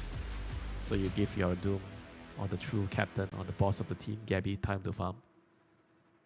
Okay, last pick's coming up here, Winter. With 23rd pick, it is G2IG last pick overall for Blacklist Rivalry. They are going to have to decide whether they want Snap Mid or they want to pick another position for hero here. I think Snap Mid is pretty good this game if you don't see your enemy mid laner, because Snap Mid has very little bad matchups in my opinion. He's a very good blind mid hero. If you don't know what to pick, you just put him there. He's not going to lose the lane. You know, you're going to get your levels, you're going to push out wave, control rune, and then you pick another position for a hero, like a melee hero, like Spirit Breaker, Tassa, Tiny type of hero. They're all available. I mean, there's still a couple of nothing to say heroes in the pool. I mean, notably the Ember has so far gone uncontested. I don't know. I kind of like more of an initiating hero, which you can get from the position 4 role here. Yeah, well, Pango's banned out. He's also been playing a little bit of mid... Oh, sorry, that's someone else. Tiny, interesting. Yeah, I mean, other than that, the only other hero that's nothing to say has been playing quite a bit that stands out from the rest is an OD. I don't like OD, too greedy. If they want a mid hero, maybe Puck. They need. I think they need initiate. They need someone that can jump and find the backlines, this hook wing, quad work, and just try to take fights from there. Because if you are just relying on vacuum or the CK to start the fights, I don't think that's very ideal. Because Bane and Snapfire, they are both not exactly the best initiators. You know, they kind of want to stand behind and just wait for something to happen before they use their spells. Right. Yeah, I see that. And they also are a little bit countered here, right? Like we said, by this block and hood. There's the Ember Spirit ban, so that's not an option. Maybe this is going to force G2IG into something more of what you're looking for. A bit more initiation.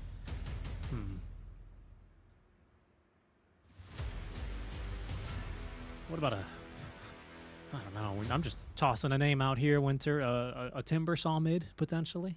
Not a strength hero, a couple strength heroes? No.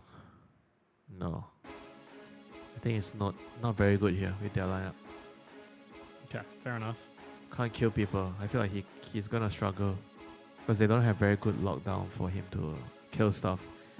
And if you pick Timber, your try versus try is gonna be Timber, Bane, and Snapfire, which I feel like is not very ideal. Okay, the Coddle ban. Are they gonna go with a DK? They are, of course. It's super. I mean, DK is kind of like Puck in a way. You can initiate after you buy a dagger. I think he needs to rush dagger. This game, Puck and DK are both dragons. Thank you so much for supporting me. I got you. Of course, that's what I'm here for. Last pick for Blacklist. Now they've got some time. Sir. 90 seconds, minute and a half for Dooblu. Spell out the game plan here for the last pick. No, it's time for them to timber the DK and the CK. Oof. You know what? Yeah. Pretty good. 3 universal heroes, and 2 strength heroes. They tank up here, don't they, on the Sana G2? Looks pretty appetizing for Abed. Oh, he's gonna go SF, you know. He likes SF into DK. Oh, he no, does there's no love SF. Okay. It's bad.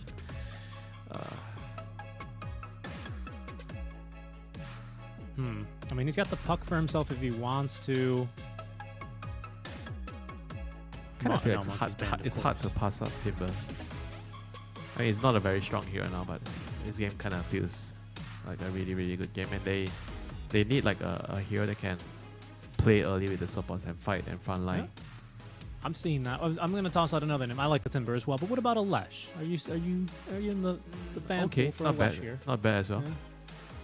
especially Nihilism this game, strikes me as a very powerful Ags if we get to that stage. Well, what's he type in there? What do you got? It is the Timber Saw. Look at that, Winter. Time to Gabby. cut down the DK and the CK. This is a tough lane for NTS, you know. I think he kind of needs to just find a way to survive the lane, and you need to get dagger right away. Some games I think it's okay if you buy a Mage Slayer first, you stop for a Mage Slayer and then you get a dagger. But I think this game he cannot afford to do it because your two side lane cores are gonna be farming a lot. CK is kind of you have one timing in the early game, you get armlet and then you can maybe join one fight, maybe maximum two. But after that you're gonna need to farm your orchid. If you feel like you have some leeway, you know, if you don't have to get early items to fight. Then when you get Orchid and Armlet, I feel like CK is like crazy strong because you kill anybody you see on the map. And then after that you keep farming for your heart, BKB, and whatever you need, and you go into late game. So I think in order for that to happen, DK has to kind of pull a lot of the early game strings. You know, you need to buy dagger, play with the supports, run around, kill heroes, hopefully, set up kills here and there. Because Snapfire and Bane are gonna need the DK to jump in, set up so you can throw your fire into the team fight. Whereas for Blacklist, I think their plan is pretty straightforward, you know. Follow the Timber, he's gonna cut down everybody, and yeah, DK comes and push your tower, Timber's gonna show up, the supports will go follow the Timber, kill the hero there, and then you snowball the Timber. If Timber gets a good start, I could see Abed just running away with the game.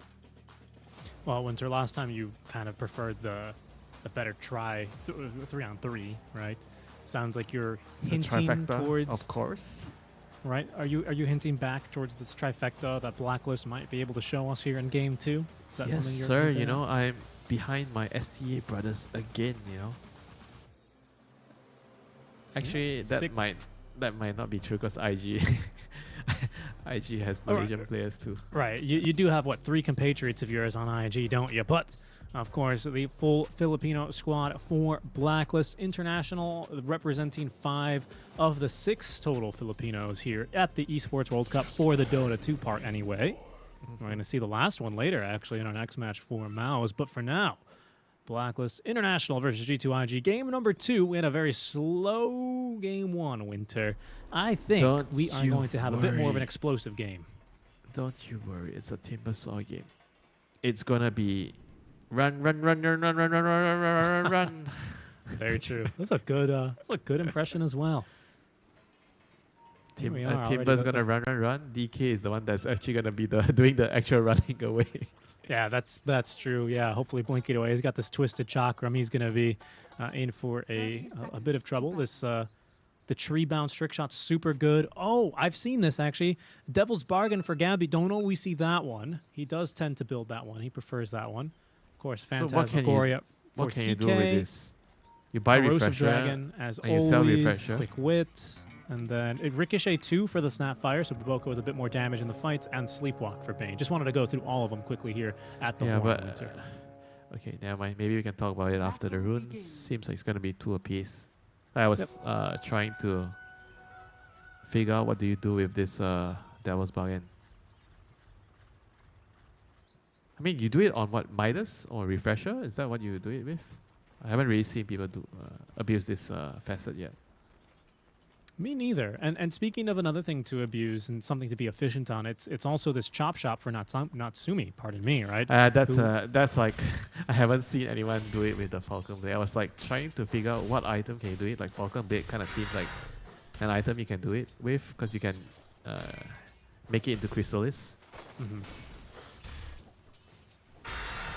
Yeah, Gabe doesn't always go. He's played how many games? 3 games with the Doom recently, and this is the 2nd time he has gone for the Greed. Normally I guess 2 to 1, I should say. He goes for the Gluttony, which is seemingly more preferred. I've seen on Dooms. Yeah, I kind of like that too, a lot more than this one.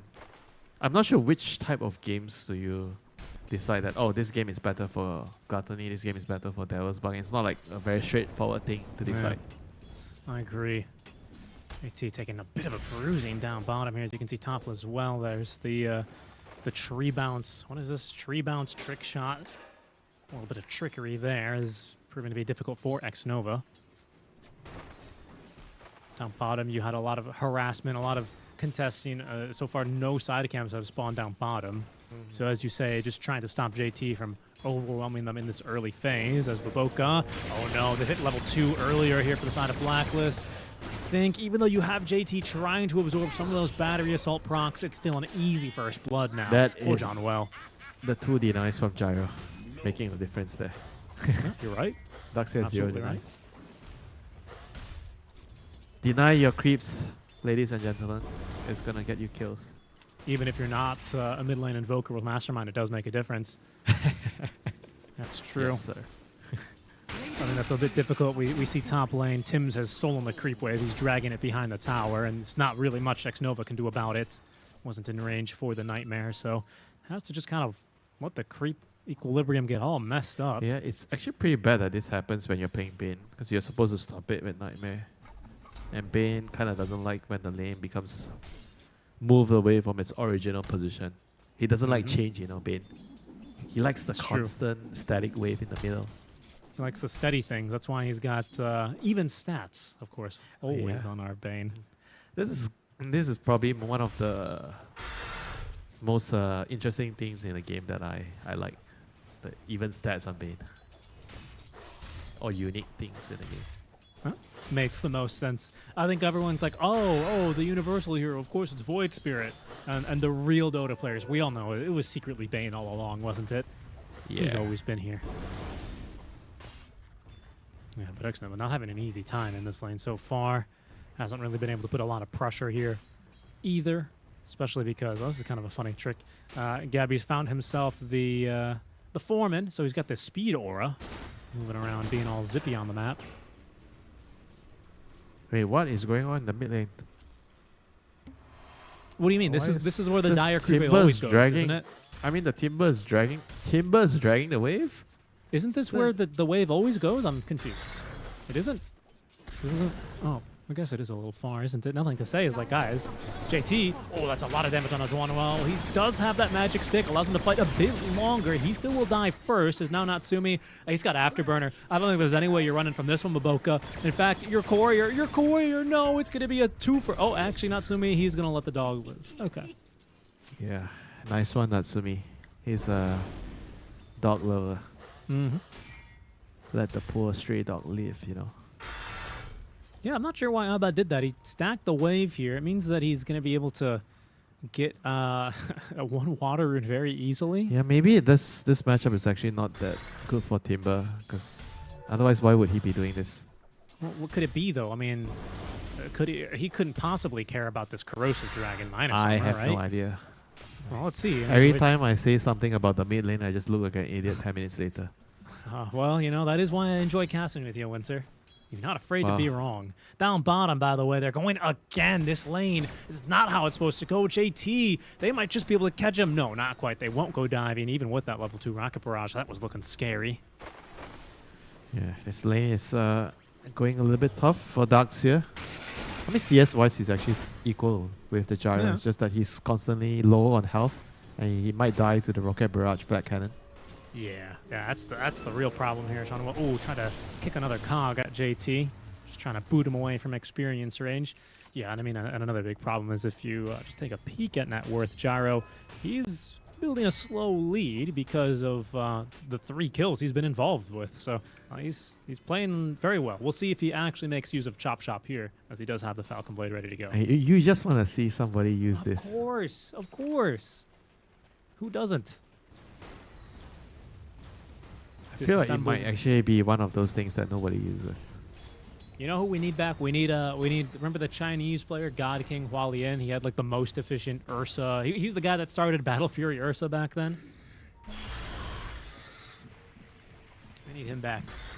I kind of remember CTY with his Hyperstone Battle Fury build on anti-mage. Farm efficiency. Yep, that's what it's all about. Is Baboka. He will snag that first power and spawns down bottom. All the supports were here, but again, just a little bit of positioning and otherwise now everyone returning to their lanes. Dire's bottom tower Just a classic 6-minute thing. Everybody comes over to just make sure that you pick up the rune, deny the rune if you have to, die for the rune if you have to. bot Nice lane. deal. Yeah, DK there's stepping nothing to in. say. Is TP in. He's gonna get hasted now with an ion shell on top. Natsumi, he might not be ready for this now, as from behind, his Elder Dragon form lasting a couple more seconds, got some good damage now on a Natsumi, who will eventually go down. Big kill here for Nothing to Say. On the opposite side of the map, you've also got Gabby, who's in a bit of trouble here. That Sleepwalk puts him even closer to Monet, who already has used all of his spells and won't be able to collect the kill. John Will with the... Yep, very nice, burning all the mana of Nothing to Say. Annoying. Very annoying. Abed, he will try his luck top, but he has been picked up by this Observer Ward. He does still see X-Nova, though. Nova with a level 2 Nightmare ready to go will turn his butt around to make sure he's not going to get any closer. Probably leaves Abed very unlikely to get a kill here.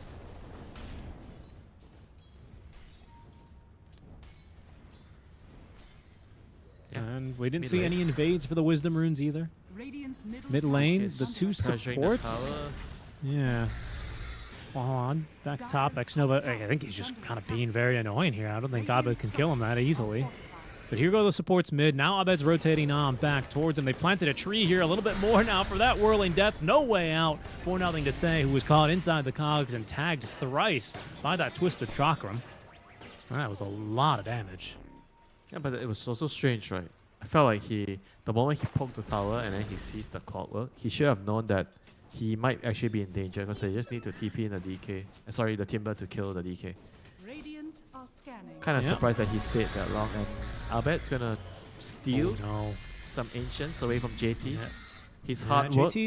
He's still collecting a few of them. They're TPing back in, Nothing to Say, but John Wells here, he's ready to fight, and so is Natsumi with this call down onto 3, Nothing to Say. He's going to have to make the walk of shame back now as JT, he will also go down. Man, Blacklist and Gabby got a solo kill on the other side. Oof. Kills on the top lane, kills on the Ancients area, taking the camps. What more can you get if you're Blacklist? You know, you've already taken everything away from IG.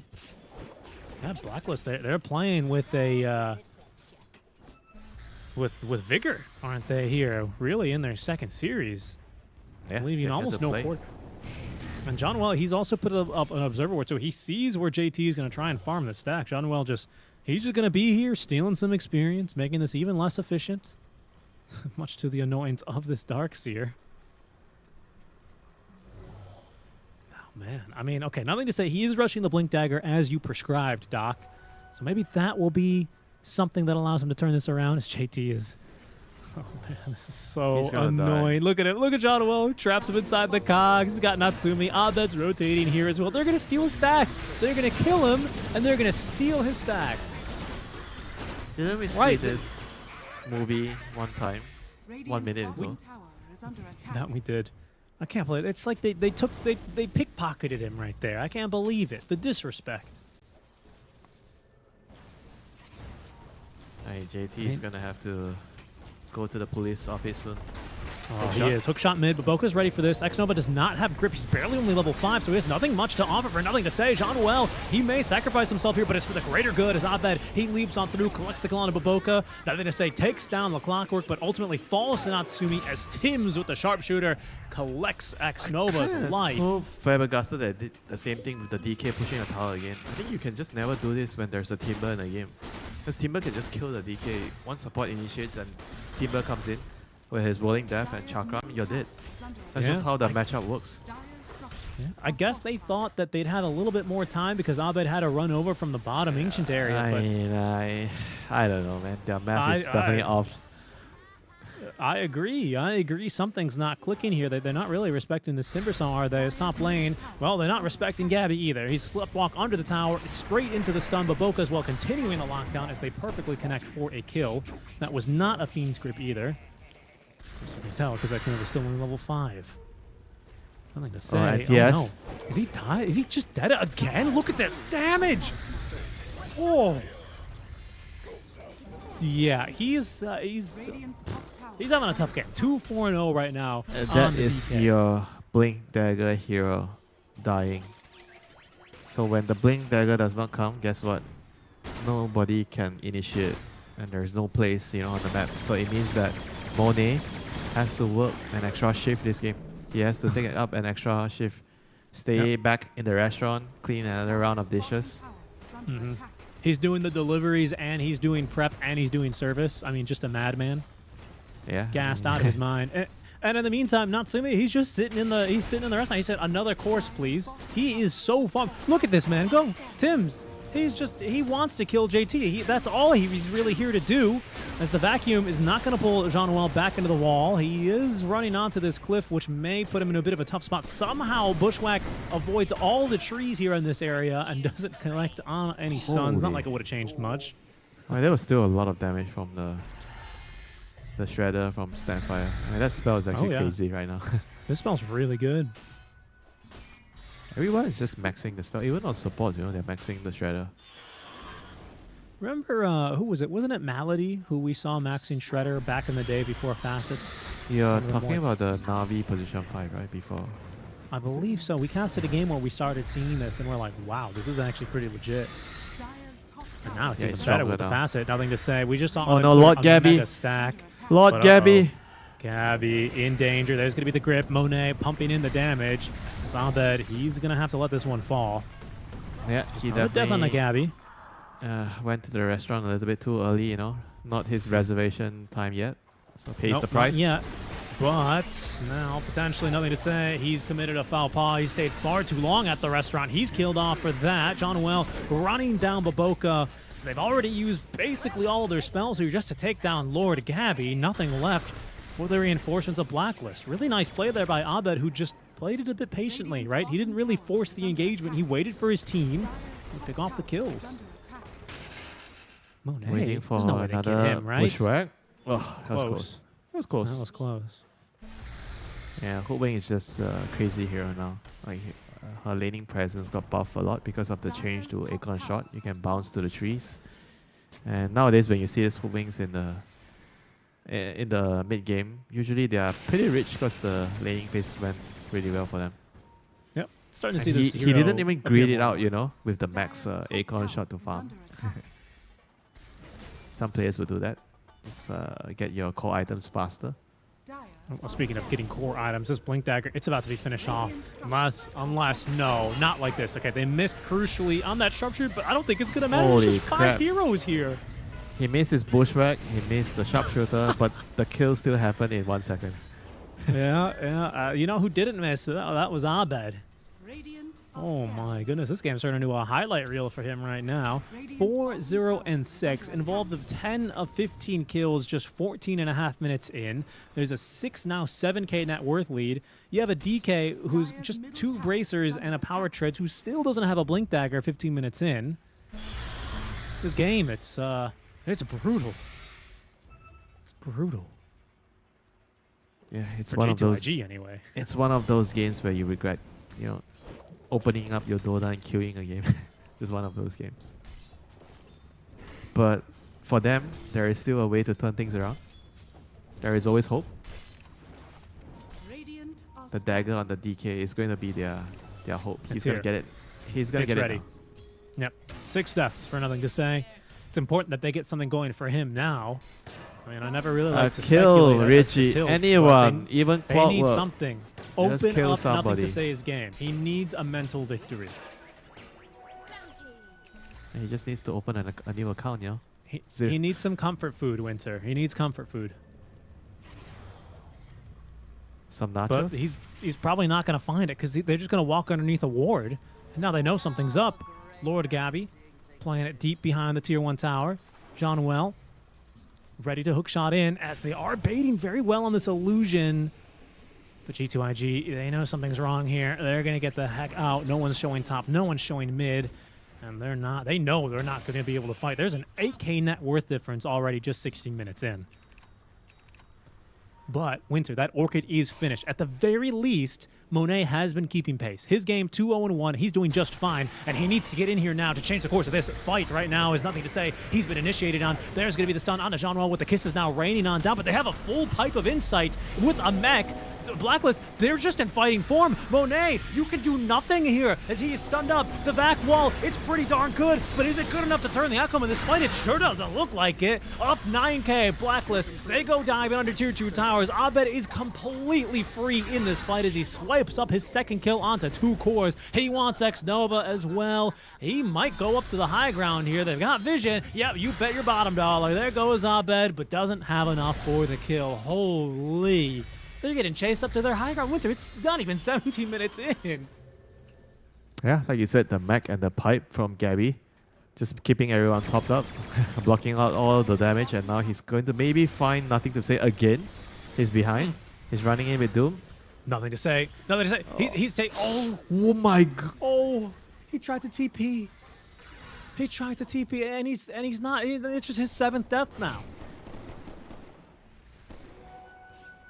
I mean, my man just forgot how to play DK against Timber, you know. I think so.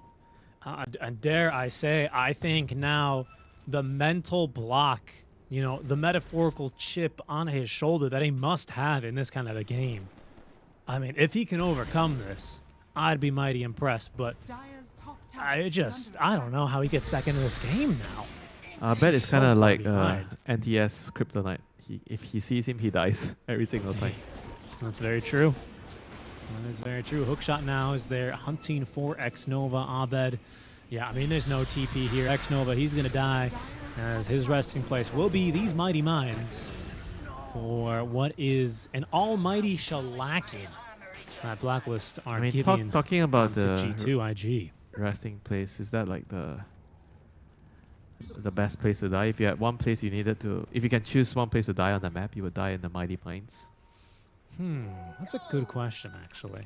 Where would I want to die on the Dota 2 map? The Roche Pit? Okay, our observer says the stalwart statue, sorry, the spooky skeletons. I forgot what that one's called. Hold on, we'll get back to that. Lord Gabby in trouble. He's not gonna has die. mech. In 5 seconds, he might go down. Okay, he is going to die. That's not where I would want to die. That's for sure. I would not want to die there. That spot where Gabby died, that's a cringe spot. Not for me. Explain. I'm dying. Why cringe? I'm dying next to the stalwart statue because there's nothing there. You're not getting any buffs. I'm dying next to the statue. That way, when they dig me up 6,000 years later, they're like, "Wow, this must have been a very important man." And really, all I did was yell at Dota sometimes. You know. Nothing to say. Yeah, his kryptonite. It's found him a second time. X-Nova. He can't even save him. Oh, he barely can save. No, he can't. He just can't do anything. He's dead as well. I think he's not getting up. I mean, he's got this arcane rune running. Blink Dagger on cooldown, courtesy of that Enfeeble. How hard will Abed chase for this? Doesn't have to chase too hard. There's the Rocket Flare for vision. X-Nova, no way out for him. Just trying to buy as much space and time. It is the Abed show. I mean, look at it. Look at his reaction there. Just kind of scratches his face like, where did we go wrong here? Why is his timber so big? Godlike streak already for Abed. Look at him. He's smiling. Look how happy he looks there out there. My goodness, what a lad. Wouldn't you have fun in a game like this as team? I'd absolutely have fun. I'd never want to punch one of my teammates in this kind of a game. The perfect team building game for them, don't you think? It's fine. They joke about it. We all know about it. I would never do that to you, Richie. I'll always let you taste the food first. You know, it's an honor if you go out with a friend, you guys order a bunch of food, and then you always give a particular person the right to taste everything first. I would do it for you. That makes sense. That makes sense to me. I mean, Abed... As long as you promise to pay for the food, then... I see. That's fair trade. Let's see how it is. Aegis #1 already online for Natsumi, who, I mean, by the way, is also having quite the game. 5-1-8. I mean, this is... Look, Monet, he's not actually that far behind. If they can get a BKB, if they find a 5-man vac wall, if G2IG can find another tank of Copium, maybe Winter, they can get through this. It's not often you see Chaos Knights buying BKB. Game's not going well. No, it is not. So for them, they need the Chaos Knight to kind of destroy the backliners. Go in, pop your Phantasm, hope you spawn extra illusions, blow someone up. But at the same time, I feel like in order to do that, he kind of needs to buy dagger on top of the BKB because he needs to be able to get in. Well, I mean, even with dagger, right? We've seen how big of a problem this Timber Saw has been. Hey, so is he actually going to sell his face boots with the Devil's Bargain? Because he has Greaves now? Is that what he's going to do? I guess, right? Man, that's not bad. I haven't been paying too much. I've been checking Natsumi. He has not disassembled a single thing yet. I told you he's not going to do anything with that. Chop Gyro shop. players, they're too busy, you know. They should, at this point, chop the chop shop.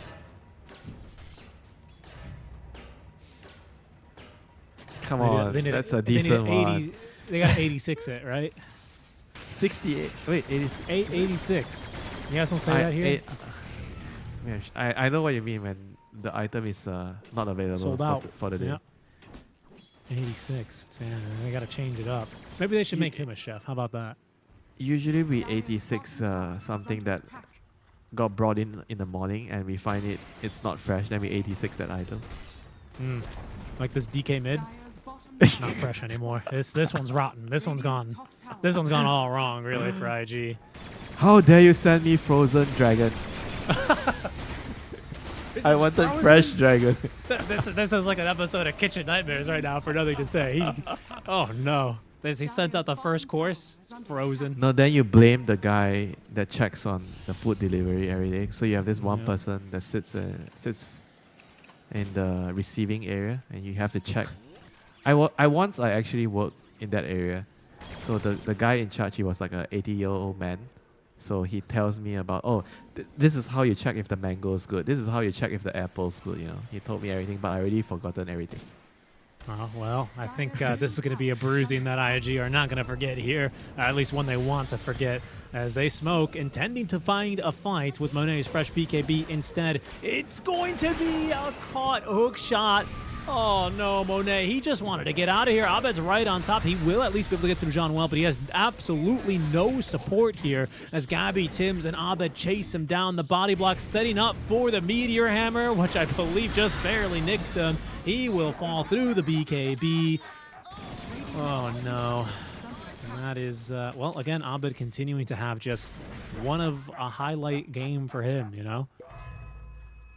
Yeah, this is one of those games where it's the Abed show, we call it, apart from his Shadow Fiend. So now we have to add Timbersaw into that list of shows. And JT, you thought you were going to be able to farm a creep wave, not in Abed's side of the map. Absolutely not. How much would you pay, Richie, to attend the Abed show? Front row seats. Front row seats to the Abed show? I don't think I'd want front row seats. Sometimes, you know, you're in the danger zone up there, aren't you? Crazy chakram landing on you. Crazy chakram, a little walrus punch, if you know. Well, I mean, that's not the place to be either here where our poor Baboka dies. I mean, he's farming up items. He's trying to be a core here, but unfortunately... What can you do? You click on your DK. Your DK is 2 and 8, so you just farm it. And yeah, I mean, if it was me, I would have just killed out a minus right away. I mean, honestly, I think so. This is... I mean, it just has to be a miserable game for nothing to say. Yeah, and on the opposite end, I'm sure he's going to be speechless after this. Yeah. You imagine the post-game, coach is talking to you and you have nothing to say and you just tell the coach, read my name. Well, man, your coach is super. Still the most experienced DK player. He's got the most pro games on the hero. Certainly he knows this is a tough matchup. I think he's just going to have to give him a pat on the back here and some commiserations as he can't even get out of these cogs, brother. John Well, look at these body blocks. John Well absolutely styling on him right now as he's waiting for the team to catch up. Tims gives chase, connects with him there. On one is Abed leaping on in, collects what, like his 12th kill onto the DK? Fortunately for IG, it's the last game of the day. I mean, I don't know if it's better or worse that this is your last game because you got to end your day on this. Not how you want things to go. On the other end, Abed, a double kill for him. His 13th kill, involved of 20 of 28. The Meteor Hammer ready to go as it stuns up the tower. Keeps the wagon alive, actually. That was a very nice Meteor Hammer hit. And they will be able to continue the siege up onto the high ground. IG, they're not ready to defend Winter, but they don't really have much of a choice. Dire's top tower has fallen. It's time to face the music. And Abed YOLO. is about to sing you a symphony of chainsaws. Here they go, nothing to say. The blink stun onto Natsumi. He just BKBs. He's going to turn Monet BKBs, and he's already running for the hills, but you're already in your base. You got nowhere else to run to. And that's it. That's your top lane of barracks. D-Ward, they blinked in already. There's no BKBs here as they've trapped Monet inside the Conch. JT, nice back wall. It does connect on the 3, but Lord Gabby from the side, he's just on top of them all. As look at the damage onto Monet. Monet still fighting a bit as before Abed seals his life, steals it away. Abed channeling the Meteor Hammer onto Baboka as Natsumi with the Afterburner up to 550 move speed. Collects his 6th kill here. The voice lines are coming out. Gabby's just tanking tier 3 tower shots. Does not a care in the world. This GG is called. They know this one's over. Not without one last death on Nothing to Say, as he could not outlive the doom. And there is a very pleased Blacklist. You could just see they were looking for that one. This team, the underdogs from C, as Aurora beat them constantly every year to every qualifiers. And finally, they seem to be in shape here as they beat G2IG 2-0. This is just a classic case of you just got timbered if you're IG. One of those games, you know, you see a Timbersaw coming in and then you can't kill him and he just kills all your strength heroes. That's basically the story of the game, you know. Early game kind of went okay for DK, but when it came to the mid game, he just got killed by the Timber over and over and over again. Yeah, indeed. Thanks for tuning in for our showing of the Riyadh Chainsaw Massacre, as it's a 2-0 for Blacklist International over G2IG. We're going to break this down after the break.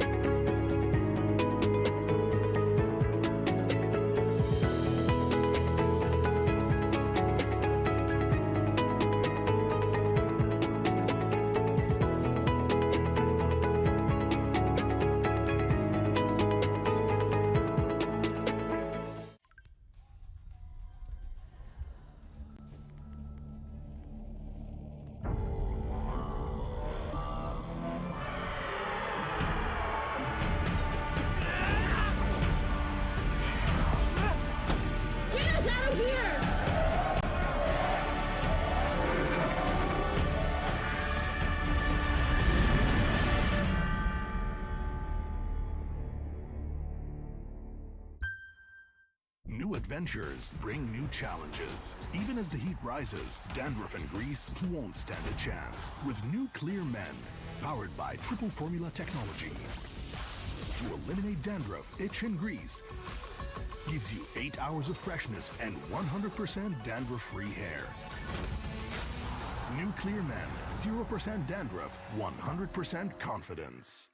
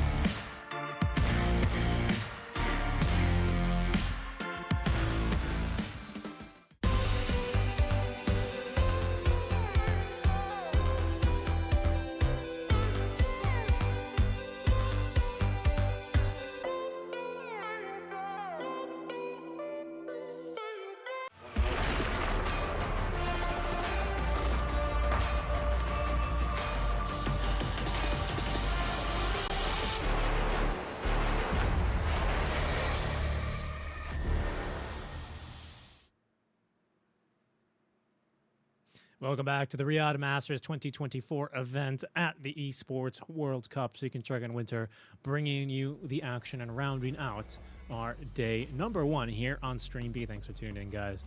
As a reminder, we do have 3 streams total running, so you can check out any of the other streamers for the Group A games, which should be wrapping up over on the other streams. But here, Winter, we're going to break down our Blacklist series versus G2IG a bit more, and always best to look at some highlights while we do it, isn't it? Just to kind of, you know, really drive the point home, sorry. But here it was, I don't know, I guess it's just going to be the Timbersaw highlight reel, isn't it? Yeah, remind you of the Abed show, this game. Like, just with his Timbersaw, just destroying everyone. Just killing and mincing some dragon meat 12 times in a row. Oh, okay. Before those highlights, Winter, we are ready to go already for our interview. I believe it is Jean-Noel from Blacklist. Let's see if we can see or hear him. I believe we are ready to go with that, aren't we? In just a second, Winter, what are you going to ask him? Are you going to ask him about his hair? Sure. Yeah, let's ask him about his hair if you want to. I'm going to ask how much fun did he had, you know, in the second game. I'm sure he was like having a lot of fun. Well, we'll be able to ask them now as we welcome to the stream Jean-Noel from Blacklist International. Hello, guys. There he is. Hello. Hello, Jean-Noel. Can you hear us? Hello. Okay, Sir. great. So we can hear you now. Congrats on the 2-0 win. I'm going to kick it off with a very basic interview question here, my friend. But how is the team feeling heading into this tournament? What are you guys' expectations here? I mean, for us, there's actually no expectation coming into this tournament. We just want to play what we practice and adjust day by day. And feel confident all the time and have fun. Yeah, game 2 certainly looked like a lot of fun there, especially for Abed. But I actually want to talk a little bit more about game 1, where you guys really struggled out of the lanes. I think the laning stage was a bit difficult. I think at some point you had like a 3 or 4K net worth lead, or sorry, disadvantage. But you guys really took it late, farmed, and ended up winning there. Who's guiding the team in those very strategic low kill games? Like, who's your shot caller when the game is very calm and steady? I mean, in those kind of times, there's actually no really shot caller, I would say. It's just like most of us is giving our 20% each, and like, of course, understand, like, guys, we cannot fight yet. We need more items, so we're just gonna chill and wait for our timing, basically. Cool. Winter, any questions here for Jean-Noel? When would you say is the defining moment in the first game where you felt like your team could have just taken control of the map and just changed the flow of the game? To be honest, I forgot what happened already, but like, there's just one moment that we felt we are strong already. So we just group up and do our things, and suddenly it came to our way, yeah. I mean, would you say that it takes a lot of trust for everyone to just like in a very long and drawn out game like this, just to listen to one person? Like, everyone just you were saying like everybody's just doing their thing 20%, but there's a moment in the game like everybody just listens to that one person and just goes with his call.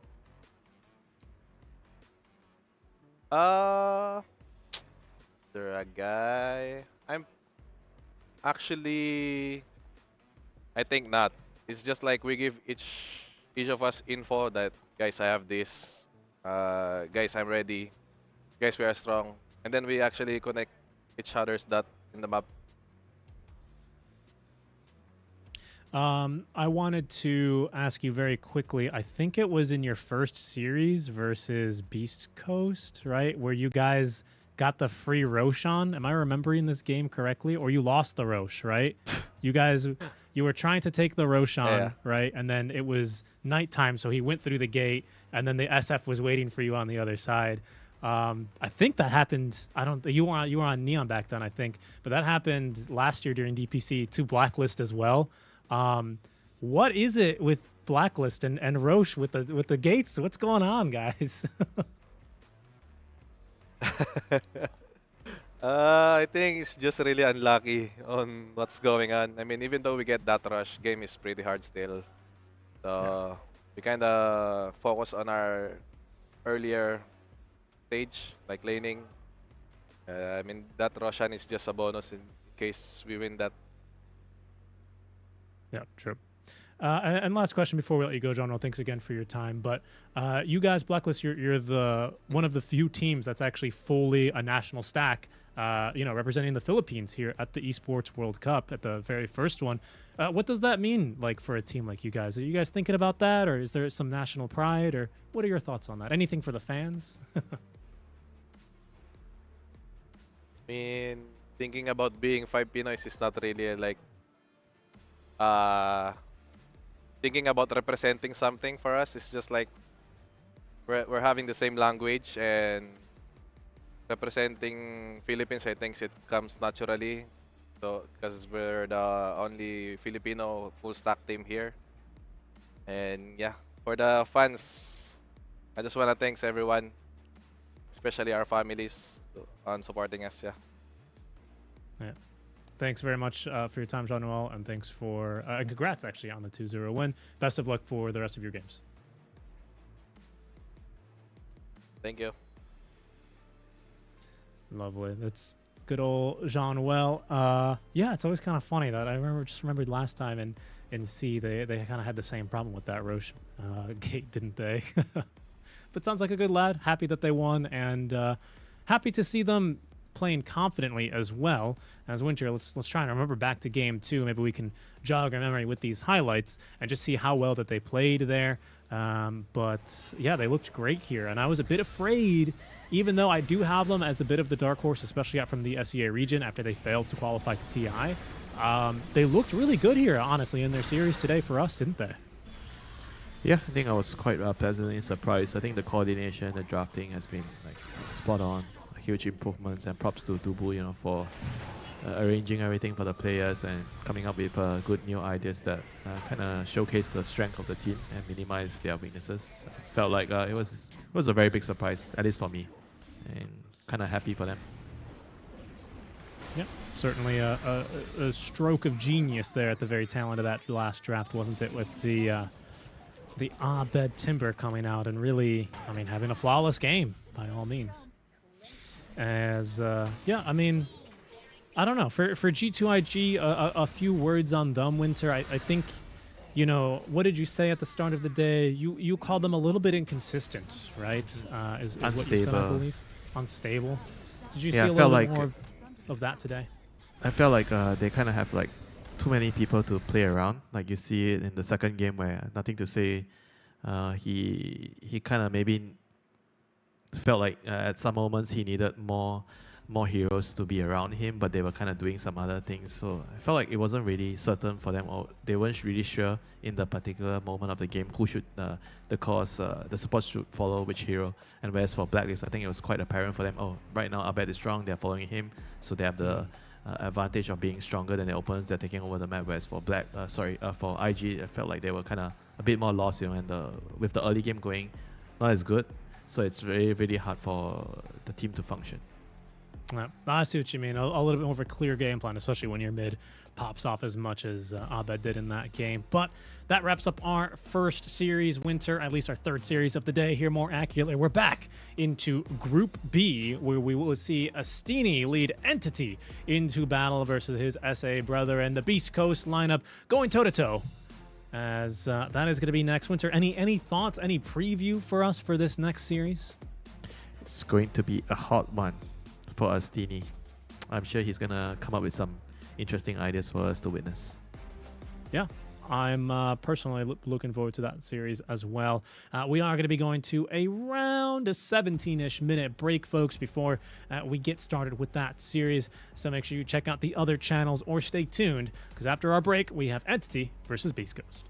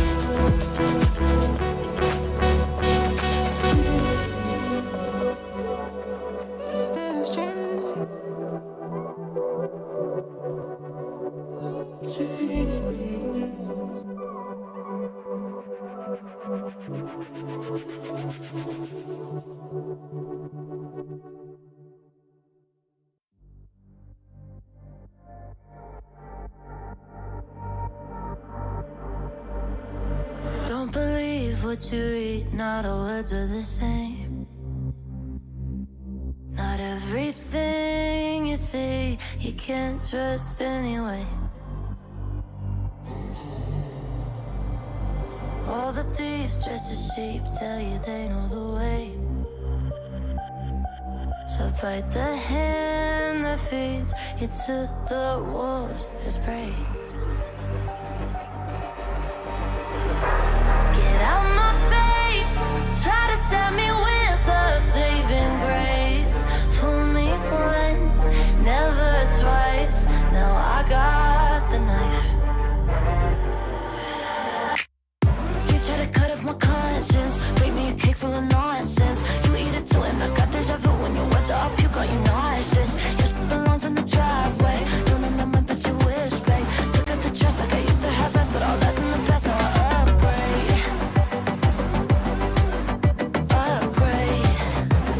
Shit in the past like I used to have. Snap the C on the pictures, they flash on the page.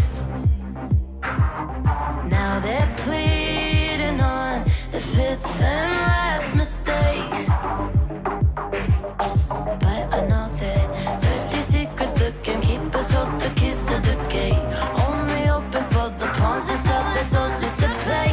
I don't keep up with the fake, we are not the same, so go take your license. Plastic and products left in a box with nothing to promise. Get out my face, try to stab me with a saving grace. Fool me once, never twice, now I got the knife. You try to cut off my conscience, bake me a cake full of nonsense. You eat it too and I got deja vu when your words are up, you got you nauseous. Your shit belongs in the driveway, don't know my but you wish, babe. Took out the dress like I used to have rest, but all that's in the past, now I upgrade.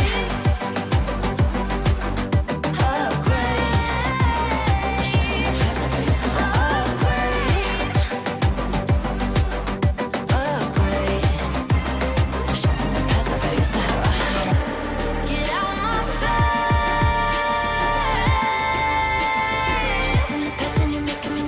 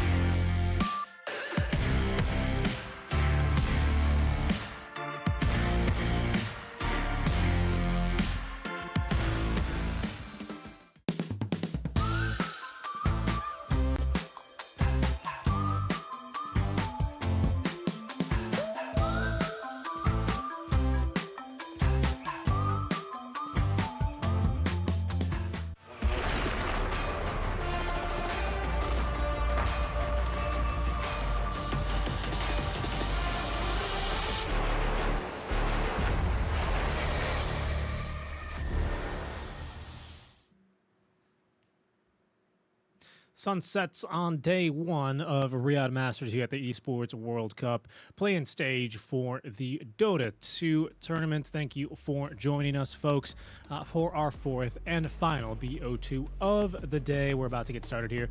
Season Strike and Winter bringing you the action. And, well, Winter, we've had a pretty one-sided series, actually. Which is not what I would have expected getting into G2IG versus Blacklist. Ahead of our next series, any expectations here, Winter, at all? Should be an interesting one. I think both teams have very aggressive playstyles. Mouse, Heroic, they like to pressure you in the early game. They don't like to go into like what we saw in the first game between Blacklist.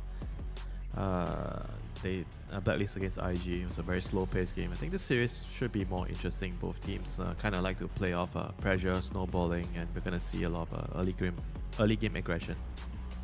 Right, yeah.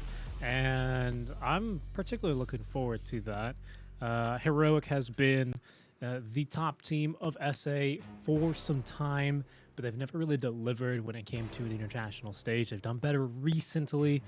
Mao's a bit of a newer team, also finding some success, as the representatives are one of two from the Western European region. Certainly not weak at all, having to take down Secret to earn the right to battle here for the play-in stage. I also don't really know what to expect either. I'm not gonna lie. I'm much more familiar with the squad of Heroic. But as for Mao's, they are a little bit more of a question mark for me. Some of these names I'm very familiar with, especially Narman, Supreme, and Force. But for me, Bengen and Olmit are some names that I've casted a bit, but not for some time. Well, Bengen is a witch doctor spammer. I'm quite surprised you didn't know about him. He's the guy that popularized the Locket Rush with the max heal, just keeping your teammates alive. At least I got it from him, I was watching some of his games. I see. Well, Winter, I like to forge my own path on the Witch Doctor builds. And, speaking of forging their path, the team forging their path from South America as the top-seeded representative from those closed qualifiers, it's Heroic. We'll catch up with what their roster is now.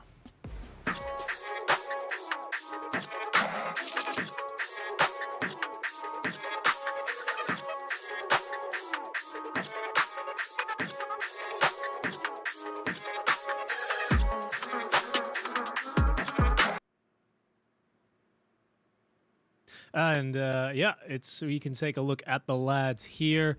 A good mix of players from a few old rosters, from some new ones as well.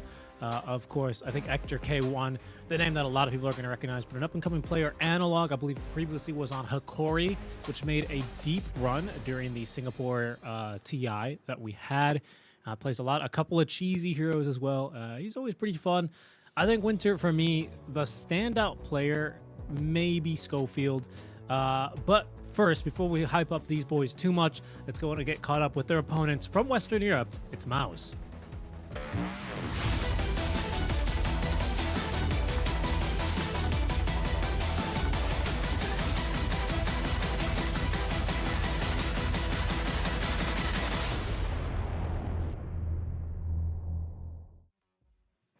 Mao's a team which is composed of, a lot of unique, interesting players. You've got a very international lineup here on Mao's, with Coach Immortal Faith at the helm, Guide Maker, and more recently, very popular coach. He was on Viking GG for some time, I believe, on Gaming Gladiators before CY ended up joining that squad as well. So some big names behind this team as the brains. But do the players, Winter, do they have the brawn to go up versus the big names on Heroic? Yes, they have. I think raw skill-wise, this team is a very, very talented team. Like young players, Allnit. I think he's one of the players that came up last year. He came to SCA. He played on, GigFam with Force and Narman, and he kind of impressed me, initially. Felt like he had a lot of potential. And I mean, the rest of the players, I think Supreme, Bang, and also very, very new players coming up in the Western Europe region. Maybe not so much Supreme, he's been around for some time now. But I think overall this team has a lot of potential. They have a high ceiling, very very individually skilled players, and they just need like the right person to bind everything together for them. All right, tie everything together and make things flow. Well, we'll see how it looks for them. Both teams, I believe, at 1 apiece here. I didn't quite catch the last seconds of their last series, but I believe they're 1 apiece heading into their second match. Indeed, only Aurora and AR was a decisive 2-0 for Aurora, by the way. So shout out to SEA, who is currently topping both groups. We'll see if that remains the case, as Aurora over on another channel, I believe the mainstream, taking on Nouns now. But here we have Heroic versus Mouse. Let's see, who did they play? So Heroic, they took on, I had it written down here. Quest? Yeah, they took on Quest, yeah, so 1-1. And then Mouse drew versus Nouns. I only really got to watch games 1 of each series before we had to prepare for to go live here. But Mouse, they lost a 1-hour game to Nouns. It was pretty back and forth. And I think it was honestly the Darkseer difference from what I saw. Gunnar made some very, very phenomenal plays there. I think it's the Independence Day buff for the American rep on Nouns. And then for Heroic, they kind of won out of lanes, I want to say, from PSG Quest in the game that they did win. They just won their lanes. So I'm curious here against perhaps a tougher opponent, how they will fare if they don't win their lanes, you know? What situation will they find themselves in? I mean, winning lanes just kind of gives you a shortcut towards the middle game. Makes everything simple, makes everything easy. I think in the games where you get out of lanes 50-50, that's the true test of how strong are you as a team. Like how far can you go? How are you going to problem solve, you know? All right. Oh, and there's Coach Caffs behind as well for the side of Heroic. Lovely lad. Talked to him quite a bit at the last TI. Did he spill any beans about his secret strats to you? No, he didn't. No, we sat together at TI 11, I believe, was Singapore, right? Yeah, we sat together at TI 11 and watched that heartbreaker of a Thunder Predator versus Liquid game, if you recall. That one was that was tough. That was a tough loss for South America. That's the closest South America has gotten to reaching the pinnacle, the apex. And, well, I mean, this is quite the popular player, isn't he? Hector K1 wearing a strength meta right now, at least with the CK, which is why it's absolutely no surprise it's the first ban from Mouse. That's probably his best hero right now on Hector. I think his hero and probably Weaver kind of suits his playstyle, heavy farming, and having the option to support your team whenever your team is like needing you in like a crucial fight, rune fight, stack fighting, tower defending. You know what? Just to name a couple other heroes he's been spamming, the Troll, the Sven, and as you said, the Troll Weaver. and Sven is very different because they are a lot more greedy, you know. You don't provide the same kind of assistance to your team compared to like a Weaver and CK. Weaver, I think, is the fastest carry right now. Like he comes online very early, joins fights, does a bunch of damage, very difficult to kill. Yeah, it's just very hard to replace that hero, you know. I'd agree with you.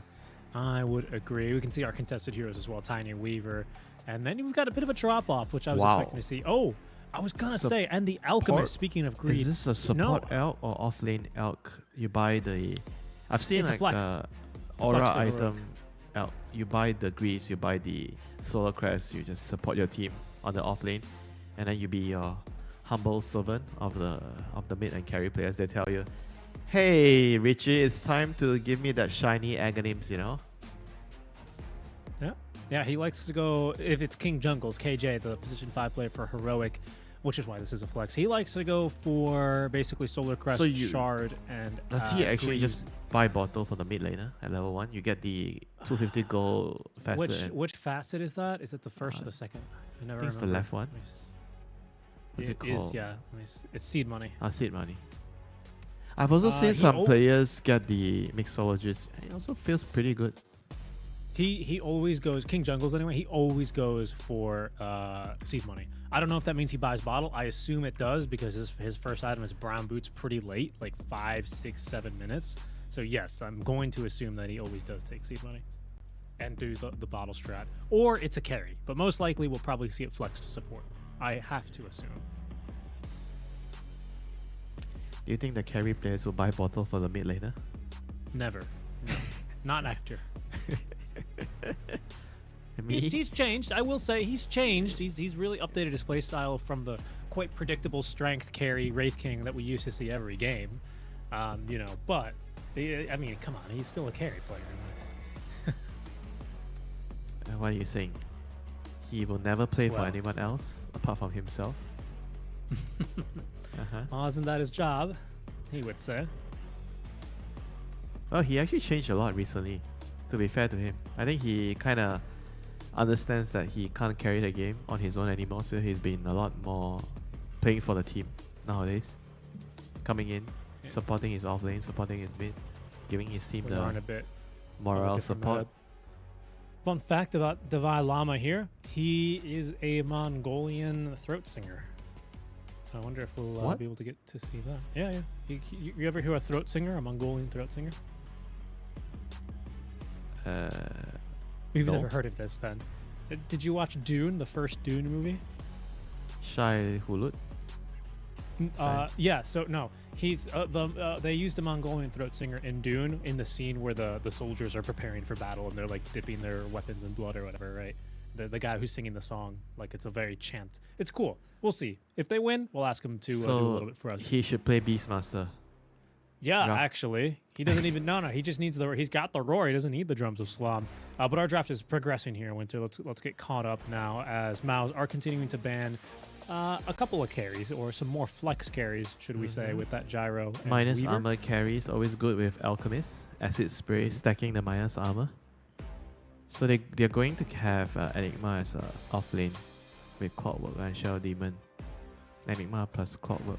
I feel like maybe this is the type of game where you put your Elk as a carry, because you want Elk against Enigma in the lane because you can kill the babies, the Eidolons. Kill the summons. Usually I've only called the babies for Broodmother. Okay, Here's our find the Ember Spirit. Eidolons. Enigma's summons. Ember Spirit with Hoodwing, a lot of small little setup. Actually, even with Elk, you know, they have a lot of small stuns, small catch. Always very useful in the rune fights. High damage as well with minus armor into Star of Fist. And we should also mention an Ember showing up to the lane potentially with a bottle if this is meant to be a support alchemist, which we will be flexing to the end, as we can see here. It's carry out, I think, with the Phoenix. Oh yeah, I think it has to be, right? Yeah, I mean, I think it's a normal reaction to the Enigma lane. When you know that Enigma is not a support, it's going to be a core. You just put your out there, kill the Eidolons, get your bonus Grievous Greed. And if you look at their lineup, they kind of have very good heroes to buy Aghanim's for. Phoenix, Ember Spirit. I don't know about Hoodwing, but Hoodwing is kind of okay too, I guess. Not as good as Phoenix and Ember Spirit. Yeah, I'd agree. I think Ember is probably top tier right there. Okay, well, so now Maus with a powerful 18th pick here, Winter, as they likely know that this Alchemist Life core and likely a carry. Stealer is available. Life Stealer Pretty- against Elk or Ursa against Elk. I think these are the two carries that I would be looking at the moment. Those are the ones that Elk would struggle against. I like the Ursa a lot. I like that a lot. Something that Omnit has also been running is Carry SF. I don't think it's amazing here. but I'll Carry just bring it up. SF. Yeah, he's run Carry SF, He but it's Carry definitely- Ursa. It's a better pick. Definitely brought the SCA back to Europe. Carry SF. That he did, yeah. You can take the man out of sea, but even if he's just visited, you can't take the sea out of the man. As, it is the Ursa. It's a great pick, right? It's the physical matchup that you're looking for into Egg Killer as Alchemist well. with an Egg Scrambler. Exactly. So we are looking for a mid for Maus and an offlaner for Heroic by the looks of things. They need someone to stop the black hole. I guess you have Egg. So Egg is sort of like a pseudo counter, right? So you just egg preemptively, or you just see the black hole, you egg, and you take over that area. Can be good against the Enigma in the team fights. Maus, on the other hand, I think they need another hero that can move around, because Enigma is going to be static, Ursa is going to be static, Shadow Demon is going to be stacking. Clockwork can kind of initiate, but he needs somebody to play around with him. And looking at mid heroes as well for Mouse. I mean, I don't know. There's still a Puck in the pool, isn't there? Yeah, Puck's okay. Void Spirit. I think Void Spirit Academics is pretty good against the Phoenix and the Hoodwing. So I would maybe consider that hero. Yeah. Would you? I mean, it feels too greedy, but I'll just say it because Supreme has been spamming a little bit here. Is an Invoker potentially something here? Could work. Quaswax Invoker against Ember Spirit. Burn his mana, then it can be. But the thing is, like, it's not a lot of damage with that hero. I feel like Quaswax Invoker. Exalt feels better with the Clockwork. Right. I'd agree. But you do want you want Tornado EMP into Ember is the thing, right? Dispel the but Flame it's is it really that important here for them? I feel like they need like catch and damage, you know. Catch and damage. Yeah, that's why Puck was kind of like something that I was thinking about right away. Yeah, we've got our Tiny banned. Other heroes he's been playing a bit. SF, no, he's banned of course. Yeah, I mean then it's basically just the Primal. I guess Storm is here. Yeah, but I don't know if that's enough damage. Storm is pretty good. You have a good lane matchup into Ember. You can kind of catch the Hoodwing and Phoenix when they're hiding behind your damage. I mean, Storm is damage, so you're gonna help them kill heroes. There's a couple there. Mouse, of course, with 23rd pick. Heroic ultimately with last pick. Will get to choose an offlaner of their choice. So far, only the Beastmaster banned out for them, as they consider their final ban.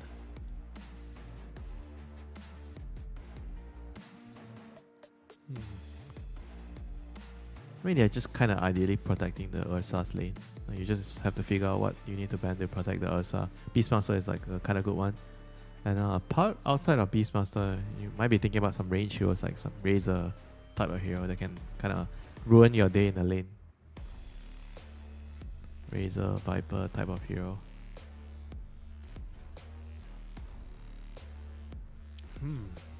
You know what? I'm cooking here. Maybe I'm overcooking. You let me know, Chef. But what if you ran an offlane Wyvern right now for Heroic? Something like really funky. I can't just put it the mid. Enigma Black Just Hole. put it mid. Oh, you mean for hero? Oh, heroic. For Heroic. I mean, Ursa gets his Fury Swipes up, but I don't know. Maybe I've cooked too much. You're gonna give Ursa too much of a free lane. So that's the damage, but it doesn't give them initiation. So it's more on a greedier side, because TA, Enigma, Ursa, they are basically 3 static heroes. So the supports need to do a lot of moving around, especially the Clockwork to set up kills. And let's see if Heroic can punish it. Alchemist is I think it's a fast-paced core. You can kind of punish this out of slow to build up lineup. Ursa, TA. Is a Windrunner offlane fast enough for you here? Is that good?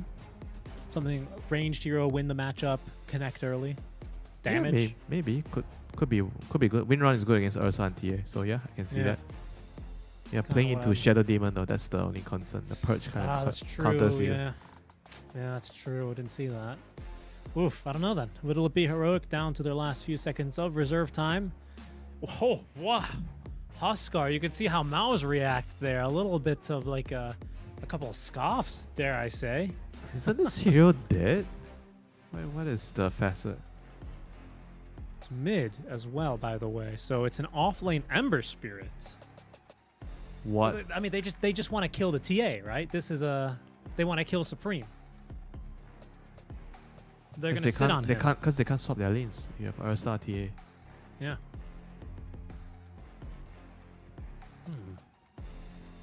What do you think? I mean, you've got an offlane Ember. Offlane Ember, I'm not a very big fan of that. No, I mean, you're still gonna lose your lane. You're playing Ember into Ursa. This lane sounds awful. Yeah, but you've got Schofield. Schofield is like the expert at sacking his game in order to make sure that you can get away with something like this, right? I mean, yeah, but you can't change the matchup. No, Ursa against Ember is like a terrible matchup for Ember. I mean, you can try and pull the wave, I guess. I don't know. If Schofield is playing Hoodwing, not a melee hero, so pulling waves is gonna be a lot harder on Hoodwing. Yeah, he's pulling into what? It's Narman Clock. I think usually Narman he will lane as a Will he land as the 5 this game? No, they're going to do Clockwork Enigma for sure. Yeah, I don't know then, huh? Yeah, I don't know about this. But then, like, what? The Huskar is going to completely set this game off balance, off kilter, and then you can just kind of play around. I don't know. The Calf feels really cooked with this one. I'll say that much. I'm not seeing the strategy here, though, to be honest. And maybe that's just because I also, like you, don't really believe in this Huskar hero right now. The strategy is simple, Richie. Win the lane, win the game. It's all about winning the lane. But unfortunately, like you said, you look at their cores, Ember, offlane, Huskar mid, Alchemist, they don't really have a lot of like similar timings. You know, they are very weird combination of heroes, like a weird concoction of core heroes. Yeah, I would have to agree with you there. I don't quite see it here. Maybe the strat is he buys Aghanims for everybody. Okay, clearly not impressed, Richie. No, I think Hector's gotta just. I don't know. I think you probably look. Here's what we've got time, right? As we have hit a quick pause, we're gonna fly around in our lovely drone camp with our lovely drone operator, who's gonna take us, I'm sure, to some point to the spooky skeletons. But my point being here, Winter, is I think this alchemist just has to go with his item build, and whenever your Huskar says I have an item, you just need to fight. I think you have to just go with whatever you have. Hope you have a supernova ready to go and just fight. I have a better idea. Okay. I mean, maybe not better, but a different idea. Okay.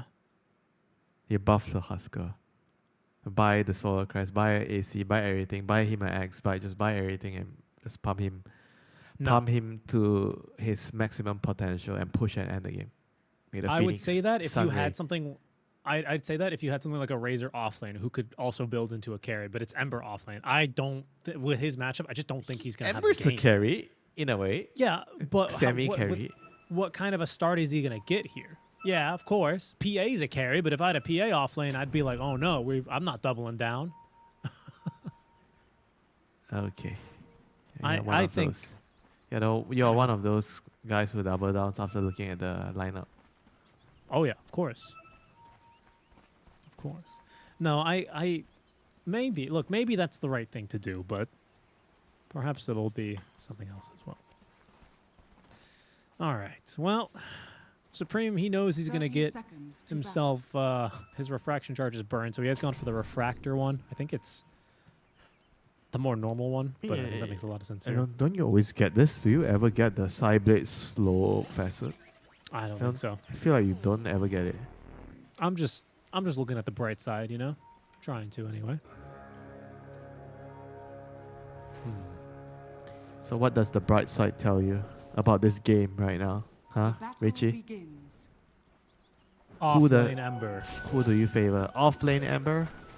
Yeah, it's just so crazy. It just might work unless they. Oh no!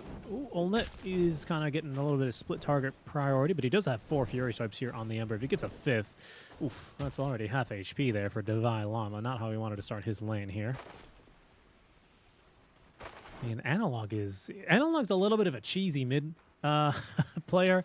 I don't know if I got my points across as I was hoping to when I was listing off the heroes that he likes to play. But he likes, he's actually doing a lot of Monkey King mid, which is super legit right now, by the way. He's an Arc Warden player, you know. Monkey King mid is imbalanced in the right matchup. Like if you win his lane with that hero, he just goes around killing your side lanes. I think no other mid hero can actually match that type of pace and aggression as a Monkey King the mid. Simeon Stride, it's just too crazy. I've got to completely agree with you, yeah.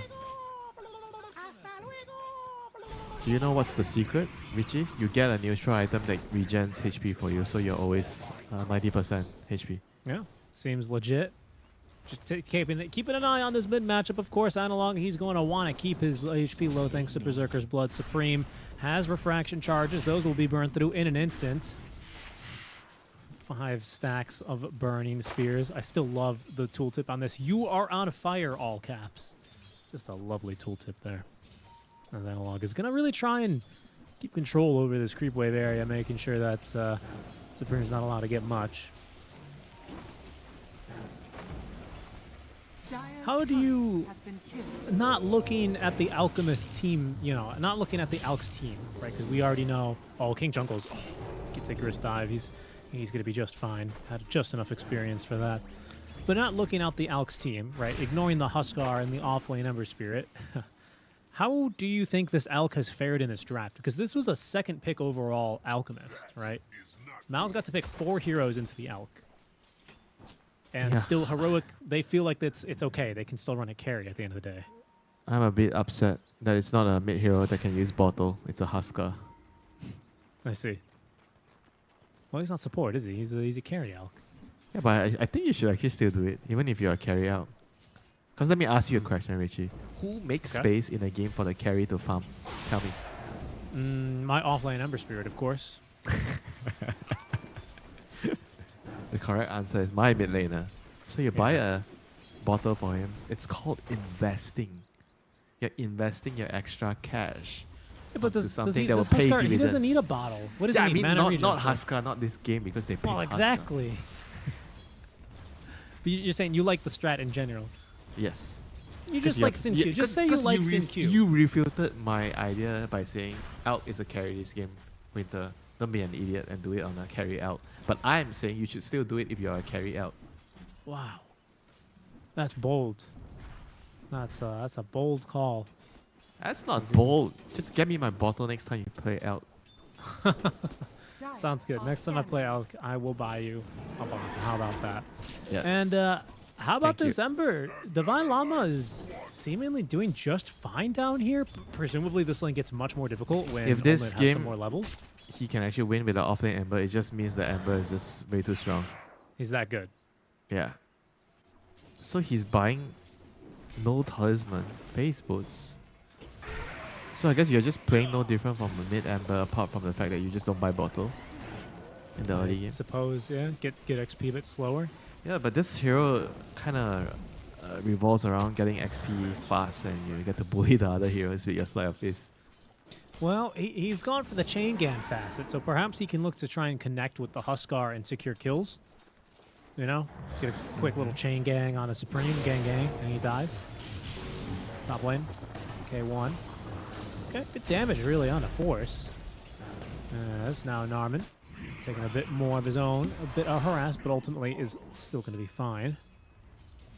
And, well, as we kind of expected, Supreme has been booted into the jungle right around level 3.5. And, well, that's just 24 pick Huskar things, isn't it? Huskar against TA. What can you do? Jungle. I mean, TA is okay, you know, it's not the worst hero to get into. Like some heroes, when you get into these specific matchups, you feel like you can't do anything, but TA can jungle relatively quickly with Reflection and Cyblade. So it's not that. I think it's better than Ember Huskar, right? As an Ember, you're like, well, now I'm sad. I'm As sure TA, there you're are like, okay. some worse matchups than that, but yeah, you get the point. So here's my last question as we're still in this laning phase, of course, with Analog completely having his domain over this mid lane.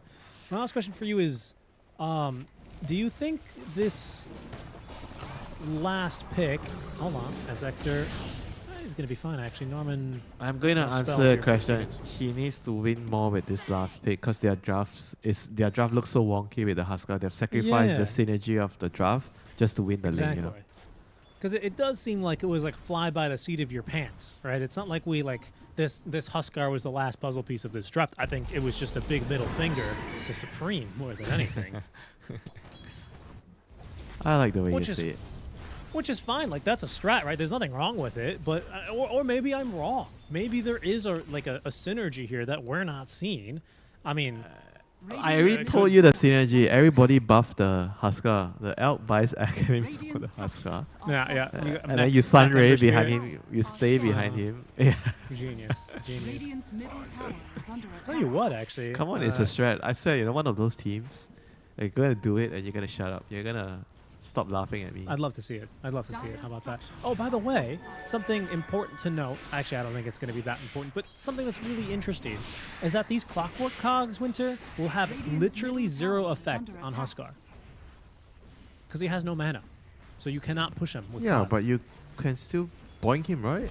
Just No, don't burn, he man. does not have mana. He doesn't have mana to burn. If you try and push a cog at him, it'll be like a melee creep.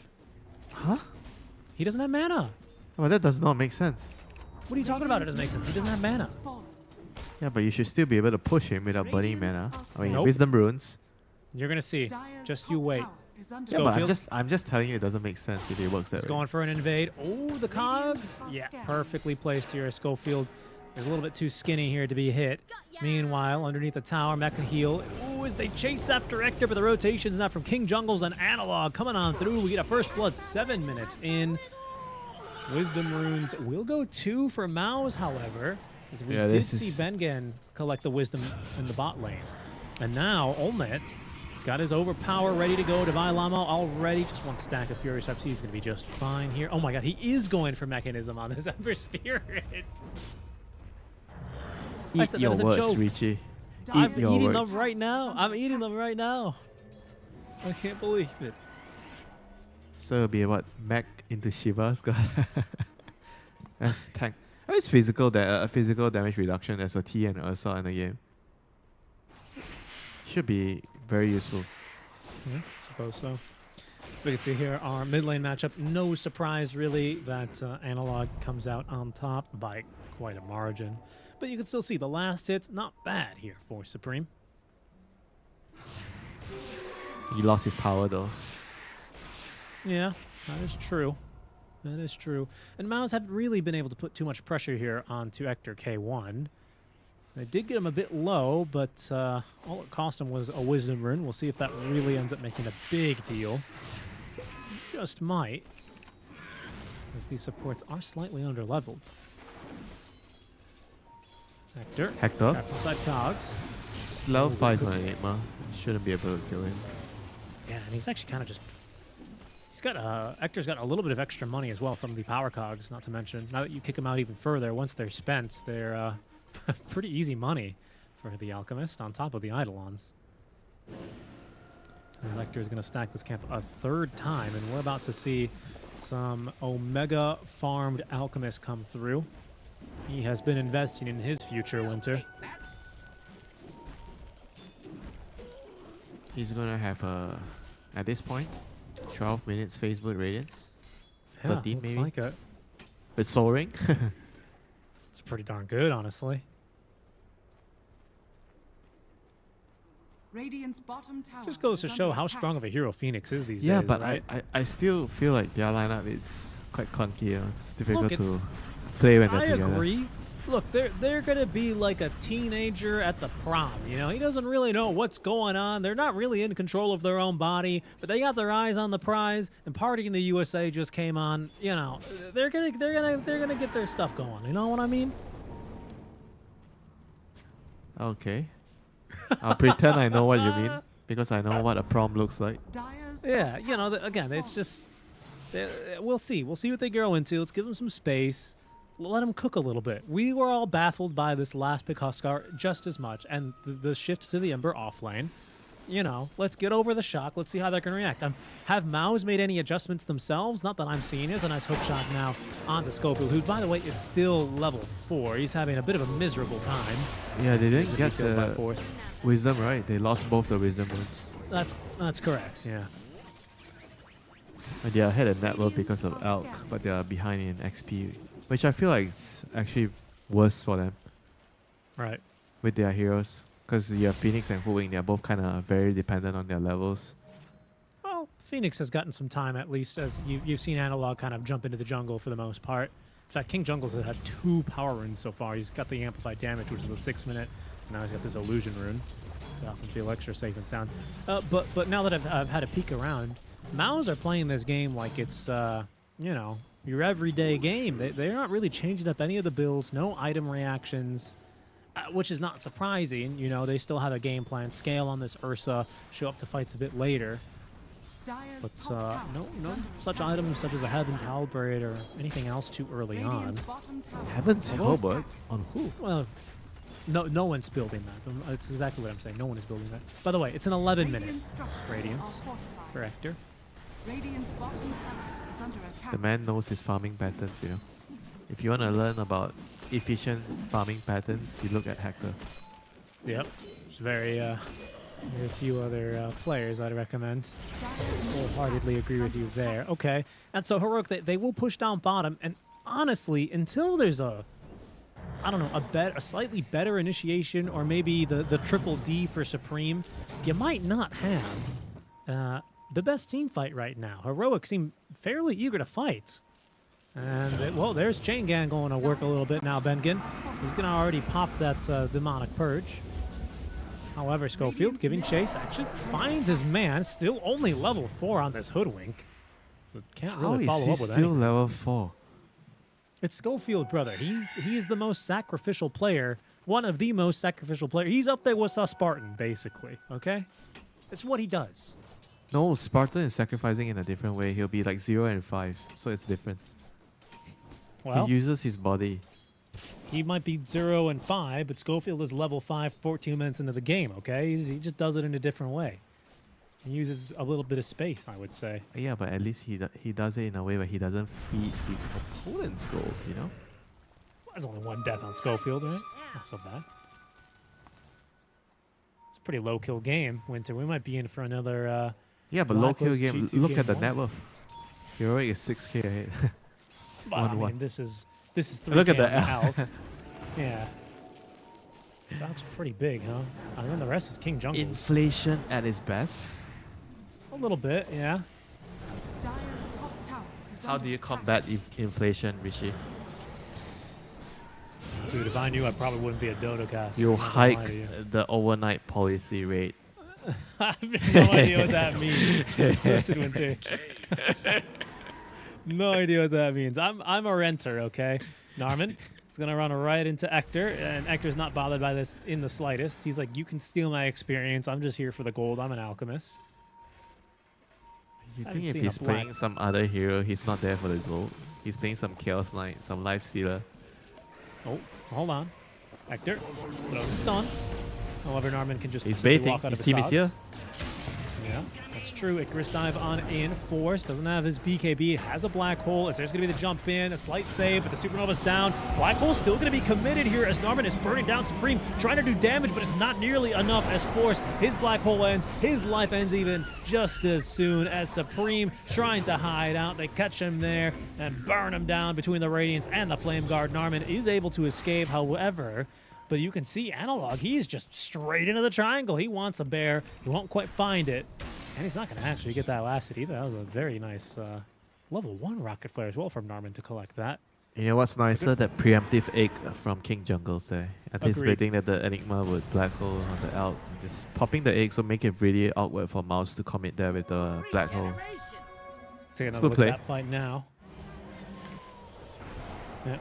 Stun on a Supreme, which meant that once he was basically in the AoE, he had no way back out, did he? Very tough fight for Supreme, who is going to continue to be kind of stunted here off of his start, thanks to the existence of basically this Huskar. Dire's middle tower is under attack. I do feel like this lead is actually not as enormous as it looks like. Like when it comes to the high ground, you have a Shadow Demon with Disruption to defend with the Poison Spam, you have the Black Hole and everything else. Look, I think You just make need a lot of one sense. good fight. Yeah, you just need one good fight on the high ground. Look, I hear what you're saying, but at the same time, you're talking about a 10k net worth lead at 15 minutes in, and we're about to get our first Aegis already. Everything is I mean, on the Elk. Okay, hold on. So hold in on. theory, Hold on. Hold on. yes, Careful I'm here. holding. I'm holding Gotta on. be careful for that armlet. Little team fight breaking out now, making sure that Narman isn't going to be able to snipe this little Huskar on no HP, as there's going to be the Syrian change catching Narman. Analog gets to work now. Did miss out on that inner fire, but he's got the rest of the team here ready to support him as he picks off that pesky Clockwork. Still That maxing Nothel power transfusion. cogs. He's still maxing power cogs on Clockwork. I don't think interesting. I've seen people do that anymore after the nose. I haven't seen people do that for a long time, actually. I haven't Yeah, seen that's most true. people- Maybe this is just better now that they nerfed it in 736C. Yeah. So that you get your cooldown back. Yeah, I guess if you max it, the mana burn is the same. I don't know. And the cooldown. I still feel Either like way- I'll feel sad if I do this. I don't get to push out waves as Clockwork without my battery assault. Now, Winter, you're telling me we're looking at a 10 to 11k net worth lead with an Aegis on a Huskar. I am telling you, it is not as bad as it looks. Okay. The Sell me on this. sunshine is about to be seen. The storm is going to be over. You just need to ride the storm. Run into the hurricane. Right. Get through the eye of the storm. Yes. Winter, are you the same kind of guy who's like, if I had the choice between $1 million and paying you $1 million, I would rather pay you $1 million. So, you know, I get the hustle. Because I'd rather be on the team with a 10k net worth lead 17 minutes in. Even this team.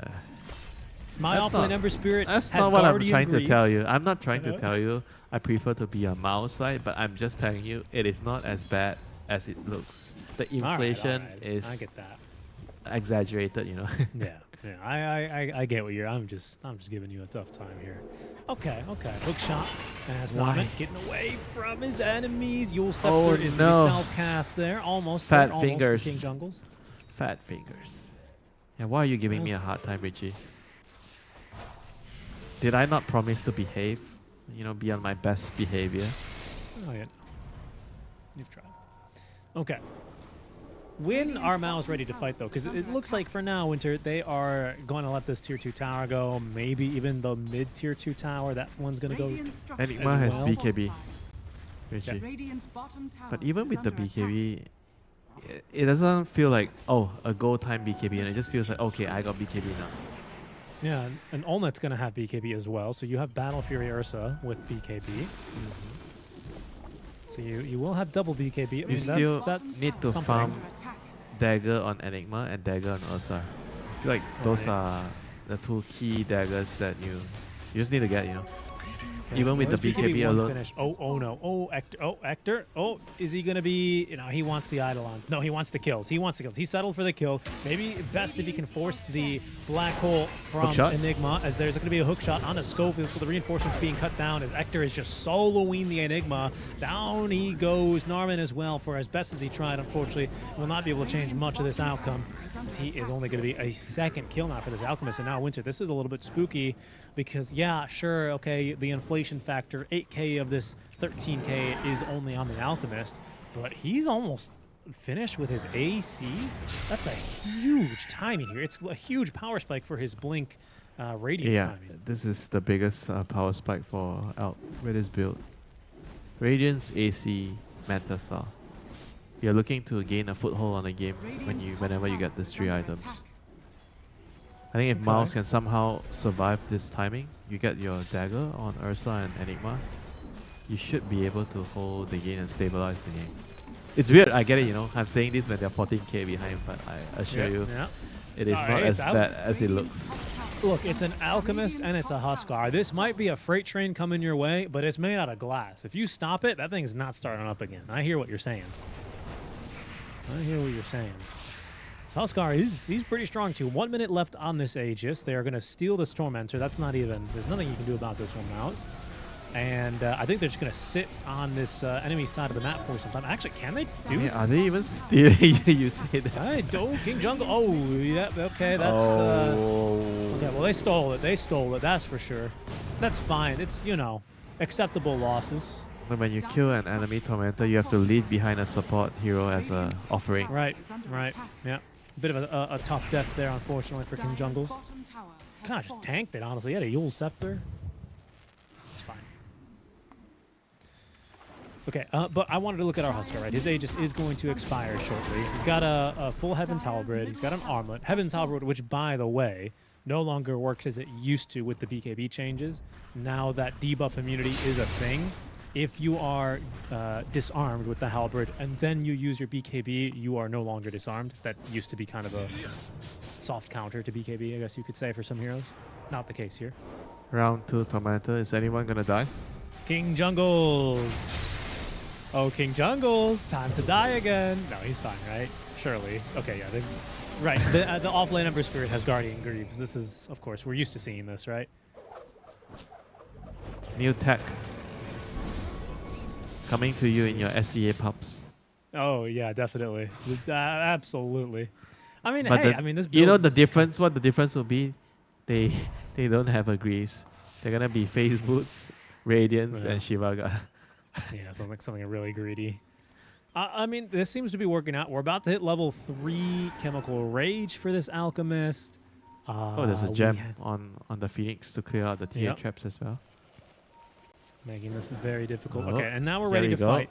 Winter, there's still no Blink Dagger on our Enigma or our Ursa, so they are very prone to being kited here. Is It's this only an Supreme is this with an a Blink anti-timing, Deso. Richie? If they lose this fight, Could be. I mean, but look, you've got Dagger, Deso, Dragonlance, the triple Ds for the TA. Supreme, he has had a boot on his neck. He's been born with the opposite of a silver spoon, basically, thanks to this Huskar. But he's clawed his way now back to relevance. He has, I wouldn't want to say he has one fight to get this right, but he's got one fight, you know, to make things right for his team. And I don't know if his team can back him up, honestly. Again, the lack of Blink Daggers here is troubling. yeah, I agree. I think they just need to go back and finish their dagger. I mean, Ursa has his dagger now. Enigma. Right. Enigma's dagger is probably the most important one. Once they have Yeah, that, but they it's also kind of the have. farthest away. He needs 1,000 they, gold. they're gonna have a win condition in the team fights. And I mean, the AC's finished. Ooh, Hector's courier is killed. That's kind of significant. It might have been. Did he lose a link?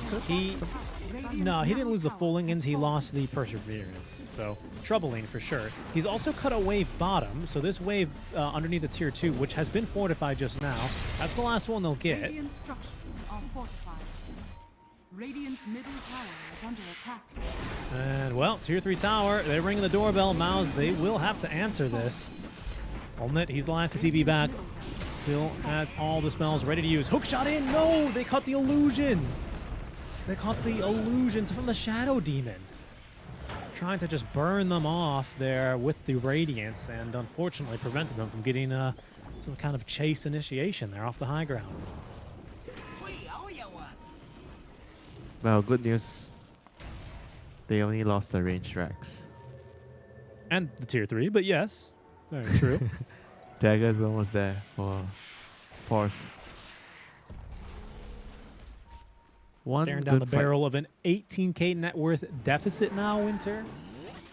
I mean, look, I still agree with you though. This is a push where you stop at once, and I think you're just back in this game. As crazy as that sounds.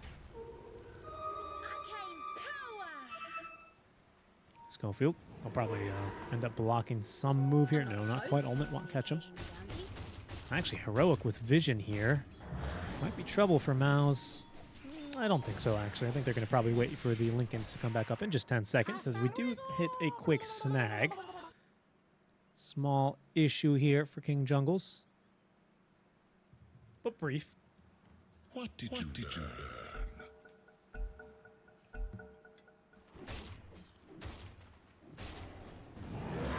They're gonna see Bengen on the ward.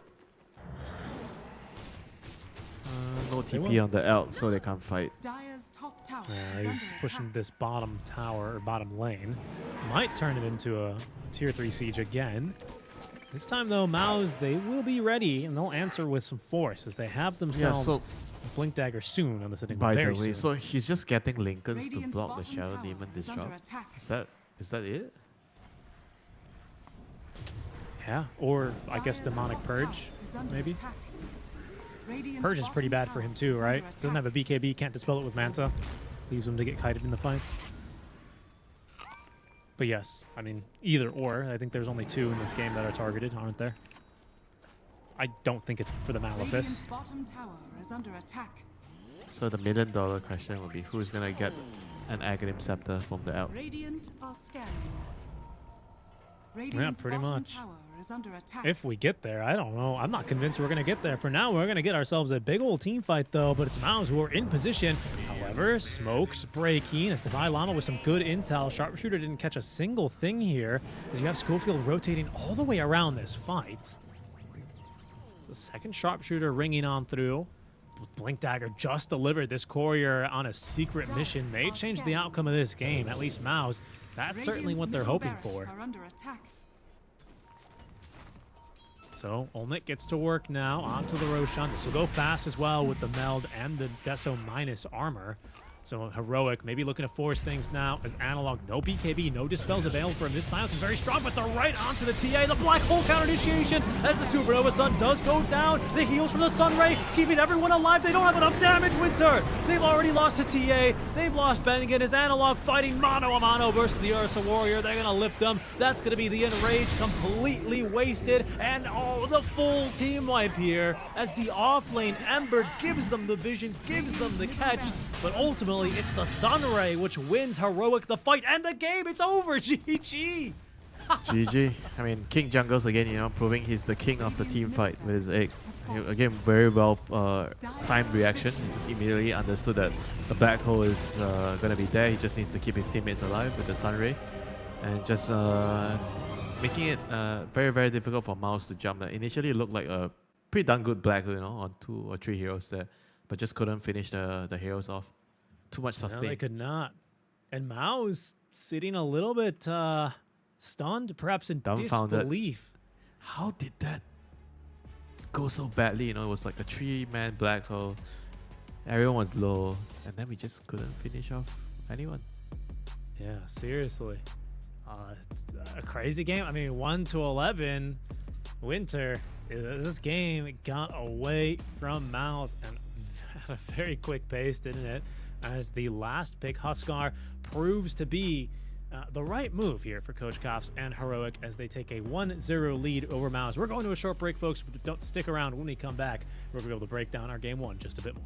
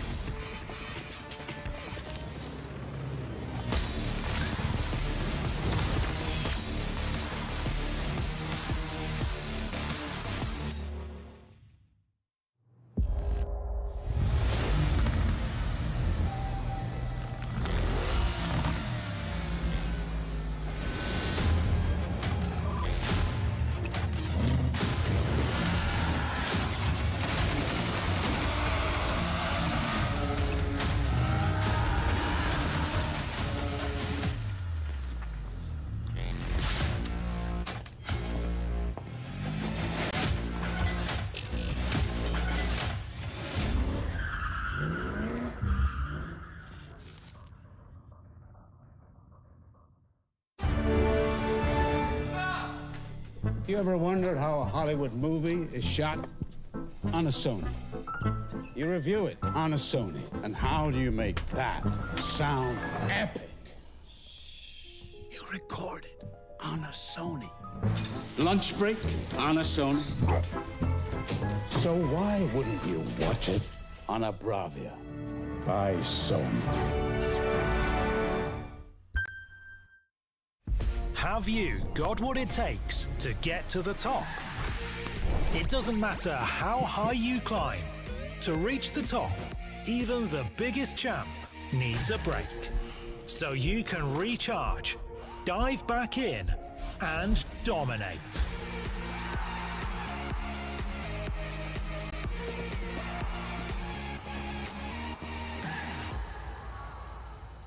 Have a break. Have a Kit Kat.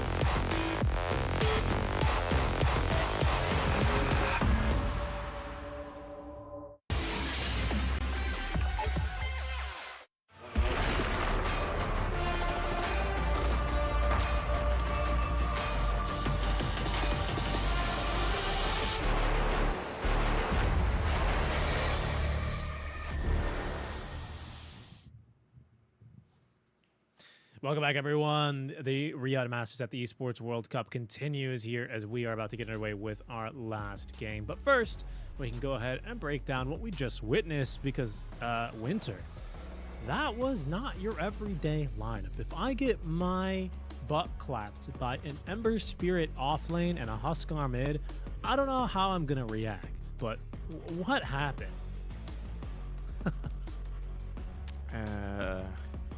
It's like you went out to get some nasi lemak, but the nasi lemak has no anchovies and no... I don't know, man. It's a weird concoction of things, but it somehow worked, you know, for Heroic. They had a very sharp timing with Elk and Huskar. I think the early game went very well, considering everything. You know, I felt like the early game maybe could have gone a little bit better for Mouse, but they kind of didn't really do so well in the laning phase department. Elk got a 12-minute Radiance, phase boots, soaring, and after that I think the game kind of got very difficult for them to stop him. You kind of just have to go for trades, you know. Okay, Elk is going to do this, we can't contest him, we have to dodge, we have to try to find something else. And then they got to a point where they had Dagger BKB on their Enigma, they had Dagger BKB on Ursa, but just couldn't really find the right fight for it. Yeah, and speaking of fights, we really only got to see one, and we'll take a look, and I'm sure that'll show up in our highlights here from game number 1. But Winter, you know, you talked about how this was a dish that maybe didn't look so traditional, but ended up being delicious. As you can see, the pre-game huddle for Heroic certainly got them in the right mood. Would you say this was like a little bit of a Michelin 3-star restaurant where like they deconstruct the food and then they plate it and it like, you know, they're like, oh, this is essence of mushroom, and then they hand it to you and you're like, this is a hamburger, and then you bite into it and the mushroom the burger is like hollow and it just tastes like mushroom, you know? It's one of those kind of a draft.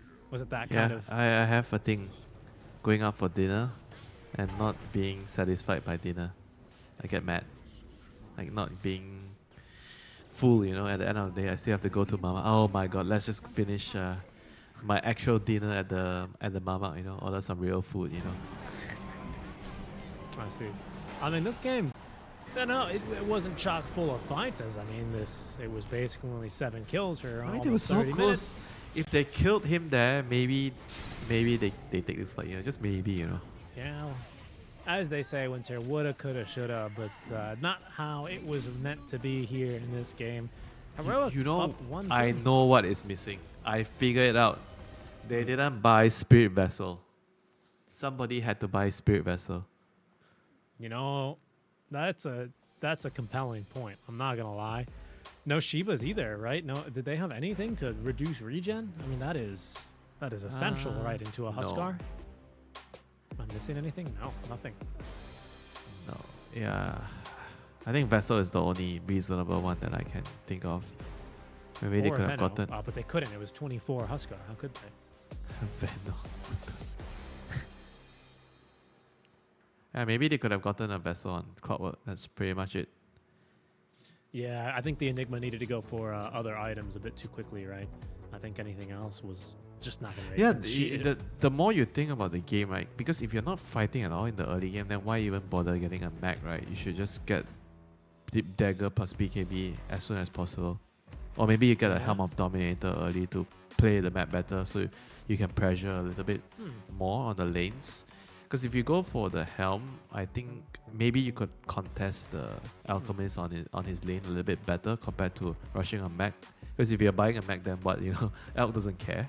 I mean, sure, it helps with the acid spray, but it doesn't really stop the Elk from doing what he wants to do in the lane.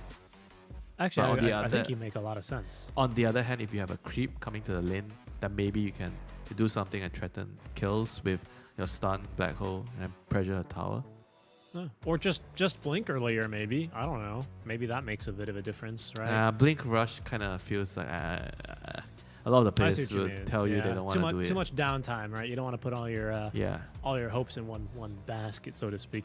Okay.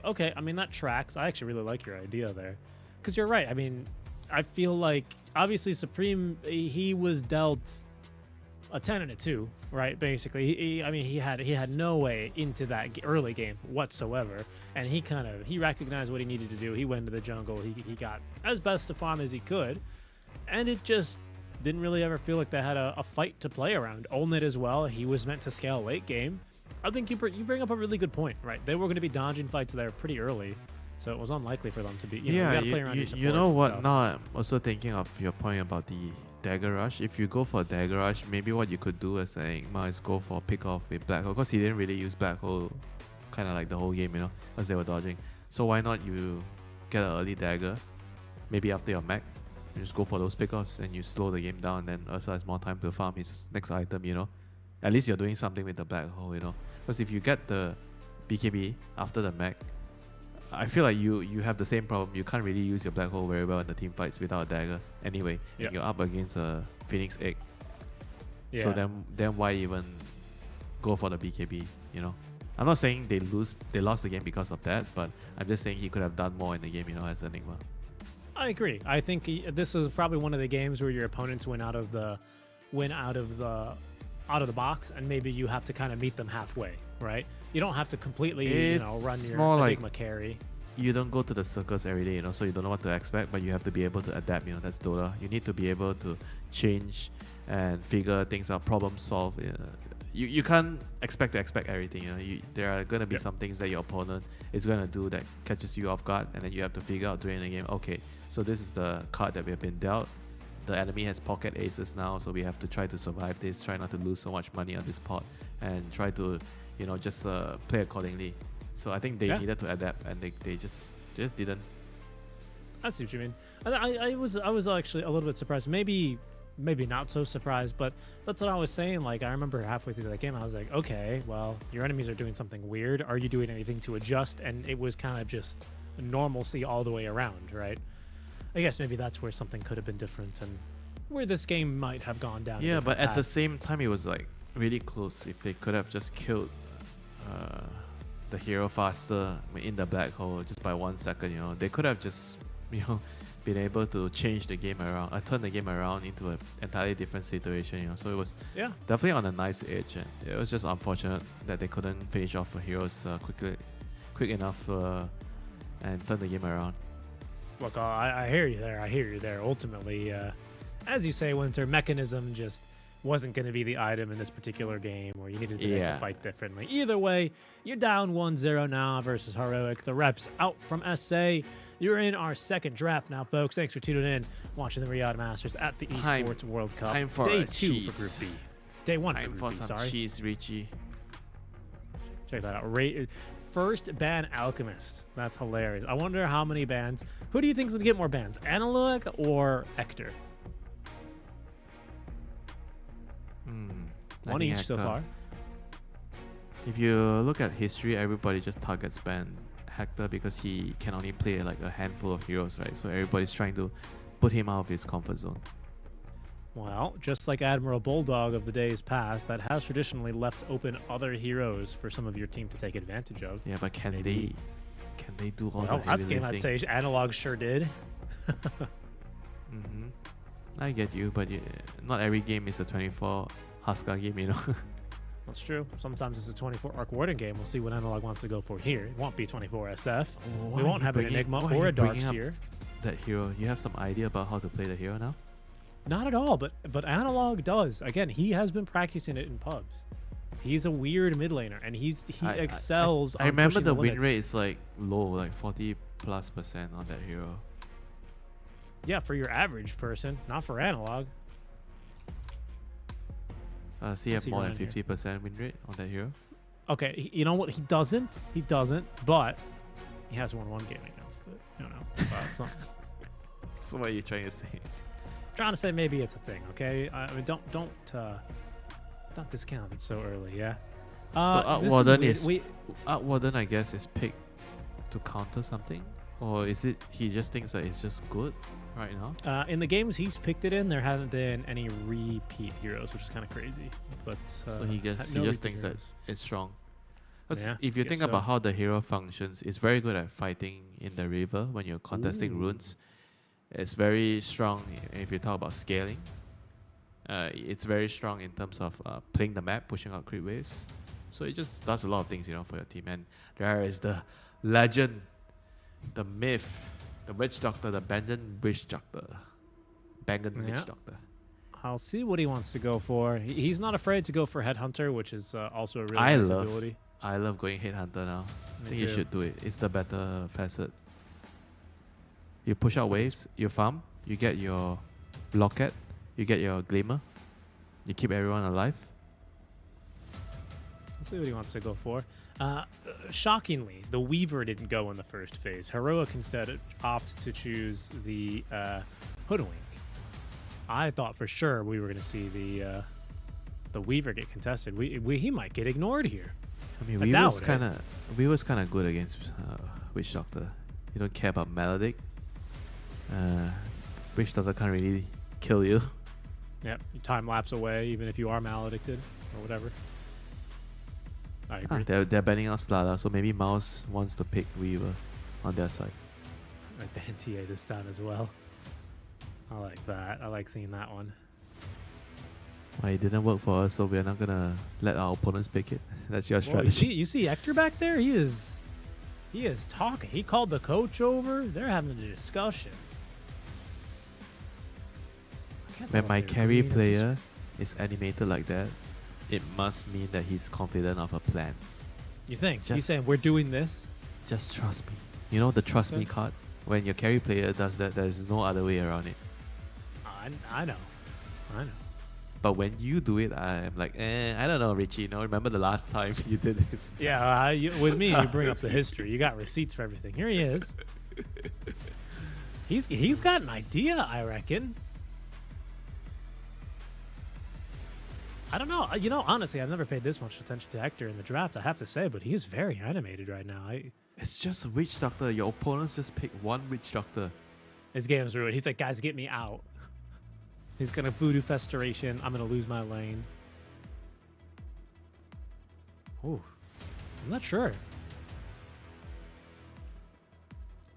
Okay, he's done. His face looks like he's done. You think? Right? Yeah, I was going to say, he doesn't look happy. That doesn't look like the face of the It must guy have who been just... the bans, you know, like he was arguing about what hero to ban. Like telling I them, guess so. I think it's more important to ban this hero. I don't know. A bit of a It's hard to disagreement. We'll see. We'll see. Hopefully, we get to see them smiling by the end of the draft, or maybe not. Maybe Mao's. Maybe it's their turn to be a little bit more animated. They have been a bit more stolid, especially after going down in game number 1. You do have Aurora, who was at the top of Group B at the start of our second round of games. As of this moment, Nouns Aurora game 1 is still running, as is PSG versus AR. So either way, don't want to end up going negative. At least batting 50 on your first day is the place to be.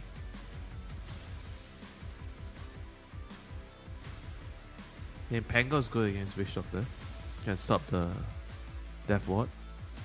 You have a universal barrier to block his pure damage and his magic damage.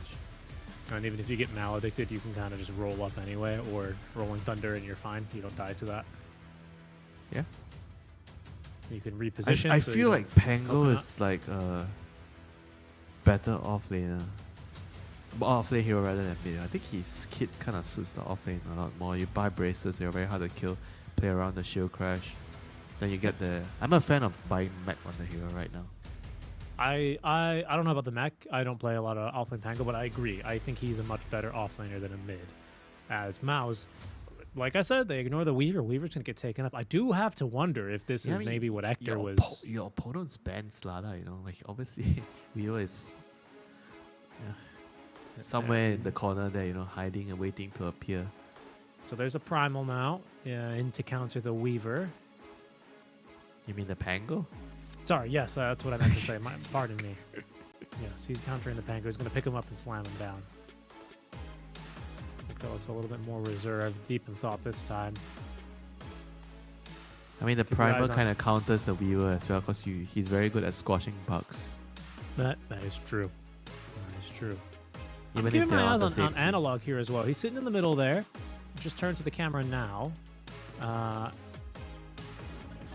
There he is, on the right of your screen, seated currently. So we'll see if he ends up calling for anything. Because I have to say, last draft must have been a lot of Analog going, give me Huskar, I will win this game. And to his credit, it worked. Let's go for the bit more KO'd. Okay, Venge. Yeah, Venge Pango. Classic combo. Pango does all physical damage now, so the minus armor from Wave of Terror is very, very good with Pango. And on top of it, Sven, physical damage blocking with the War Cry, very good against Weaver. Let's see who this Venge is going to be for. I'm actually not so sure. I didn't pick up this hero. 4? Venge? I think it's Venge with Pango. I think the lane will be Venge with Pango and Hooping with Sven. Right. I mean, I think that makes sense. And there's the Sven that will come through. Is, again, a flex hero here, but I think that was the 18th, wasn't it? PA, on the other hand, is something that I don't see a lot. Up-and-coming hero. I lost to a PA today, just today. I got destroyed, got bodied by the hero. You lost 100 MMR today, Winter, so I'm sure that's very stinging, isn't it? I'm closer to you now. In your dreams. Okay, so PA into the Sven, into a lot of shields. PA into Sven is kind of like... people would pick Sven into PA because you kind of block a lot of the physical damage. All right. But PA is good. Though, PA is good against the Pango because you can dagger him during the roll, you can maybe kill him. And you're good at hunting down the squirrel. And I believe Svens are not want to always build an MKB. I don't think it's like a natural item for him to get through the evasion, which may be problematic. Isn't it like it's a... You get, I guess you can buy Bloodthorn if you want. Yeah, Bloodthorn is certainly an option. That's very true. Okay, there's the Huskar band, just in case, by the way. This time Mao's, of course, with 24th pick, so I don't think they have to be too concerned with any major cheese.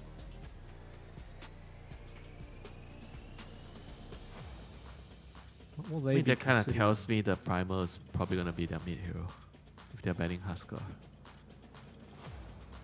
Yeah, I mean, TA is gone, so I presume they won't be picking up a TA 24. Underlord the next ban. I think this is going to be a Sven carry then, looks like.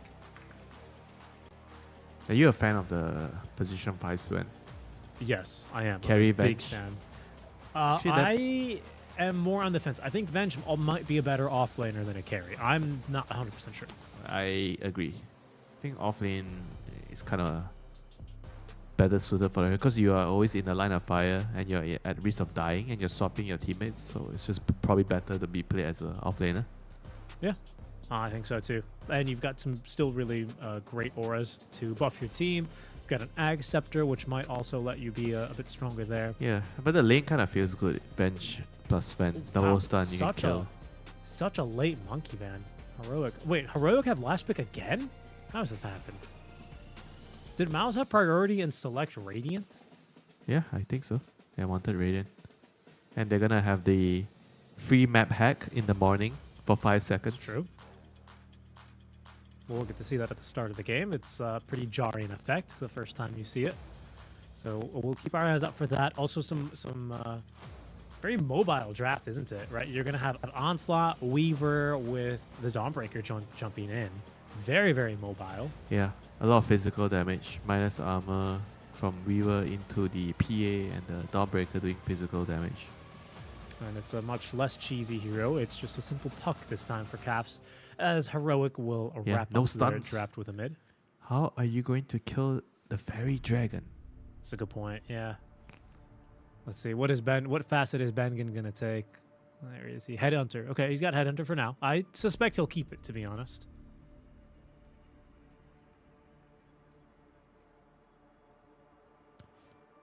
And it's support. It's a 5 Vengeful Spirits.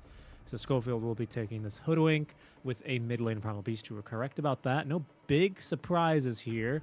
I think the Dawnbreaker is a little bit more of an unproven hero for me personally. Where do you rate this hero right now? Where are the Dawnbreaker stocks at? Average compared to the other offlaners. I think the top tier one is definitely Darkseer, Underlord, Enigma. Enigma's probably like B tier or C tier. B tier maybe. But Dawnbreaker is kind of like, I think C is average. He has a lot of purpose in games where I feel like your ulti can be used to counter certain things like Chronosphere or Black Hole. But in this game, I think it helps with their timing. With Primer and Weaver running around ganking, and then you have a Dawn that can just connect all the time. He's a strong laner. If you think about that lane, is Weaver, Dawnbreaker, minus armor into Dawnbreaker spells the hammer. It's a lot of damage. I think I mean, we'll get into this shortly in the game as we are currently waiting for everyone to lock in. The other thing that's a bit surprising as far as facets go is most people I can see here on Dota 2 Pro Tracker end up taking the Solar Charge. Oh, he chose to go for the Healing Hammer. He went for the Healing Hammer, yeah. And that's a bit more rare. 15% of the time do the Dawnbreaker players take this. So I'm actually really interested. It's kind of like the tree and sapling. You plant a tree and it heals your teammate or it damages your opponents. Yeah.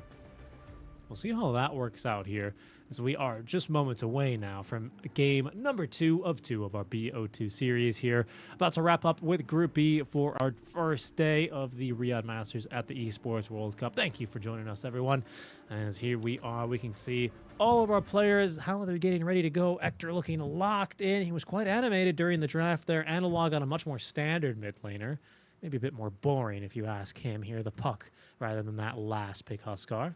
How dare you call puck boring? Ooh, did you see that? Supreme, he juked him out. I think Hector's pinging. There's definitely a ward here. Supreme, he didn't have anything in the inventory. Gives him a nice friendly roar now that he feels like they've wasted the sentry. That's a sneaky move there. And look, the rest of his team, they're going to be now rotating around through where they are caught by Schofield, though. So a bit of outplays on both sides here. I'd love to see it. Who's gonna get the prize? An extra bounty rune. Like usually you want to have all these early wards to scout out what your opponents are doing and trying to outfox them, you know. And here we go, Heroic late smoke, trying to outfox their opponents here. But get I extra think Mouse See if they can fall for it. They might get 3 runes, I think. Steal 1 bot, take 2 top. They just might. Or are they going to get aggressive? They want to look for the kill, Olnit. They don't have a stun level. Plenty of damage, though, as that's a really, really great A-chord shot. Look at Olnit. He's just dying, going down, as the Voodoo Restoration at least allows him to draw first blood against Schofield before he falls to Divine Llama. So a small win there for Mouse. Not bad at all. Level 1 heal here for Bengen, our Witch Doctor Extraordinaire. We've already gone through our facets, but again, I think the one to really highlight is going to be the Dawnbreaker. That's the one you don't always see. This Gleaming Hammer. I was kind of thinking before, if you're doing this build, do you go for like some Locket build and try to play around the heal though? Because I felt bad doing it on a core Dawnbreaker. If it's a position 5, maybe it's fine. Because core Dawnbreaker, you kind of also want to deal damage. That's why you like to see builds like Blade Mail. Sometimes you see Desolator. Yeah, I'm trying to see here what people tend to do. Aghanim should be core on this hero right now. That's what you would think. I mean, okay, so Sacred's played this twice. A fellow, I believe he's South American, isn't he? Sacred, if I'm not mistaken. He doesn't always do this. He likes to go for still like a harpoon, depending on the game. Maybe if he feels like a Mage Slayer is good, then he will go into Ags. Is a Mage Slayer good this game? Not No. particularly. I mean, it's good against a puck, but when are you going to hit a puck as a Dawnbreaker? I think right? you just need to build armor first, you know. I think Schofield's dead, by the way. Yeah, he just gets ran down. Finds himself on the wrong side of 2 enemy heroes. Sorry, you were saying? Armor items, Blade Mail. Because you're playing into Sven, Bench, Pangle, or physical damage. And if you think of Dawnbreaker as a hero, you generally don't build items early that give you armor. So Blade Mail kind of feels like a natural build this game. It helps you farm, gives you armor, so it helps you survive. It gives you some damage. Alright. Blade Mail is always nice against puck. All these spells where you throw out and you have no control over it. A little bit of water rune shenanigans. As I think Analog will win out big here. No, actually Supreme tried to block him from getting 2. So 1 water rune apiece here. 2 minutes. These things, you know, important to mention them in case they end up skewing one way or the other.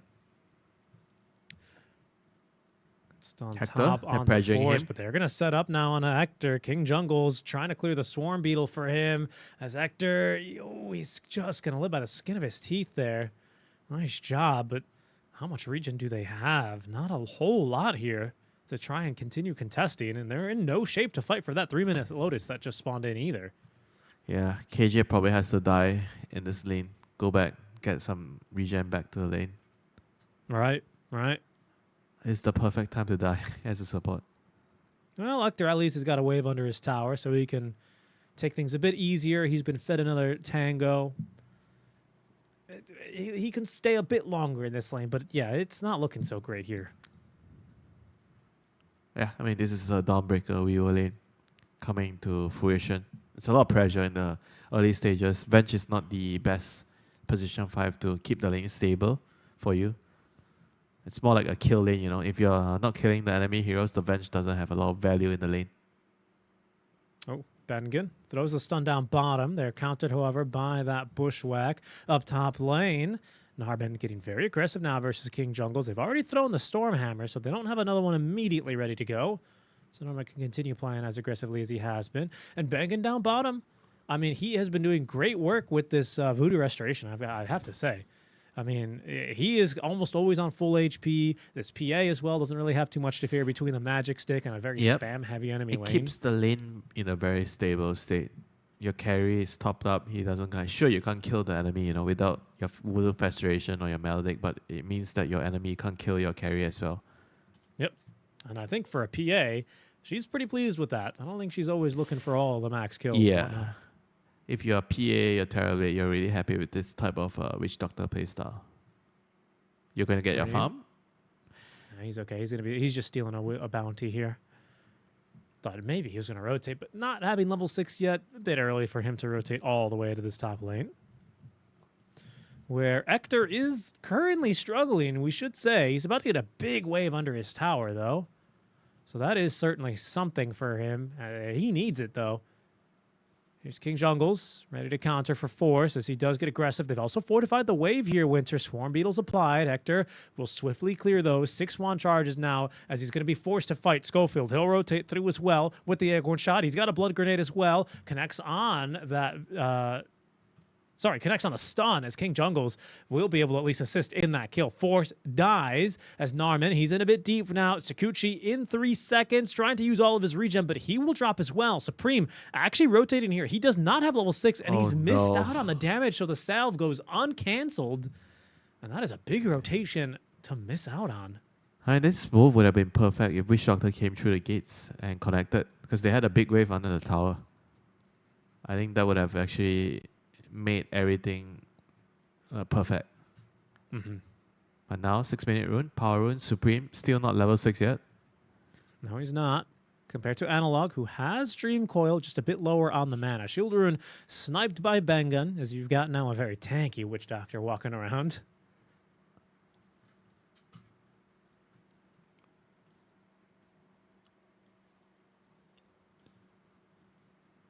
I mean, still not the worst, for them. PA is like still getting okay-ish farm. The bot side, Dawnbreaker is having a good time. He has a wave under his tower. Double Bracer, Phase Boots. Sorry, I'm just laughing because King Jungles left Ector's boots on the ground, seemingly randomly. King Jungles, who might be caught here, was maybe making a play for that Wisdom Rune and, well, basically has no chance, which Supreme just kind of hit in with the drive-by. He didn't down bottom, Divine Llama. They're set up for him now. Look at the Headhunter. They've also hit him here. It's only a level 1 Maledict, so he doesn't have to be too much worried, but there is a dinosaur coming to bash his skull into the ground. That will certainly do the trick, even with a level 1 Maledict. Yep, Wisdom Runes 1 apiece, unlike the last game. It's a much more balanced start this time. Yeah, indeed. And, of all things, it's actually a K1 who this time, especially in a jarring comparison to Game 1 on his Alchemist, he is the bottom of CS as well as net worth here. He is a Sven, so of course this will eventually start to really accumulate, but for now he is certainly suffering. I think Divine Llama missed. It's only a level 1 Swashbuckle here, but wasn't able to connect that one onto Almit. So this is going to be his thing on the offlane, Dalai Lama, playing all these mid heroes but buying the offlane items. I guess so. What's another hero you can do it on? Offlane Storm? What's like the most offlane SF, right? That's got to be the most cursed. Yeah, SF with mech. Yeah, Schofield. Oh, actually, I thought he was going to have to run away, but he's looking for more. Another bushwhack in 6 seconds. They connect on a stun as Bengen hits him with a very rapid paralyzing cast. Does more damage, really, than stun, but it's good enough, at least, to stop him from getting as the Ulnit as they kill King Jungles in return. 5 heroes down bottom now for Mao's Divine Llama. He'd love to get away from here. He's got another shield crash at the ready, but he's picked up mid-jump as Ulnit collects a second kill, turning that one around very swiftly. I mean, still, the Heroic managed to force a lot of rotations from Mouse there. Hector is farming top. You have Analog farming middle. I think it wasn't so bad for Heroic, even though they lost the Pango there. I think they are okay with the trade. Starting to see a lot more methodical as well on the Phantom Assassin. Observer just highlighting that one. I think even with the buffs to Veiled One, still end up seeing a lot more methodical.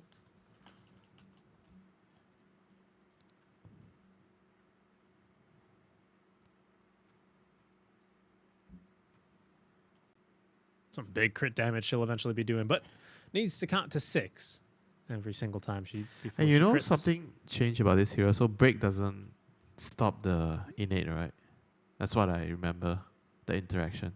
So, because before the evasion is on the blur, so when you break her, it actually stops the evasion. But now because it's innate, it actually doesn't get stopped.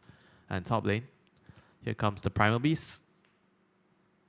Yeah, Hector, this time he's not going to live, but what will it cost them as the rotation from Analog is, well, honestly, it's not enough damage. These are very tanky heroes. However, Divine Llama, ready to go with his first Rolling Thunder, is going to get picked up in no time at all by Supreme, who will eventually fall. Yes, indeed. Analog's got the damage he needs, and Divine Llama drops a tip onto his basically counter pick there. Space, they killed the Sven. Ultimately, you're happy if you're Mouse with that trade. I mean, still haven't really seen Dawnbreaker use ulti yet. Speaking of using ultis, we have seen Hector use an ulti. Dawnbreaker ulti to save the PA bottom. So we did see that once just a couple minutes ago.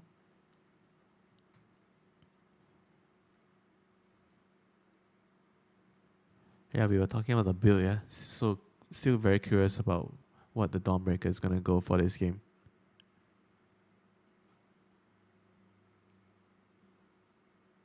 Is anyone going anything out of the ordinary? BKB Rush on Supreme. PA is getting Battle Fury. Sven has Master of Madness. Park going for Witchblade. Yeah, I guess everyone's going for the normal builds for their heroes right now. Yeah, pretty much. Nothing too crazy or exciting. Divine Llama not too unlucky, as he's hit once or twice there, I believe, by the Paralyzing Cask.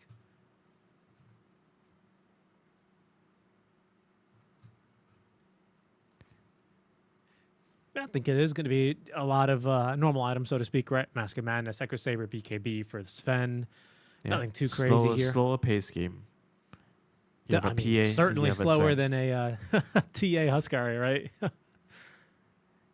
Yeah, but it could ramp up, for Mouse, because you still have like a Dawn with Primal. You're running around. Primal has caught the target here. Schofield going to sacrifice himself. Breaks the gang, stops the gang.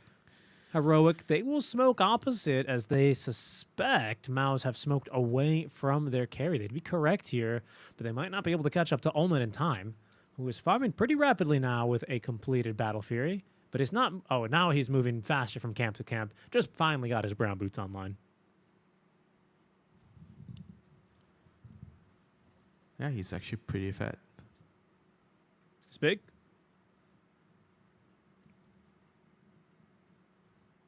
I mean, Sven's keeping up. Sven should, in theory, come online faster than the PA when you get your Dagger plus BKB with your Master Madness. Yeah. PA kind of needs a lot more. But I'm not so sure. Maybe this methodical coup de grace really allows you to flash farm a lot faster now with Battle Fury. This could just be a Schofield dying again top lane. It very much so looks like it. It's Supreme. He got to be careful here. He's actually committed the onslaught. Swap does buy a bit more time for Schofield, forces a bit more pressure, as that is going to be a lot of damage, even with a level 1 Maledict. I don't know if King Jungles lives through this. Gives them the vision they need to continue chasing after Supreme. King Jungles chasing till his dying breath. 30 HP. He just barely lives as Supreme pulled back now by that jostling rift, and he is going to pay for the dive onto the Hoodwink. That was not worth it, unfortunately, for Supreme. How did he know he was going to survive the Maledict? I was like, oh, is he actually not going to mech him? Oh, level 1 Maledict, I guess. He just knew he was going to be fine. I thought it would be a higher level Maledict, but this is, of course, a Paralyzing Cask build. 4-1-1 right now on the level 7 Doctor. You get to push out waves, get a farm, get your Holy Locket. It's true. I mean, you've got what? You've got a Primal Beast and you've got a PA, right? PA is not joining these fights anytime soon, as we've established. And does your team really need the damage amplification from Maledict? Seems like Death Ward would be enough. I guess this build makes a lot of sense. Ben, again, he's got a doctorate in Witch Doctor, Really completed his studies there. Yeah, I kind of look at a couple of his games when he was playing the hero a lot, the last couple of qualifiers, and I felt like he has a pretty good understanding of the hero. I love his build, getting Arcane Boots into Locket, just running around, keeping everyone alive, just being that annoying healing ward, basically. Yeah.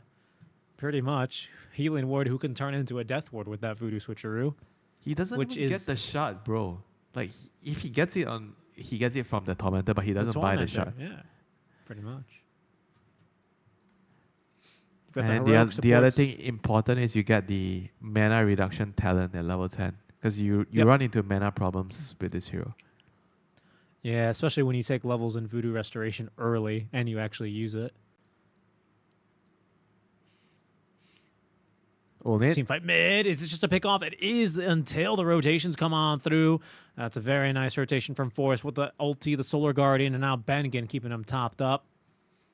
Wow, Wait, instant rotations. He's rushing pipe on Dawnbreaker? Force? Really? Yeah, it This appears game? to be. Well, let's look at it, right? What does it stop? It stops Puck, basically in her tracks. Is it? Yeah. Stops you from dying to the sharpshooter. Tanks a sharpshooter and a So he's bushwhack. trying to use his Celestial Hammer to heal, give the pipe buff. Kind of like a pseudo frontline. Okay, he is a frontliner with this build. Because he's pretty tanky. And he's gone for the Celestial Hammer slow as well. So just fully playing around the hammer. Because normally you see I think you normally see the damage more on the Starbreaker. I agree. I'm thinking how this is going to play out because you do still have a lot of physical damage coming through. Yeah, right? I mean, so in a team fight, you are just gonna put your hammer in the middle, pop your pipe, and just tank. It's rather strange, but yeah, we'll see.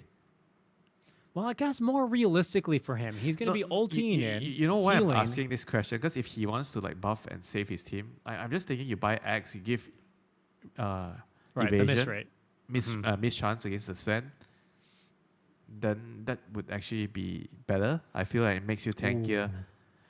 Timely invisor in there for Analog, by the way. He breaks a smoke. He sees a lot of enemies here. He probably saw him. I don't know if he saw him put down the ward, actually. Bengen might have been in the fog. But it will at least allow him to dodge a death. Maus are like, what has happened here? Why is no one farming this camp? A bit unlucky for them, but fortuitous timing for Analog on the Invis activation. He was just refilling his bottle as well. He didn't really so much care for the Invis as much as he did for the regen. But he'll be very happy with what that information has bought him. Enough time for him not to fall here. And in fact, will they actually try and defend this? Observer Ward has scouted Divine Llama and now Analog behind the tower, but the initiation, well, it's a bit telegraphed here with the onslaught as out they go. There's going to be the coil, stops Supreme from picking up Divine Llama, still doesn't want to go for the Rolling Thunder for the difficulties that it presents here. Now the break here onto the Primal Beast, but with that Pipe of Insight buff, Winter, there's really no way in for this fight for Heroic. Yeah, Pipe plus the Mech on the Witch Doctor. They have a lot of sustain, the heal for Mage Doctor. So he's very, very different with this type of playstyle on the Dawn. He's not like playing across the map and connecting, but instead he's just being with his team, giving the aura, and they're pushing the tower together. Yeah, I guess so, right? And then at some point, I guess later in the game, you will play a bit more disconnected. Because you're right, it does kind of rebuke the... This is like, how should I say? It's like Spectre, right? Where you kind of play away from your team and then you ult into the fight. Careful here, Supreme this time. Oh, well, he's got BKB. Reckon he'll be just fine. They've tagged him there with the sharpshooter, but this BKB lasts long enough here on its first use to see him all the way to his tower safely. Bengen, he might be the one to get caught now. Coil available in 10 seconds as Analog with this Arcane. I mean, he is kind of unstoppable, as in you're not running from this puck with an Arcane. That is not happening. Rush is going to be the next thing. Bench plus Ven. Pick off into it should Rush. be pretty fast. It should be pretty fast. He also got Lucky Shot, not to mention.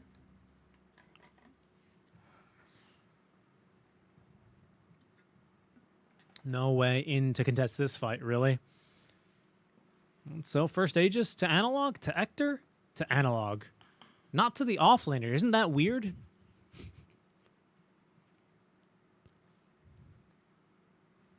Smoke play, Mouse. They want to fight immediately into this. Even with BKB on cooldown for 30 seconds, King Jungles finds a stun here onto the Primal Beast, but it's the PA joining this fight that might present an issue. A swap sees King Jungle still alive as he's being incredibly annoying in these fights. It's a big stun onto 3, but they're all being healed now by the Solar Guardian. There's going to be the pipe buff, but what do they have for the physical damage that now the Sven provides? Sven without an Aegis now on the retreat as Olnit giving chase. Olnit with his own BKB ready to use. Olnit, who almost was assisted there by Supreme, catching up. They're diving the tower. They're trying to kill Hector. Another little root, another stun here, but they still persist as 5 heroes dive underneath the tier 2 tower and take down the Sven. And Winter, they barely got a scratch. They're all so healthy. Yeah, thanks to the Witch Doctor. The pipe, the mech, everyone's alive and well. Like, Heroic definitely have some damage problems. They have to try to split the map and get more items on the Sven. Finish the MKB, get AC at some point. They just don't really seem to be scared of this Sven crit damage. I mean, yeah, you see the really nice stun. You see the difference between the Hoodwing bench and you compare it to the Witch Doctor and the Weaver, you know, how much they're doing in the team fights. Bit of Bengen Witch Doctor magic. Turning their bones into a fine powder, and Olnit was not even pressured to use the BKB in that last fight, just holding on to it, running down Heroic, who misjudged their strengths there, is, I think, most accurate. And now, well, it's back to the farming patterns for them, for Hector, really. Olnit's closed the gap and has proved himself to be quite the threat. Is she back in the meta now? PA? Zero seems like... I'm going to check Spirit's tweets. Where did Yatoro rate him? That's the real question.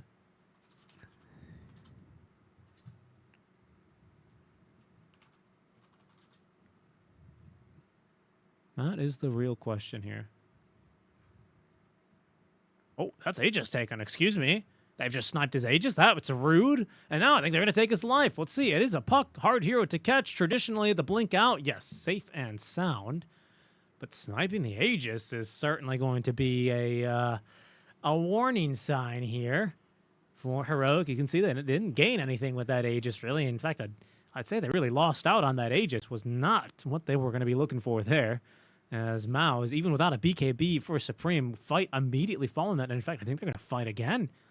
Arcane Rune in the bottle. BKB ready to go all around. His Olnit stalking his prey. Sees his man. It's Hector. Hector, who's still farming, but decides not to farm the Ancients, and this time it'll save his life. Olnit swipes in, steals another kill here as he takes down King Jungles.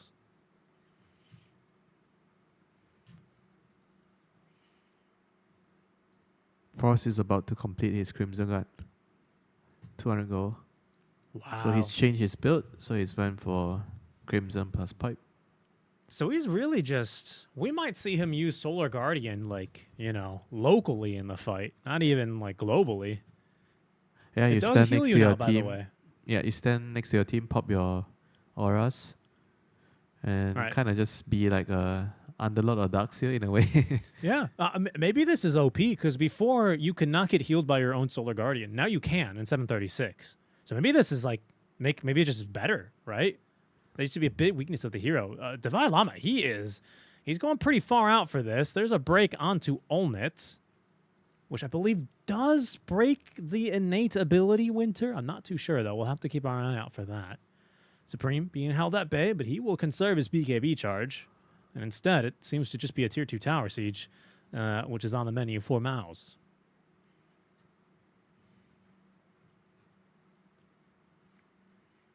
I mean, Heroic definitely have a lot of problems in the team fight now.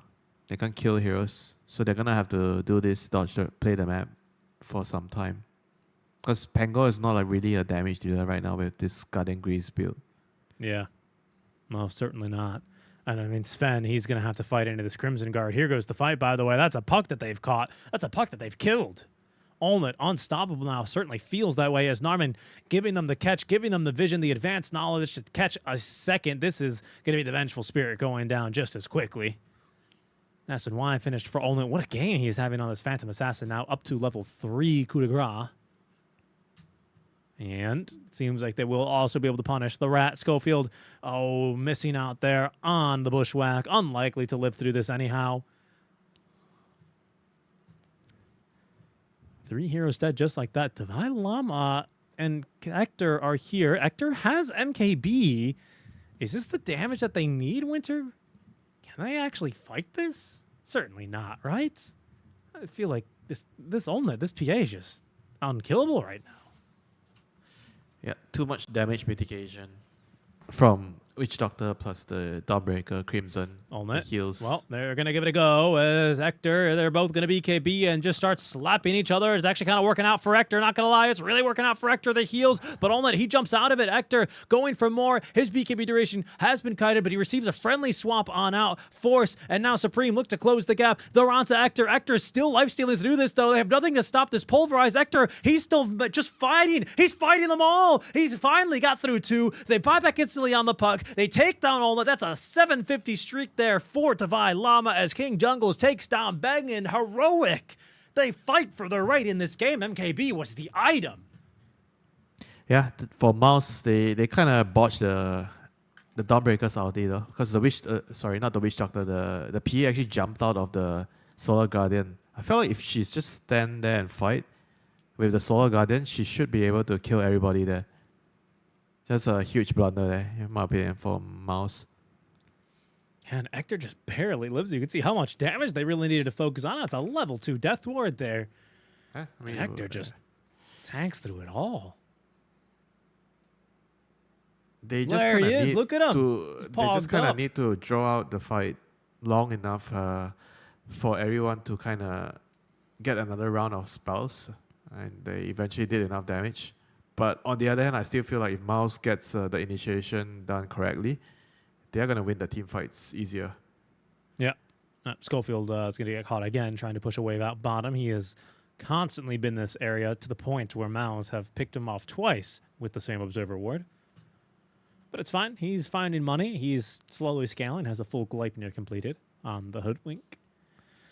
Yeah, I mean, that was kind of crazy. I really didn't think that was going to be the damage they needed. I'm not going to tell a lie, Winter. But now this seems much more within grasp here for Heroic after they find the full wipe on the Mouse. Buy back onto Analog, ultimately is unnecessary. But it does guarantee them that fight. So I'm sure they're not too upset with having committed that resource. But it does put them in a tricky situation for this next Roche. It is a long Roche. It's 2 minutes until he respawns. Which means it will spawn still top, but it'll only stay there for 20 seconds?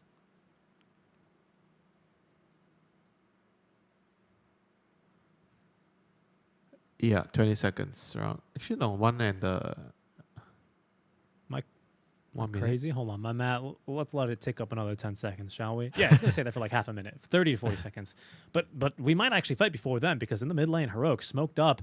Mouse with better vision here as, oh my goodness, what a jump in. That was crazy. Gleipnir to follow up. There's going to be the Rolling Thunder. Doesn't connect onto anyone quite yet, but Schofield murders Supreme. That's your control for the Rolling Thunder. The Rolling Thunder, which is now decimating these backlines. No way out of that one for Bengen. Not enough Voodoo Restoration for you there.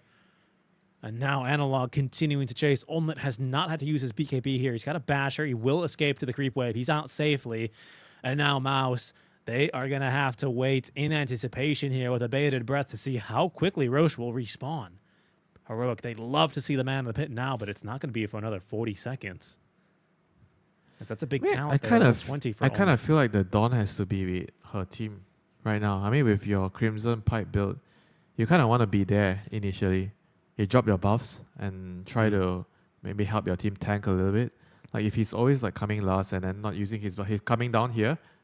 Oh, there he goes. Yeah, there he goes. Now, Olnet, he might have to BKB here. He doesn't get his BKB off. Now he does. Turns back onto Hector with his basher. Hector trying to fight through this one. Hector trying to fight through this one. Gets the swap on out. That's going to burn this BKB duration from Olnet. Now he catches a stun. In goes Supreme. Finally gets his ulti off this time around. Solar Crest, the buffs, the shields. Is that going to be enough for Divine Llama to live through this one? It just might. Hector, he's going to turn for another round. He throws a stun. He finds a stun. As Schofield wrapping up this sharpshooter, he finds a stun onto Olnet. Olnet, who's still broken but still alive, being healed up by Bengen. Bengen somehow still alive. Also is Divine Llama as he almost gets off another Rolling Thunder before he's killed off. We've respawning in 2 seconds. Roshan is available for the taking, but they're going to probably have to do it down bottom. That's how long this fight has run. That is an insanely long fight. Schofield is a madman, by the way. Just decides to piss off the entire world for, well, I'm not sure why. And he might get away with it. Look at this squirrel go. They can't stop this thing. No, okay, they can stop it. And look at that. Do I see a smile on his face? No, not a hint of emotion. Just another day at the office for him. Yep, guys, kill me. It's not even good for you. Pretty much. I mean, I once knew a player that always tell me whenever he feeds, don't worry, this skill doesn't mean anything. It's not even good for them. No, I'm not going to say who. I'm not going to say who. Every time going through the replay, making up stories about, oh, it's actually not good for the enemy to kill me. I don't know why they're killing me here. Okay. Well, Heroic, they're going to try and take this 5-on-4 fight. 4-on-5, I should say. BKB's coming off cooldown now. As Roshan, he's going down. I think too fast now. Ultimate makes the jump in. Oh, my goodness. Analog, he sneaks in there. But he's not going to be fast enough. The timing was just about perfect. Didn't spook Mouse into using any utility. Not a BKB, not an ulti dropped, nothing. And Roshan Banner collected by Bengen Aegis, most importantly, into the inventory for Ultimate. Yeah, and if they actually get the Hex on the Dawn, it's going to kind of solve the problem of the puck, catching the puck. That it will. Okay, little cheeky bit of initiation there. Well, that might solve your problem just on its own. Okay, swap on out. There's going to be the stun. Oh my goodness, look at the cleave damage. They've taken down 2. Oh, Hector, looking like he was about to find a rampage there. Only gets just the 1 as they manage to walk away just fine on the 1. Oh my goodness, Hector, he just two-shot the PA. What chances do you have now of having respawn? No! A disconnect, a lag. That is not where you wanted to see it. Unfortunate. So I was actually wrong about them not having enough damage. But he actually had enough to go through the Crimson buff. Pretty sure he was actually hitting and killing them through the Crimson buff, through the mech, through the Grease aura, through everything.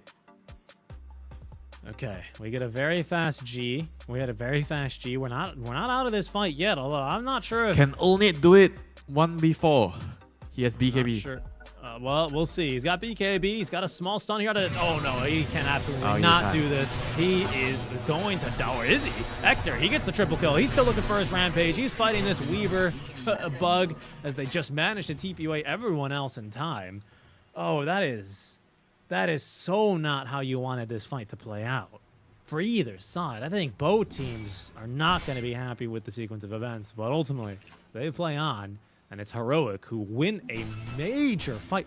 Look at Hector. Are you sure this isn't the Hector of old days? He puts the entire team on his back, and he says 1, 2, 3, arriba, and lifts. And oh boy, did he lift in that fight. 14k hero damage all by himself. Look at this replay. Holy moly.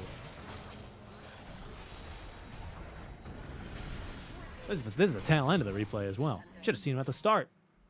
And of course, I mean, you hate to see it. You got to imagine this might be affecting the other streams as well. Our hearts go out to those Dota players, fans, and casters all having to try and make their way through this. But such is life for us here, unfortunately. Okay, short little lag spike. You can see King Jungle's not too happy with how that fight went either. But, guess it ended up working out. I think plan B. Now, 4 Mouse.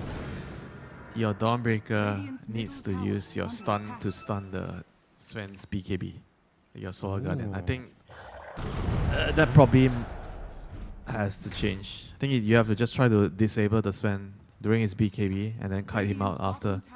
I mean, they're going to get the Aghanims on the Weaver as well. That's going to help. Here's a problem.